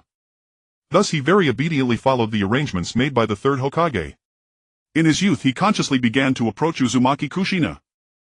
Under the beautiful guise of love he tightly bound Kushina to himself, making her willingly sacrifice for Konohagakure, ultimately becoming the crucial nine-tailed Jinchuriki. However, it was undeniable that deep down he had truly fallen in love with a girl as beautiful and passionate as Kushina, because she was like a brilliant ray of light that illuminated his otherwise ordinary life. Before this, when he was following the planned course and trying to forge closer ties with the seniors from the Uchiha and Hyuga clans, he received a stern warning from the third Hokage. At that moment he deeply realized that the third Hokage had not truly been cultivating him as the future heir to take over Konohagakure. He understood very clearly that even if he were fortunate enough to become the fourth Hokage in the future, he would only be a puppet propped up by the third Hokage. This incident that had now occurred would undoubtedly bring immense losses to Konohagakure, not only material losses but also a blow to its reputation and future development. At the same time, it would make the already difficult plight of the Uchiha and Hyuga clans even worse, harder to deal with. Therefore, when the two seniors made their request, he agreed with hardly any hesitation. He knew well that this might be a rare opportunity, an opportunity to forge deeper ties with those two seniors and the Uchiha and Hyuga clans. After obtaining the intelligence on Fujiwara, Qianyu carefully used her own spiritual power to slowly activate a white Zetsu that lay as still as a corpse within a scroll. As the spiritual energy was infused, the white Zetsu seemed to awaken from slumber, gaining vitality and energy. After meticulous manipulation, a vivid white Zetsu version of young Master Fujiwara was freshly produced. It had to be said that with White Zetsu's extremely simplistic thinking and occasional neurotic behavior, playing the role of a noble young master who had suffered great fright and babbled nonsensically was absolutely perfect. This White Zetsu, activated by her spiritual power, became even more attached to her than before. If she hadn't strongly forbidden it, he would have called her mother. Qianyu carefully explained the meticulously written script to him and had him hide in a cave at the foot of Anin Mountain. She already had a plan. Tomorrow she would arrange for Uchiha Yue and Hyuga Ling to go find him. Today no one in the caravan had seen him return from Anin Mountain with the group, so he could only be arranged to appear tomorrow. The White Zetsu version of young Master Fujiwara seemed full of anticipation for his upcoming role and skipped merrily toward the cave. Night fell and a bright full moon hung in the sky. At the foot of Anin Mountain an altar had been erected. Qianyu, Elder Dongxing and others stood on the altar performing the light and graceful soul-sending dance. Their dance was beautiful, as light as celestial maidens, as if dancing with the moon in the night sky. As low incantations came from their mouths, a solemn and reverent atmosphere permeated the air. As the soul-sending ritual proceeded, one by one small points of light appeared in the pitch-black Anin Mountain, gathering like a swarm of fireflies. They drifted toward the sky with the ethereal music finally vanishing into the night. On the morning of the second day the caravan set off fully prepared. As it slowly passed by the Anin Mountain, everyone could distinctly feel that although the mountain remained dark and gloomy, it no longer exuded the eerie and oppressive terror of the previous day. They could not help but sigh in admiration of the Lady Priestess' benevolence and power. Qianyu then had her maid relay that she sensed believers at the foot of a nearby mountain earnestly praying for divine protection. Uchiha Yue and Hyuga Rei were overjoyed upon hearing this. They immediately echoed that this was likely the young Master Fujiwara they had been tasked to find. Yesterday they had found the bodies of the other attendants but not young Master Fujiwara himself. It was very likely that he was still alive. Before long Uchiha Yue and Hyuga Rei carried back a disheveled and disoriented young Master Fujiwara to the caravan. Clutching a deformed talisman in his hand, young Master Fujiwara kept muttering, "Evil spirits, this young master holds a charm bestowed by the Divine Lord. Do not think of harming me." The crowd, seeing such a noble young master, dared not think too much. They could only inwardly sigh that young Master Fujiwara, relying on the talisman, had managed to survive the demons, truly fortunate compared to those who had vanished without a trace. Furthermore, they silently calculated in their hearts how to beg the lady priestess to grant them such a talisman. Matsushita Ishii, in particular, born into a merchant family, was fully aware of the terror of Anin Mountain. Over a decade ago his uncle had gone missing in this very area. Last night he witnessed the scene in the distance where the lady priestess sent off the souls. Thousands of tiny fireflies rose into the sky, making him feel an immensely sacred power, as if his uncle's soul had also been liberated. Young Master Fujiwara kept shouting while trying to approach Qianyu's carriage. Uchiha Yue hastily begged Qianyu to heal the young master. Qianyu treated young Master Fujiwara in a warning manner, telling him to behave and not give away the secret. She then set aside a carriage for him, allowing him to read books inside and familiarize himself with the situation. Along the way, Uchiha Yue patiently educated young Master Fujiwara on matters of Hoji Kingdom's nobility, giving him a deeper understanding of the role he was about to play. The caravan passed through over a dozen towns along the way. The towns of Hoji Kingdom were indeed much more prosperous than those of other countries. Outside the cities were vast expanses of farmland, truly worthy of a grain-exporting giant that fed hundreds of millions across the ninja world. Still, they encountered many desolate villages along the road. But compared to some countries filled with barren ruins where civilians were gaunt and numb-faced, it was much better. Here at least most commoners had enough to eat. During overnight stays, Qianyu arranged for her people to negotiate cooperation with local nobles or merchants. With the identities of the Guizhi Kingdom's young lord and noble elder paving the way, most collaborations went smoothly. For the few who were uncooperative, once they revealed the identity of young Master Fujiwara, the nephew of the Hoji Kingdom daimyo's wife, they all respectfully agreed. Young Master Fujiwara also found great interest in his role, increasingly displaying an aristocratic demeanor. The daimyo's mansion of Hoji Kingdom was located in the most prosperous city, Kamakura. After the caravan entered the city gates, they saw wide and clean streets lined with tall, magnificent buildings showcasing the prosperity and wealth of Hoji Kingdom. Shops stood in rows, their windows filled with an array of dazzling goods, jewelry, jade, silk and brocade, everything one could imagine. The streets were bustling with people, ninjas, commoners, merchants and all manner of individuals weaving through the crowds, reflecting the city's thriving scene. Kamakura's nights were equally dazzling. Countless lights illuminated the entire city, brightening the streets and buildings, creating a peaceful and warm atmosphere. On the bustling streets, taverns, tea houses and dance halls were alive with activity. Various forms of entertainment drew people seeking relaxation. Cheerful songs and laughter drifted from every corner, filling the city with vitality and energy. Qianyu had sent someone early to submit a visiting card to the daimyo of Hoji Kingdom, waiting for his summons.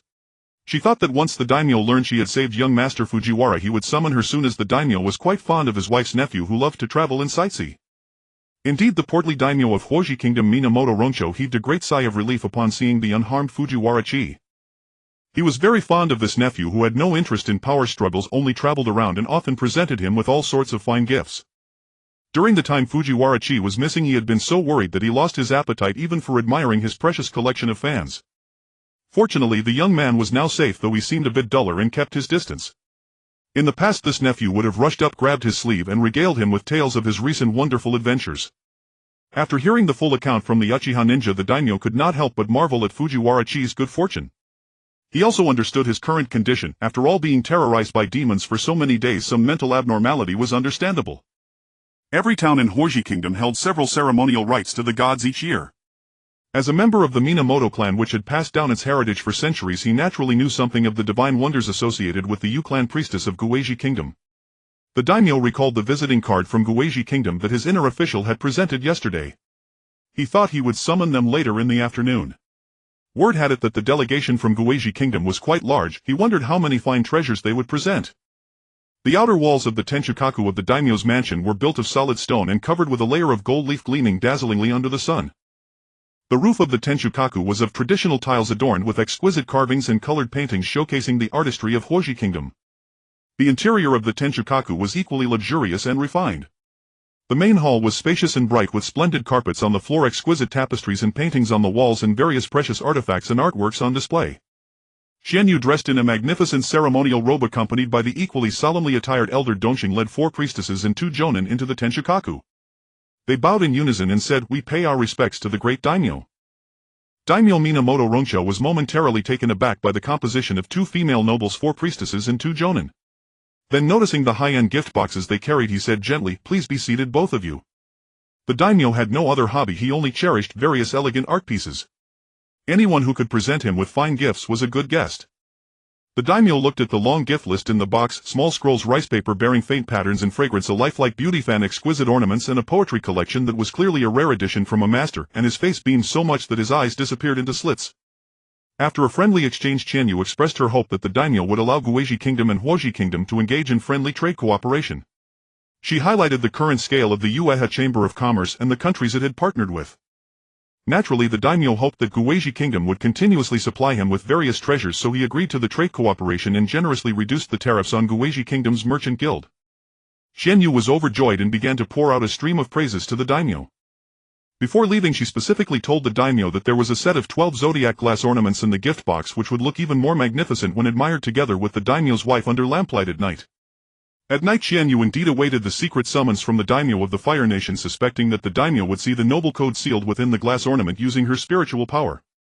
Mentioning that ninjas have threatened the noble rule would surely prompt an urgent summons from the daimyo. Indeed, while the daimyo and his wife were immersed in the dazzling exquisite glasswork, they were taken aback by the fleeting noble code. They could not possibly think that the country of ghosts would use such a treasure to mock them, especially since it concerned the entire nobility, and they quickly proceeded with the secret summons.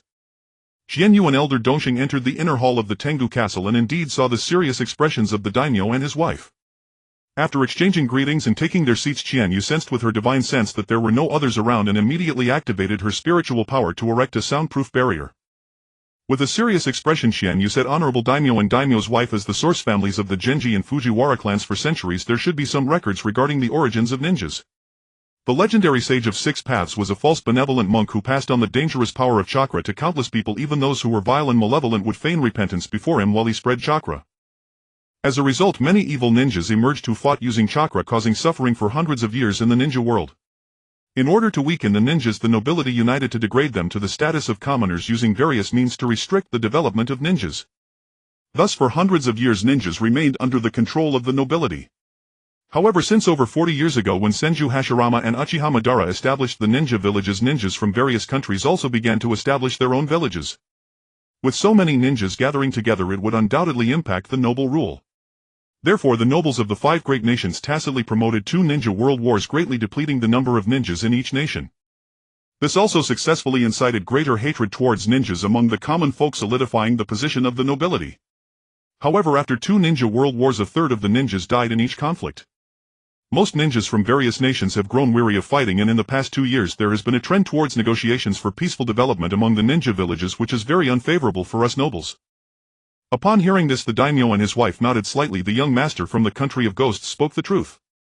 For decades, the relationship between various nations' daimyos and the ninja villages has been one of mutual restraint, with neither side able to gain the upper hand. Especially in the Rain Country, Hanzō has completely overshadowed the daimyo of the Rain Country over the past decade, practically rubbing the nobility's faces in the dirt. If these ninjas truly set aside their hatred and united as they did when establishing the ninja villages, it would be extremely detrimental to the nobility. Now every ninja village has its own ninja school, and this generation of ninjas is much harder to control than the previous one. Seeing the increasingly serious expressions of the daimyo and his wife, Qianyu continued, the country of ghosts has taken some measures upon realizing these situations.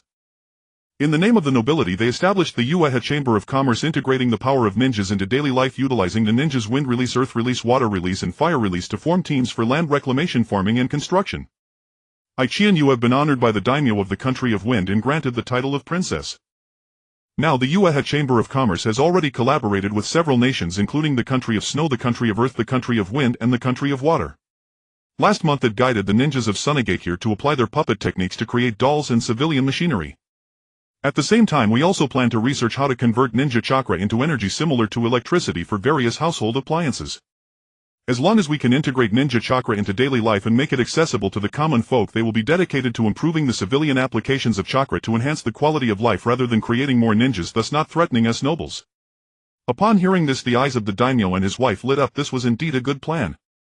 They did not expect the country of ghosts to have collaborated with so many nations, and they in the Fire Nation certainly could not fall behind. The daimyo immediately expressed that the Fire Nation, being vast and rich in talent, was more suited for conducting research on the conversion of ninja chakra.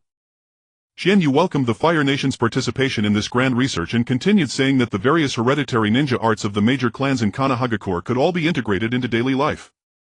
The water and earth ninjutsu of the Senju clan can be used to construct sturdy and aesthetically pleasing houses, as well as cultivate high-yield, high-quality crops, increasing the food production of the Fire Nation. Meanwhile, the fire release of the Uchiha clan can play an important role in land reclamation in the mountains and forests, and can also be used to create exquisite porcelain showcasing the beauty of art. The biochemical of the Hyuga clan can not only detect diseases in the human body to ensure health, but also delve deep into mines to discover valuable resources. The unique chakra storage techniques of the Akimichi clan can be applied to research feed that enhances the growth and fattening of livestock, improving the efficiency of animal husbandry. The insect manipulation techniques of the Aburame clan can be used to develop various insect repellents and pesticides to protect crops and human living environments.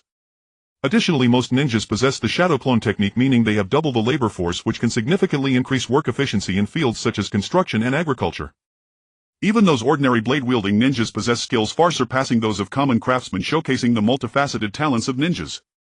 Seeing the intrigued expressions on the faces of the daimyo and daimyo's wife, Qianyu sighed softly and expressed her concerns about the current situation in Konoha. During the 30 years of the third Hokage Sarutobi Hiruzen's reign, the four major clans led by the Sarutobi clan, including the Shimura clan, the Mito clan, and the Uchiha clan, heavily suppressed the remaining clans. In particular, the Wood Release plan nearly wiped out both the main and branch families of the Senju clan, leaving only some weak branches barely surviving in Konoha. They also used various means to marginalize the Uchiha clan, nearly driving them to madness. Nowadays, many factions within the Uchiha clan advocating for war and radicalism have begun plotting a coup. Even the Hyuga clan has been marginalized to the point where few hold positions within Konoha. These four clans hold a substantial majority of the resources in Konoha, greatly nurturing their clan ninjas to become the strongest force in the village. At the same time, they employ various means and strategies to suppress other clans, limiting their development. Furthermore, they restrict the number of commoner ninjas, making it difficult for the common folk to obtain sufficient resources and opportunities to enhance their strength. During the Second Ninja World War, the third Hokage secretly arranged elite ninjas from various clans to undertake dangerous missions, weakening the strength of the major clans, not to mention turning countless talented commoner ninjas into cannon fodder on the battlefield. The total number of ninja in Konoha is 60,000, and the combined ninja of these four clans already exceeds 20,000. Bear in mind that Konoha has over 100 ninja clans of all sizes. The Uchiha clan, once a prominent ninja clan, now only numbers less than 3,000. In contrast, the Sarutobi clan, a second-rate family from the Warring States period, has grown from a few hundred to nearly 10,000 in just 30 years. This rapid growth rate is astonishing and inevitably raises deep questions about how many resources the Sarutobi clan has embezzled from Konoha. Qianyu, observing the daimyo's increasingly grave expression, continued, "My lord daimyo, these are only the surface-level circumstances known to outsiders. The genuine truth is certainly far more than this. I heard that the third Hokage also intends to have his youngest son Sarutobi Asoma join your guardian ninja 12. It seems he feels controlling Konoha is insufficient, and now he's reaching out to the nobility." After hearing this, the daimyo felt a pang of disgust. Previously, he had thought Sarutobi Hiruzen was humble and accommodating, allowing him to control Konoha, purge dissidents, and suppress other ninja clans. During gatherings of the five great nations' daimyos, he had often lamented how the Lightning Country's daimyo was slapped on the table and humiliated by their rakeage. Sarutobi Hiruzen was planning to embolden himself and then challenge him. If the four clans with 20,000 ninja were to unite in rebellion, it would indeed be a huge threat to the nobles of the Land of Fire. Qianyu continued, "I heard that the third Hokage is grooming his grand disciple, a civilian ninja, to become the next Hokage. The most prominent and capable candidates for Hokage succession in Konoha are Senju Tsunade, Orochimaru, and Hatake Tsukumo. The third Hokage, however, bypasses these three battle-hardened individuals to select a teenage civilian. Obviously, he intends to install a puppet Hokage to continue controlling Konoha." The daimyo finally fully recognized Sarutobi Hiruzen's ambition. This Sarutobi Hiruzen was nearly 50. It was time for him to step down from the Hokage post. The daimyo had always favored Hatake Tsukumo, whose ancestors had intermarried with nobles. His clan was small and he was humble and courteous. He had previously hinted multiple times for Sarutobi Hiruzen to cede power to Hatake Tsukumo. Now a civilian ninja emerges as if the daimyo's authority meant nothing to him. The daimyo's wife was also furious. Senju Tsunade's mother was a noble lady of the Fujiwara clan, and Tsunade was a relative of hers. She often sent beauty treasures and valuable medicines to the daimyo's wife. For over a decade her youthful and beautiful appearance had been maintained thanks to these treasures and medicines. She adored this powerful and considerate cousin and even secured the title of Princess Tsunade for her. Sarutobi Hiruzen, bypassing Senju Tsunade, a noble disciple, to choose a civilian granddisciple was outright disregarding the Fujiwara clan. Qianyu then expressed her intention to engage in long-term multiple commercial collaborations with Konoha, hoping the new Hokage would be a just and far-sighted person. Sarutobi Hiruzen, the third Hokage, has remained in Konoha for 30 years since his succession, never setting foot on the battlefield. Compared to the Kages of the other four great ninja villages, he falls short in both strength and character. Senju Tsunade, suffering from hemophobia due to the deaths of her lover and younger brother and weary of the internal power struggles among Konoha's high ranks, chose to leave Konoha and travel the world. Qianyu indicated that she still hoped to cooperate with a Hokage like Hatake Tsukumo, who possessed noble and samurai lineage. Moreover, aside from those four clans, Hatake Tsukumo was also the widely recognized candidate for the fourth Hokage in Konoha. Hearing this, the daimyo also expressed agreement. He had always favored Hatake Tsukumo, and now realizing Sarutobi Hiruzen's ambition, he was even more determined to swiftly elevate him. Seeing that the daimyo was so cooperative, Qianyu then brought up that the wage tax rate for ninja in the country of demons was much higher than that for commoners. She remarked that the daimyo had been far too generous to Konoha, entrusting the tax revenue of a population of 500,000 entirely to the third Hokage for his own management. The daimyo was stunned for a long moment before it dawned on him. Indeed, the people of Konoha were also his subjects, yet they had never paid taxes to him. Konoha had always had a taxation system. The annual tax from over 400,000 civilians and 60,000 ninja should amount to several hundred million. Over 20 years, that would be over 10 billion, money that rightfully belonged to his daimyo's treasury. When Hashirama Senju and Madara Uchiha founded Konoha, they proposed to the previous daimyo, his father, that the daimyo's office should provide annual funding for the village. His father, in fear of their earth-shattering power, granted them the land for Konoha without mentioning taxation. For over 20 years Konoha had flourished, becoming the second most prosperous city in the Land of Fire, yet it had never paid taxes to the daimyo's office. He had still been allocating several hundred million annually to Konoha. Over the years the daimyo would send envoys to Konoha annually to convey his regards and review the village's financial data. Now it seemed he had been deceived by Sarutobi Hiruzen. All that tax revenue of over 10 billion had been embezzled by the four major ninja clans of Konoha. No wonder they could train 20,000 clan ninja.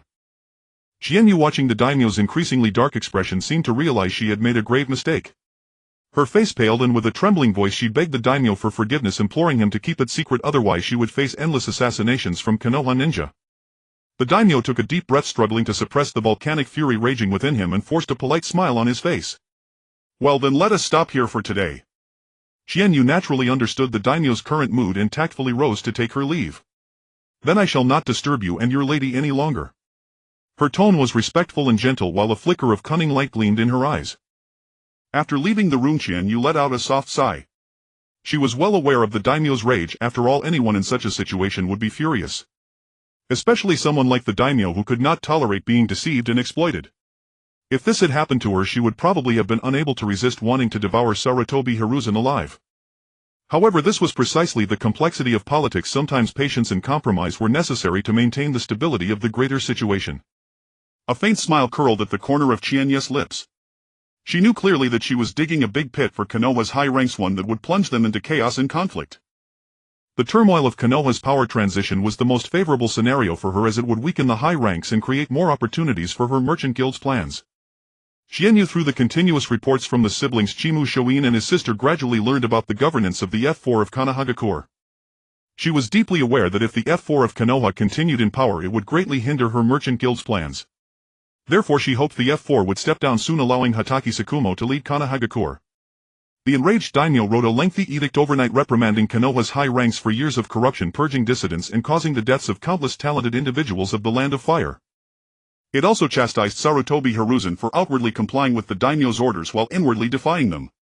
The third Kages of the other four great nations were all transferring power to their fourth Kages, except for the third Hokage, who stubbornly clung to his position at an advanced age, refusing to give the young a chance. The daimyo mentioned that he had found evidence of the four major ninja clans embezzling public funds. He sternly ordered them to return the misappropriated funds and supplies, and to compensate the daimyo's treasury in the form of taxes equivalent to 10 years of Konoha's revenue. Otherwise they could wait for him to announce it to the world and make the four clans famous throughout the ninja world. The daimyo also wanted them to pay 20 years of taxes, but he knew that most of that money had long been diverted by the four major clans, and they could not possibly bankrupt themselves to pay. The daimyo also feared that pushing too hard would provoke their resistance, which would be more trouble than it was worth. After returning to their residence, Elder Dongxing took a deep breath and said solemnly, "Young master, you were too reckless just now. You should not have mentioned the tax issue." Qianyu replied seriously, "I apologize, Elder Dongxing. I did it to hasten the downfall of the 4 major clans. As you know, their continued governance does more harm than good to us. Moreover, I have already placed subtle mental suggestions on the daimyo and his wife so they will not reveal that the tax idea came from me." Elder Dongxing's tense heart eased a little. "Please place a seal on me as a precaution, young master. I do not wish to see you troubled by this matter in the future." Qianyu thought briefly and under Elder Dongxing's persistent gaze agreed. She planned to stay in Kamakura City for a while longer, waiting until the turmoil in Konoha village subsided before heading there. The next day she recommended specially formulated eye drops to Yue Qianyu and Hyuga Rei, intending to establish a long-term partnership with the 2 clans. She was not worried that they could reverse engineer the formula. The 2 types of eye drops were made from spiritual herbs and common medicinal plants. One type used yin attribute spiritual herbs suitable for the Uchiha clan, and the other used yang attribute spiritual herbs suitable for the Hyuga clan. The cultivation costs of both spiritual herbs were not low. If they wanted to produce these eye drops themselves, they would have to purchase the herbs at high prices. After trying the eye drops, both praised their excellent effects. They were both jonin and had overused their eyes during training in missions. Especially Uchiha Inu, whose eyes had long shown problems.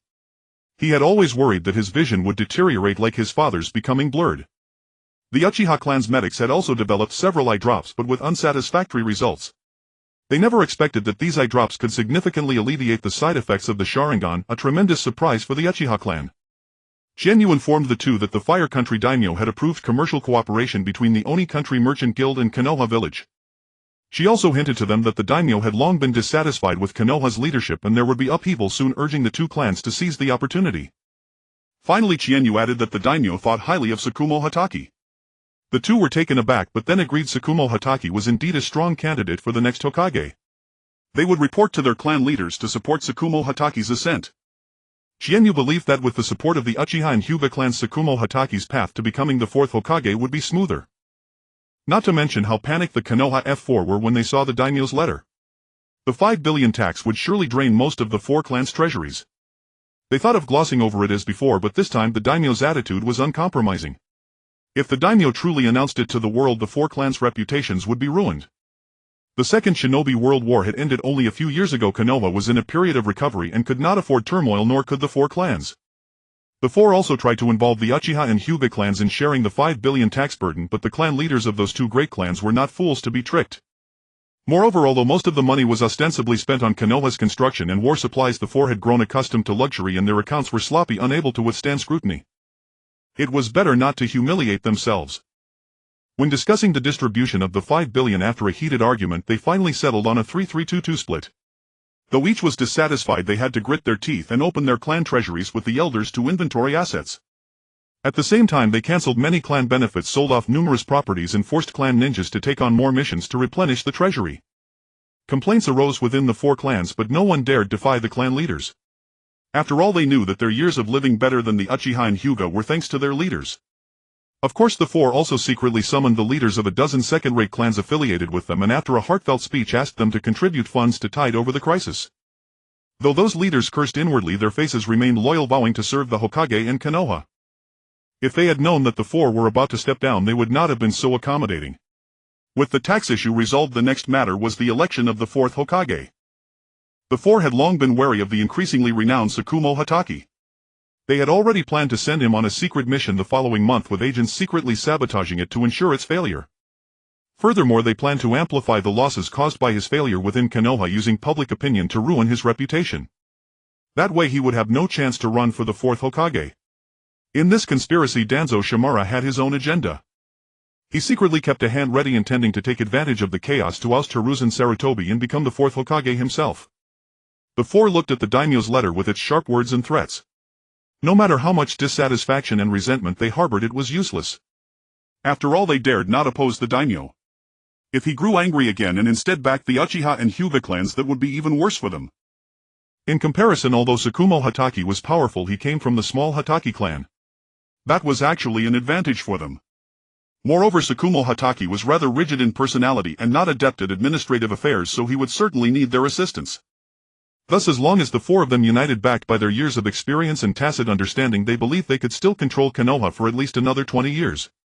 During that time they could also elevate younger members of their own clans to high positions, perpetuating their clan's glory. At this thought their discontent gradually dissipated and they exchanged knowing smiles. Hanzō Shimura struggled to suppress his inner resentment, constantly consoling himself to wait for a future opportunity.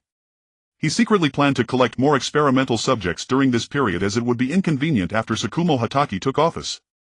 The war orphans taken in by the orphanage had been raised for several years. It was time to select a batch for root training.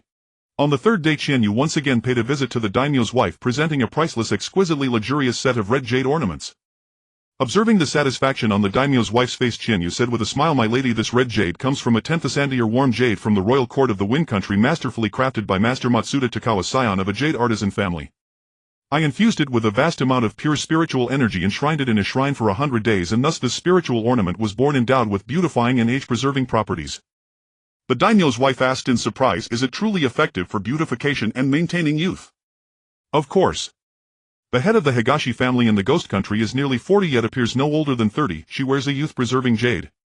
As you know, every medicine has its side effects. Cosmetic elixirs only nourish the skin's surface, offering little improvement to internal body mechanisms and may eventually cause various ailments.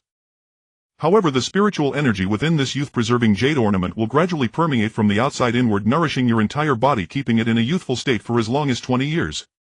The daimyo's wife was now more convinced. She had indeed seen the head of the Higashi family looking like a woman in her mid-20s, never imagining that she was the same age. She had previously worried about the side effects of beauty elixirs, and their taste was far from pleasant, but she had endured for the sake of beauty. Now, with such miraculous youth-preserving jade ornaments, she need not worry about bodily ailments even in her 50s or 60s. After her delight subsided, the daimyo's wife inquired if there were more of these youth-preserving jade ornaments. She wished to give sets to her daughter and sisters. Qianyu replied with some difficulty that such jade treasures are rare and sought after. This set of red jade ornaments was a unique treasure in the world. She still had 10 sets of youth-preserving jade ornaments, but none compared to this red jade set, and their preserving effect lasted only 10 years. Hearing this, the daimyo's wife was even more pleased. She was the most distinguished woman in the Fire Country, and the world's most unique treasure naturally belonged to her. She then asked if she could provide the jade stone herself and have Qianyu craft the youth-preserving jade, with the price negotiable. The daimyo's wife knew well that those noble ladies with fading beauty often whispered behind her back about her appearance. Once they learned she possessed a stash of youth-preserving jade, they would surely flatter her endlessly. Qianyu indicated it was feasible, but there were few masters with profound family heritage and superb skills, and a master could only carve one unique jade ornament per month. Therefore, high-quality youth-preserving jade required a long wait, while medium-quality ones could be obtained relatively faster. This red jade set belonged to the highest quality. The daimyo's wife expressed understanding, ordering 6 sets of high-quality youth-preserving jade and 50 sets of medium-quality ones. Qianyu readily agreed. The craftsman she had poached from the Rain Country would finally create more value for her trading company. Finally, Qianyu proposed a partnership with the daimyo's wife to open an upscale leisure club exclusively for noble ladies in Kamakura City. The daimyo's wife generously offered several courtyards she owned in prime locations within the city for Qianyu to choose. Qianyu selected a relatively tranquil courtyard, renovated it using various goods collected by her trading company from the nations of the ninja world, and named it Chihue Pavilion. A batch of previously trained fair-faced maids had also taken their positions. 3 days later, Qianyu sent invitations to the daimyo's wife and Princess Yushiro, as well as to the ladies of the Fujiwara family and the 3 other major families. Initially, Qianyu did not wish to invite too many noble ladies, fearing unforeseen complications with a large crowd. The ladies of the Fujiwara family and the other 3 major families knew that Chihue Pavilion was under the daimyo's wife's patronage, and they all graciously accepted the invitation. The next day, the 4 noble ladies and their daughters arrived as promised. As they stepped into Chihue Pavilion, it felt as though they had entered a mystical wonderland forgotten by time. Walking into the courtyard, the first things to catch their eyes were the strangely shaped, unique rocks. Some stood alone, exuding their singular charm. Others leaned against each other, forming wondrous scenes. They were black or white, gray or brown, colorful yet retaining an antique elegance, perfectly blending with the surrounding environment, imparting a sense of stability and mystery. Around the rocks were clusters of vibrant desert succulents. Some succulents had thick fleshy leaves like full water droplets brimming with life. Others were petite and adorable, making one want to hold them. Still others bloomed with brilliant flowers, adding a splash of color to the courtyard. Strolling along the paths within the courtyard felt like wandering through a fantasy world. The winding pebbled pathways led one to uncover surprises in every corner. The rocks and succulents complemented each other, forming unique landscapes on either side of the path. In some spots a large rock was surrounded by clusters of small succulents as if a guardian protecting a brood of charming sprites. Elsewhere succulents carpeted the ground with rocks seeming to sprout from them natural and harmonious. The courtyard was adorned with delicate ornaments. For instance, an antique stone basin held lively goldfish reflecting the sky and the surrounding scenery, or an exquisite wood carving with intricate patterns adding an artistic touch to the courtyard. These ornaments together with the rocks and succulents enhanced the courtyard's charm. Such an exotic landscape was truly novel for noble women accustomed to lush greenery and blooming flowers. The guests sat on bamboo-woven rattan chairs sipping warm floral tea, admiring the courtyard scenery while awaiting the arrival of the daimyo's wife and Princess Yushiro. Before long, accompanied by the tinkling of wind chimes, the daimyo's wife and Princess Yushiro arrived. They too expressed admiration for the transformed courtyard. Qianyu was delighted that her meticulous design had earned their praise. She led them into the main hall where landscape paintings from the Earth Country hung on the left wall and those from the Wind Country on the right. These majestic lifelike paintings immediately captivated everyone's attention. Qianyu took the opportunity to recount some interesting anecdotes from her travels in the Earth Country and the Wind Country. To these noble ladies who had never left the Fire Country or even Kamakura City, the landscapes and stories were immensely fascinating. When Qianyu produced a portrait of Prince Fengli of the Wind Country, the ladies' eyes seemed to brighten, showering praise on the prince with his golden hair, blue eyes, noble and elegant bearing. Seizing the moment, Qianyu offered to create such portraits for them, customized to their preferences with imagined attire in various styles. Overjoyed, the ladies began envisioning themselves in different costumes and settings, even recalling their youthful days. Listening to the noble women's demands delivered with an air of limitless wealth, Qianyu smiled and agreed, thinking to herself that the portrait market was now open and the students trained by Xiaonan were ready to graduate. Over the next 2 days, Princess Yadai and 4 noble ladies accompanied by over a dozen others visited the elegant gathering pavilion once more. Qianyu had prepared some rare trinkets for the noble ladies. As the conversation unfolded, the noble ladies expressed profound admiration for Qianyu, who despite being a woman had become the heir to the Ghost Country. When they learned that Qianyu had traveled through several great nations, they grew even more excited, eagerly pressing her for tales of the wondrous world beyond. Qianyu had long known that these noble ladies were confined to their narrow courtyards, leading lives that were rather dull and monotonous. Earlier she had constructed a spacious and magnificent stage in the backyard where members of her caravan ascended one after another to present their carefully prepared performances. The shinobi proved to be masterful performers, bringing each thrilling story to life with vividness and flair. Even more captivating was the way the ninjas skillfully employed their ninjutsu to create lifelike scene effects, transforming the entire show into a dreamlike feast. The noble ladies present were utterly enchanted, losing themselves in the spectacle. Afterward, Qianyu brought out some dolls crafted by the Sand Village artisans, each one modeled after the characters from the stories just told, exquisite in appearance, richly attired and impeccably made. The noble ladies could not bear to put them down. Qianyu said she could create custom designs based on their favorite story characters. Instantly the ladies cast aside their reserve and vied eagerly to describe the dolls they desired.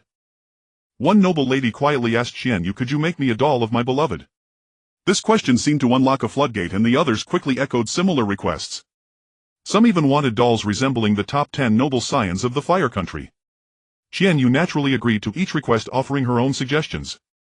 She also brought out some portraits of handsome men and explained, "You see, we can craft not only dolls but also a variety of custom portraits." As she spoke, she flipped through several paintings, each depicting dashing, elegant gentlemen.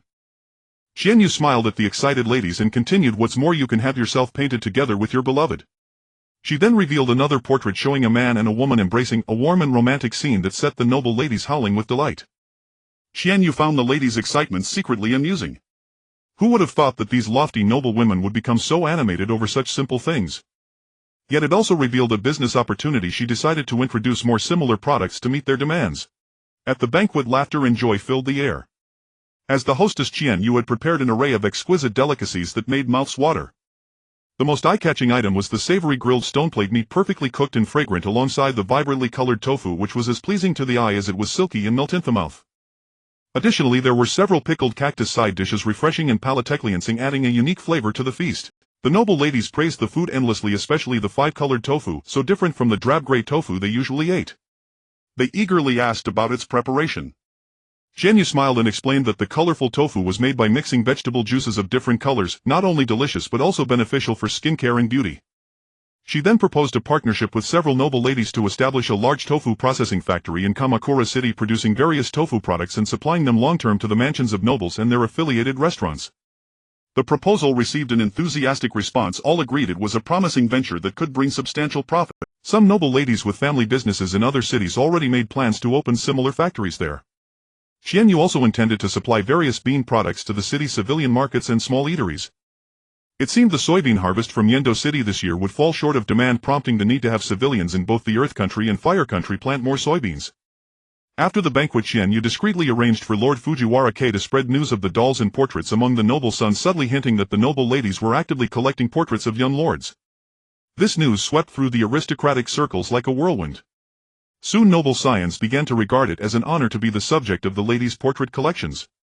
The young lords grew curious about the elegant gathering pavilion praised by the ladies. Being denied entry only made them more restless. Eventually they asked Lord Fujiwara to persuade Qianyu to build a similar venue for them. Qianyu naturally agreed and renovated one of Lord Fujiwara's estates in a similar style, adding decorations suited for noble gentlemen, which earned widespread approval. Thereafter the noble scions also joined in collecting dolls and portraits of the noble ladies. Qianyu was overwhelmed with work, her hands nearly sore from receiving endless deposits.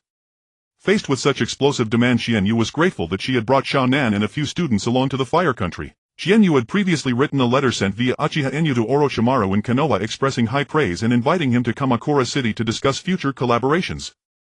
Lately Orochimaru had sensed the tense atmosphere in Konoha. Shimura Danzo had been pressing him to accelerate the research on the first Hokage's would release cells, yet was stingy with research funds.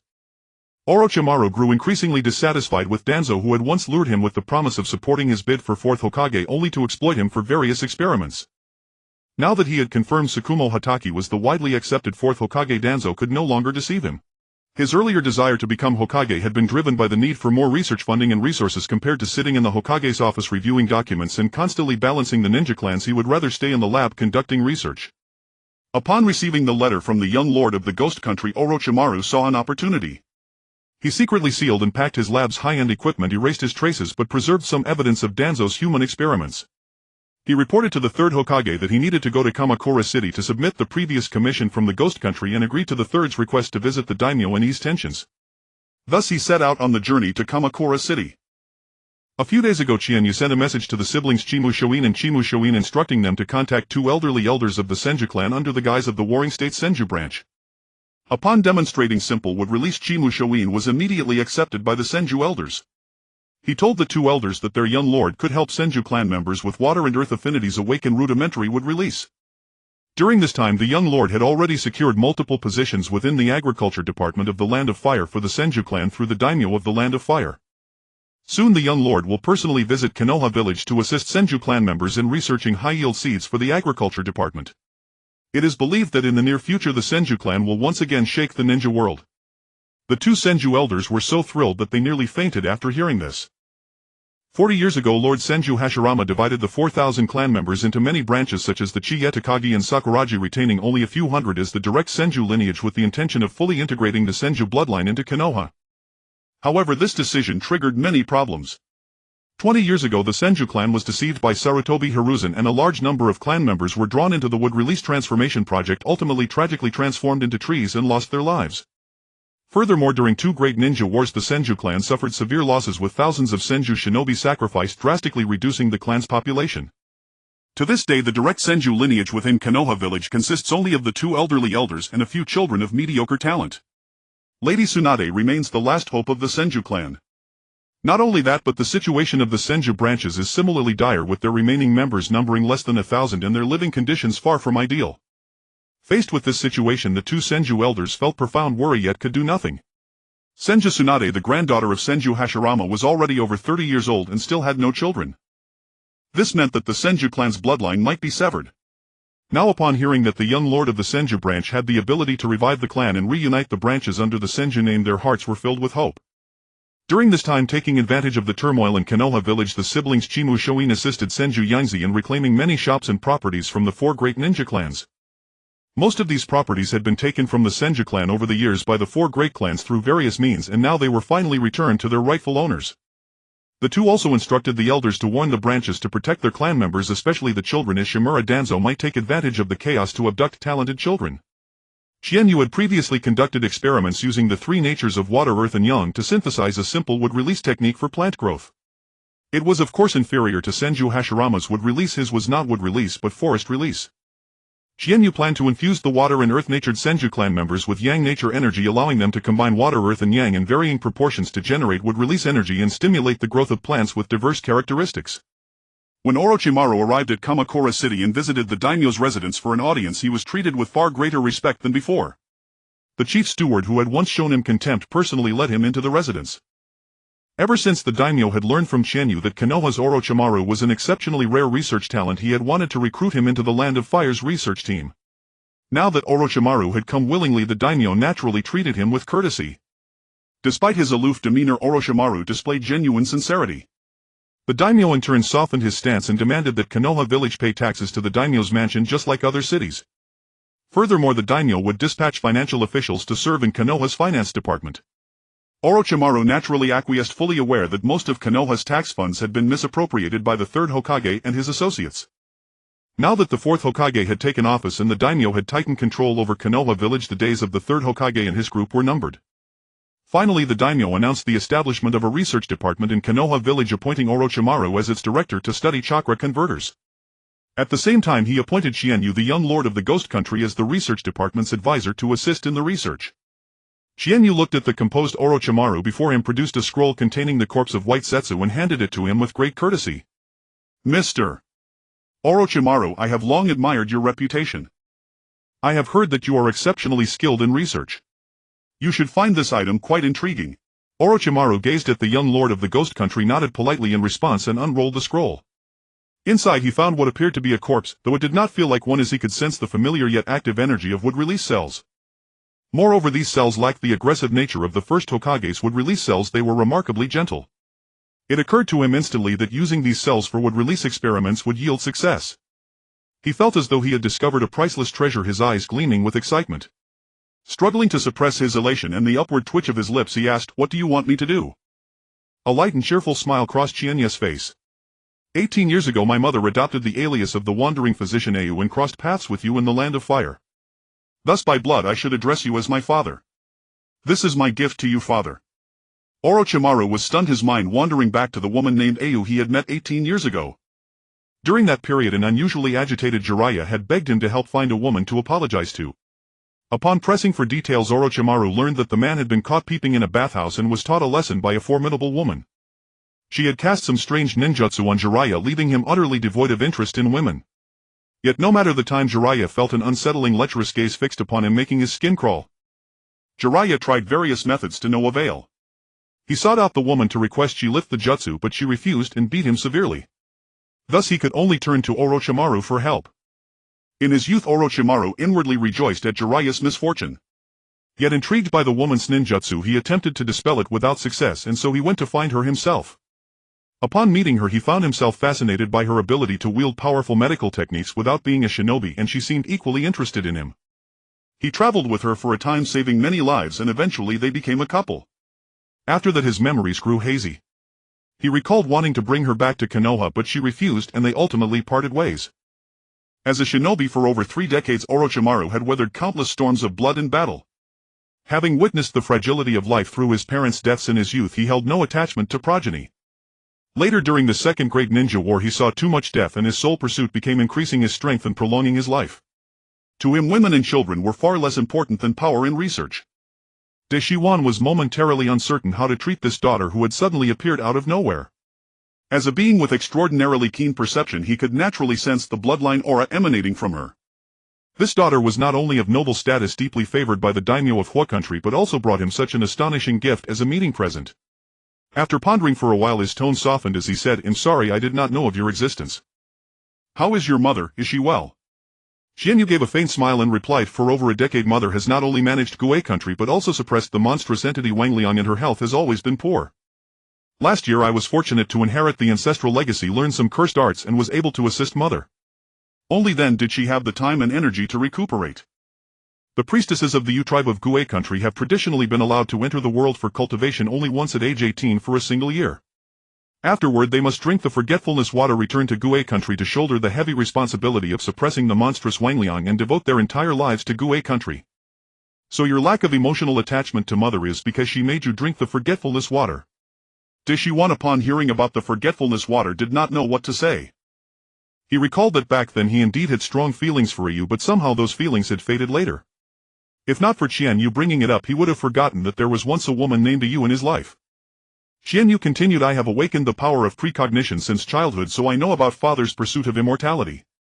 As for methods of achieving immortality, I am aware of 3. Do you wish to hear them? De Shiwan's eyes immediately lit up and he gestured for Qianyu to speak quickly. Speaking of immortality, we must begin with the origin of the shinobi world.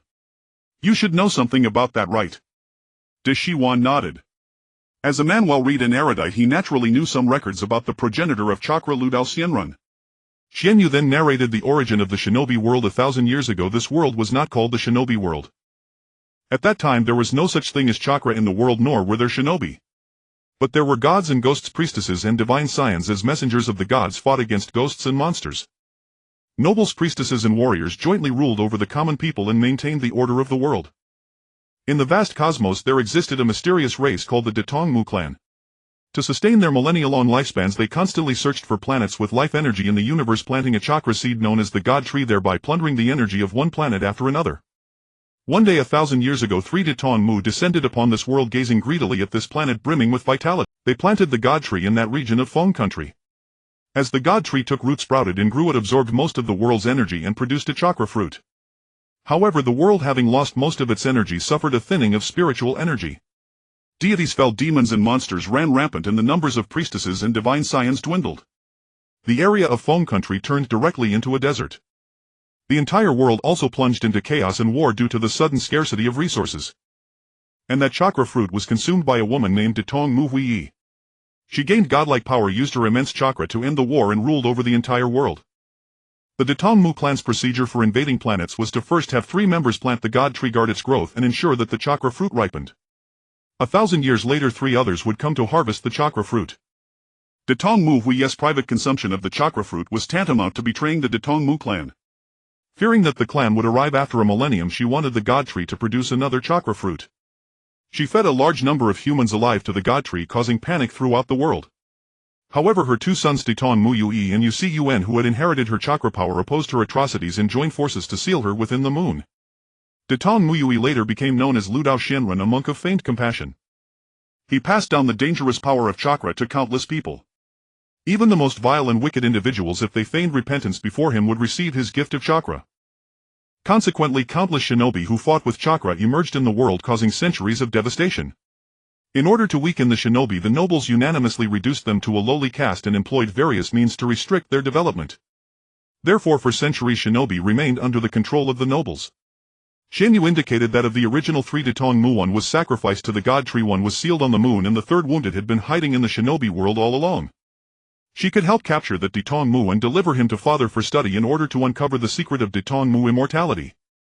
While De Shiwan was still in shock, Qianyu continued to speak of the second method of immortality, the impure world reincarnation technique invented by the second Hokage of my Qianshou Fei Jian. This technique summons souls from the Pure Land back to the human world, and the impure world body can be continuously improved using Baiju cells. As long as there is chakra, it can be maintained for decades or centuries, achieving immortality. De Shiwan had previously seen a fragment of the impure world reincarnation scroll. When he first began researching it, his teacher, the 3rd Hokage, strictly forbade him. If he could obtain the complete version of the impure world reincarnation technique combined with these Baiju-style cells, he would surely be able to develop a method of immortality.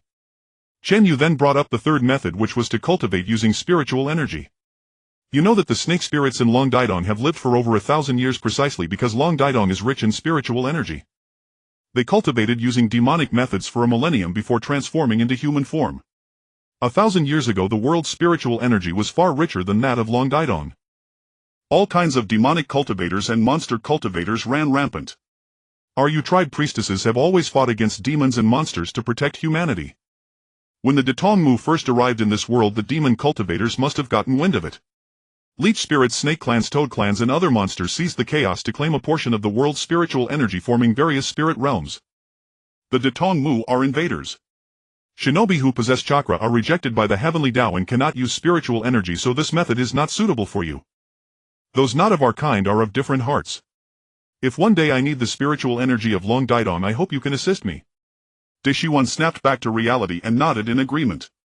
He had once witnessed many snake-shaped stone statues transformed from humans in Long Daidong and had always been puzzled as to why he could not use the cultivation method of the white snake immortal. Only now did he understand that it was because the heavenly Tao rejects shinobi. No wonder shinobi throughout history had never had a good ending. Qianyu continued. Now the millennium is approaching. 20 years from now the Datong clan from beyond this realm will arrive to harvest the chakra fruit. The Datong clan possesses bizarre and formidable abilities. It can be said that only shinobi of the caliber of Qianshou Zhujian and Uchiha Madara could contend with a Datong. Therefore I wish to entrust you with researching Datong genes and Baiju cells, secretly cultivating several super cage-level shinobi to jointly resist the Datong clan. Of course you need not worry about research funding and equipment. The Yue Commerce Guild formed by Gue country has already established long-term cooperation with several major countries. In the future there will be a steady flow of funds and sophisticated equipment to support your research. Having listened to Qianyu for so long, Orochimaru increasingly realized that this daughter of his harbored depths far beyond what met the eye. The wisdom, resolve and insight into the situation she displayed impressed him profoundly. The chakra converter research mentioned by the fire daimyo earlier was surely her idea. If this technology succeeded it would revolutionize the entire shinobi world. She likely had a hand in the recent upheavals among Konoha's higher ranks as well. Father, I own a large tract of sandy land in the wind country. I wish to employ fire-release shinobi to produce glass and glazed tiles. I will later visit Konoha to seek cooperation with the Uchiha clan. Qianyu lowered her head slightly, feigning shyness. Mother once knew the youngest son of the Uchiha clan's elder who passed away early. So given how well I've treated you, you wouldn't mind me taking another father, would you? Orochimaru's mouth twitched. He was nearly amused into anger. He never expected that his newly acknowledged daughter would be so eager to claim another man as her father, and that short-lived Uchiha no less. The child truly inherited his coldness and ruthlessness. Yet recalling that she had borne the burden of the ghost country from childhood, even facing the pressure of the entire shinobi world, a pang of guilt surged within him. After all, he had never fulfilled a father's duties, never taught her. Now what right did he have to reproach? As a ninja who would stop at nothing to accomplish missions, Orochimaru knew well the cruelty of this world. Here only the strong survive, and Qianyu understood how to exploit every resource. In a way, Orochimaru should even feel proud of her. After a long pause he snorted, the Uchiha clan has specialized bloodline verification methods. Are you sure you can succeed? Of course. My great-grandfather was an Uchiha. I carry Uchiha blood. They won't dare question it. By the way, my grandfather is Tobarama Senju. I plan to visit the Senju clan next, claim kinship and absorb their power for my own use. Orochimaru stared blankly at his daughter, a complex emotion churning within him. After a thoughtful moment he revealed some hidden secrets about the Uchiha and Senju clans. Qianyu also learned information that Oboro Shuin had failed to uncover. Delighted, she produced a large pile of rare materials she had collected earlier. Seeing Orochimaru's satisfied expression, Qianyu seized the opportunity to ask him to leave a shadow clone to guide her in taijutsu training. For a long time afterward she would deeply regret this decision. Orochimaru's taijutsu lessons were unbearable for ordinary people. 2 hours of basic physical conditioning, 2 hours of sparring and constant surprise attacks the rest of the time, without allowing her to use the guardian jade for defense. By the end of each day Qianyu was utterly spent. Yet Orochimaru forbade her from using spiritual energy to relieve fatigue, insisting her body must adapt to the intensity. Considering the possibility of future spiritual energy depletion or being sealed by a powerful enemy, Qianyu gritted her teeth and endured the excruciating soreness. After 5 days of hellish training, Qianyu had visibly slimmed down, but the results were remarkable. Her physical defense and speed had greatly improved. Continuing the plan, she would reach Jonin-level taijutsu in a few months. Earlier Qianyu had given dozens of specially crafted purification talismans to Hyuga Tatsuha, now renamed Shiroi Iro. Over the past month his parents, Hyuga Tokisuk and Hyuga Yuko, had successfully helped 50 Hyuga branch members fake their deaths, escape Konoha, and officially join the Shiroi clan of the Ghost Country. Some of these branch members were assigned to the Ghost Country's mines and hospitals, others followed merchant caravans to impoverished regions across the shinobi nations, establishing orphanages and small workshops. Their mission was not only to train talent for the trading company but also to gather various resources. The plan required time, but so far progress was smooth. Qianyu carefully lifted the palm-sized fragment of the decapitating carving knife and examined it closely. Its material density was far greater than ordinary steel, weighing twice as much. She tried using spiritual energy to sense its internal structure. A highly active substance seemed to be drifting within. Could this substance absorb iron from blood? Not long ago this fragment was only the size of an egg. But after an hour soaked in pig blood it had grown twice as large. At this rate, if supplied with enough blood, it could restore itself to the full shape of the decapitating carving knife in just 1 day. Qianyu decided to entrust the construction of a knife factory to Hyuga Tokisuk. The Byakugan was ideal for locating sand monsters and bleeding them. She herself would use puppet talismans to control the sand monsters and prevent them from struggling. Of course she would impose seals on Tokisuk and the factory workers to ensure no secrets leaked. Qianyu had other plans for Hyuga Yuko. She wanted Yuko to continue helping Hyuga branch members fake their deaths and leave Konoha, then lead them to the water country to form a treasure hunting team. With advanced diving equipment developed by the research division, they would surely find more precious treasures in the deep sea. Although most of the fire country's land was fertile, some areas remained barren. Qianyu had already dispatched merchants to contract these lands and hire local civilians to plant soybeans and various spice crops. Only by perfectly pairing various tofu products with different spices could one truly reveal their unique flavor and charm. Tofu skin as a nutritious and easy-to-make delicacy was widely loved. Vacuum packaging could extend its shelf life to half a year. However, there were challenges in making tofu skin. In summer, sundrying was convenient, but in other seasons large amounts of firewood were needed for baking, and using heat storage talismans was not cost-effective. Qianyu couldn't help thinking if only she could sundry tofu skin directly in the Wind Country's desert. That would save costs and increase efficiency. However, transporting large quantities of beans also incurred significant expenses. As the Merchant Guild expanded, storage scrolls and talismans were in short supply. 2 months ago, Qianyu had assigned experts in space jutsu and sealing techniques to research teleportation arrays, but all attempts failed. Teleported goods were either crushed by spatial forces or lost in another dimension. It seemed she would need to seek help from Minato Namikaze, who could use the Flying Thunder God technique. If that failed, the last resort would be to reanimate Tobarama Senju using the Impure World reincarnation technique. If a teleportation array were established between the Wind Country and the Water Country, it would bring immense benefits. Imagine being able to directly transport vast amounts of seawater to the Wind Country, then utilizing the abundant sunlight there to evaporate large quantities of sea salt. In doing so, it would be possible to control a significant portion of the economic lifelines of several inland countries. Moreover, when the massive volumes of seawater are evaporated under the scorching sun, it could also improve the climate of the Wind Country, a truly multifaceted gain. This idea was absolutely brilliant. With the rapid establishment of tofu workshops across various regions during this period, the Commerce Guild had accumulated a substantial influx of revenue. Of course, some merchants attempted to uncover the secret recipe for making tofu, but upon learning that these workshops were backed by nobles from the Fire Country, they dared not make any covert moves. Qianyu dispatched people to investigate the backgrounds of these merchants, selecting those with relatively decent character and inviting them to join the Moon and Commerce Guild. She showcased the numerous advantages that guild membership would bring, captivating their interest. First of all, guild members could enjoy lower prices when purchasing goods. This meant that merchants could acquire products at a lower cost, thereby gaining a stronger competitive edge in the market. Additionally, the Moon and Commerce Guild offered opportunities to act as agents for high and scarce commodities such as exquisite dolls from the Wind Country, rare metals from the Snow Country, and glassware from the Demon Country. These products were in high demand but had limited supply, thus boasting extremely high profit margins. Furthermore, after joining the guild, merchants could access commercial intelligence from all corners of the shinobi world, helping them better grasp market dynamics.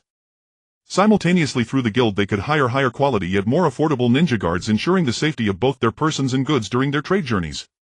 Moreover, the Moon and Commerce Guild promised to provide mediation and protection for its member merchants when they faced oppression from aristocrats. Backed by noble factions from several major countries, ordinary minor nobles dared not easily offend guild members. This pledge undoubtedly strengthened the merchants' trust and reliance on the guild. At the same time, Qianyu revealed that the guild had a dedicated research department that continuously developed innovative products. The distribution rights for these products were exclusively offered to the guild's own merchant caravans, meaning that merchants who joined the guild would have the opportunity to be the first to acquire these novel items and seize a market advantage. To safeguard the interests of all caravans within the guild, the Moon and Commerce Guild established strict policies for allocating product sales territories, preventing vicious competition among caravans. In this way, merchants could expand their businesses peacefully within their respective territories, free from the pressure and competition of their peers. As expected, the merchants were dazzled by this array of benefits and, led by Matsushita Ishii, eagerly joined the Moon and Commerce Guild. Afterward, Qianyu explained that in this world there were merely tens of thousands of nobles and wealthy merchants, but hundreds of millions of commoners. In the future, the Moon and Commerce Guild would primarily rely on the billions of commoners to create more goods and generate profits through the circulation of commodities. Therefore, the guild would continuously help improve the lives of commoners, enabling them to produce more commodities. Moreover, as their basic living standards rose, their demand for goods would increase, creating a new market. The Moon and Commerce Guild also instituted a series of codes of conduct for merchants, forbidding them from maliciously deceiving or exploiting commoners, and especially prohibiting usury. Violators would be expelled from the guild and forced to forfeit 1/4 of their assets. These measures not only regulated commercial behavior within the guild but also enhanced its social image and brand value. The merchants expressed understanding and acceptance of these rules. They were not inherently unscrupulous, and although some had previously oppressed commoners, they resolved to refrain from such actions going forward. They realized that a well-regulated and orderly guild was the foundation for long-term development. Without such explicit regulations, they might not have felt secure enough to join such a large organization. Qianyu was highly satisfied with Matsushita Ishii's proactive efforts and specially appointed him as the minister of the Fire Country branch of the Moon and Commerce Guild's publicity department. Delighted, he repeatedly patted his chest, vowing to bring a quarter of the Fire Country's merchants into the guild. Matsushita Ishii believed he could accomplish this. As a member of a long-established merchant family in the Fire Country, he had already received intelligence that Lady Qianyu was highly esteemed by the Fire Country's daimyo and his wife, and was acquainted with many noble ladies and young lords. The various commodities of the Moon and Commerce Guild had already become a craze among the nobles of Kamakura City. Moreover, with the generous benefits offered by the guild, the astute merchants of the Fire Country would surely flock to join. As the electrical appliance company under the guild tirelessly promoted a variety of convenient machines such as grinding machines, juice extractors, molding presses, and smokeless charcoal grills, their use opened countless novel doors to the world of gastronomy, giving rise to an endless array of mouth-watering delicacies. The major restaurants and inns in Kamakura City launched new products almost daily. Leveraging these advanced machines, they continuously innovated, creating an astonishing variety of new offerings. From artistically crafted pastries to uniquely flavored dishes, from vividly colored beverages to aromatic barbecues, each new product launch was like a feast for both the eyes and the palate. As time passed, these delicious foods caused every diner to unknowingly gain a bit of weight. Qianyu wondered if she should first research some weight loss products. Just as Qianyu was happily gazing at the string of figures in the guild's general ledger, the Shikaku doll tucked in her sleeve vibrated 3 times. This was a secret signal between her and Shikaku. 2 vibrations indicated normal matters and that they could communicate anytime. 3 vibrations meant something confidential that required a private conversation. Qianyu immediately dismissed her attendants, erected a soundproof barrier, and spoke to Shikaku. "Lord Shikaku, what important matter do you have to tell me this time?" "Little Qianyu, this time this lord found a gold sand mine valued at about 10 billion by your human calculations. This lord has secretly stored 1/10 of the gold sand for you in the tailed beast space." "How about that? Isn't this lord generous to you? A gold sand mine. 10 billion. 1/10 of 10 billion is 1 billion. Roar. Lord Shikaku, you are my god of wealth. I will surely scour the entire shinobi world to gather the finest delicacies and offer them to you. In the future I will build your statues all across the shinobi world." "Oomph, little girl, you're just painting me a pie. This lord wants savory dried tofu and jerky." "As you command. Dried tofu and jerky in 5-spice scallion, sweet, salty, and spicy flavors will all be presented to you. And all the delicacies of the Fire Country will also be dedicated to you." You have some sincerity. As for that gold sand mine, this lord will leave it to that brat Raza. "Little Qianyu, are you going to Konoha? "Yes, I'm heading to Konoha in a couple of days. When you're in Konoha, if you run into that Jinchuriki named Uzumaki Kushina, try to persuade her not to keep antagonizing Kurama. If she provokes Kurama too much, the one who ends up suffering will be her." Shohei was initially quite pleased to see Kyubi being dealt with by the Jinchuriki. Recently it had often boasted about its freedom and the consciousness space of the tailed beasts, provoking Kyubi to rage each time. However, recently Shohei noticed that Kyubi had become listless and indifferent towards it, which felt rather strange. It turned out that Kyubi had been provoked into a rampage multiple times by Shohei, injuring the Jinchuriki in the process. As a result, Konoha village had imposed numerous seals on it, rendering the entire tailed beast unable to move. This situation left Kyubi extremely frustrated. As a tailed beast, it considered itself a symbol of power, but was now bound and unable to act. Although Shohei was usually at odds with Kyubi being fellow tailed beasts, it could not simply stand by and watch Kyubi turn into a lifeless stone-tailed beast.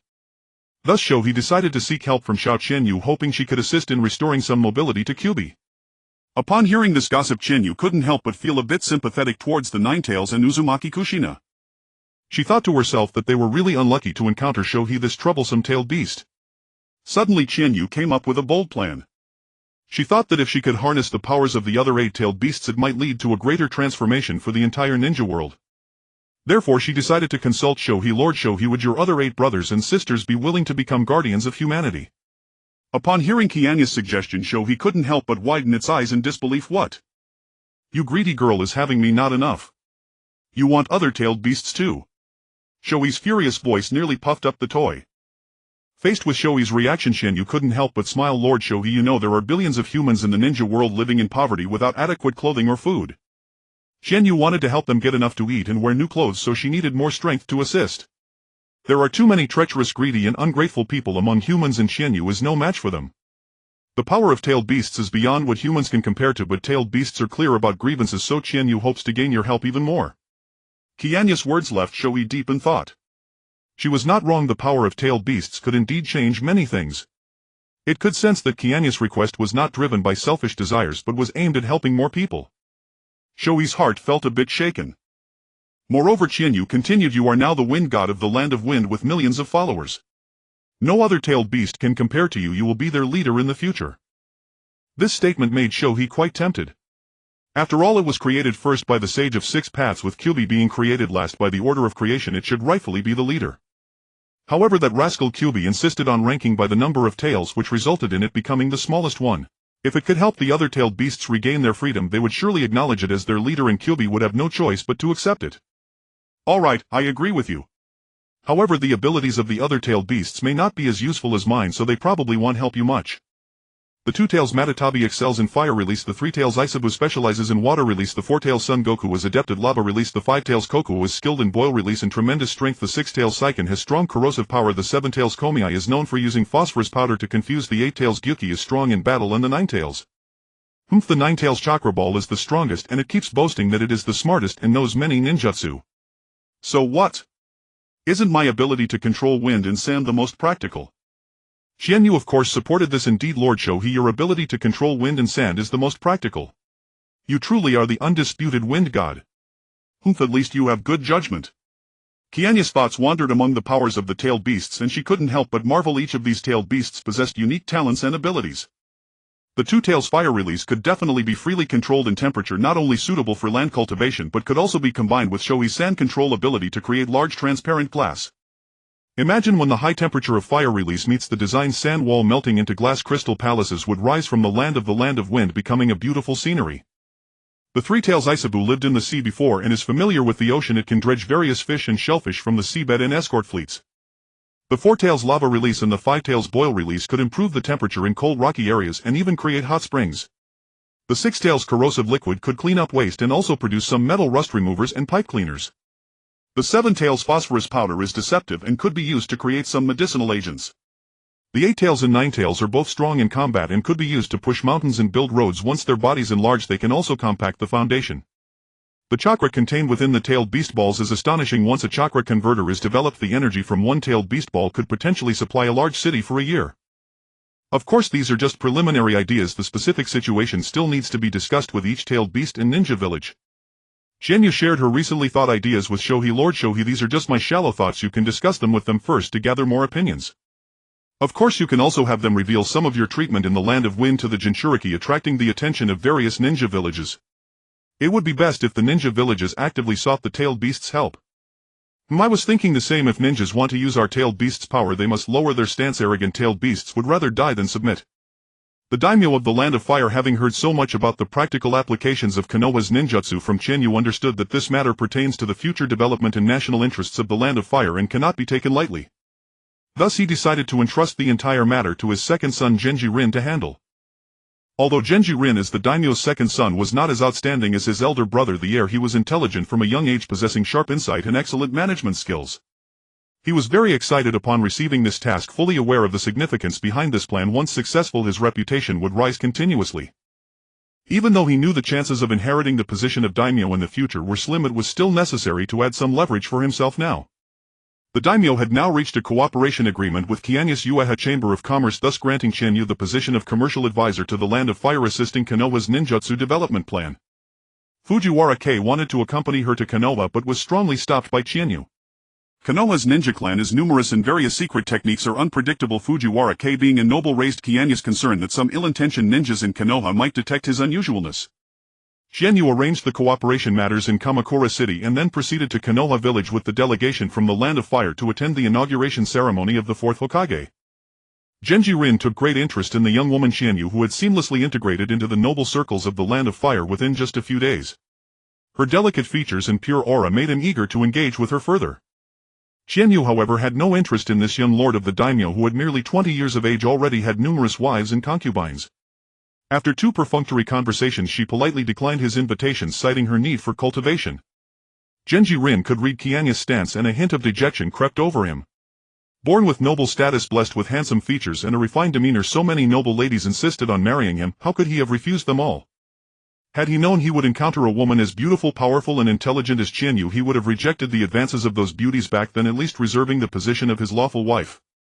If Qianyu had known what Genji Rin was thinking at that moment, she would have scoffed at him. "Young master, here I offer you the position of a side consort, would that suit you?" The procession ambled along the road for 5 days, finally arriving at Konoha village 2 days before the inauguration ceremony of the 4th Hokage. The arrival of the daimyo's second son drew great attention from Konoha village, which extended the most lavish etiquette to welcome this esteemed guest. At the entrance of Konoha village, the high-ranking members of the village clan, heads of major ninja clans and some jonin, had gathered early, numbering as many as 50 to 60 people. Compared to the 20-odd people who welcomed them during their last visit to Sunigakure, this reception was far grander, revoking off for Konoha's status and power as the strongest ninja village. Qianyu sat quietly in her carriage, her thoughts drifting. She heard Genji Rin's gentle voice up ahead exchanging pleasantries with the 3rd Hokage and the 4th Hokage. This kind of occasion was not unfamiliar to her, yet she chose to keep a low profile and not participate. However, she keenly sensed several intense gazes fixed on her carriage. Frowning slightly, a wave of doubt rose in her heart. She extended her divine sense to investigate and found that the 4 burning stares came from the 2 siblings Kuragi Morikage and 2 elders who appeared to be members of the Senju clan. Additionally, Uchiha Inetsu and Hyuga Rei cast occasional glances toward her carriage. Thanks to Genji Rin, Qianyu and her companions were accommodated in a luxurious VIP suite at no cost. After nightfall, Qianyu activated her invisibility technique and quietly slipped to the depths of the Senju clan's compound. The 2 Senju elders who had been alerted by Kuragi Morikage's message were already waiting. Qianyu looked at the 2 elders whose faces were lined with age yet whose eyes sparkled with vitality and greeted them warmly and politely. "Your junior Yu." Qianyu pays respects to the esteemed elders. 37 years ago, my grandmother, the former ruler of the demon country, formed a bond with Senju Tobara Masama. As she spoke, Qianyu used her spiritual energy to simulate the wood release's aura, causing the potted plants in the room to grow significantly taller.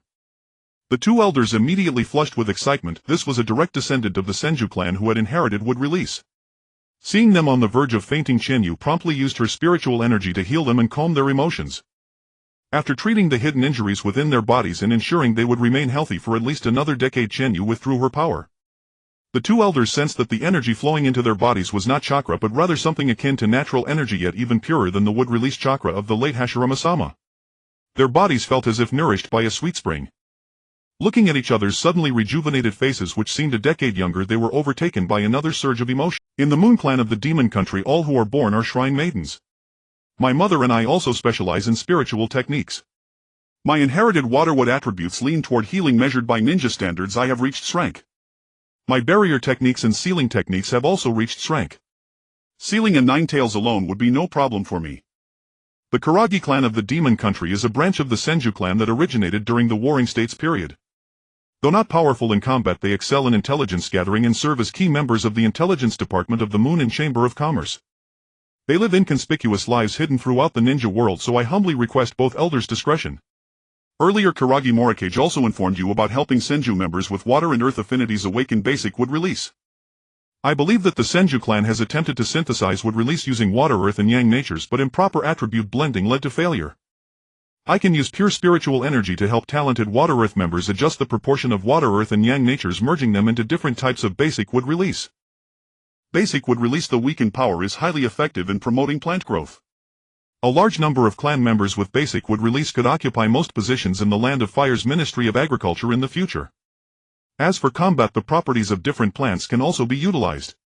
For an experienced ninja, even an inconspicuous vine can trip an enemy. Water earth members without strong talent can join the Ministry of Agriculture to research high-yield seeds. Even increasing the yield of one crop by 10% would secure a worry-free livelihood. The 2 elders were still astounded by Qianyu's 3 strength abilities when the string of subsequent words moved them to tears. With trembling voices they said, "Good child, you are the savior of the Senju clan.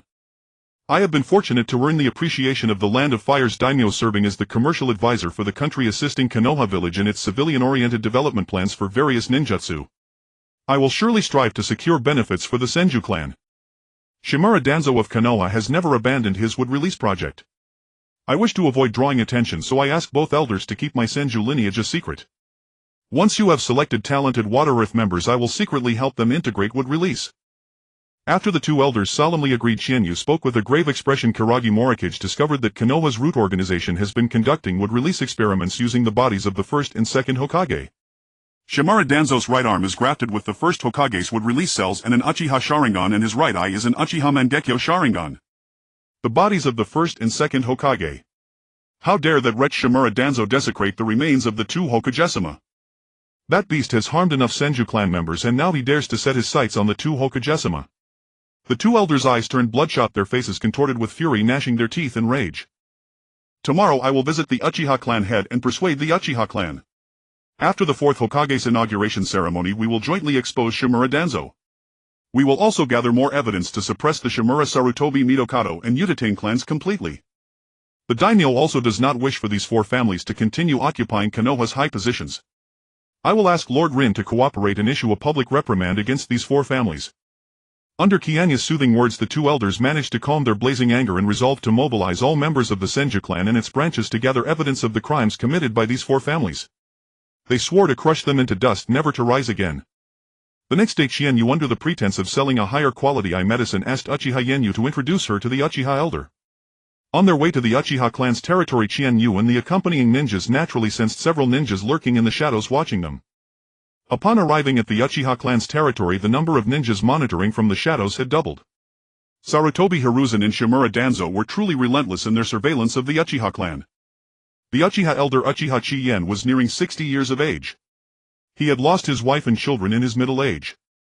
18 years ago his youngest son Uchiha Jinshan died during a mission, and 10 years ago both his eldest and second sons perished in the Second Shinobi World War. Now the direct descendants of the elder's line consisted only of a frail 20-year-old grandson Uchiha Kan and his 17-year-old granddaughter Uchiha Mei-chin. Fortunately, Mei-chin was engaged to the recently appointed Uchiha clan leader Uchiha Fugaku, otherwise the elder's lineage would certainly face even more hardships. Qianyu looked at the white-haired frail figure of the Uchiha elder, who still held himself with dignity and courtesy despite his condition, and felt a surge of bittersweet emotion. She dismissed the accompanying ninjas, expressing her desire to speak with him privately. After the tea-serving maid left, Qianyu raised her hand to create a soundproof barrier and handed the elder an old talisman. Under his surprised gaze, she slowly said, 18 years ago Qianyu's mother, the ruler of the Land of Ghosts, Lady Yu, rescued the severely injured Uchiha Jinshan while he was training in the Land of Fire. Shortly after their fateful encounter they were attacked and Jinshan unfortunately lost his life. Lady Yu was heartbroken. After avenging him, she returned to the Land of Ghosts to recuperate. As the priestess ruler of the Land of Ghosts, Lady Yu had to manage national affairs, suppress ghostly entities through her training, and raise Qianyu, which left her physically and mentally exhausted. Thus it is only today that Qianyu comes to visit you. The Uchiha elder stared blankly at the young girl before him, her black hair and eyes reminiscent of his late youngest son. To be precise, her features were more similar to those of his granddaughter Uchiha Mei-chin, and the aura she emitted brought comfort to this elderly man on the brink of death. He had been exceptionally happy when he received a letter from his youngest son. Just as he was eagerly preparing for his son's wedding, he was met only with the arrival of his son's corpse. He forced himself to hold back his sorrow and sent his eldest son to investigate, discovering that a woman named Yu had killed the ninjas from the Land of Lightning to avenge his son, only to vanish thereafter. His heart raced with excitement and he trembled as he asked, "You are Jinshan's child?" Qianyu smiled and nodded, thinking to herself, "It was my mother who let me recognize Uchiha Jinshan as my father. I am indeed Uchiha Jinshan's child. You are indeed fortunate to gain such an excellent granddaughter." The Uchiha elder suddenly stood up in excitement, tears streaming down his face, exclaiming, "Good child. So good. Child's mother, our Jinshan has descendants now." Fearing that his excitement would lead to a collapse, Qianyu hurriedly helped him to sit down, using her spiritual energy to soothe his body and provide the usual treatment. Only after his vitality was restored did Qianyu continue. "Qianyu is of priestess lineage specializing in spiritual arts. I have not inherited the Uchiha Sharingan, and after coming of age I will inherit the Land of Ghosts, so I do not intend to return to the Uchiha clan." The Uchiha elder was still astonished by this child's medical skills, noticing that his long-standing presbyopia had improved significantly, but upon hearing her intention not to return to the Uchiha clan, his previously joyful mood fell slightly. Indeed, this child is the heir of the Land of Ghosts. Given the current situation of the Uchiha clan, it would be much better for her to be the ruler of the Land of Ghosts than a member of the Uchiha. However, his frail grandson, now 20, is unable to marry and bear children, and with his granddaughter betrothed to the clan leader, does it mean that the lineage of Uchiha Chi-yen is truly at risk of extinction? Qianyu couldn't bear to witness the elder's sorrowful expression and comforted him, saying, "But rest assured, Qianyu will ensure that a child returns to the Uchiha clan in the future. After all, I plan to have my father Orochimaru research test 2 babies. I can have as many children as I want. Ah, this could work. Alright, we have an agreement. One of your children must return to the Uchiha clan and you cannot go back on your word. Qianyu nodded and continued, this time I have another request to ask of you and the Uchiha clan. A few months ago Qianyu was sent to the Land of Wind where she was fortunate enough to be granted the title of princess by the feudal lord along with a vast expanse of sandy land which is currently under construction. Qianyu presented a thick catalogue of images made of glass and glaze to the elder saying, I plan to establish a large-scale glaze factory and need a group of high-level fire-style ninjas, hence I wish to collaborate with the Uchiha clan. Additionally, Qianyu's Moon and Commerce Association also requires a batch of fire-style ninjas for its ceramic factories across the shinobi world. The elder flipped through the exquisite images of glaze, marveling at their beauty. He thought to himself that it would be easy to find fire-style ninjas as nearly all Uchiha ninjas could perform fire jutsu and there should be over 100 who could melt sand. Currently the Uchiha clan is divided into 3 factions: the radicals, the conservatives, and the neutrals. He belongs to the neutral faction and this opportunity presented by Qianyu could enhance the prestige of the neutral faction. A decade ago he was part of the conservative faction striving to integrate the Uchiha clan into Konoha. However, after experiencing the deaths of his 3 sons he became disillusioned with Sarutobi Hiruzen's various exclusionary tactics against the Uchiha and shifted to the neutral faction. After discussing some collaboration details, the elder suggested that Qianyu meet his grandson Uchiha Kan and granddaughter Uchiha Mei-chin. Qianyu naturally agreed as she was eager to meet the Uchiha's most handsome man and most beautiful woman, both of whom had been frequently mentioned by Chi-Mu Shoyun. Before long a boy and a girl stepped into the room under the warm sunlight and Qianyu immediately felt that the entire room had brightened tenfold. Uchiha Mei-chin had long lustrous black hair that flowed gently over her shoulders like silk. Her face was delicate and fair with skin as fine as sheep's fat white jade glowing faintly. The slight upturn of her lips carried a warm smile and she radiated a soft glow much like a lily in full bloom during spring. In contrast, Uchiha Kan had a different style. His hair was fine and messy, casually falling on either side of his face. His face was thin and pale with a complexion so devoid of color it appeared almost transparent, making one worry that he might shatter with the slightest touch. His eyes resembled a lake veiled in a lightness deep and hazy, occasionally sparkling with flecks of light. The faint shadows around his eyes only added to his frail and weary appearance. He wore a loose understated robe, his slender frame looking so fragile that a gust of wind might blow him away, yet he carried a unique elegance. When he coughed lightly his thin shoulders trembled slightly, evoking an instinctive sense of pity. What a sickly handsome man! Qianyu suddenly felt a certain factor within her stirring restlessly. Kainer Mei-chin, this is your younger uncle's child, Qianyu your Tang, the grand elder introduced with a genial expression. Cousin Qianyu swiftly interjected, according to the customs of the Yue clan in our Guizhi nation you may call me cousin. Qianyu spoke to Uchiha Ken with a radiant smile. Cousin Ken, my healing technique has reached strength. Allow me to treat you. As the 3 stared in astonishment, Qianyu channeled spiritual energy into Uchiha Ken's body, discovering severe damage to his lungs. She then intensified the spiritual energy to repair them. Uchiha Ken felt a warm sweet spring flowing through his body. The scorching aching lungs seemed to be immersed in cool spring water, bringing immense comfort.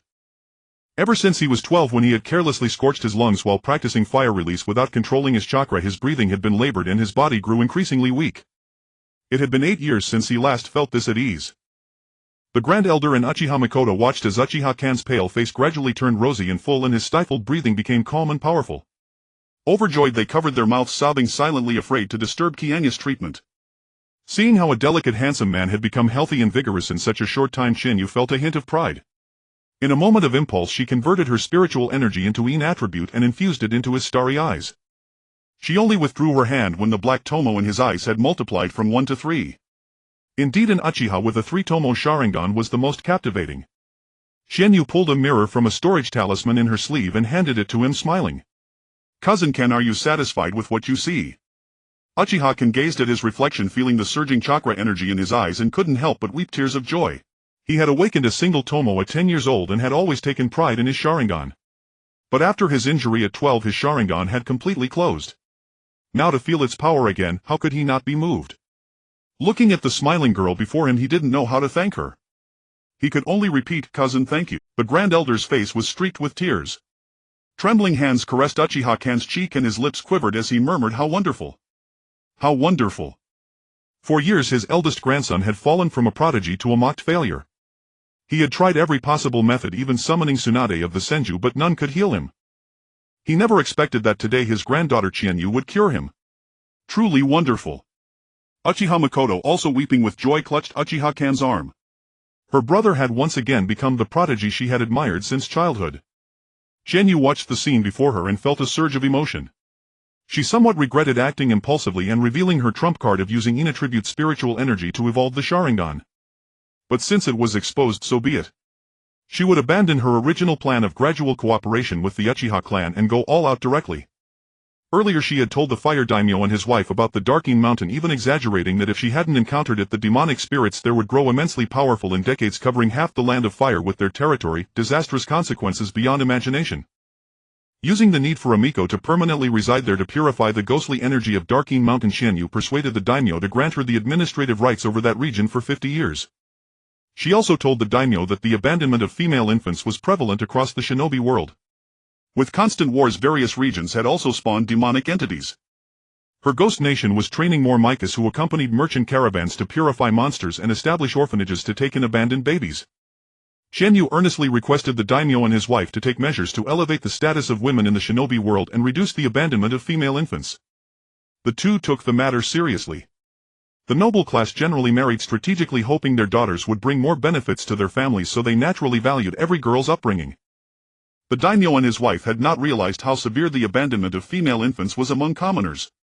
They recognized the need to act to change this situation. Thus the three began to discuss how to elevate the status of commoner women and devised the following plans. First, the daimyo's office would increase the number of female officials selected from commoners each year, offering commoner women a chance to enter the noble stratum and showcase their talents. Second, local governments would establish nurseries to receive abandoned female infants and provide them with upbringing. Third, textile mills, garment factories and food processing plants would be set up across regions, hiring large numbers of female workers. This would not only provide employment opportunities for women but also allow them to leverage their strengths and skills, creating more economic value. Qianyu thought to herself that once these plans were implemented and commoners witnessed the value women could create, promoting education for girls would become much smoother in the future. She believed that through the spread of education women would acquire more knowledge and skills, further enhancing their status and social influence. But enough digression, back to the main point. Qianyu now planned to use the extreme inland of Darking Mountain to subdue the Uchiha clan and make them entirely her own. After calming down, the Grand Elder looked at the ever-smiling Qianyu. Recalling how her eyes sparkled when she first saw his eldest grandson, her immediate willingness to treat Kan and her address of cousin Kan, he surmised that the girl had taken a liking to Kan. He thought that Qianyu was the heir of Ghost Nation and could not marry out, so it was good that she liked Kan. Historically, most Uchiha married within the clan, though since the village's founding such cousin marriages had become rare. He was old with only a few years left. Kan, who had been away from clan affairs, could not support his branch in the short term. With Qianyu's support and help he would surely establish himself in the clan sooner. Qianyu, seeing the shifting expression in the Grand Elder's eyes, somehow understood his implication and felt a wave of embarrassment. Though she had indeed harbored a fleeting thought earlier, it was only because she knew she and Uchiha Kan were not blood relatives. Grand Elder, your blatant gaze is a bit too much. Qianyu felt the need to defend her integrity. With wide accusing eyes she said seriously to the Grand Elder, the Ghost Nation has always revered women. All generations of the Yu clan have birthed only Mikas, so our kinship terms follow the opposite custom of the Land of Fire. That's why I addressed cousin Kan this way. Seeing the Grand Elder's expression of "I've been through this, no need to explain," Qianyu decided not to bother with this frivolous old. She put on a serious face and said solemnly, "I have some matters regarding the Uchiha Sharingan and Konoha village to discuss with the clan head and elders. Please arrange an introduction." The Grand Elder, recalling how her healing had evolved Kan's Sharingan to 3 Tomo, immediately took it seriously and sent word for the clan head and 2 elders to convene an emergency meeting. Qianyu asked the Grand Elder to bring items to verify Uchiha bloodline and also requested Uchiha Kan to accompany them. With him as a living example, she could dominate the ensuing cooperation meeting. In the solemn and dignified meeting room, the Grand Elder felt somewhat awkward as he looked upon the 40-something second and third elders as well as the 20-something Uchiha clan head Uchiha Fugaku. All three had assumed their positions within the last 2 years, leaving him a 60-year-old man still occupying the post of Grand Elder. Yet he had no choice. All 3 of his sons were lost, and within his lineage there was no one suitable to bear the burden of an elder. Observing the once languid Grand Elder now brimming with vitality, accompanied by a young woman said to be the heir of the Gueiji country and a handsome Uchiha youth of considerable prowess, the trio sensed that good fortune had arrived. The Grand Elder introduced Qianyu and instructed her to let a drop of blood from her fingertip fall onto the Uchiha mirror of kinship affirmation. As the mirror emitted a resplendent glow, all present smiled with delight, marveling at Qianyu's exceptional talent. The Grand Elder further disclosed that Qianyu, as the successor of the Gueiji country, did not intend to be formally absorbed into the Uchiha clan, which initially displeased the 3 elders. Yet upon learning of her proposal to collaborate with the Uchiha in establishing a glassware factory, they set aside their reservations. especially when they beheld the exquisitely illustrated brochure of glassware and the listed prices. Their experience and acumen allowed them to instantly grasp the immense profitability. Thus the three elders greatly appreciated this younger generation member who immediately after reconnecting with the clan brought substantial benefits. With warm cordiality they inquired about the specifics of the cooperation.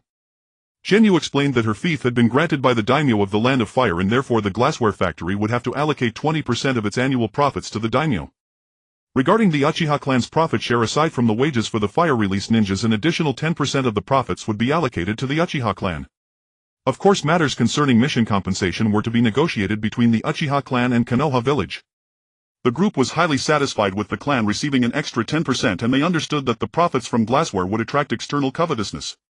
They vowed to implement robust security measures. Pleased with their response, Qianyu introduced the pottery factory under her merchant guild, noting that ninjas as skilled in fire release and aesthetically sensitive as the Uchiha would undoubtedly produce exquisite porcelain, continuously siphoning the wealth of nobles and affluent merchants. Seizing their excitement, Qianyu asked Uchiha Ken to demonstrate his three-tomo Sharingan. The three elders stared in disbelief. In their memory, Uchiha Ken was a frail, constantly ailing invalid, seemingly on the brink of death. How had he suddenly transformed into an elite ninja with the three-tomo Sharingan? Only after repeated assurances from the Grand Elder and Uchiha Ken himself did the three finally believe, turning their gazes intently toward Qianyu. Qianyu, unhurried and composed, recounted the process by which she had discovered the secrets of the Sharingan. 2 months ago, while treating Uchiha Yue at Rinnegan Mountain in the Land of Fire, she discovered that yin release had a significant therapeutic effect on the Sharingan. The eye drops she had previously sold to Uchiha Yue were also made from yin attribute spiritual herbs, greatly alleviating various problems caused by the Sharingan. Today, while healing cousin Ken, she became even more convinced that yin release is the key factor in the evolution of the Sharingan.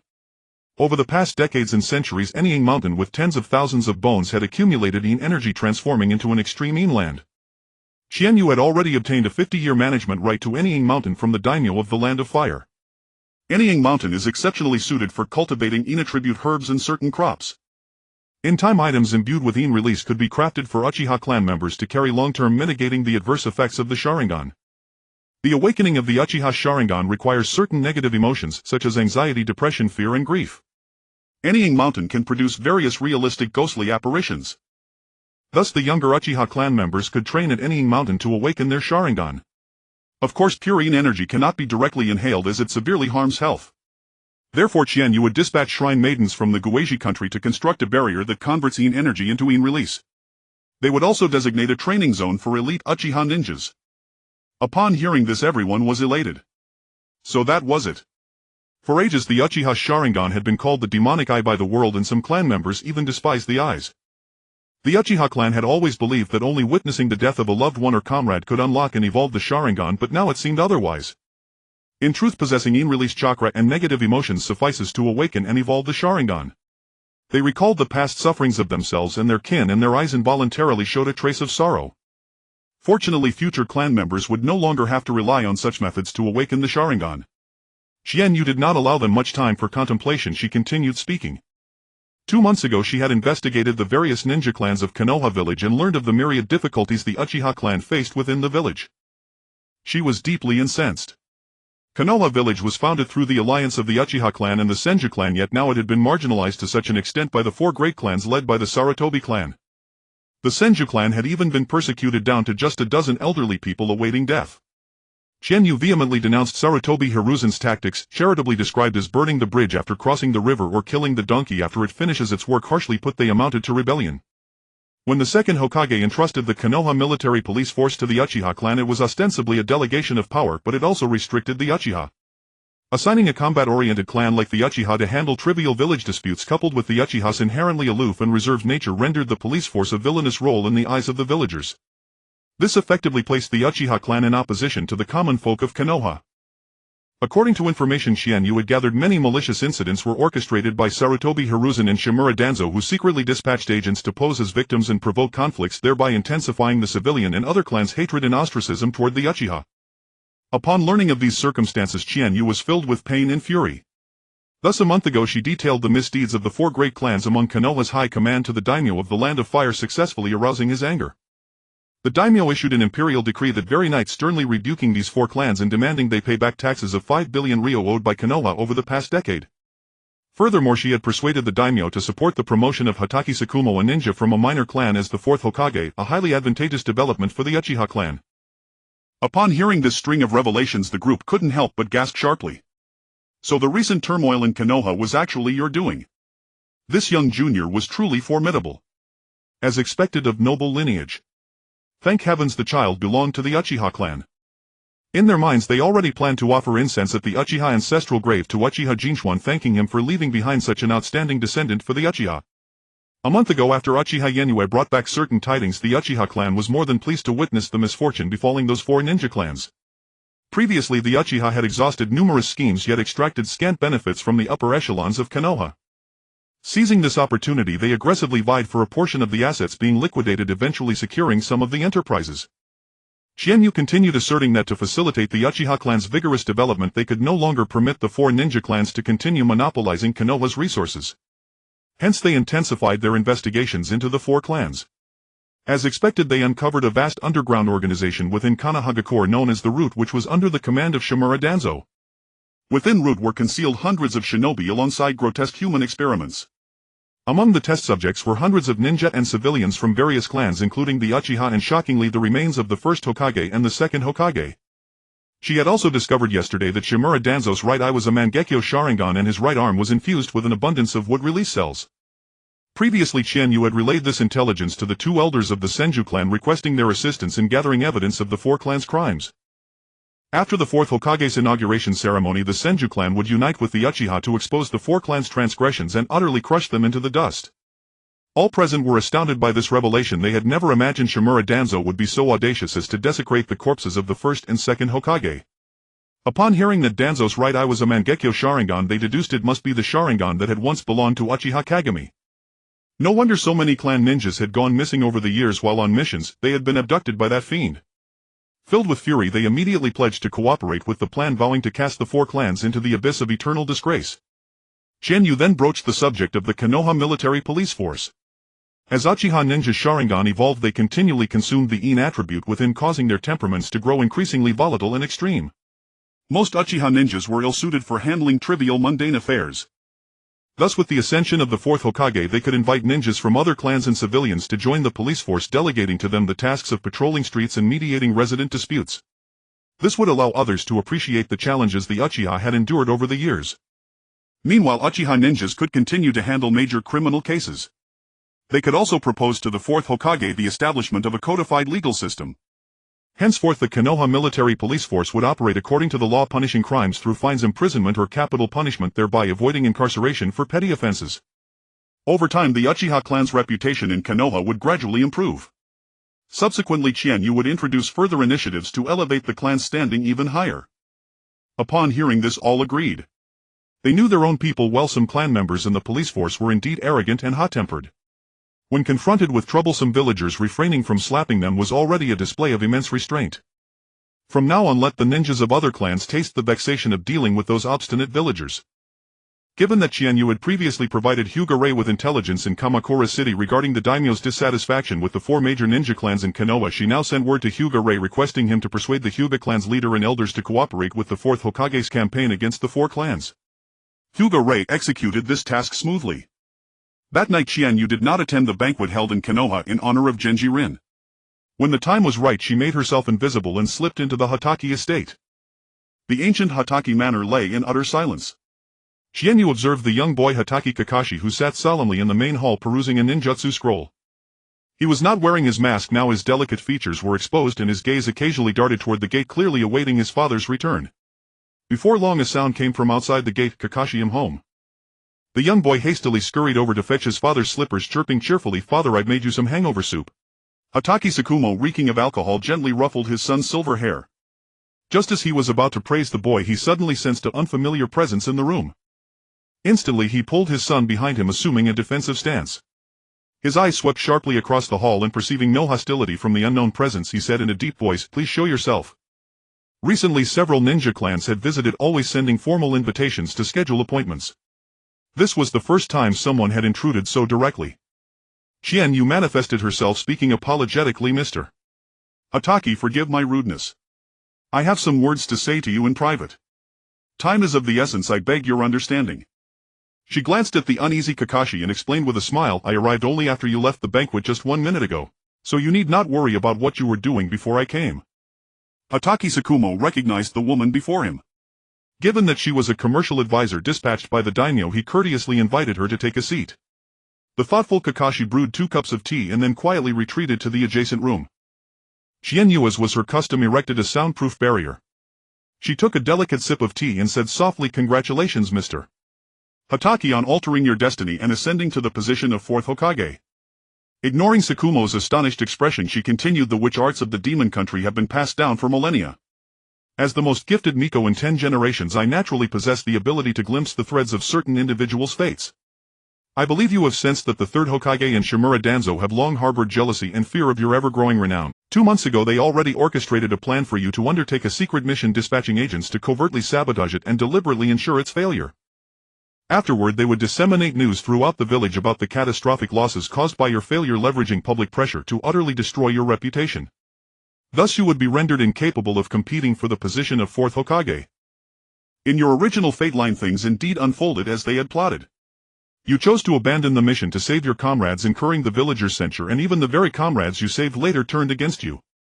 Moreover, seeing through the 3rd Hokage's hypocrisy shattered your faith in the will of fire. Unable to bear the increasingly harsh condemnations, you chose to take your own life. Under Tsukumo's stunned and incredulous gaze, Qianyu delivered another blow, and your son Hatake Kakashi witnessed all of this, leaving a shadow in his heart. He became ruthless in completing missions, abandoning comrades without hesitation. Years later he was redeemed by his comrade Uchiha Obito just before Obito's death, yet later forced by a mission to slay another comrade. He ended up living as a slovenly, dispirited bachelor, and thus the Hatake bloodline came to an end. These words left Hatake Tsukumo so stunned that he could not recover for a long time. As a perceptive and battle-hardened ninja, he could naturally discern the truth of this ghost country Mika's words. Some time ago he had indeed sensed several rude ninjas lurking nearby, as well as the increasingly inexplicable gaze of the 3rd Hokage. Soon after, the 4 ninja clans of Sarutobi and Shimura were suddenly reprimanded by the Fire Daimyo's decree, and the 3rd Hokage's attitude toward him softened, even stating that he had recommended Tsukumo to become the 4th Hokage. If things had continued as they were a month ago, events would indeed have unfolded as she described. However, he would never have abandoned Kakashi alone and chosen the cowardly path of suicide. Could he have been controlled by the root ninjas at that time? Most likely, Shimura Danzo, that old fiend, was most adept at eliminating all threats root and branch. He recalled all the intelligence about this young lord of the ghost country over the past 2 months. It seemed that many recent events in the fire country and Konoha village were connected to this woman before him. He now felt an overwhelming urge to slap his past self, who had been so grateful to the 3rd Hokage. Hatake Tsukumo straightened his posture, slightly bowed, and spoke with sincere tone. Tsukumo is deeply grateful for your help. The Hatake clan owes you a great debt. If there is ever anything you need from me, please do not hesitate to ask. He believed that this noble young lady had done so much, helping him become the 4th Hokage. Surely she had further intentions, even though she was already the Fire Daimyo's appointed commercial advisor. Qianyu accepted his gratitude with a clear conscience. You were already a leading candidate for the 4th Hokage of Konoha. I merely excluded candidates like Sarutobi Shino Senju Tsunade and Orochimaru before the Fire Daimyo, persuading him to support someone like you, Mr. Hatake, who possesses noble blood yet comes from a small ninja clan and is easy to control. Hatake Tsukumo was taken aback by her blunt words. Doesn't she fear being hit for speaking like that? Sensing the immense natural energy within her and recalling the miraculous abilities of the ghost country Miko, he conceded well he might not be able to defeat her. No wonder she dared to stir up so many things with such audacity. Qianyu shared with him in detail the various initiatives of the Yue Commercial Association dedicated to integrating ninja power into daily life. She also handed him plans for the development and application of various ninjutsu from Konoha, assigning water, earth and fire nature ninjas to the construction and agriculture departments, Hyuga and Yamanaka ninjas to the medical and livestock departments, Nara and Akimichi clans to study livestock feed, and Aburame clan members to develop insect repellents and beekeeping. Even retired ninjas with exquisite swordsmanship were assigned to craft factories. The initial investment for these Konoha commercial projects was approximately 3 billion ryo. The Yue Commercial Association would invest 600 million, the Fire Daimyo's government 1.5 billion, and the remaining 900 million would be raised by Konoha village various ninja clans and wealthy merchants. Additionally, 80 of each department's shares would be distributed according to investment proportion, with the remaining 20 allocated to Konoha village, the responsible ninja clans and key technical personnel. Hatake Tsukumo carefully reviewed these plans, pondering that if so many departments and factories were established according to the blueprint, the lower and middle-ranked ninjas of Konoha would no longer worry about missions. They would not have to leave the village every day for missions of uncertain danger. He could also focus on nurturing the new generation of Konoha. Heaven knows how he felt each time he watched those naive, passionate young children become cannon fodder on the battlefield. At that time the entire Konoha village would be largely self-sufficient in all sorts of supplies. The quality of life for the villagers would improve significantly and Konoha's fiscal revenue would double. This Miss Qianyu was truly a kind-hearted commercial genius. Hatake Tsukumo was still immersed in these wonderful business plans when he was stunned by the next bundle of intelligence about root that Qianyu revealed. He knew that Shimura Danzo had been researching would release, but he never expected him to be so brazen. That was the god of shinobi and his own teacher. This is utterly inhumane. Root must be dissolved and Shimura Danzo severely punished. Qianyu continued stating that the four ninja clans of Sarutobi and Shimura would seriously impede her commercial plans. She had already contacted the Senju Uchiha and Hyuga clans and would later cooperate with him to thoroughly investigate root the ANBU, the medical department and the finance department, sweeping away those four clans in one fell swoop. Hatake Tsukumo thought to himself how capable she was. She had only been in Konoha for 2 days and had already persuaded the three great clans of Senju Uchiha and Hyuga. Should he offer her the position of Hokage advisor? No matter how much he complained inwardly, his face remained solemn as he expressed that he would later arrange for elite ninjas from certain clans and civilian jonin to assist in this important operation. Seeing his cooperation, Qianyu mentioned that 2 years ago she had foreseen the Third Great Ninja War occurring next year. Again, the other four countries would fight over the Fire Country's resources, leaving the ninja world littered with corpses, people suffering and tens of millions of civilians displaced. Thus she established the Yue Commercial Association, planning to link the economic lifelines of the ninja nations through commerce, increasing the cost of war and decreasing its benefits, thereby reducing the probability of war. Through over a year of effort, she had already significantly delayed the outbreak of the Third Great Ninja War. At least it would not erupt within the next 5 years, giving Konoha village ample time to recuperate. The Yue Commercial Association now covered most countries in the ninja world except for a few small nations in the northeast and the Lightning Country, which were still in future plans. Once the plans for Konoha village were implemented and on track, she would travel to the Lightning Country. Hatake Tsukumo was instantly filled with profound respect for this woman who cared for the world and was both wise and courageous. If it were 10 years ago, he would have followed her without hesitation and sworn loyalty to her. But now, as the fourth Hokage of Konoha, he had an unshakable burden. He could let his 10-year-old son Kakashi follow her. That was a fine idea. After Qianyu left, Hatake Tsukumo remained still, quietly pondering the series of words just spoken until his thoughts were interrupted by the sound of Kakashi pushing open the door. He gestured for Kakashi to come over, told him some information about Qianyu and asked if he was willing to learn by her side. He hoped that Kakashi would have more options in the future, not necessarily continuing as a ninja. Yes, he now agreed with Qianyu's view, treat being a ninja as a transferable profession. After hearing this, Kakashi became very interested in the young woman's deeds. Many of the things she did were beyond his comprehension. Although he had been called a genius since childhood, it had only been in the ninjutsu curriculum of Konoha's Ninja Academy. His mother had passed away early and his father was often away on missions. He had matured early and always worried about his father returning covered in blood. Now that his father had become the fourth Hokage and no longer had to leave the village all year, he felt more at ease. He also wished to learn more knowledge to help his father in the future. In the bright morning of the following day, the radiant sunlight bathed the square before the Hokage building, rendering the scene exceptionally luminous and lively. A multitude of villagers had gathered, their expressions fervent as they anticipated the momentous occasion soon to unfold. On the rooftop of the Hokage building, Chimushuamo stood with solemn gravity, receiving from the third Hokage Yuenfei Risen the symbol of authority, the Hokage hat. He felt the weight of this immense responsibility, took a deep breath and looked down at the crowd below. Villagers of my village. Chimushuomao's resolute voice rang out through the speakers, echoing across the square. Today I am honored to become your Hokage, a supreme honor and an immense responsibility. I will give my all to protect our village and safeguard everyone's happiness. His words were concise yet imbued with power. The crowd erupted in cheers, expressing their support and trust for the new Hokage. At that moment, Chimushuomao became the leader of my village, shouldering the hopes and aspirations of the entire village. The clan heads of Mui's various ninja families and numerous jonin gathered in the hall of the Hokage building. Qianyu and Lord Yuan Shilin were also invited to participate in this meeting for the transition of high-level positions in Mai. Yuenfei Risen and Jitsuan Tuanzang were eagerly waiting for Chimushuomao to invite them to serve as Hokage advisors. Their expressions of overconfidence were almost embarrassing to behold. Suddenly a commotion arose from outside the gate. A dozen ninja from the Qiancho branch escorted 2 Qiancho elders into the meeting room. Elder Qiancho Xuanyi, his face twisted in anguish, cried out to Chimushuomao, I implore the fourth Hokage to deliver justice for the Qiancho clan. 3 days ago, when the younger generation of the Qiancho clan were sweeping and paying respects at the tombs of the first and second Hokage, they accidentally discovered traces of human damage on the graves of the 2 Hokage. Afterwards we found that the coffins of the 2 Hokage were empty. But they were buried under the watchful eyes of everyone. This matter is of utmost importance. I mobilized all the clansmen of the Qianzhou clan to investigate, and we found traces of the 2 Hokage's corpses in the root hidden beneath my village. Those deranged and sacrilegious beasts Yuanfei Risen and Jitsuan Tuanzang actually dared to use the bodies of the 2 Hokage for would-release experiments. The others, seeing the flicker of panic and the color draining from the faces of Yuanfei Risen and Jitsuan Tuanzang, immediately understood that this matter was indeed their doing. Everyone was shocked by the audacity of these two. Those were the first and second Hokage. Several Kekkei Genkai clans stared at Yuanfei Risen and Jitsuan Tuanzang with fury. If these two dared to tamper with the corpses of the Hokage, they would certainly not spare the bodies of their own clan members.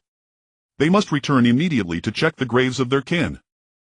Yuanfei Risen and Jitsuan Tuanzang wanted to argue with righteous indignation as they had always done, but seeing the dozen Qianzhou branch ninja, all elite jonin who had been suppressed to Chunin by them, and the anger and understanding in the eyes of Chimushuama, the Yuzhibo clan head, and the Rishon clan head, they now realized that these people had already investigated thoroughly and were just waiting to catch them like turtles in a jar. Yuanfei Risen made a final attempt to wriggle out, slumping his shoulders and letting out a bitter, helpless sigh. This is my dereliction of duty. I failed to stop Jitsuan Tuanzang back then. Risen you. Jitsuan Tuanzang immediately understood that Yuanfei Risen was completely shifting the blame onto him alone. Given Yuanfei Risen's usual image of a good-natured old man, he would likely be shown leniency by Chimushuama, while Jitsuan Tuanzang would surely be severely punished and might even be assassinated by the various ninja clans if imprisoned. With that thought, Jitsuan Tuanzang swept his sinister gaze across the hall, then fixed his eyes on Lord Yuan Shilin. He secretly tore open the bandage over his right eye, intending to use the Sharingan to control him and escape. Qianyu had been covertly watching Jitsuan Tuanzang's every move. A second before he opened his right eye, she sealed all the meridians in his body with a spirit needle while shouting, "Protect Lord Lin," and conjuring a hand with spiritual energy to gouge out that Mangekyo Sharingan. She dropped the Sharingan into a bottle of nutrient solution and casually handed it to Yuzhibo Fuyue. Seeing the bloodstains on the spiritual hand, Qianyu felt a wave of disgust. Fortunately, she had used spiritual energy and she didn't want that hand anymore. She crumpled it into a spirit orb and tossed it at Yuzhibo Fuyue. Consider it a gift for you. Not to mention how elated Yuzhibo Fuyue was upon receiving the Mangekyo Sharingan. The sensation of the spirit orb merging into his body felt as refreshing as drinking ice-cold soda on a scorching summer day. An stiff smile involuntarily appeared on his face as he looked at Qianyu. Qianyu quickly averted her eyes, barely resisting the urge to turn away and slap her forehead. You'd better keep your stern face. It's such a waste that the gentle and beautiful Yuzhibo Makoto is married to you. Everyone present breathed a sigh of relief. They had been so engrossed in the joy of seeing Yuanfei Risen and Jitsuan Tuanzang about to meet their comeuppance that they failed to react in time. Fortunately, advisor Qianyu had been quick to react, otherwise if Lord Lin had been injured by the cornered Jitsuan Tuanzang, all of them would have shared the blame. Some ninjas who had previously harbored resentment towards Qianyu, a noblewoman, participating in Mui's high-level meetings, now felt relieved that they had not voiced their objections, for otherwise they would have offended a formidable expert. As for Jitsuan Tuanzang, when his Sharingan was gouged out, he let out a scream. The wood-release cells in his right arm, no longer suppressed by the Sharingan, began to rapidly devour and spread. Amidst consecutive screams, Jitsuan Tuanzang transformed into a dull gray tree in less than 20 seconds. This scene thoroughly shocked some ninja clans who had harbored designs on the first Hokage's wood-release cells. They reined in their ambitions. No matter how powerful wood-release was, nothing was more important than their own lives. Dashawan, who had been silent among the crowd, had foreseen that Jitsuan Tuanzang would be consumed by wood-release cells the moment Qianyu gouged out his right eye. This also relieved him. Although he had already erased all traces of his experiments in the root, he still worried that Jitsuan Tuanzang might expose him in front of everyone, causing him trouble. Especially in front of his outstanding daughter Qianyu, he did not want to face social death. Yuanfei Risen, along with Shuohuman Yan and Zhuanqin Xiaochun, who had remained silent, were also horrified by Jitsuan Tuanzang's gruesome fate. On one hand, they were grateful that they had not transplanted wood-release cells. On the other, they grieved for their old comrade's death. The fourth Hokage, Chimushuama, gave them no time to grieve. He directly ordered the removal of all three from their posts and their isolation and detention, along with the ninjas from the four clans, Yuanfei, Jitsuan, Shuohuman and Zhuanqin, who were present in the meeting room. Then he ordered a squad of Anbu to accompany the Qianzhou elders to investigate the root. The fourth Hokage, Chimushuama, swept his oppressive gaze over the assembled shinobi. He methodically called out names and arranged shinobi from various clans and civilian shinobi into 4 squads, tasking them with supervising and investigating the 4 clans, Yuanfei, Jitsuan, Shuehu and Zhuanqin. Each squad was judiciously staffed with shinobi of varied abilities, including several who had grievances or enmity with the families to prevent favoritism. As for the heads of the minor clans that had previously relied on these four clans upon learning some time ago that the four clans had been severely reprimanded by the daimyo of Huojiguo and swindled out of a vast sum of money leaving their own clansmen in hardship, they had long harbored resentment. Now they were eager to sever all ties, fearing that the fourth Hokage would purge them as well. The three clans of Zhu Lu and Dai as well as the Yu-Nu and Quan Zhong clans, the most adept at reading the situation, especially after receiving the fourth Hokage's handwritten business plan last night, naturally chose to stand with him. Some of the shinobi present who had previously been unimpressed by the fourth Hokage's leadership were won over by this series of arrangements and obediently followed his orders. His Highness Yuan Shilin was also startled by the scene of the sudden transformation into a tree person. He had not expected that old scoundrel Jitsuin Tuanzang would dare attempt to kidnap him and flee. After calming down for a while, he expressed gratitude to Qianyu and invited her to a banquet. Qianyu, considering she would later need him to issue a statement exposing the crimes of the four clans and appease the public, agreed. Not to mention how panicked the clansmen of the Yuanfei Jitsu and Shuehu and Zhuanqin clans were when surrounded by numerous Mai Jonin. As for the hundreds of Jonin within the four clans, some had been dispatched on missions earlier upon hearing the news of Jitsu and Tuanzang's death and the imprisonment of the other three elders. Most dared not resist. A few refused to accept their fate and clamored, but after witnessing the supervising shinobi making an example of someone, they fell silent. Of course, the swift containment of over 10,000 shinobi from the four clans was largely due to the fourth Hokage having previously dispatched Umbu operatives to plant large quantities of chakra-suppressing narcotics in their clan territories. Moreover, many of the Chunin and Jonin in those clans had gained their ranks through connections and favoritism, so half of them lacked real combat ability. Coupled with the sudden news of Jitsu and Tuanzang's death and the detention of the three elders, they failed to react in time and lost the advantage. Moreover, being in their own clan territory, they dared not act recklessly, fearing they would become the example made of others. Thus they all stayed silent. As for the many genin, they naturally followed the orders of the Chunin and Jonin and obediently stood aside. This time the Yuzebo shinobi of the security department were all mobilized. They conducted a thorough investigation of the four clans, uncovering a large amount of incriminating evidence.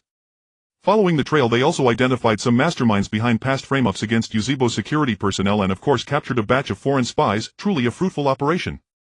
After 2 days of intense investigation, the fourth Hokage finally announced to Mui's Jonin the 6 major crimes of the four clans, Yuanfei Jitsu and Shuehu and Zhuanqin. First crime: desecrating the corpses of the 2 Hokages, persecuting the Qiancho clan and other bloodline-limit shinobi as well as civilians, and conducting human experiments. Second crime: embezzling and misappropriating massive amounts of my village's wealth over the years, secretly training tens of thousands of clan shinobi. Third crime: during the war deliberately confusing intelligence and eliminating dissidents, causing the unjust deaths of many my shinobi. Fourth crime: manipulating the promotions of Chunin and Jonin, suppressing shinobi from various clans and civilians and giving preferential treatment to shinobi from the four clans. Fifth crime: altering the history textbooks of my ninja academy, attempting to erase the fact that the Qiancho and Yuzebo clans founded my village. Sixth crime: orchestra. These 6 charges were sufficient to eliminate the four clans entirely. After deliberation at the high-level meeting, the following punishments were imposed. Given the contributions of Yuanfei Rizin, Shuehu Menyan and Zhuanqin Xiaochun over the years, they were sentenced to life imprisonment. Severely punish those within the four clans guilty of corruption, abuse of power, bullying and other heinous crimes. Confiscate half of the four clans' assets, 1 part to go to Mui's finance department, the other part to compensate the victims.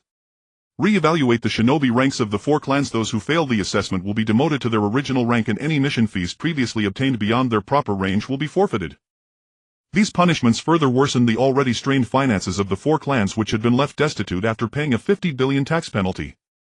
Afterward, the fourth Hokage announced to the villagers of the 5 major crimes of the four clans, excluding the first one, since the desecration of the 2 Hokage's remains and the human experiments on civilians could not be made public, as it would inevitably cause panic. For a time, the entire village of Mai was shocked, and people denounced the four clans with contempt. Especially those civilian shinobi families who were struggling. They had once revered the third Hokage, but now they resented him deeply. But regardless, the lost family members could never return. Fortunately, the compensation provided by the fourth Hokage now offered some solace. Meanwhile, clan head Yuzebo Fuyue took the opportunity to propose to the fourth Hokage that explicit laws be established for Mui's security department, punishing villagers' illegal activities through fines, imprisonment and execution. He further pointed out that over the years the Yuzebo shinobi of the security department had devoted themselves to maintaining order in Mai, only to be misunderstood and ostracized by the villagers. The clansmen grew disheartened and increasingly unable to cope.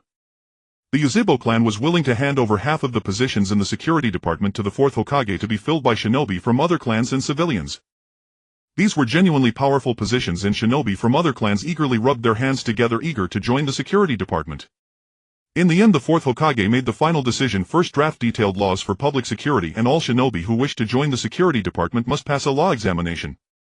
Over the next 2 days, the various clans were busy dividing up the numerous properties under the 4 clans.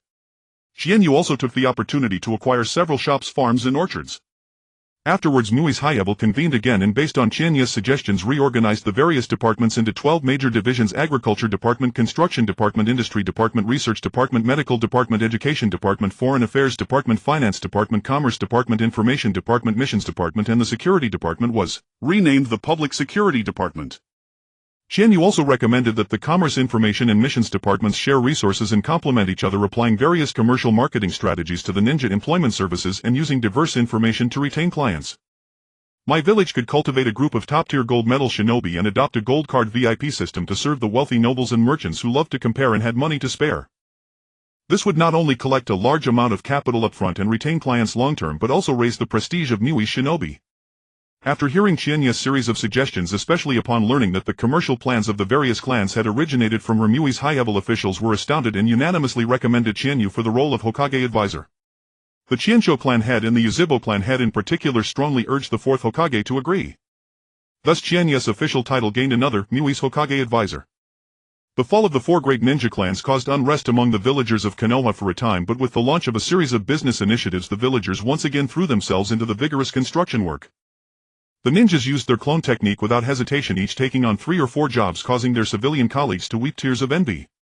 A group of talented ninjas from the Senju branch, after fusing with Primary, would release with the help of Qianyu, rejoined the Senju clan and entered the agriculture department, while some Senju ninjas with water and earth affinities entered the construction department.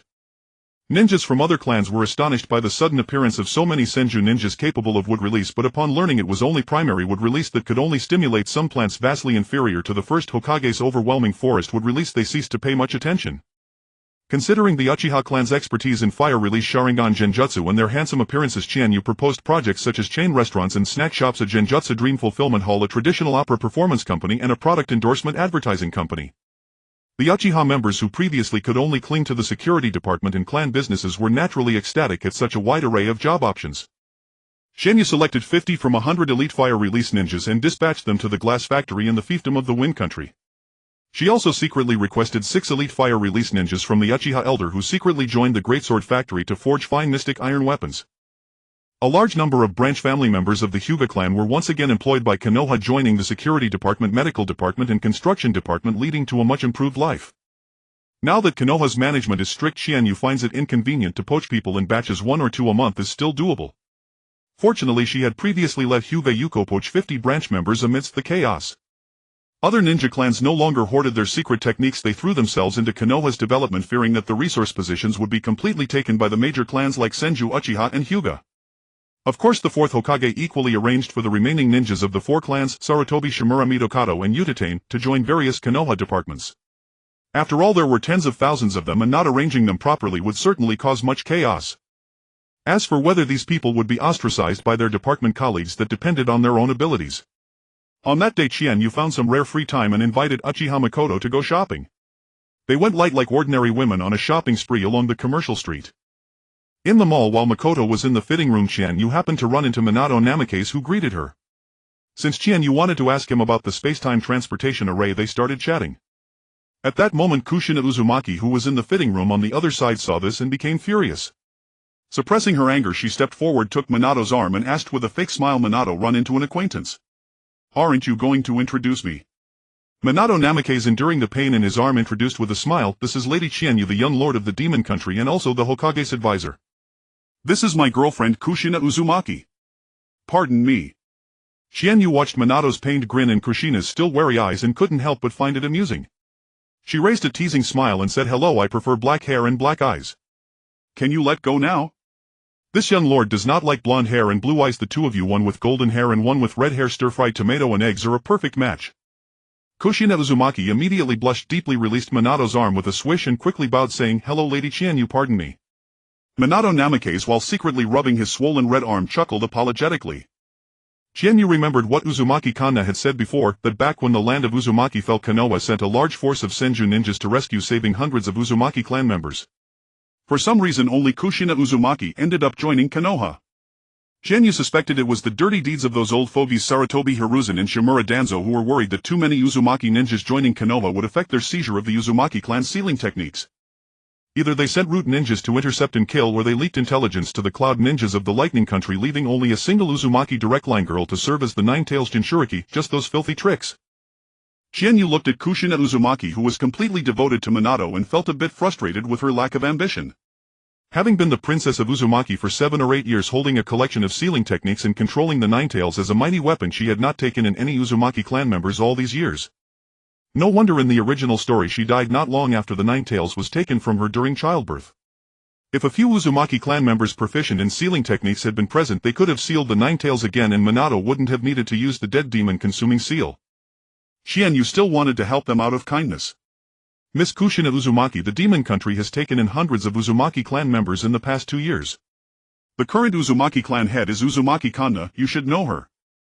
Now that the 4th Hokage is in power in Konoha, you can use the sealing techniques and the Nine-Tails as bargaining chips to ask the 4th Hokage to take in some Uzumaki survivors. You should know that the life of survivors of a fallen nation in the ninja world is even more miserable than that of ordinary civilians. Upon hearing these words, Kushina Uzumaki's face turned pale. The past memories flooded into her mind, the scene of the land of Uzumaki covered in corpses, the Senju and Uzumaki ninjas sacrificing themselves to protect her begging Lady Uzumaki Mito to help the clan members, the rejection she faced from classmates at the Ninja Academy, and her repeated attempts to seek an audience with the 3rd Hokage. Why did these memories seem as if they had been sealed away? Why had she forgotten those Uzumaki clansmen? Why had she been living like an innocent girl indulging in love? Why? Kushina Uzumaki's body began to emit red Nine-Tails chakra. Oh. Was she about to go berserk? Seeing Minato Namake's holding her and about to use the Flying Thunder God technique to leave, Qianyu quickly used barrier and sealing techniques to restrain her. Gradually the red chakra was drawn back into her body. Kushina Uzumaki, tears streaming down her face, asked in anguish, Minato, have I always been stupid? Minato Namake's understood that she had realized she had been brainwashed by the 3rd Hokage. He himself had been an accomplice. His lips trembling, he apologized, Kushina, I'm sorry. The Uchiha Makoto by the side watched Kushina sobbing with a heart full of pain. Qianyu left the space to the two of them, after all this couple would not separate, and pulled Makoto toward a nearby cafe. Sure enough, within a few minutes the two came looking for her. In the private room of the cafe, Qianyu set up a soundproof barrier and discussed the matter of the Nine-Tails with Kushina Uzumaki. She negotiated with Kurama, and with the precedent of the One-Tail Shikako, Kurama cooperated, agreeing to become the guardian beast of the Fire Country and participate in the construction projects of Konoha Village and the chakra to electricity conversion project.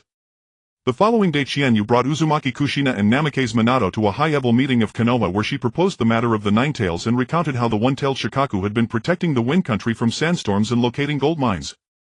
After witnessing Kushina's enhanced sealing technique, the attendees agreed to cooperate with the Nine-Tails. Subsequently, the proposal to accept a large number of Uzumaki refugees was unanimously approved. After all, with Konoha's commerce booming rapidly, there was a massive demand for sealing scrolls which required the expertise of the Uzumaki clan. Finally, Qianyu's recommendation for Minato to join the research department and establish a team for developing spatial teleportation arrays was also unanimously approved. One day, Qianyu decided to explore the hot spring district of Konoha and discovered a white-haired ninja lurking in a corner of a bathhouse peeping. To spare the women inside from psychological trauma, Qianyu silently transformed her spiritual energy into needles and ropes, bound the peeping Tom, and dragged him all the way to the nearest security office. It was indeed that scoundrel Jiraiya. She had previously considered asking him to write a book on the philosophy of peace. His teacher Sarutobi Hiruzen was still imprisoned, yet he had the audacity to indulge in voyeurism. A man like him who disrespects women and blindly worships toads, how could he possibly produce any worthwhile book? Coincidentally, the security office was overseen by Uchiha Kan.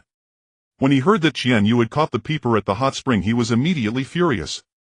Thinking that his cousin Qianyu had nearly been spied upon, his anger flared, and disregarding the title of one of the three ninjas, he directly arranged a full suite of punishments: fines, imprisonment, and genjutsu.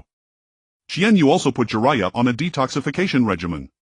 In truth, she wanted to seal his chakra and send him to Matsubara's red light district to satisfy wealthy women.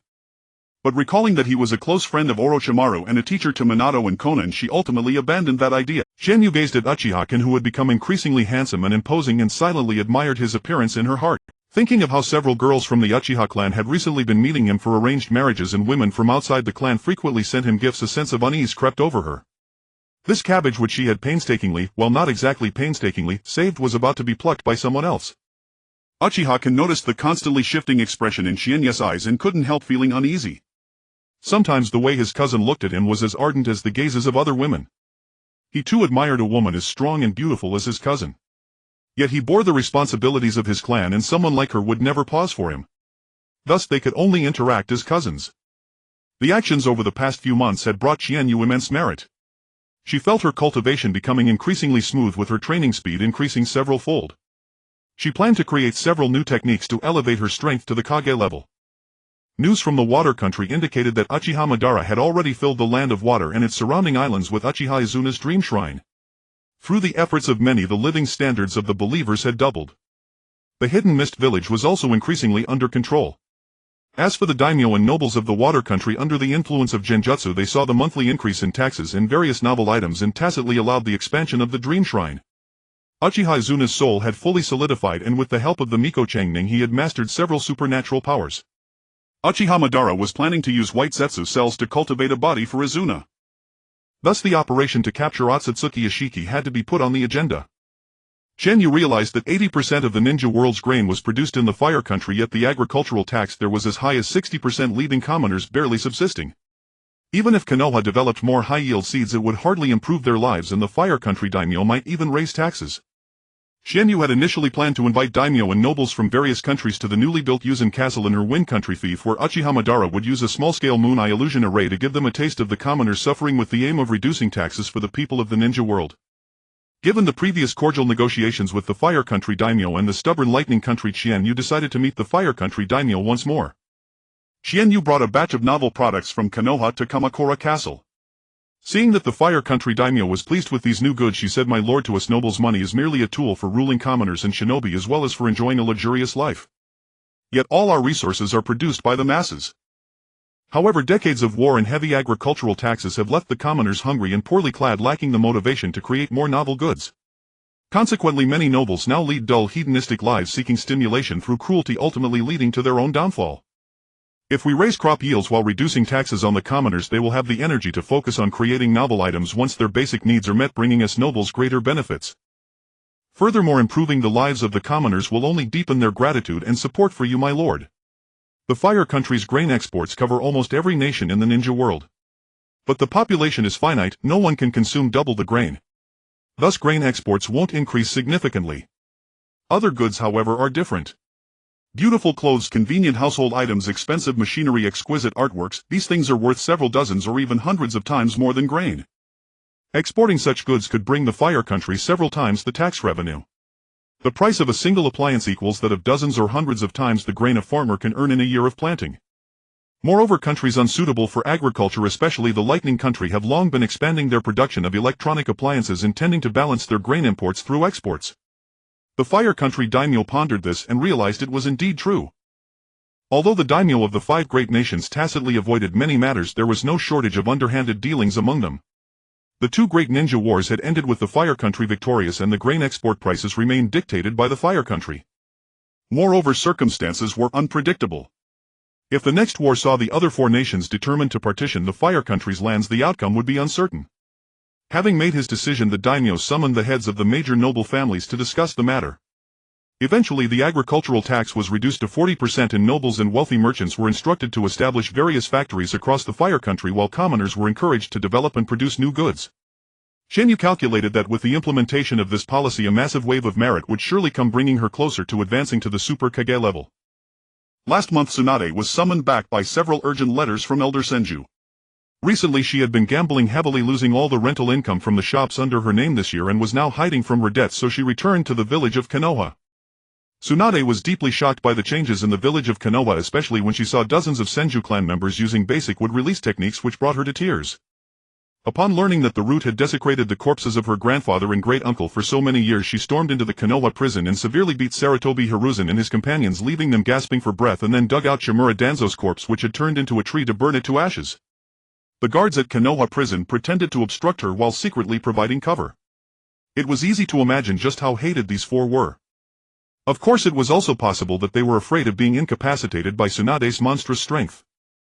Seeing her in such a state, Qianyu guessed that she wouldn't be able to focus on researching medicines during this time, so he specially made her a talisman pendant to turn her bad luck of losing 9 times out of 10 into winning 9 times out of 10.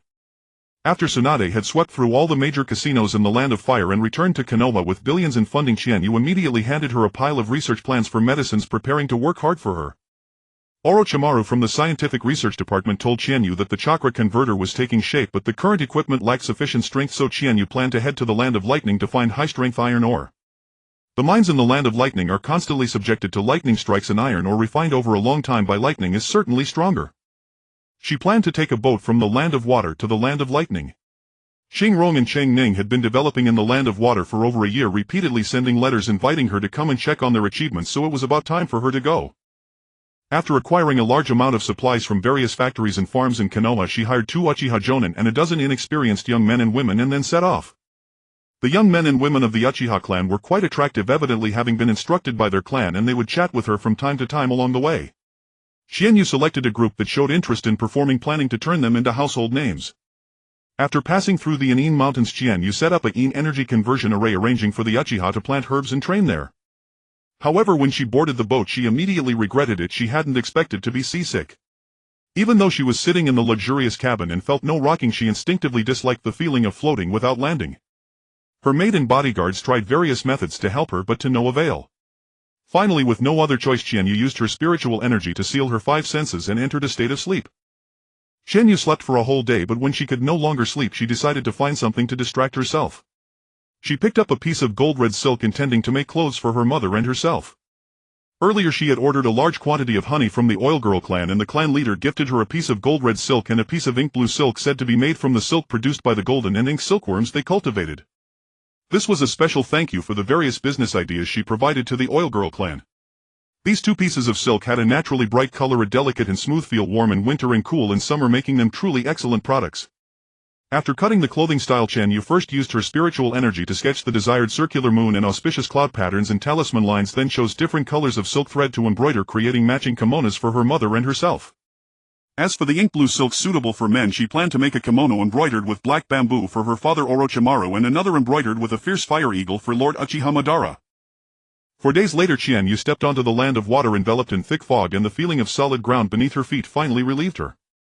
After the group arrived at the central city of the Land of Water and took a brief rest, Qianyu met with the daimyo of the Land of Water, arranged by the Miko Chang Ning. The daimyo of the Land of Water was quite appreciative of the up-and-coming young master of the Land of Demons. After reviewing the various business cooperation plans between the Yue Chamber of Commerce and the Land of Water, he nodded in agreement immediately. The Land of Water is surrounded by the sea, and the variety and quantity of vegetables and fruits on the island are very limited. The daimyo and nobles of the Land of Water were already tired of eating them, as inland vegetables and fruits take 4 to 5 days to be transported, and even using sealing scrolls to carry them changes their taste.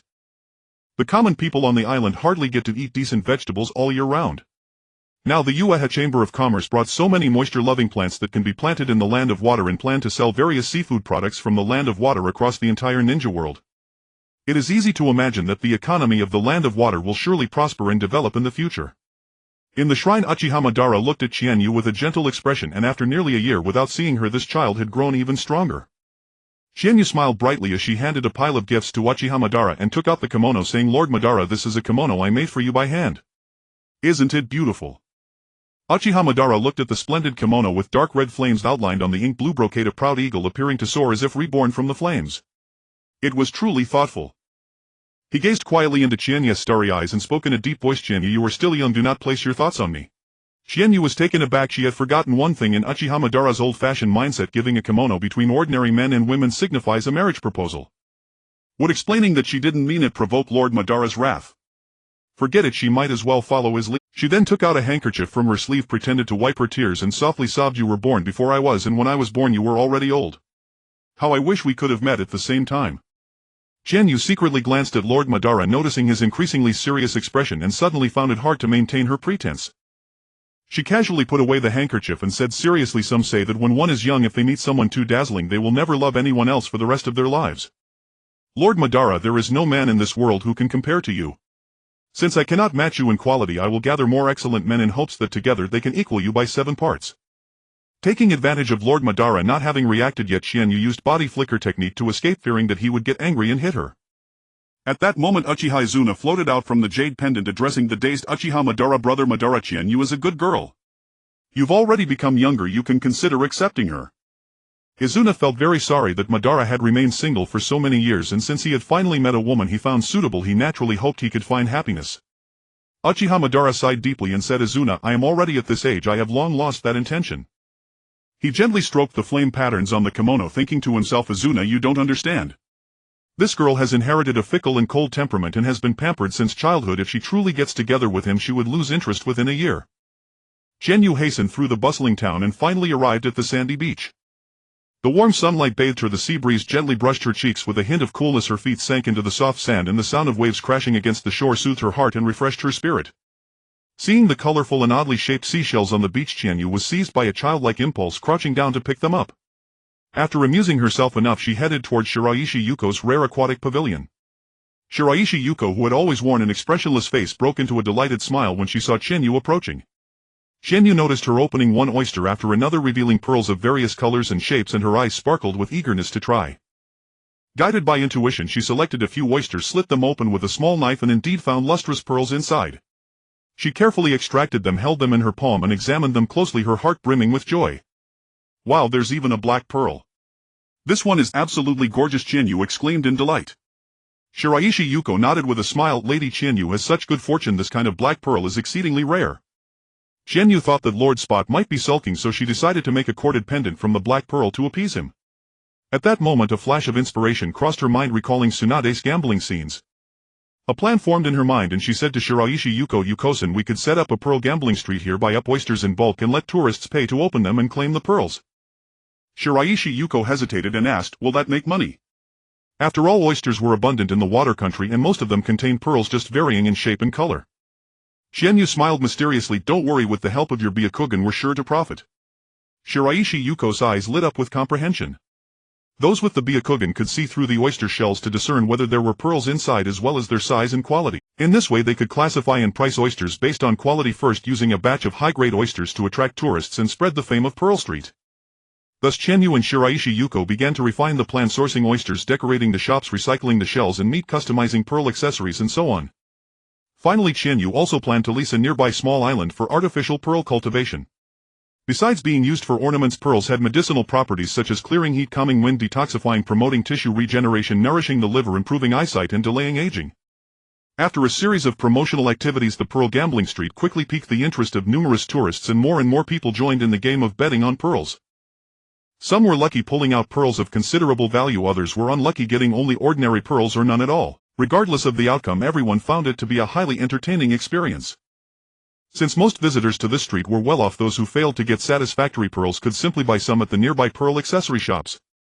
Moreover, the street boasted not only several unique seafood restaurants but also many delicious snack stalls catering to the tastes of different tourists. In addition, not far from the beach there were water park facilities such as wave pools, water slides, and water forts, allowing people to fully enjoy the fun of aquatic entertainment. In short, a wide array of activities was available, ensuring visitors had a pleasant and fulfilling time with everything from food and drink to fun and leisure. The water country and its surrounding islands, surrounded by sea on all sides, were perpetually shrouded in thick fog with insufficient sunlight, making sea salt production nearly impossible. At that time the three-tailed Isabu still slumbered in the deep seabed, occasionally driven by Uchiha Madara to fish or seek treasure. Before this, Qianyu had asked Shikaku to negotiate with Isabu, leveraging the powerful shared space of the tailed beasts to successfully transfer dozens of tons of seawater to the desert of the Wind Country, using the blazing sun to complete the crucial step of salt making. The plan of drying seawater in the desert was indeed feasible, but they could not rely on the tailed beast space to transport seawater indefinitely. Currently, research on teleportation arrays had made some progress, and they could consider having Minato Namikaze use the Flying Thunder God technique to reach farther seas and set up arrays for seawater transport. After all, if the sea level of the water country truly dropped significantly in the future, it would trigger a series of problems and panic.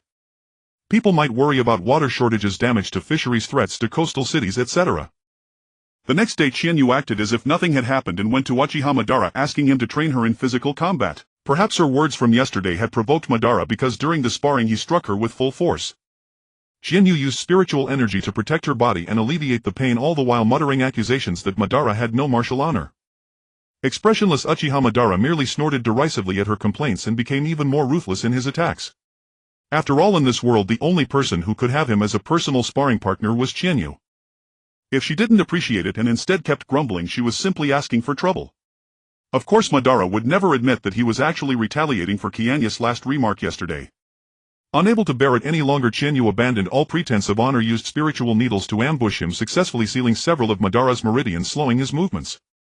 Then, as if to take revenge, she swiftly launched a counterattack, landing several heavy punches on Madara. Feeling better now, Uchiha Madara silently felt his ribs aching as if they would break, looked at the panting Qianyu and said, "Let's go to the illusion array and have a battle using ninjutsu and spiritual arts." Qianyu, eager to experience the realism of the illusion array, eagerly stepped into it. As she entered the illusion array, the surroundings abruptly transformed. The narrow space expanded into a boundless plain. Curiously, she bent down to touch the stones on the ground, feeling the lifelike texture, and exclaimed, "This texture is really realistic." Then with a thought, the earth beneath her seemed to come alive, instantly turning into a vast dreamlike sea of flowers with colorful blossoms vying for beauty, an overwhelming spectacle. Qianyu reveled in the boundless sea of blossoms, fluttering like a carefree butterfly, utterly enchanted and unwilling to leave. Madara Uchiha stood silently by, gazing at her with doting affection as she frolicked among the flowers, a tender smile gracing his lips. Yet Qianyu showed no signs of stopping, lost in the moment, to the point where Madara wondered if she would simply fall asleep amidst the petals. Suppressing a sigh, he stepped forward and gently interrupted her reverie, reminding her that they had come for combat training. Startled, Qianyu reluctantly tore her gaze from the dazzling sea of blooms, though reluctance tugged at her heart. Nonetheless, she obediently focused her will once more. In an instant, the vast flower field vanished like a mirage, reverting to the original plane. Waves of blazing fire surged forward, their searing heat as if intent on melting the very space around them. Qianyu's eyes sharpened. Her hands moved swiftly, conjuring sturdy earthen walls that rose like solid shields before her. She layered a sealing incantation upon the walls, absorbing the immense fire energy from the inferno and condensing it into several spheres radiating terrifying heat. Without hesitation, she hurled the energy spheres back toward Madara in a fierce counterattack. He dodged with a swift flicker of his form, narrowly evading the onslaught. But in that fleeting moment, the dispersed spheres converged, forming a powerful barrier that trapped Madara within its confines. Madara activated his Mangekyo Sharingan without hesitation, crimson light blazing in his eyes. He summoned the colossal Susanoo arms, slamming them against the barrier with tremendous force in an attempt to shatter it. To his surprise, the barrier was exceptionally resilient. Not only did it withstand the assault, but it also absorbed the chakra he unleashed, growing even denser. A frown creased Madara's brow as unease crept in. He noticed the air within the barrier thinning, while a numbing toxin began to permeate the space. Worse still, he realized that his ability to use substitution jutsu to escape had been severed entirely. He was truly trapped. "Oof, the girl has some skill," Madara muttered under his breath, a flicker of admiration in his eyes. If the barrier was so eager to absorb, he would let it have its fill. He formed hand seals, summoning the complete Susanoo, a towering behemoth 100 meters tall that enveloped the barrier entirely. Qianyu barely dodged the giant's descending foot, quickly wrapping it with sealing talismans and clinging to it, a smug thought crossing her mind. "Ha, now you can't touch me." Madara almost laughed at her antics.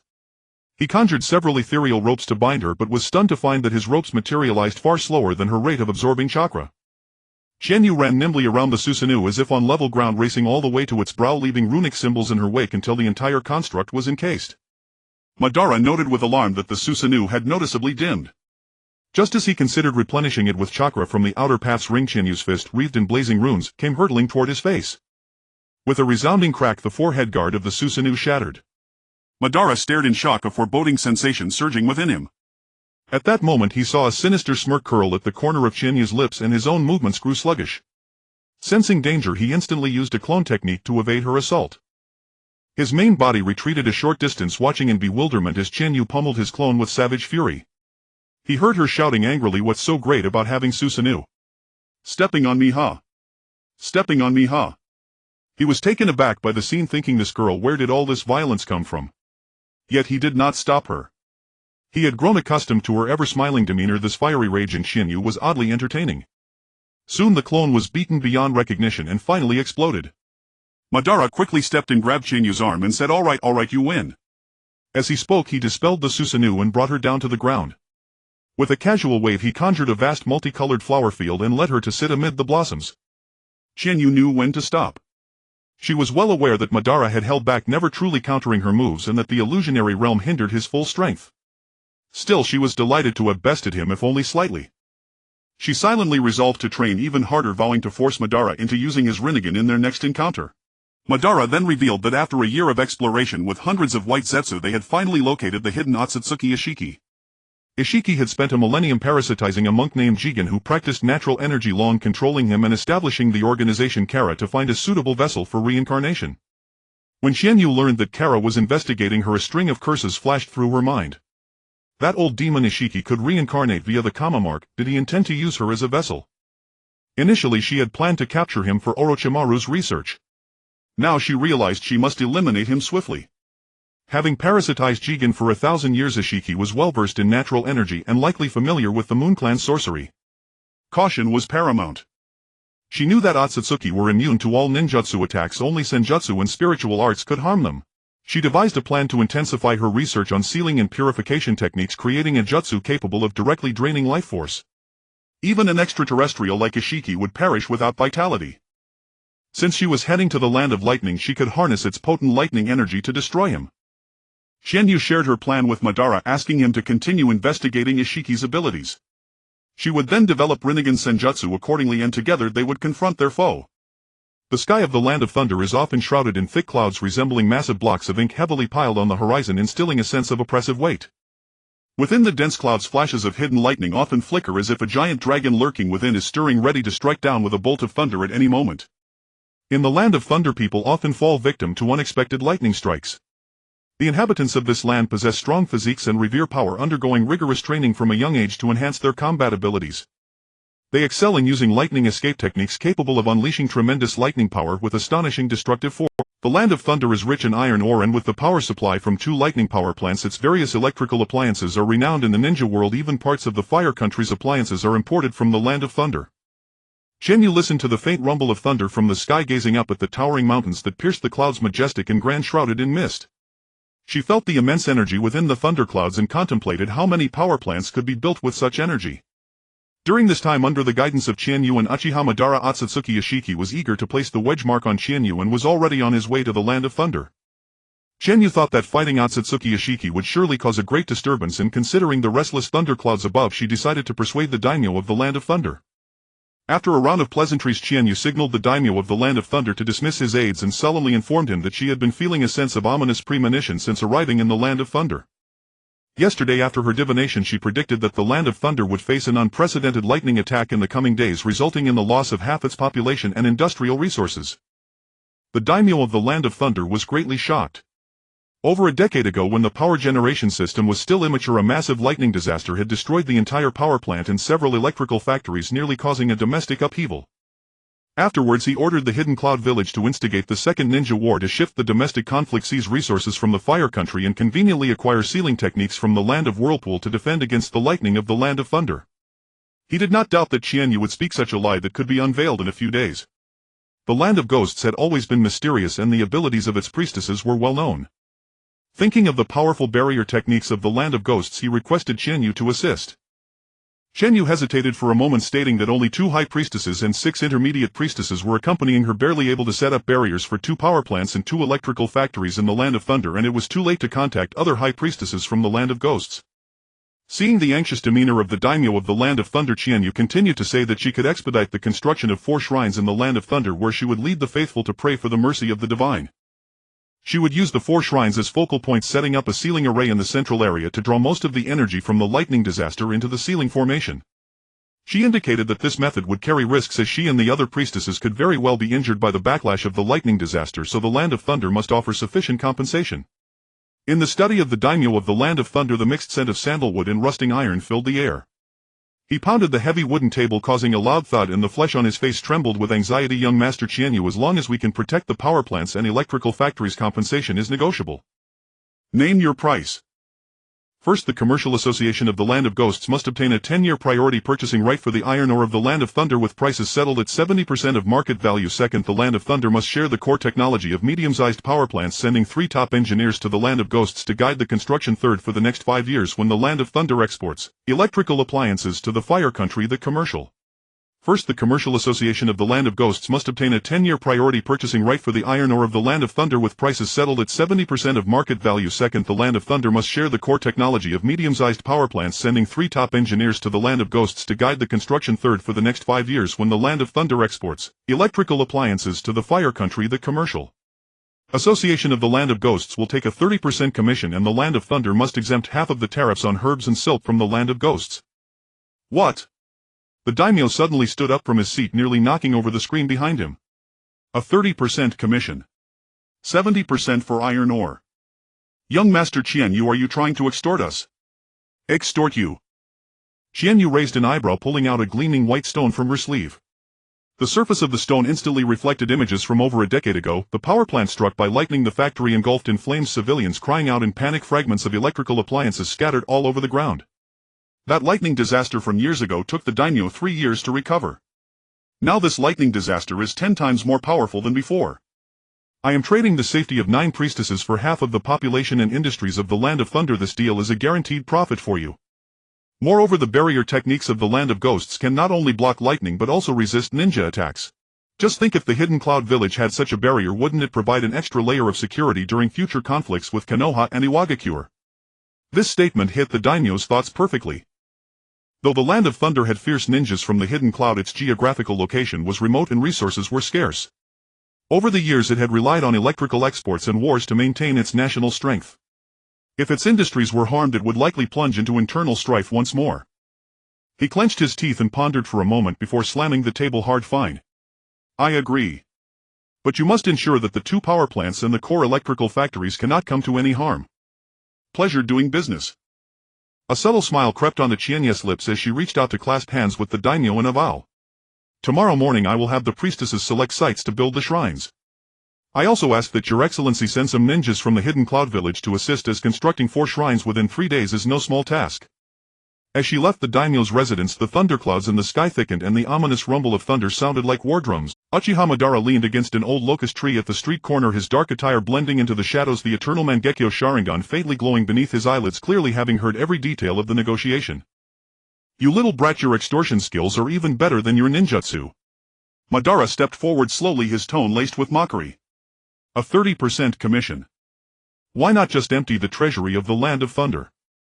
Emptying the treasury is too troublesome. Qianyu waved the contract in her hand with a smile, her eyes crescent-shaped. This is a long-term investment.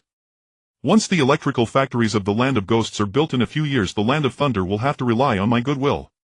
At that time, without the need for conflict, they will comply with the peace treaty purely through trade, which is far more effective than your Susanoo. Madara scoffed but did not refute.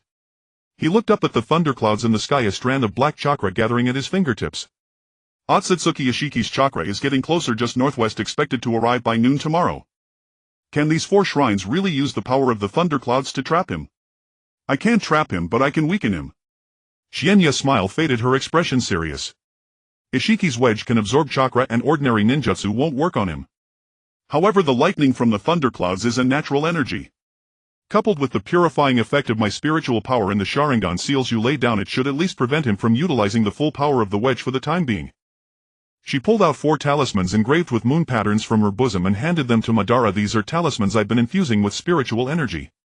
Please, Madara-sama, bury them secretly beneath the shrine site tonight.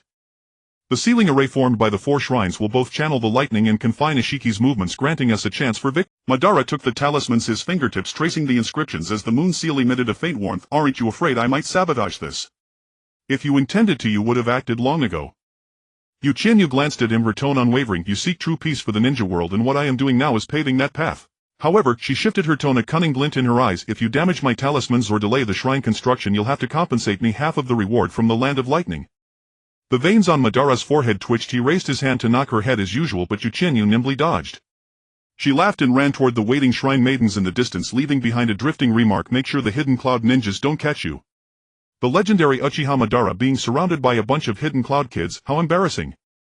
Madara watched her retreating figure, an imperceptible trace of a smile tugging at the corner of his mouth for an instant before his expression hardened again. He vanished in a flash, a black streak swallowed by the night, heading to the 4 designated sites, each on the outer hills of 2 power plants and 2 core electrical factories in the Land of Lightning, forming a perfect square encirclement. The next morning 8 shrine maidens began laying the basic formation at the sites, while ninjas dispatched from the Hidden Cloud Village arrived with construction materials. The leading jonin from Hidden Cloud, Darui, with his silver-gray hair and languid eyes, watched the maidens trace the ritual circles with pale blue spiritual power and couldn't help muttering, these shrine maidens look so frail, can they really withstand the legendary heavenly tribulation? Darui-sama, don't underestimate them, whispered the young ninja beside him. According to intelligence, the big commotion in the Land of Rain last year was their doing. Darui raised an eyebrow, about to say more when Yue Qianyu approached holding a blueprint. Jonin, Darui, please have your men follow this blueprint.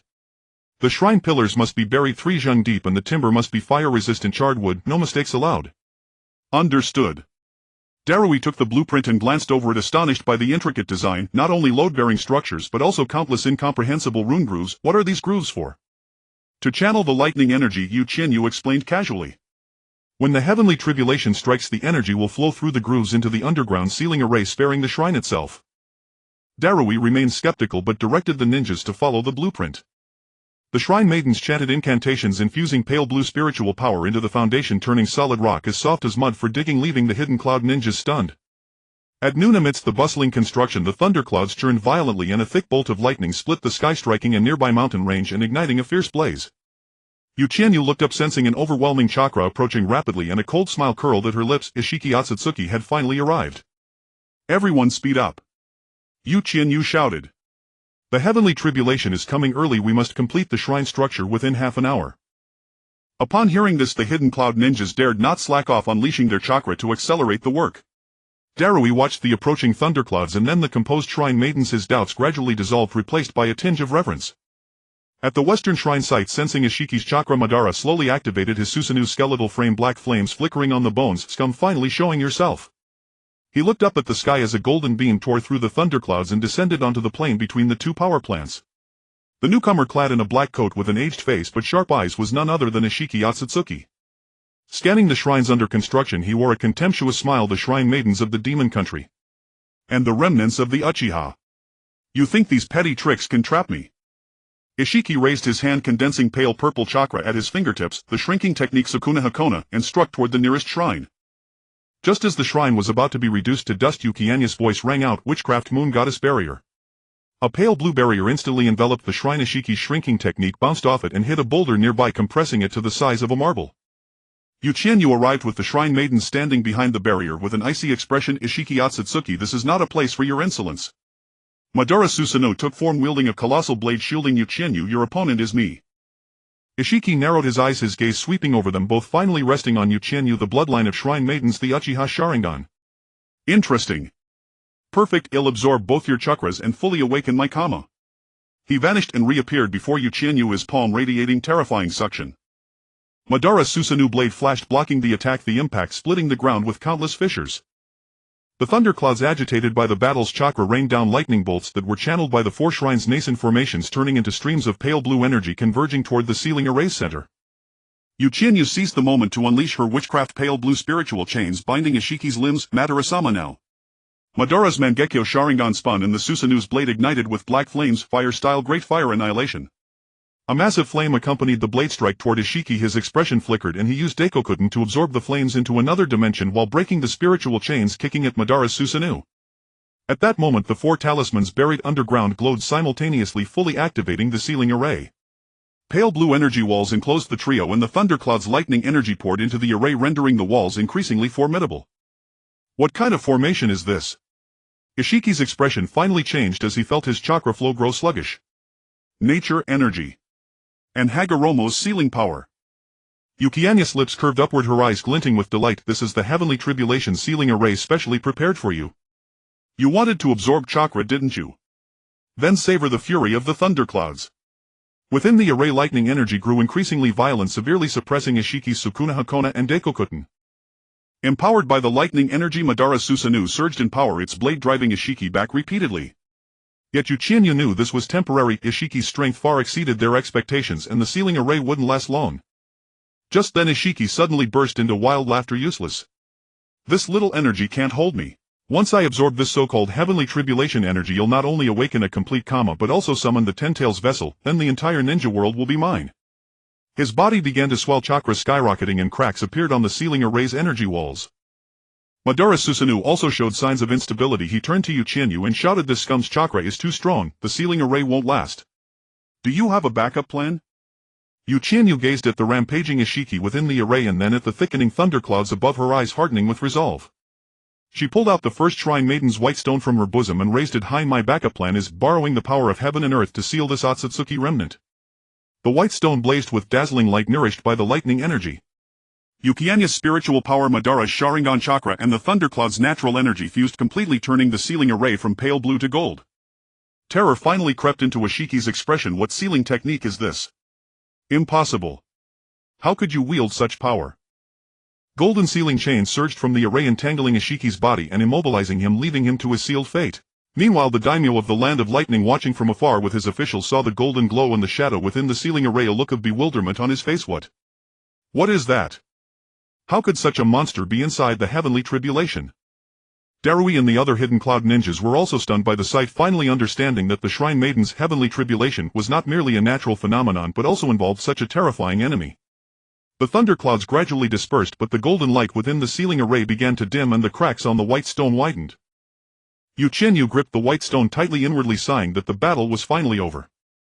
Yue Qianyu retracted her witch power and the white stone's radiance gradually dimmed, its cracks clearly visible under the sunlight. She had barely caught her breath when a flurry of hurried footsteps surrounded her. The daimyo of the Land of Lightning along with a group of officials, pale-faced, crossed the ravaged battlefield and headed straight for her, while Darui and other Kumobikure shinobi behind them vigilantly scanned the surroundings, fearing the emergence of any more monstrosities. Priestess. The daimyo grabbed Yue Qianyu's wrist, his voice trembling with urgency. What in the world was that just now? How could there be a monster in the lightning tribulation? What exactly are you fighting? They had no time to spare a thought for the young shinobi beside him, who bore a striking resemblance to Uchiha Madara. A barrage of questions came crashing down, and Yue Qianyu could understand his panic. The previous battle had nearly destroyed half the power station, with deep trenches split in the earth and scorch marks from lightning everywhere. This was hardly a lightning tribulation, but rather a cataclysmic shinobi war. She gestured for the daimyo to calm down, then turned to Madara and said, "Keep an eye on Ishiki, don't let him escape." Madara leaned against a broken power pole, arms crossed, raising an eyebrow. "Don't worry, he won't get away. But your lie is falling apart fast. Be careful the daimyo doesn't take it out on you." "I didn't lie." Yue Qianyu turned back and winked at him, then faced the daimyo, her expression turning serious. "Lord Daimyo, what you witnessed was not just a lightning tribulation, it was an invader from beyond this world, the Otsutsuki clan." "Otsutsuki?" The daimyo froze, repeating the unfamiliar name. "Yes, they are aliens, not of this world." Yue Qianyu spoke slowly, her voice clear and resonant around them. 1,000 years ago, Kagaya Otsutsuki descended upon the shinobi world, planted the god tree, absorbed the chakra of the world and bore the chakra fruit, gaining infinite power. Later, Kagaya was sealed away by her two sons Hagoromo and Hamura, but the roots of the god tree remained buried deep beneath the earth, and her clan never abandoned their pursuit of the chakra fruit. She paused, then continued, "The one called Ishiki Otsutsuki just now is Kagaya's clansman. 1,000 years ago 3 Otsutsuki came, one was sacrificed to the god tree, one Kagaya Otsutsuki was sealed on the moon, and the third Ishiki Otsutsuki was wounded and has been hiding in the shinobi world ever since. His purpose here is to seize all the chakra of the shinobi in the Land of Lightning and cultivate a new god tree fruit. The karma within his body is the vessel to revive and bear that chakra." The daimyo's face grew increasingly grim. He involuntarily recalled the records in his family's archives. In ancient times, the three-eyed clan descended, summoned lightning, stole the earth's strength, and all the people feared them, and when the black shadow of the moon appeared, it devoured human vitality. The priestess sealed it with a jade orb. He had always thought these were mere fables, but now they seemed all too real. Then is this Ishiki Otsutsuki already eliminated? Is the crisis in the shinobi world resolved? The daimyo pressed on, cold sweat beating on his forehead. "Not yet, because the Otsutsuki do not come alone." Yue Qianyu's tone grew heavier. "They are merely the vanguard sent to probe the strength of the shinobi world and mark the locations of chakra. According to the records passed down by the priestesses of the Land of Demons, 20 years from now 3 Otsutsuki will arrive to harvest the chakra fruit from this world. Their abilities are as varied as they are bizarre. Some can manipulate time, others can tear space apart. The power of any single nation is utterly insufficient to withstand them." She raised her hand and pointed toward the sky as if she could pierce the clouds and see the distant cosmos. "When that time comes, the god tree will be planted once more. All chakra and energy in the shinobi world will be drained. Everyone will become nutrients for the fruit, and the entire world will turn into a desert like the Land of Wind." These words plunged the officials and Kumobikure shinobi present into a heavy silence. Fear spread like a plague. Darui tightened his grip on his lightning blade, his face pale. He considered himself among the top-tier elites of Kumobikure, yet against enemies who could control time and space, his lightning release seemed utterly useless. "Priestess, are you telling the truth?" The daimyo's voice trembled as he recalled the final entry in his family's chronicles: "When the calamity from beyond the stars returns, only the united can survive." "Absolutely true." Yue Qianyu returned the ancient scroll to the old steward. "The priestesses of the Land of Demons have passed down their knowledge for 1,000 years, and none of their prophecies have ever been false. In the chaos of Kagaya's reign long ago, had it not been for the combined efforts of Hagoromo and Hamura, the shinobi world would have perished. Now history is about to repeat itself. We have no second Hagoromo or Hamura, we can only rely on ourselves." She shifted her tone, her gaze sweeping over everyone present.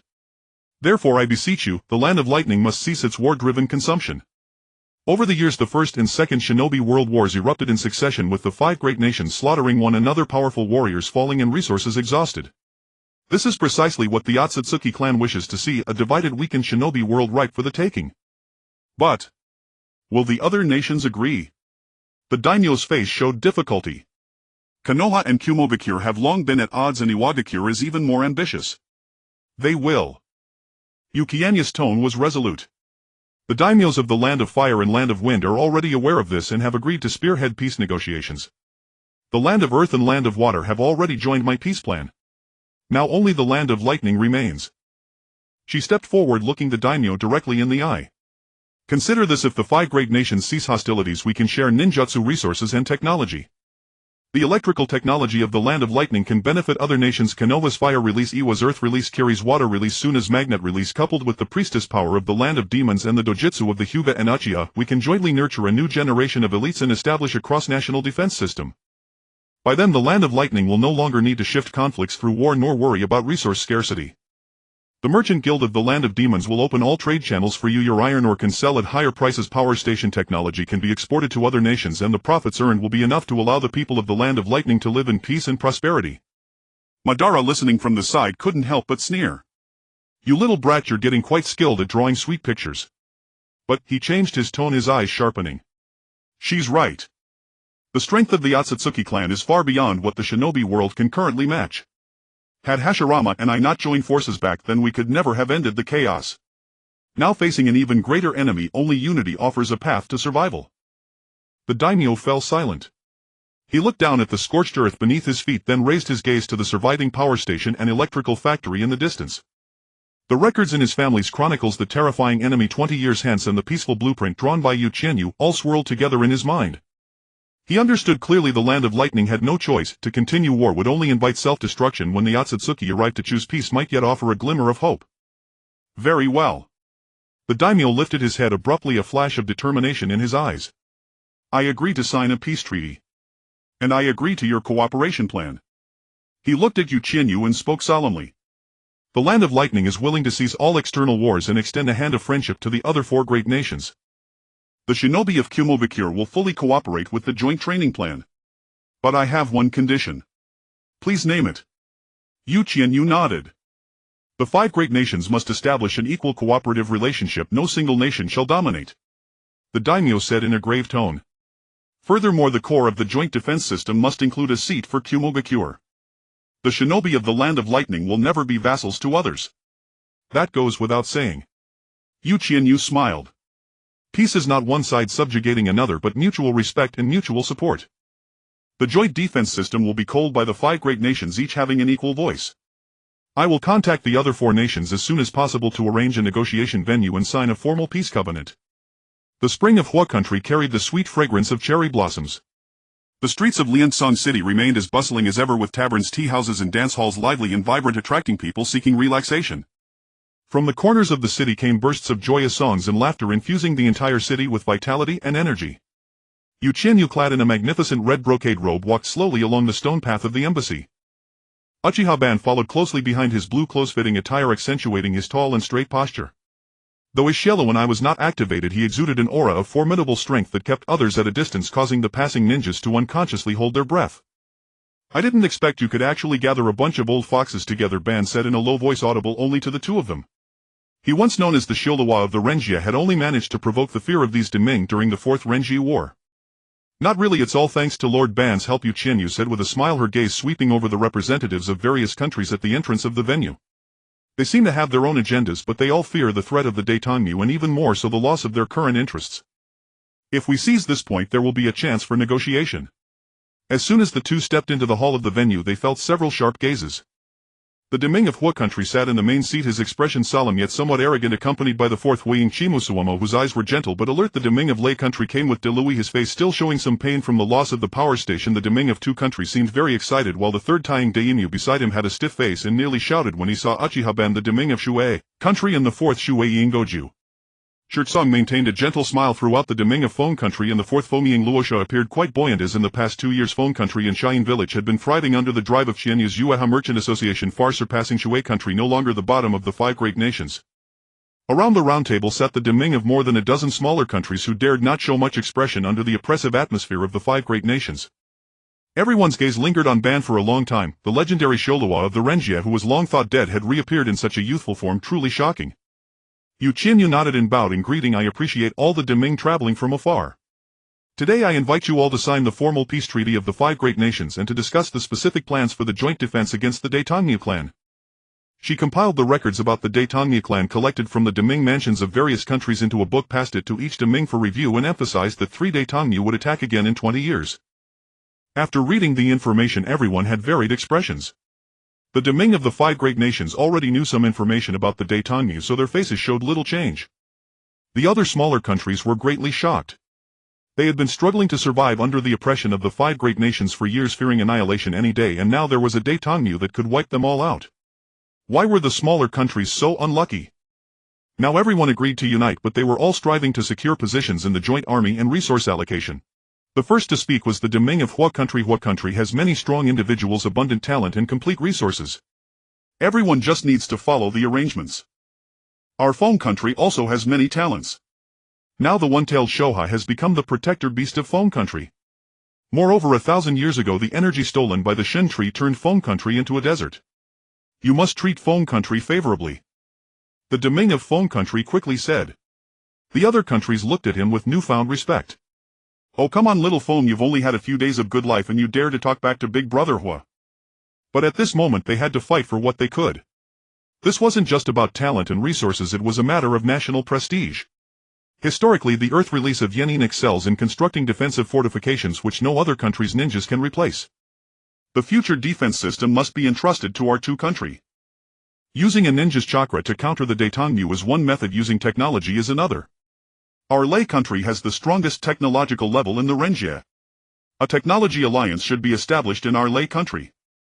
The Warren of Shui country excel at stealth and the Huizu are battle fanatics. Thus our Shui country cannot be left out. The arguments in the hall rose and fell. Representatives of each country insisted on their own points, arguing about resource allocation, ninjutsu sharing, and defense zone division. The atmosphere became tense and confrontational. DeLuis and a Jonin from my almost started fighting due to past grudges, but were stopped by a cold glare from Ban. Haven't you argued enough? Ban's voice was not loud but carried immense pressure, instantly silencing the hall. A bunch of short-sighted fools. When the Daitangmu come, your trivial grudges and interests will be nothing but fleeting clouds. Those unwilling to cooperate can wait to have their chakra drained dry by the Shin tree and turn to ashes. He slowly walked to the center of the hall, his chakra slightly surging, frightening the ninjas of various countries who instinctively tightened their grips on their weapons. I, Uchiha Ban, have fought battles all my life and witnessed countless births and deaths. In the past I tried to unify the Renjie through force and failed. Now this kid wants to unite it through peace, perhaps that is the only way. His gaze swept over the deming. If you continue to quarrel over such trivial matters, don't blame me for taking matters into my own hands and beating your countries into submission one by one. Although these words were domineering, they unexpectedly worked. All deming were well aware of Ban's strength. If they truly angered him, the consequences would be unthinkable. More importantly, Ban's words awakened them. In the face of a world-ending threat, the present grudges were indeed insignificant. Yue Qianyu took the opportunity to produce the treaty documents that had long been drafted. All deming, the treaty has clearly defined the rights and obligations of each country. Resource sharing, ninjutsu exchange, joint defense, and mutual non-aggression. Every clause has been repeatedly deliberated to ensure fairness and justice. She explained the clauses one by one. In trade, the Gaziguo Merchant Association will serve as an intermediary hub, exempting all cross-border tariffs.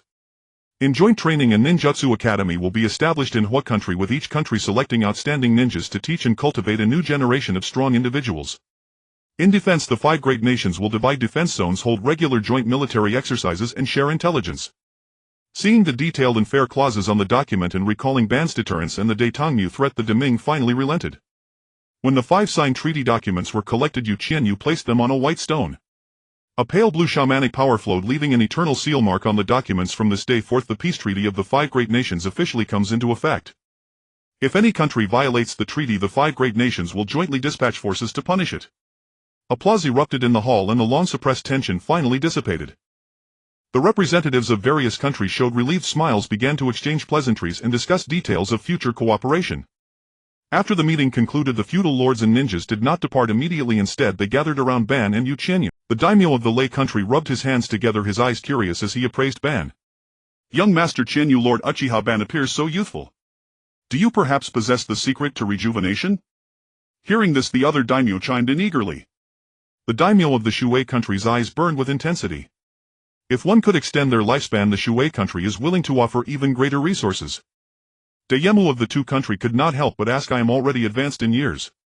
If I could regain a few years of youth, I could do more for the Iwa village.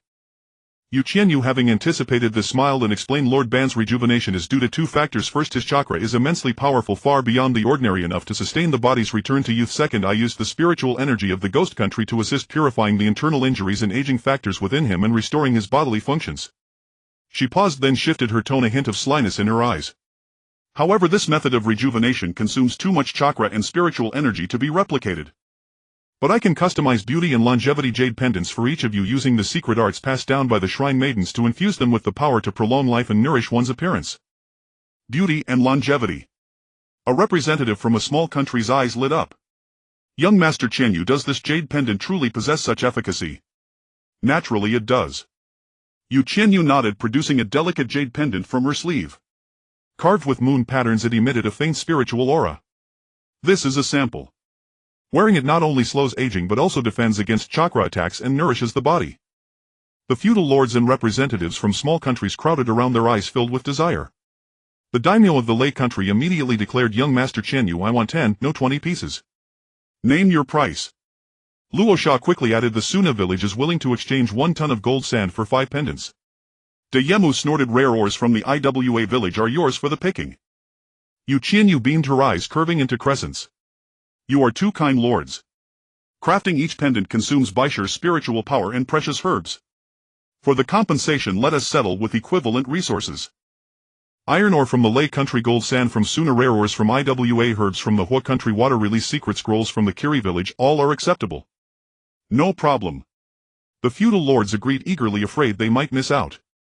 They understood deep down that obtaining a shrine maiden's spiritual jade pendant would not only extend their lives but also serve as a status symbol and strengthen ties with the ghost country, benefits with no downsides.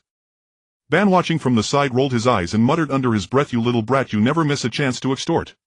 Yue Qianyu turned to him with a wink and whispered back, this isn't extortion, it's a fair trade. With these resources, the Ninja Academy can be completed faster and the joint defense system can be perfected sooner.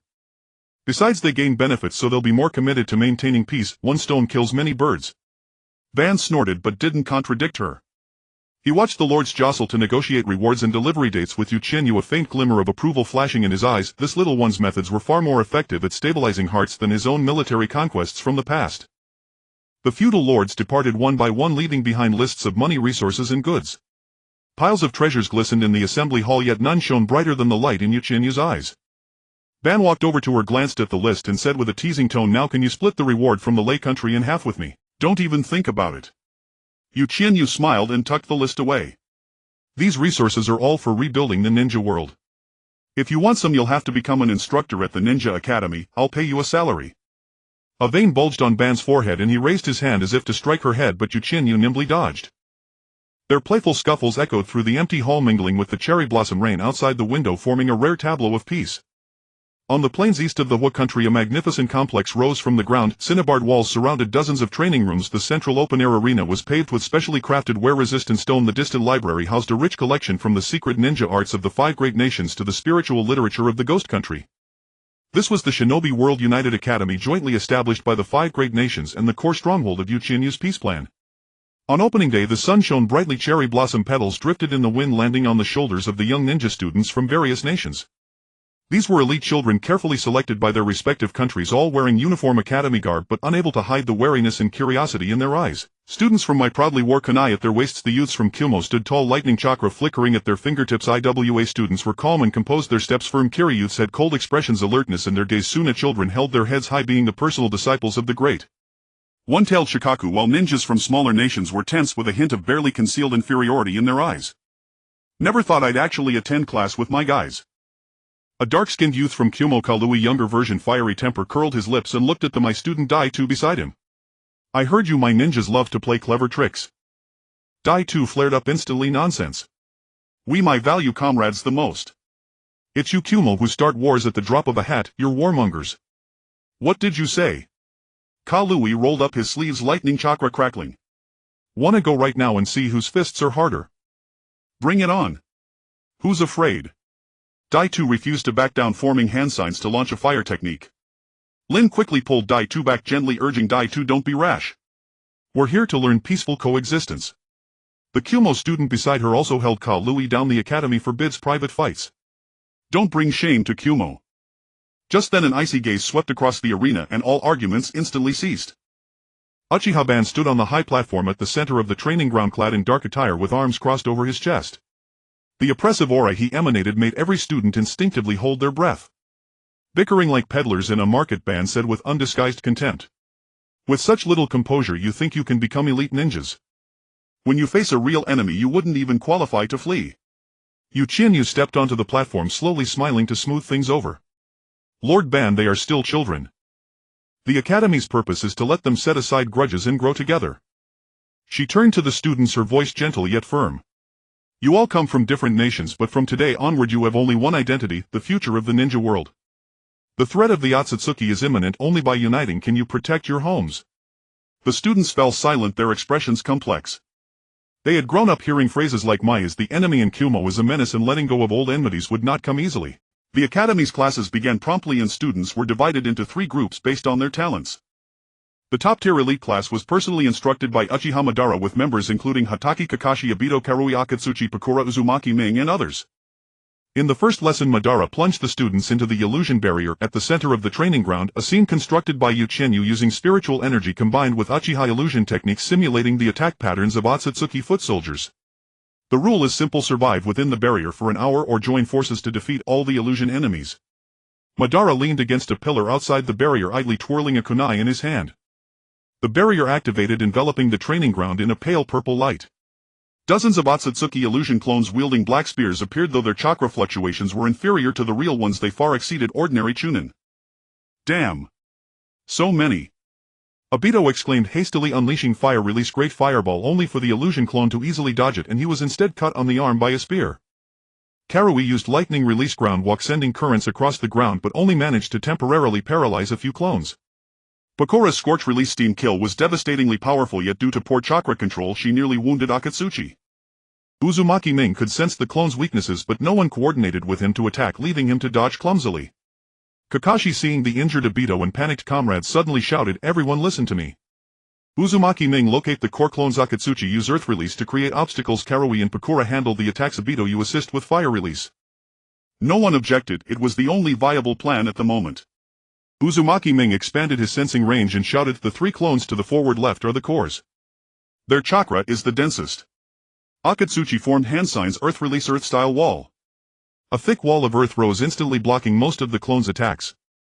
Karui leaped off the earthen wall into the air, condensing lightning release Chidori in her palm and striking viciously at the core clone. Pakura's scorch release followed close behind, fire and lightning intertwined, instantly destroying 2 of the core clones. Obito reacted as well, unleashing wind release great breakthrough. The gale fanned the flames, engulfing the remaining clones in fire. Rin took the opportunity to use medical ninjutsu to heal Obito, the green chakra at her fingertips gently mending his wound. After the time it takes to burn an incense stick, the barrier dissipated and all illusion clones were eliminated. The students lay gasping on the ground, bearing wounds of varying degrees, yet their eyes were bright. This was their first time fighting together and their first taste of the power of unity. Madara walked up to them and nudged Obito's backside with his foot. Not entirely hopeless after all. That coordination was slightly better than I expected. Slightly. Obito sat up indignantly. We defeated all the clones. That's because the illusion only had the strength of Otsutsuki foot soldiers. Madara raised an eyebrow, a Sharingan suddenly flaring to life, the tomo spinning in his crimson pupils. Watch closely, this is real battle. He raised his hand and formed hand signs, but instead of unleashing any technique he precisely controlled his chakra to condense a wisp of black flame at his fingertip. The flame transformed into a small bird in the air, circled once, then struck the bullseye of a target at the edge of the training ground with pinpoint accuracy, leaving a tiny scorch mark. Chakra control is the foundation of all ninjutsu, Madara said with rare earnestness. Your attacks just now wasted at least 30% of your chakra. If you encounter a real Otsutsuki, that kind of waste is fatal. He walked up to Karui and pointed out her flaw. Your Chidori has enough power, but you concentrate the chakra in your palm for too long, making it easy for an enemy to predict. Then he turned to Pakura. Your scorch release covers too wide an area, making it easy to harm your comrades. Learn to precisely control the shape of the flames. When it was Obito's turn, Madara frowned. Your combination of wind and fire release is good, but you're impulsive, which easily exposes openings. Remember, on a shinobi's battlefield, calmness is more important than courage. Finally, he looked at Rin. Medical ninjutsu is the team's backbone, but don't focus solely on healing. Learn to protect yourself in battle so you can better protect your comrades. The students listened attentively, no one daring to retort. Though they held Madara's power in awe, they gradually discovered that this legendary shinobi of the Six Paths was actually an extremely responsible teacher. His criticisms were sharp, but every word hit the mark. In the following lessons, Madara's teaching style was straightforward and brutal, yet highly effective. He paired the students for real combat sparring using his Sharingan to observe every move, stopping them at any moment to point out problems. Akatsuchi, your earth release defense is too passive. Learn to find counterattack opportunities within defense. Uzumaki Ming's sensory abilities aren't just for scouting, you can predict an enemy's chakra flow. Don't waste your talent. Pakura, your scorch release from Sunigakure works better in combination with lightning release. Try cooperating with Karui. In live combat, friction was inevitable. Obito and Karui argued endlessly over tactics. Akatsuchi and Pakura clashed over resource allocation. Uzumaki Ming, due to his sensory abilities, was unconsciously kept at a distance by the other students. During one sparring session, Obito rashly attacked out of impulse, causing Karui to be ambushed and injured by enemy students from another class. Karui lost her temper on the spot. You idiot. If it weren't for you, I wouldn't have gotten hurt. I didn't mean to. Obito said indignantly. I just wanted to end the fight quickly. The two argued until their faces were red, but Madara did not intervene. He merely watched coldly. Only when Rin could no longer bear it and stepped in to mediate did Madara speak. Had enough quarreling. On the battlefield, a comrade's mistake might cost you your life, but blindly blaming each other will only shatter the team. Obito and Karui froze, expressions of guilt dawning on their faces. Sorry, Karui. Obito apologized first. I shouldn't have been so impulsive. Karui scratched her head. I shouldn't have yelled at you either. Next time, let's plan our tactics together. Madara watched the scene, the corner of his mouth lifting in an imperceptible arc, then he resumed his cold, stern expression. Since you've made up, get back to training. If you drag the team down with infighting again, you'll be punished with 100 laps around the training ground. The students' relationships gradually eased through repeated combat and adjustment. Akatsuchi began to proactively help the physically weaker Rin. Uzumaki Ming shared the information he sensed. Pakura and Karui's lightning-fire combination grew more harmonious, and Obito gradually learned to think calmly. Yue Qianyu occasionally visited the academy, and each time she witnessed encouraging changes. One day she came bearing osmanthus candy for the students and happened upon Madara scolding Obito. Your Sharingan just awakened and you're already so proud. This power isn't even 1/10 of what I had back then. It's just that your standards are too high. Obito muttered under his breath, only to be instantly frozen by Madara's Sharingan, left staring helplessly. Yue Qianyu stepped forward with a smile and handed Madara a piece of osmanthus candy. Lord Madara, be gentler with the children. When you were 12, perhaps you were struggling with the great fireball yourself. Nonsense. At 12 I could burn through the Senjutsu defenses. Madara retorted immediately, yet he still took the candy, popped it into his mouth, and his gaze softened slightly. The students watched the scene, exchanging knowing glances. So the legendary Uchiha Madara also had such a down-to-earth side. The Ninjutsu Academy's lessons continued and the youth's growth never ceased. Yet the threat of the Otsutsuki hung like a sword above their heads, ready to fall at any moment. Can these young shinobi bear the heavy responsibility in the wars to come? In the outskirts of the Land of Lightning, a secret testing ground was shrouded by layers of formidable earth release barriers and spiritual energy shields. The black metal cannon barrel pointed straight to the heavens, its surface etched with intricate patterns. The electric conduits of the Land of Lightning flickered with blue light. The chakra amplification arrays of the Land of Fire glowed crimson. The super-hard alloy of Iwagakure forged the barrel. The water release cooling system of Kirigakure was coated with white frost. The magnetic release positioning mechanism of Sunigakure precisely calibrated, and the spiritual power runes of the Land of Ghost swirled around the muzzle, forming a magnificent tableau where the technologies of the 5 great nations converged. Is it finally time to activate it, Lord Orochimaru? An engineer from the Land of Lightning wiped the sweat from his brow, his voice brimming with excitement. The console in his hands was connected to dozens of cables, and data streams danced densely across the screen. Orochimaru, clad in a white research coat, his golden pupils blazing with fervor, gently licked his lips. Patience. Tsunade's medical ninjutsu is still stabilizing the energy core, and the Uzumaki sealing technique requires final calibration. This is the apocalypse cannon capable of opposing the God Tree. Not a single error can be tolerated. Behind him, the technical representatives of the 5 great nations fulfilled their duties. Konoha's scientists adjusted chakra conductivity. Kirigakure's ninja maintained the water release cooling. Sunigakure's technicians calibrated the magnetic release targeting. The entire testing ground was saturated with the mingled scents of machine oil, ozone and chakra, a tense yet expectant atmosphere pervading the air.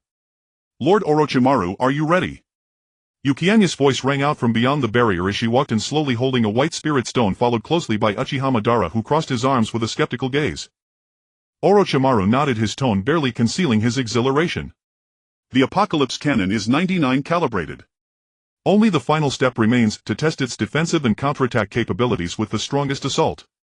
And in the ninja world no one is more suited for this test than you, Lord Madara. Madara raised an eyebrow and sneered, "Oh. Let me see just how much of my power this heap of metal can withstand." Lord Madara, do not underestimate the power of technology. Orochimaru pushed up imaginary glasses.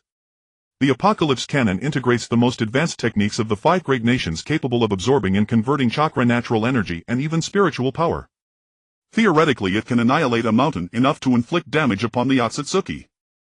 Yue Qianyu added, this is only the initial prototype. In later stages we will refine it using your spiritual energy and Madara's Sharingan chakra. Today's test is solely to gather data and make it stronger. Madara said no more.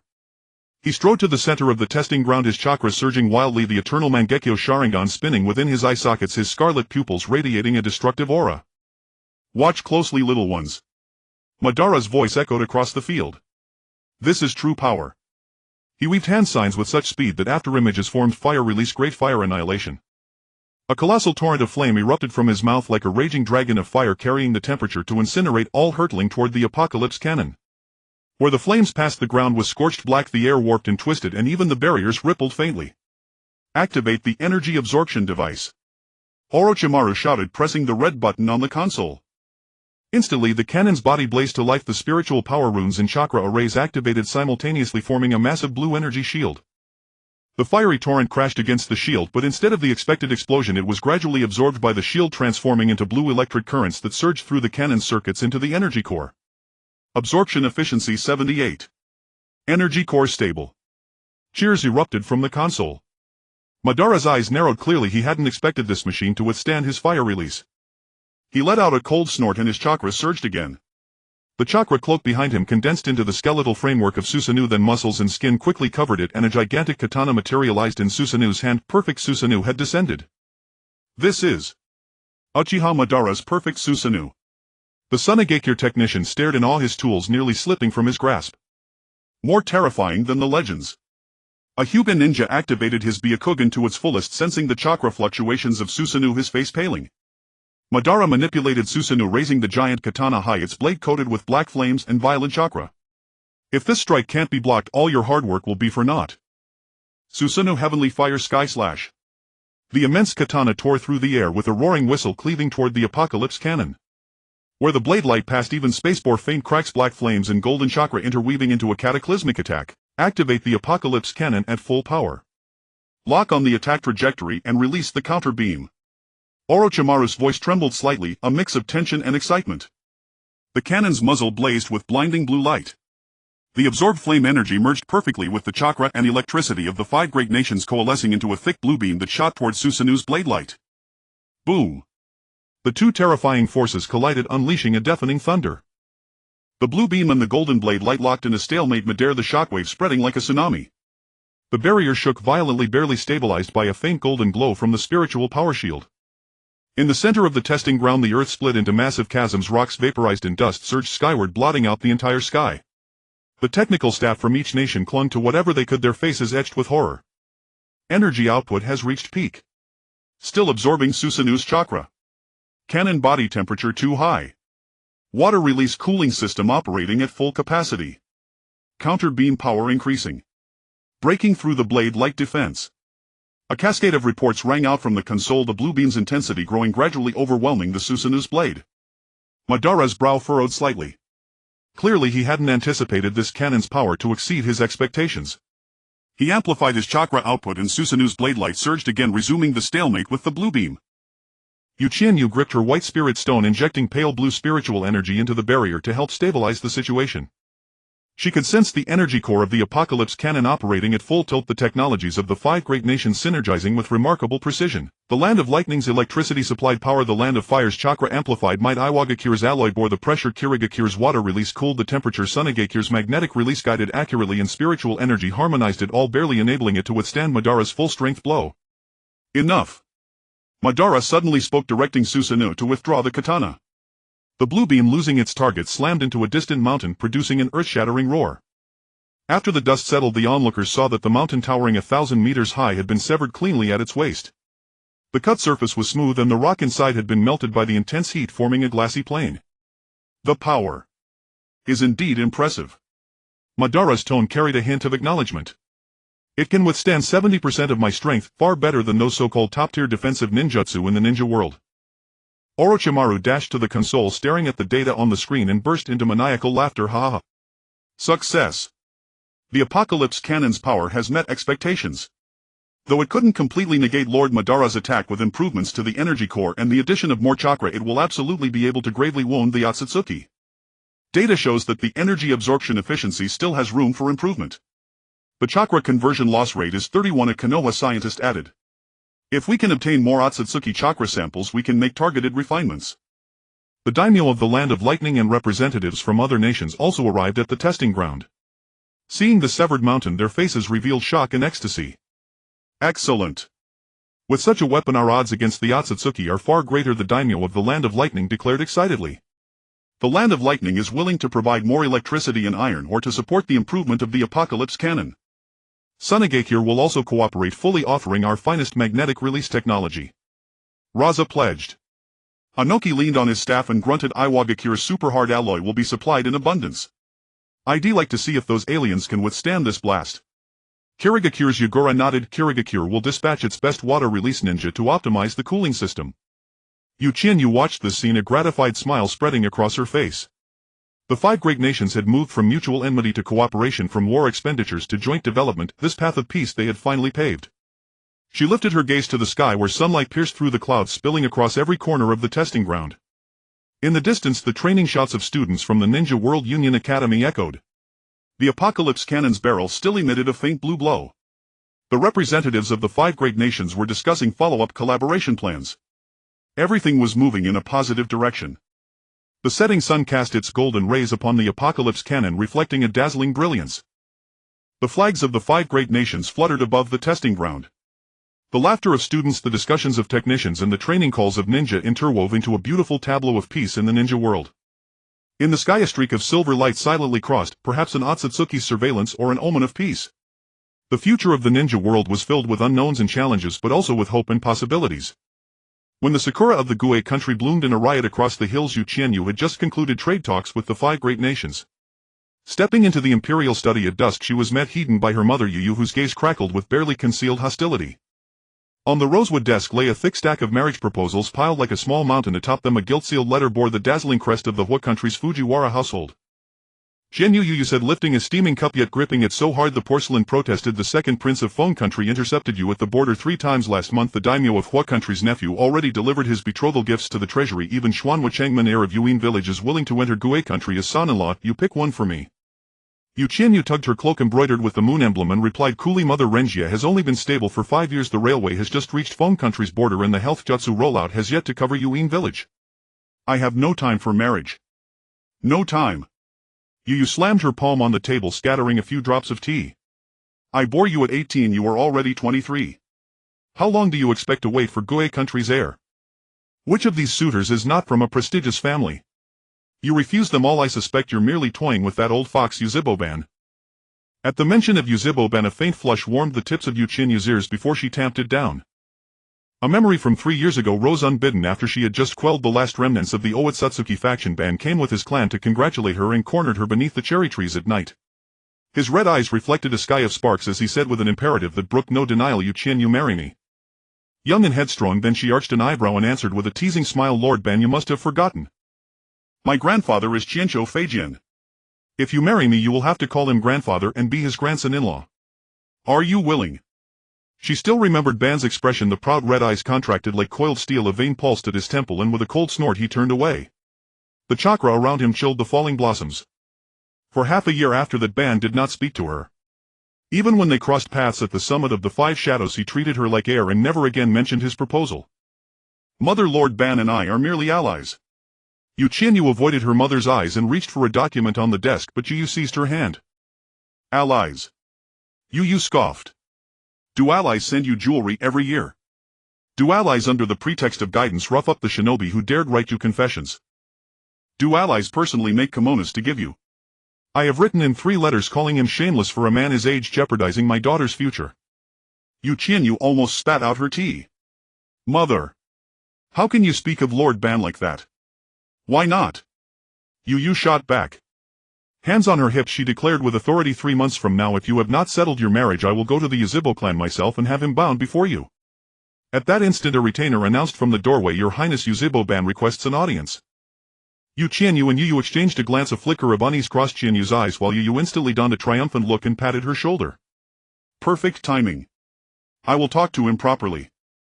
No sooner had she spoken than a tall figure pushed open the door.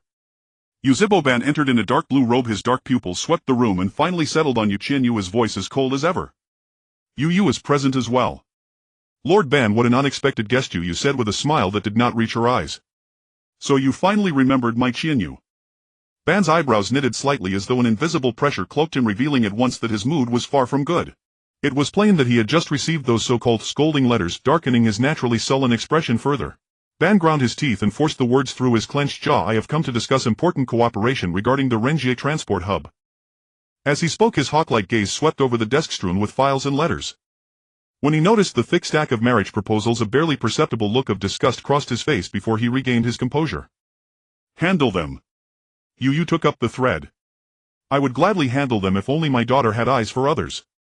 Lord Ban, do you still bear a grudge for being rejected 3 years ago? Qianyu was young and foolish then. You, a man of your years, still hold it against her. Yue Qianyu wished she could sink into the floor. She reached to tug her mother's sleeve. Mother, please stop. Why should I stop? Yue flung off her hand and faced Ban directly. Lord Ban, Qianyu has feelings for you and you for her. Do not pretend ignorance. Gue country needs an heir and the Yuzhibo clan needs outstanding descendants, the 2 of you. Enough. Ban cut her off, his red eyes turning to Yue Qianyu. Come with me. Before Yue Qianyu could reply, Ban grasped her wrist. Chakra wrapped around them both and in an instant they vanished from the imperial study. Yue watched the empty doorway with a satisfied smile. That's more like it. In the cherry grove outside the study, Ban released her hand. Yue Qianyu rubbed the spot where his grip had reddened her wrist and scolded, Lord Ban, could you not be so rough? You heard your mother's words, Ban replied with his back to her, his tone betraying no emotion. Gue country needs an heir, the Yuzhibo do as well. I know, but... Yue Qianyu bit her lip. I do not want to marry reluctantly for the sake of an heir, nor do I wish to use marriage merely to cement an alliance. Ban turned to her, his red eyes locking onto hers. I never said we must marry. He hesitated as if the next words were difficult. De Shiwan might have a way. Without marriage we could still have children. Yue Qianyu stood stunned. She had not considered that route. As her father, De Shiwan had long been lost in research to gene fusion, and such matters were not beyond reach. Would you be willing? Ban's voice carried a subtle, barely noticeable nervousness. Yue Qianyu watched the faint redness at his ear and could not help smiling inwardly. This proud Yuzhibo Ban possessed a side she had not known. She nodded. Very well. However, she continued, when the children are born one must remain in Gue country to be raised by my mother as the heir, the other will be given to the Yuzhibo clan. I promised the Yuzhibo elder that one of my future children would return to the Yuzhibo. Ban's furrow eased and the defiant edge in his gaze softened with a hint of warmth. Agreed. 3 days later, concealing their plan from everyone, Yue Qianyu and Ban sought out De Shiwan. At the proposal, De Shiwan's eyes lit and he rubbed his hands with excitement. As expected of my daughter, your ideas are extraordinary. Gene fusion combining the Yuzhibo bloodline with that of a Gue country priestess, utterly fascinating. Father, mind your manners. Yue Qianyu cautioned, half in jest and half in worry, fearful he might invent something reckless. Rest assured, De Shiwan said with a secretive grin, I will ensure you bear the finest children, endowed with the Yuzhibo's Sharingan and the Gue priestess's spiritual power. They will be geniuses unseen in a century of Rinnegan. Half a year later, 2 perfect infants came into the world. The girl bore Yue Qianyu's features, though a faint red sheen glimmered in her eyes. From birth she displayed astonishing command of spiritual power. The boy inherited the Yuzhibo's refined visage brimming with chakra, little fists clenched with unyielding spirit even in his cries. Yu cradled her granddaughter with a face split by smiles, naming her Yuing and immediately declaring her the next heir of Gue country. Yuzhibo-ban holding his son wore an expression of awkward stiffness. A battle-hardened man who had slain countless foes and once cradled a frail younger brother in his youth, he handled the infant as if afraid a single wrong move might break him. He shall be called Yuzhibo-chen, Ban said, deeply gingerly supporting the child's head with awkward tenderness. Yue Qianyu laughed at his manner. Relax, Lord Ban, Chen is not made of glass. Ban shot her a look but could not help returning his motions to gentleness. They expected that with the children's birth life would settle into ordered routine. No one foresaw that Yuzhibo-chen's arrival would throw the serene Yuzhibo household into delightful chaos. Ban set aside the most spacious chamber in the clan territory, had it carefully prepared, and appointed the most experienced wet nurse from the clan. Yet Yuzhibo-chen seemed to have a natural aversion to the nurse. Whenever she held him, he held with such force that chakras surged wildly and nearly tore the room's rafters away. Lord Ban, this child is simply inexhaustible, the wet nurse lamented, sweat beading on her brow. Ban frowned and took the wailing child into his arms. To everyone's amazement, the moment Chen was in his father's embrace, he immediately quieted, blinking his round black eyes and staring at Ban's untamed hair, his small hand reaching up to grasp it. From that day on, Ban became Chen's devoted caregiver. After handling clan affairs each day, he would return home to mind the child. At first he did not even know how to feed the baby properly. He poured too much formula and left Chen affronted, who vomited over him. Changing diapers was a comedy of errors. He put the pants on backwards and nearly tied the diaper like a cape. The Yuzhibo-kin observed their austere clan leader fumbling through childcare, soothing a small infant and coping with sudden chakra outbursts, and could not help smothering their laughter. Once while Ban fed Chen solids, the child slammed his tiny hand on the bowl and porridge splashed across Ban's face. A vein twitched at Ban's temple, his red eyes narrowed with a hint of danger. Sensing his ire, Chen blinked, then reached up and patted Ban's cheek while babbling happily. In an instant Ban's anger vanished, leaving only resigned affection. He side-wiped the porridge from his face and patiently ladled a fresh bowl, this time moving deliberately slow. What troubled Ban even more was Chen's inheriting the Yuzhibo competitive streak and a penchant for mimicry. When Ban practiced swordsmanship, Chen sat beside him brandishing tiny fists and making fierce sounds. When Ban convened clan councils, Chen would be cradled in his arms and intermittently emit cheerful babbles that disrupted the elders' speeches. Meanwhile in Gue country, Yuing was a far quieter child. She took after Yue Qianyu's calm temperament, content to watch Yu attend to state affairs, occasionally pointing at characters on scrolls and cooing softly. Yu treated her like a precious jewel, carrying her everywhere, teaching her the scripts of Gue country and recounting its history. It was not long before Yu came to Yue Qianyu with a doleful face. "Qianyu, please discipline your daughter, she has burned all my administrative scrolls." When Yue Qianyu arrived, she found Yuing seated amid a pile of charred scrolls, clutching a tiny fireball that flickered weakly as the child played delightedly. "This child is both obedient and mischievous," Yue Qianyu said, half exasperated, half amused. She quickly extinguished the flame and gathered Yuing into her arms. "No playing with fire, understood?" Yuing blinked, snuffed out the ember, then wrapped her small hand around Yue Qianyu's neck and planted a kiss on her cheek, babbling as if to apologize. Yue Qianyu's heart melted, all anger dissolved. That day she took Yuing to the Yuzhibo territory to visit Chen. They had barely entered Ban's courtyard when a ruckus erupted inside. "Yuzhibo Chen! Halt where you are!" Ban's roar came with the sound of overturned chairs. Yue Qianyu pushed the door and found Chen dressed in a tiny Yuzhibo armor, brandishing a miniature katana as he chased a cat through the courtyard. Ban followed in disarray, his black hair tousled and his clothes dust-speckled, plainly having given chase for some time. "Lord Ban, what on earth happened?" Yue Qianyu asked, suppressing a smile. Ban looked at her as if seeing salvation and a little embarrassed gasped, "The brat dismantled the training gear, stole the young one's wooden swords, and now refuses to let the cat go." Chen brightened when he saw Yue Qianyu and immediately ran to her, exclaiming, "Oh, mother!" It was Chen's first word, imperfect in pronunciation, yet it left both Ban and Yue Qianyu stunned. For a moment a spark of surprise crossed Ban's eyes before he resumed his habitual composure, though the corners of his mouth twitched into a faint smile. Yuing peered from Yue Qianyu's arms, reached out a hand and babbled. Chen grasped her tiny palm. The two children exchanged a curious, delighted look. Watching them, Ban's gaze fell on Yue Qianyu and a softness flickered in his red eyes. He suddenly spoke, "When the children grow a bit older, we should consider Lady Yu's proposal." Yue Qianyu's cheeks warmed and her heart quickened. She met Ban's gentle look, nodded and whispered, "All right." Cherry petals drifted down upon them, carrying a faint fragrance. In the distance Chen and Yuing ran hand in hand around the courtyard sakura tree, their laughter bright and clear. In the bustle and tenderness of these daily scenes, the peace of Renjia, the future of Gue country, and the legacy of the Yuzhibo clan slowly continued. The spring days in the land of ghosts are always accompanied by a humid breeze as the cherry blossom tree in the courtyard sheds its petals, creating a layer of pink velvet on the bluestone path. Yue Qianyu was playing with her 5-year-old son Uchiha-chan and daughter Yuing, fiddling with the newly purchased ninja tool models, when suddenly an ancient copper bell under the old cherry blossom tree in the corner of the courtyard began to emit a strange humming sound. A pale blue halo spilling from the bell seems wrapping around their three figures like a flowing galaxy. "Mother! What is this?" Yuing exclaimed, clutching Yue Qianyu's arm, her chubby little face filled with curiosity. Chen also set aside his usual mischief, gripping the mini katana at his waist, his eyes vigilantly fixed on the halo. Before Yue Qianyu could explain, the halo suddenly expanded, instantly engulfing the three of them. A sensation of weightlessness washed over them, accompanied by the sound of howling wind, as the scene before them rapidly shifted from the flourishing and peaceful courtyard of the land of ghosts to a wild expanse overgrown with weeds and filled with smoke. Once the dizziness subsided, the three found themselves standing behind a thicket of tall grass where, not far by the riverbank, two boys dressed in coarse battle armor from the Warring States period were poised for combat. The boy on the left had a distinctive mushroom haircut with an air of youthful arrogance. He was none other than the young Senju Hashirama, while the boy on the right, clad in Uchiha's red and black battle armor with a fierce gaze, was unmistakably the younger Uchiha Madara. "Madara. We clearly agreed to build a village free of war together." Hashirama clenched his fists, his voice filled with disappointment. "Why are you so adamant about fighting the Senju?" The young Madara sneered, his red eyes filled with wariness. "Build a village? The Senju and Uchiha have been enemies for generations. Do you think a few empty words can dissolve this hatred? Hashirama, you are too naive." He turned to leave, but Hashirama reached out to stop him. "I am not naive." Hashirama's voice rose a notch. "We used to fish by the river together and fought against rogue ninjas. Were those experiences all fake?" "What of it?" Madara shook off his hand, his tone icy. "Since we were born we have been enemies. The oath of Helan River was nothing but my momentary folly. Father was so fierce when he was young, even scarier than Chen," Yuing whispered, carefully peeking through the grass. Growing up in a time of peace, she had never seen such intense killing intent.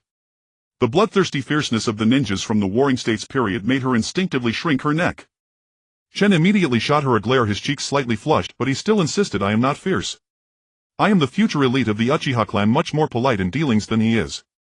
He deliberately mimicked the cold demeanor of his father Madara, but due to his young age it only appeared somewhat adorable. However, when he spoke too forcefully, the grass around him swayed violently, the rustling sound echoing clearly in the silent wilderness. Their commotion caught the attention of the boys by the creek, and both Hashirama and Madara turned to look, gripping their weapons tightly. Yue Qianyu knew they couldn't hide, took a deep breath and led the children out. She deliberately straightened her back, her gaze landing on young Madara, her voice clear. "Lord Madara, it has been a long time since we met." The young Madara frowned, confusion filling his red eyes. "Who are you? How do you know my name?" He scrutinized Yue Qianyu, noticing the jade pendant at her waist and the chakra emanating from the two children, as well as their Uchiha traits, which made him instantly alert. "Are you Uchiha?" "I am not Uchiha, but I have deep ties with you."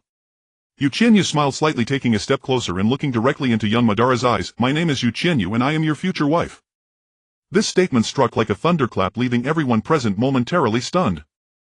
Hashirama's mouth fell open, forgetting to release the wood-style ninjutsu in his hands. The young Madara's face flushed instantly but quickly cooled again, a vein twitching at his temple. "What nonsense are you spouting? How could I possibly marry a woman of unknown origin like you?" "I am not speaking nonsense." Yue Qianyu's expression remained calm as she took out a delicate wooden carving from her pocket with intricate patterns and smooth edges, distinctly different from the rough handmade products of the Warring States period, yet still clearly showing a lineage of craftsmanship. The wooden carving still resonated with Madara's unique chakra fluctuations, warm and familiar, a tenderness tempered by time. "Do you recognize this? This is something you will carve with your own hands for our son Uchiha-chun." She remembered that last year on Chen's birthday Madara had spent an entire night carving this wooden figure, stubbornly saying, "It's just something I made casually," but the tenderness in his eyes gave him away. When Chen received it, he was so happy he couldn't sleep, wearing it every day, even placing it by his pillow while sleeping. Chen immediately puffed out his little chest, deliberately imitating his father's usual cold demeanor, snorting, but the corners of his mouth couldn't help but lift slightly. "I am Uchiha-chun, your future son. I have inherited my father's Sharingan and my mother's spiritual power from the land of ghosts, and I will become a stronger ninja than you in the future." At the same time, Yuing waved her small hand eagerly, her eyes sparkling like they were filled with starlight. "Father, I am Yuing. I am the future heir of the land of ghosts, able to dispel the evil brought by war. You will love me the most in the future and even make me a cherry blossom swing with wood style." Her voice was soft and sweet, carrying the innocence unique to children, instantly diffusing the tense atmosphere on the battlefield. Young Madara stared at the two children before him, his pupils suddenly constricting. The boy's features, demeanor and even the way he snorted were identical to his own, while the girl, although resembling the woman beside her, had a pair of lively eyes that bore the unique aura of the Uchiha clan. What shocked him even more was that the chakra fluctuations on the wooden carving perfectly matched his own chakra, impossible to be imitated by anyone else. Each person's chakra has a unique frequency, just like a fingerprint, that cannot be replicated. He instinctively reached out to touch the wooden carving but suddenly withdrew his hand, his red eyes filled with shock and confusion. Living in this era where life is as cheap as grass, he never imagined he would have a wife and children, nor did he expect that his future self would be so gentle, even carving toys for his children. Young Madara looked at the two children before him, then at the wooden carving filled with his chakra, his gaze filled with astonishment. Hashirama leaned closer, scratching his head. Madara, could this really be true? The two children looked just like you. While young Madara was in a daze, Yue Qianyu seized the moment to shift her tone, her expression serious. Madara, Hashirama, the conflict you have right now is a ruse from the very beginning. There is a guy named Kaguya who has been secretly instigating the relationship between the Senju and Uchiha. His goal is to resurrect Kaguya and destroy the entire ninja world. Kaguya? Young Madara frowned. I have never heard of this name. Of course you haven't heard it now. Yue Qianyu explained in detail. He has parasitized the Uchiha tablet, altering the prophecies on it, making you believe that the Uchiha and Senju are naturally opposed when in fact you were meant to be partners in changing the ninja world together. If you continue to fight, it will only allow Kaguya's scheme to succeed, and in the end not only will you perish but the entire ninja world will fall into disaster. She feared the boys would not believe her, so she specifically described how Kaguya would use Uchiha Obito to instigate the fourth great ninja war in the future. Young Madara and Hashirama were increasingly shocked as they listened, especially when they heard about the Uchiha clan's extermination. Young Madara's hands unconsciously clenched, disbelief filling his red eyes. Is what you said true? Young Madara's voice trembled. Our conflict is just a pawn in someone else's game. Absolutely true. Yue Qianyu nodded. I come from the future and the ninja world has been at peace for 5 years. It was you, me and ninjas from various nations who worked together to defeat Kaguya and realize our dream of peace. Now you have the chance to end the war ahead of time and prevent Kaguya's schemes from succeeding. Hashirama immediately excitedly grabbed young Madara's hand. Madara, did you hear that? We can't fight anymore. We need to build a village together and protect everyone. Young Madara looked at Hashirama's sincere eyes, then glanced at Yue Qianyu and the two children, silent for a long time, finally nodding. Okay, I believe you. But I need proof that what you say is not a lie. I cannot give you proof right now, but I can provide you with information on the future development of the ninja world. Yue Qianyu looked at young Madara. You activate your Sharingan now and I will transmit the information to you. This information includes medical ninjutsu, railway construction and ninja technique popularization plans which can help you achieve peace faster. Young Madara hesitated for a moment but ultimately activated his single Tomo Sharingan. Yue Qianyu mobilized the spiritual energy within her body, organizing the key information regarding the ninja world's development over the next few decades, transforming it into a pale blue stream of light that slowly flowed into young Madara's mind. This information was all-encompassing. It included medical ninjutsu that could heal various ninja injuries, agricultural techniques to increase food production and solve famine in the ninja world, plans for railway construction to connect the major nations and promote trade approaches to allow ordinary ninjas to learn advanced techniques, and detailed plans for establishing ninja schools and cultivating a new generation of ninjas. From basic farming skills to complex ninjutsu theories, from the trade systems of the 5 great nations to the management systems of ninja villages, each item was meticulously detailed, brimming with foresight. This information was the crystallization of the future peaceful development of the ninja world, the experience earned through the blood and sweat of countless people. During the process of receiving the information, young Madara's expression changed repeatedly. Initially he was shocked, gazing at the unfamiliar medical ninjutsu and agricultural techniques in disbelief. Then came disbelief again, as he never imagined the ninja world could develop like this. Finally it turned into profound shock as he saw the scene of children happily studying in the ninja school and the sight of ninjas from various nations fighting side by side to protect peace, filling his red eyes with longing and yearning for the future. This information was like a window, allowing him to glimpse an entirely new ninja world, one without war and filled with hope. The dream he had held for so long could truly be realized. When the transmission was complete, the pale blue stream of light gradually faded and young Madara stumbled slightly, almost falling to the ground. He closed his Sharingan, yet the shock remained in his red eyes, his voice slightly hoarse. So, the ninja world can really become this way. A world without war, without hatred, where everyone helps each other and lives in peace. This was a world he had never dared to dream of. Of course it can. Yue Qianyu smiled. As long as you are willing to let go of hatred and work together, such a world can surely be realized. Just then the sky suddenly brightened again with a pale blue halo, even more dazzling than before. Yue Qianyu's heart tightened. She knew the temporal power's limit had been reached and they had to return. She quickly reached out, hugging Shan and Yuing close, her eyes slightly reddening. We must go. Madara, Hashirama, remember my words. Do not let Kaguya succeed. Do not let hatred blind your eyes. The peace of the future depends on you. As the light dispersed, the creek returned to tranquility, leaving only Hashirama and Madara standing in place, staring at the direction the three had vanished, silent for a long time. Madara, can we really build a village? Hashirama broke the silence first, his tone uncertain. Madara turned to look at him, the rage once present in his red eyes replaced by unprecedented determination. Yes. He tightened his grip on the wooden carving which still retained the essence of Yue Qianyu and the children. I will not let the future tragedy happen, nor will I allow Kagaya's schemes to succeed. We will build a strong village, protect our clansmen, and guard peace. Hashirama's face broke into a radiant smile as he patted Madara's shoulder. Great. Then let us start now. Stop the conflict between our clans and prepare for the village's establishment together. I believe that as long as we join forces we can create a different future. The two exchanged smiles, and for the first time in many years former rivals took a step toward the same goal. The breeze by the creek gently blew, carrying away smoke and hatred, bringing peace and hope. Meanwhile, in the courtyard of the Land of Ghosts, the pale blue halo gradually faded and Yu Qian and Yuing reappeared beneath the cherry blossom tree. The ancient copper bell fell onto the bluestone path, no longer emitting its strange hum, nor did it release any light, as if the recent journey through time was merely a fleeting dream. Wow! That was so thrilling. Chen was the first to react, jumping up excitedly, shaking his little fists. Father may have been fierce when he was young, but in the end he believed in us. Did we really change history? Yue Qianyu bent down to pick up the copper bell from the ground, gently wiping the dust off it, her eyes filled with complex emotions. She did not know how this journey through time would affect history, nor whether young Madara and Hashirama would truly set aside their hatred and work together to build a village. But she knew she had done all she could, the rest was up to time. Maybe. Yue Qianyu smiled, gently stroking the heads of the two children. Regardless of what happens, we have worked for peace. As for the future, let's let it unfold naturally. Just then familiar footsteps were heard outside the courtyard, steady but hurried. Chen and Yuing immediately quieted down, excitedly running toward the door. Yue Qianyu looked up and saw Uchiha Madara pushing the door open with his inky black hair cascading over his shoulders, his red eyes maintaining their usual coldness, but upon seeing the three figures unscathed he secretly let out a sigh of relief, a hint of unnoticeable tension flashing in his eyes. I heard you disappeared for a moment. What happened? Madara's tone remained cold, but it could not hide his concern.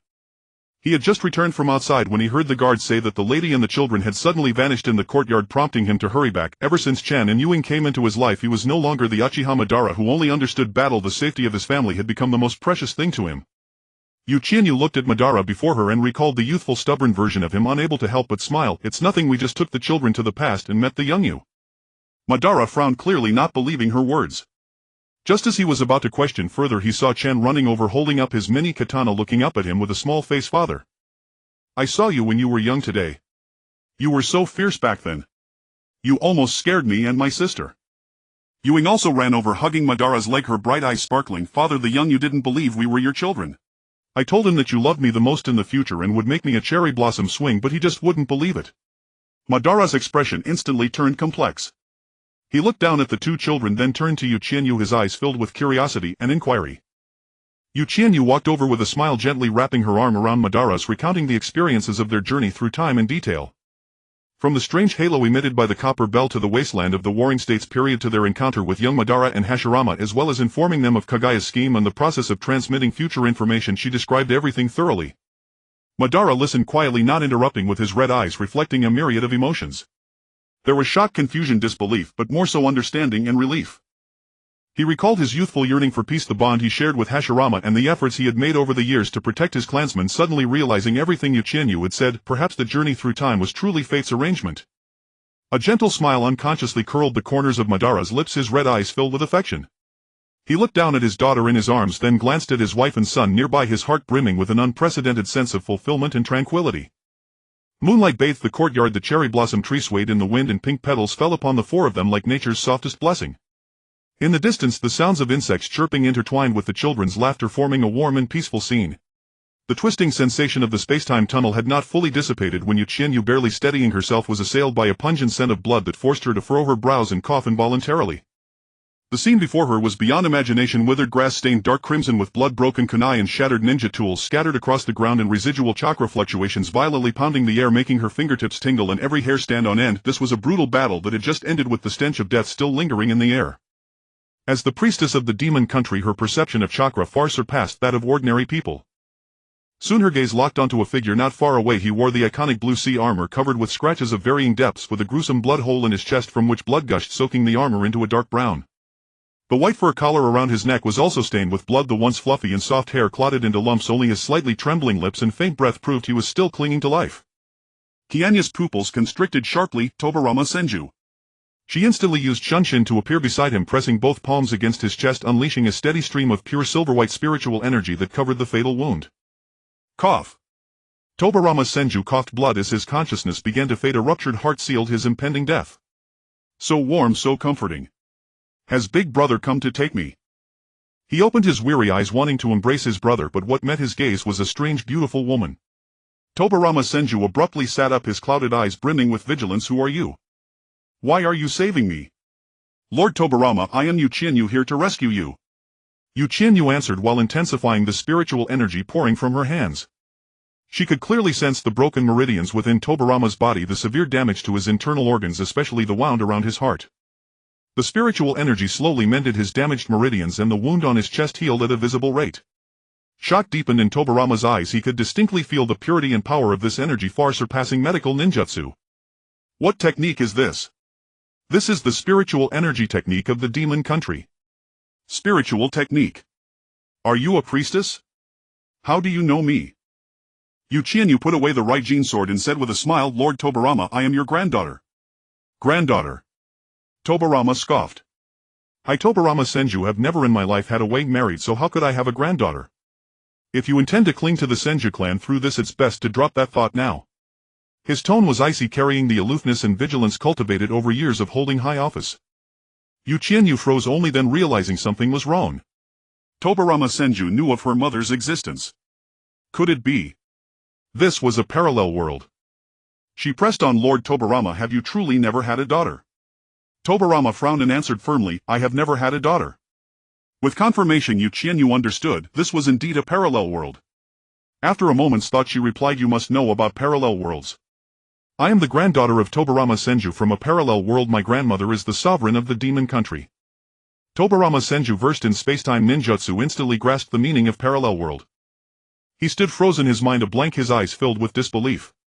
Tobirama was speechless. Was the business of the clan not busy enough in that parallel world? Or was the study of ninjutsu not fascinating enough? That he would actually marry and have a daughter. And the other party was a sovereign ruler. No doubt it was absolutely a political marriage. Political marriage. Forcing down the shock, he channeled the newly recovered chakra and performed the Senju clan's unique bloodline sensing technique. Instantly a strong sense of blood bond surged through him. Though somewhat unclear due to the barrier between parallel worlds, it was enough to prove that this woman named Yue Qianyu was indeed blood related to him, the granddaughter of his parallel self. With his identity confirmed, Tobirama fully set aside his wariness and his tone softened considerably. He looked at Yue Qianyu and nodded slightly. Thank you for saving me. If not for you, I would likely have died today. You need not thank me, saving you was only right. Qianyu smiled gently. Are you heading back to Konoha now? Yes, my disciples have already headed back to Konoha. The Cloud Ninja will surely intercept them. I have to go rescue them. Tobirama was worried about the safety of his 6 students. Those 4 old geezers are perfectly safe.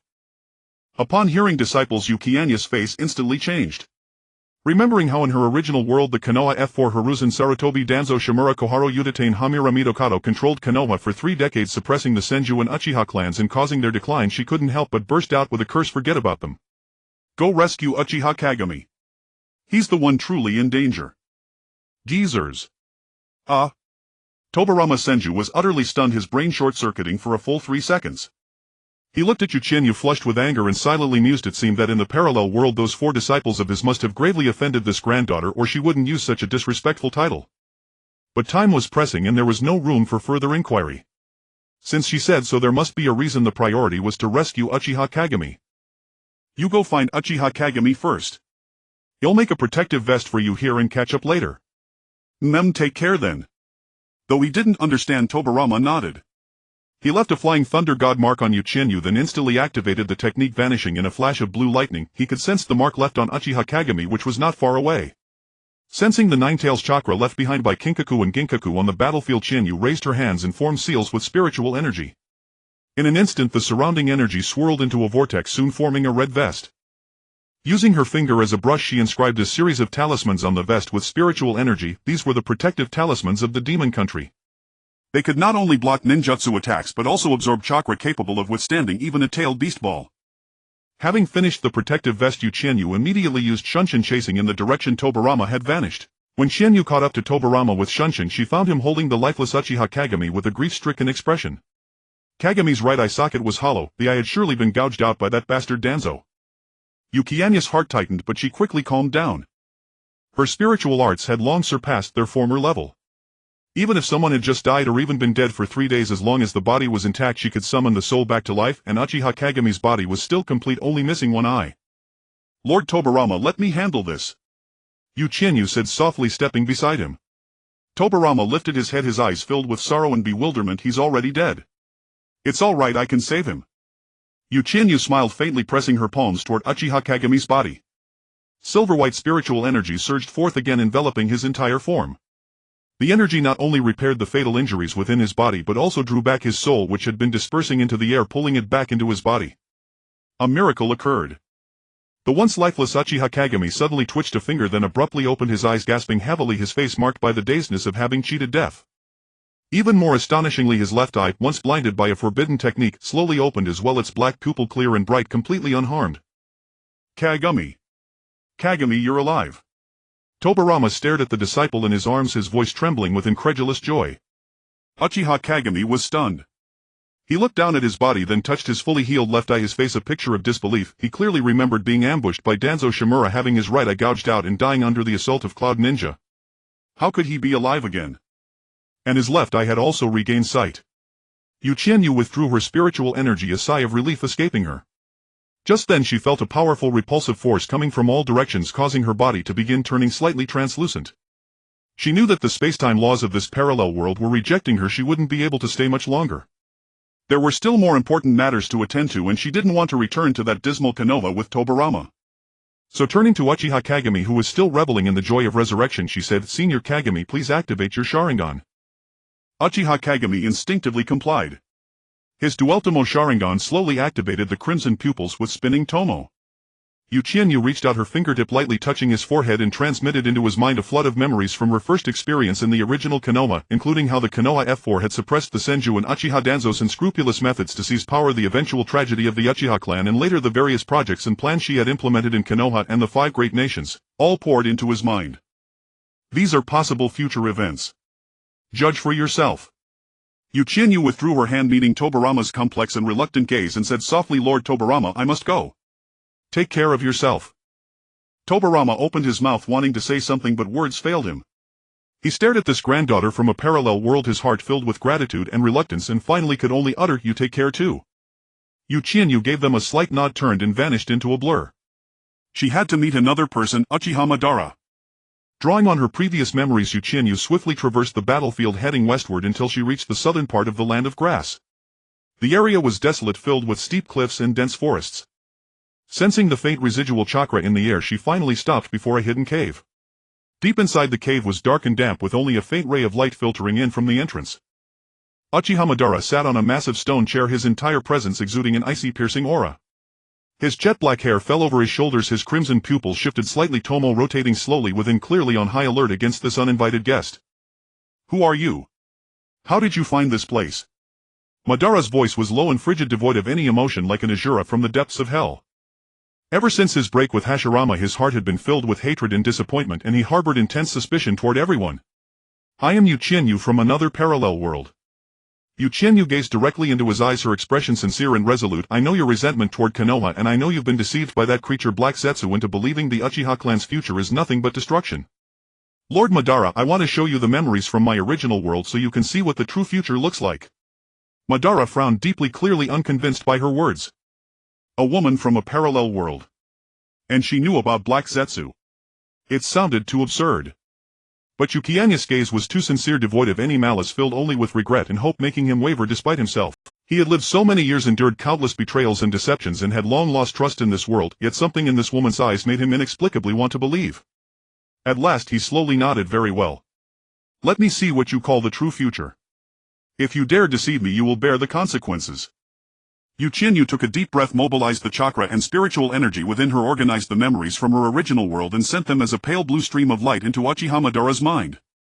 In the memories there were scenes of her meeting and bonding with Madara under the cherry blossom trees of the demon country where Madara first shed his ferocity and smiled gently at her, moments of them fighting side by side, facing the powerful Otsutsuki clan together, striving with all their might to protect the ninja world. Tender daily moments. Madara carving a wooden hairpin for her healing his wounds, the two living a peaceful and happy life in an era of tranquility in the moment. Black Zetsu's scheme was exposed, Madara finally learning he had been used, reconciling with an Edo Tensei Hashirama and together confronting the true enemy, the joy of Azuna's resurrection, the dawn of a new era for the Uchiha clan, and the beautiful vision of the ninja nation setting aside hatred to coexist peacefully. Madara's body trembled violently, his crimson eyes filled with shock, disbelief, ecstasy, and release. He stared at the man in the memories who was exactly like him, yet softer and more determined, at the warm scenes of him with Yue Qianyu, at his lost brother returned at the peaceful and beautiful ninja world, his eyes reddened against his will. Is this real? His voice quivered with uncertainty. Could I really have such a future? Has Black Zetsu truly been deceiving me all along? It is real. Yue Qianyu opened her eyes, seeing the tears in her heart, aching for him. Lord Madara, in this world you no longer need to be bound by hatred and lies. You can choose another path, one that truly achieves peace in the ninja world, a path where you can reunite with your brother and stand shoulder to shoulder with your dear friend.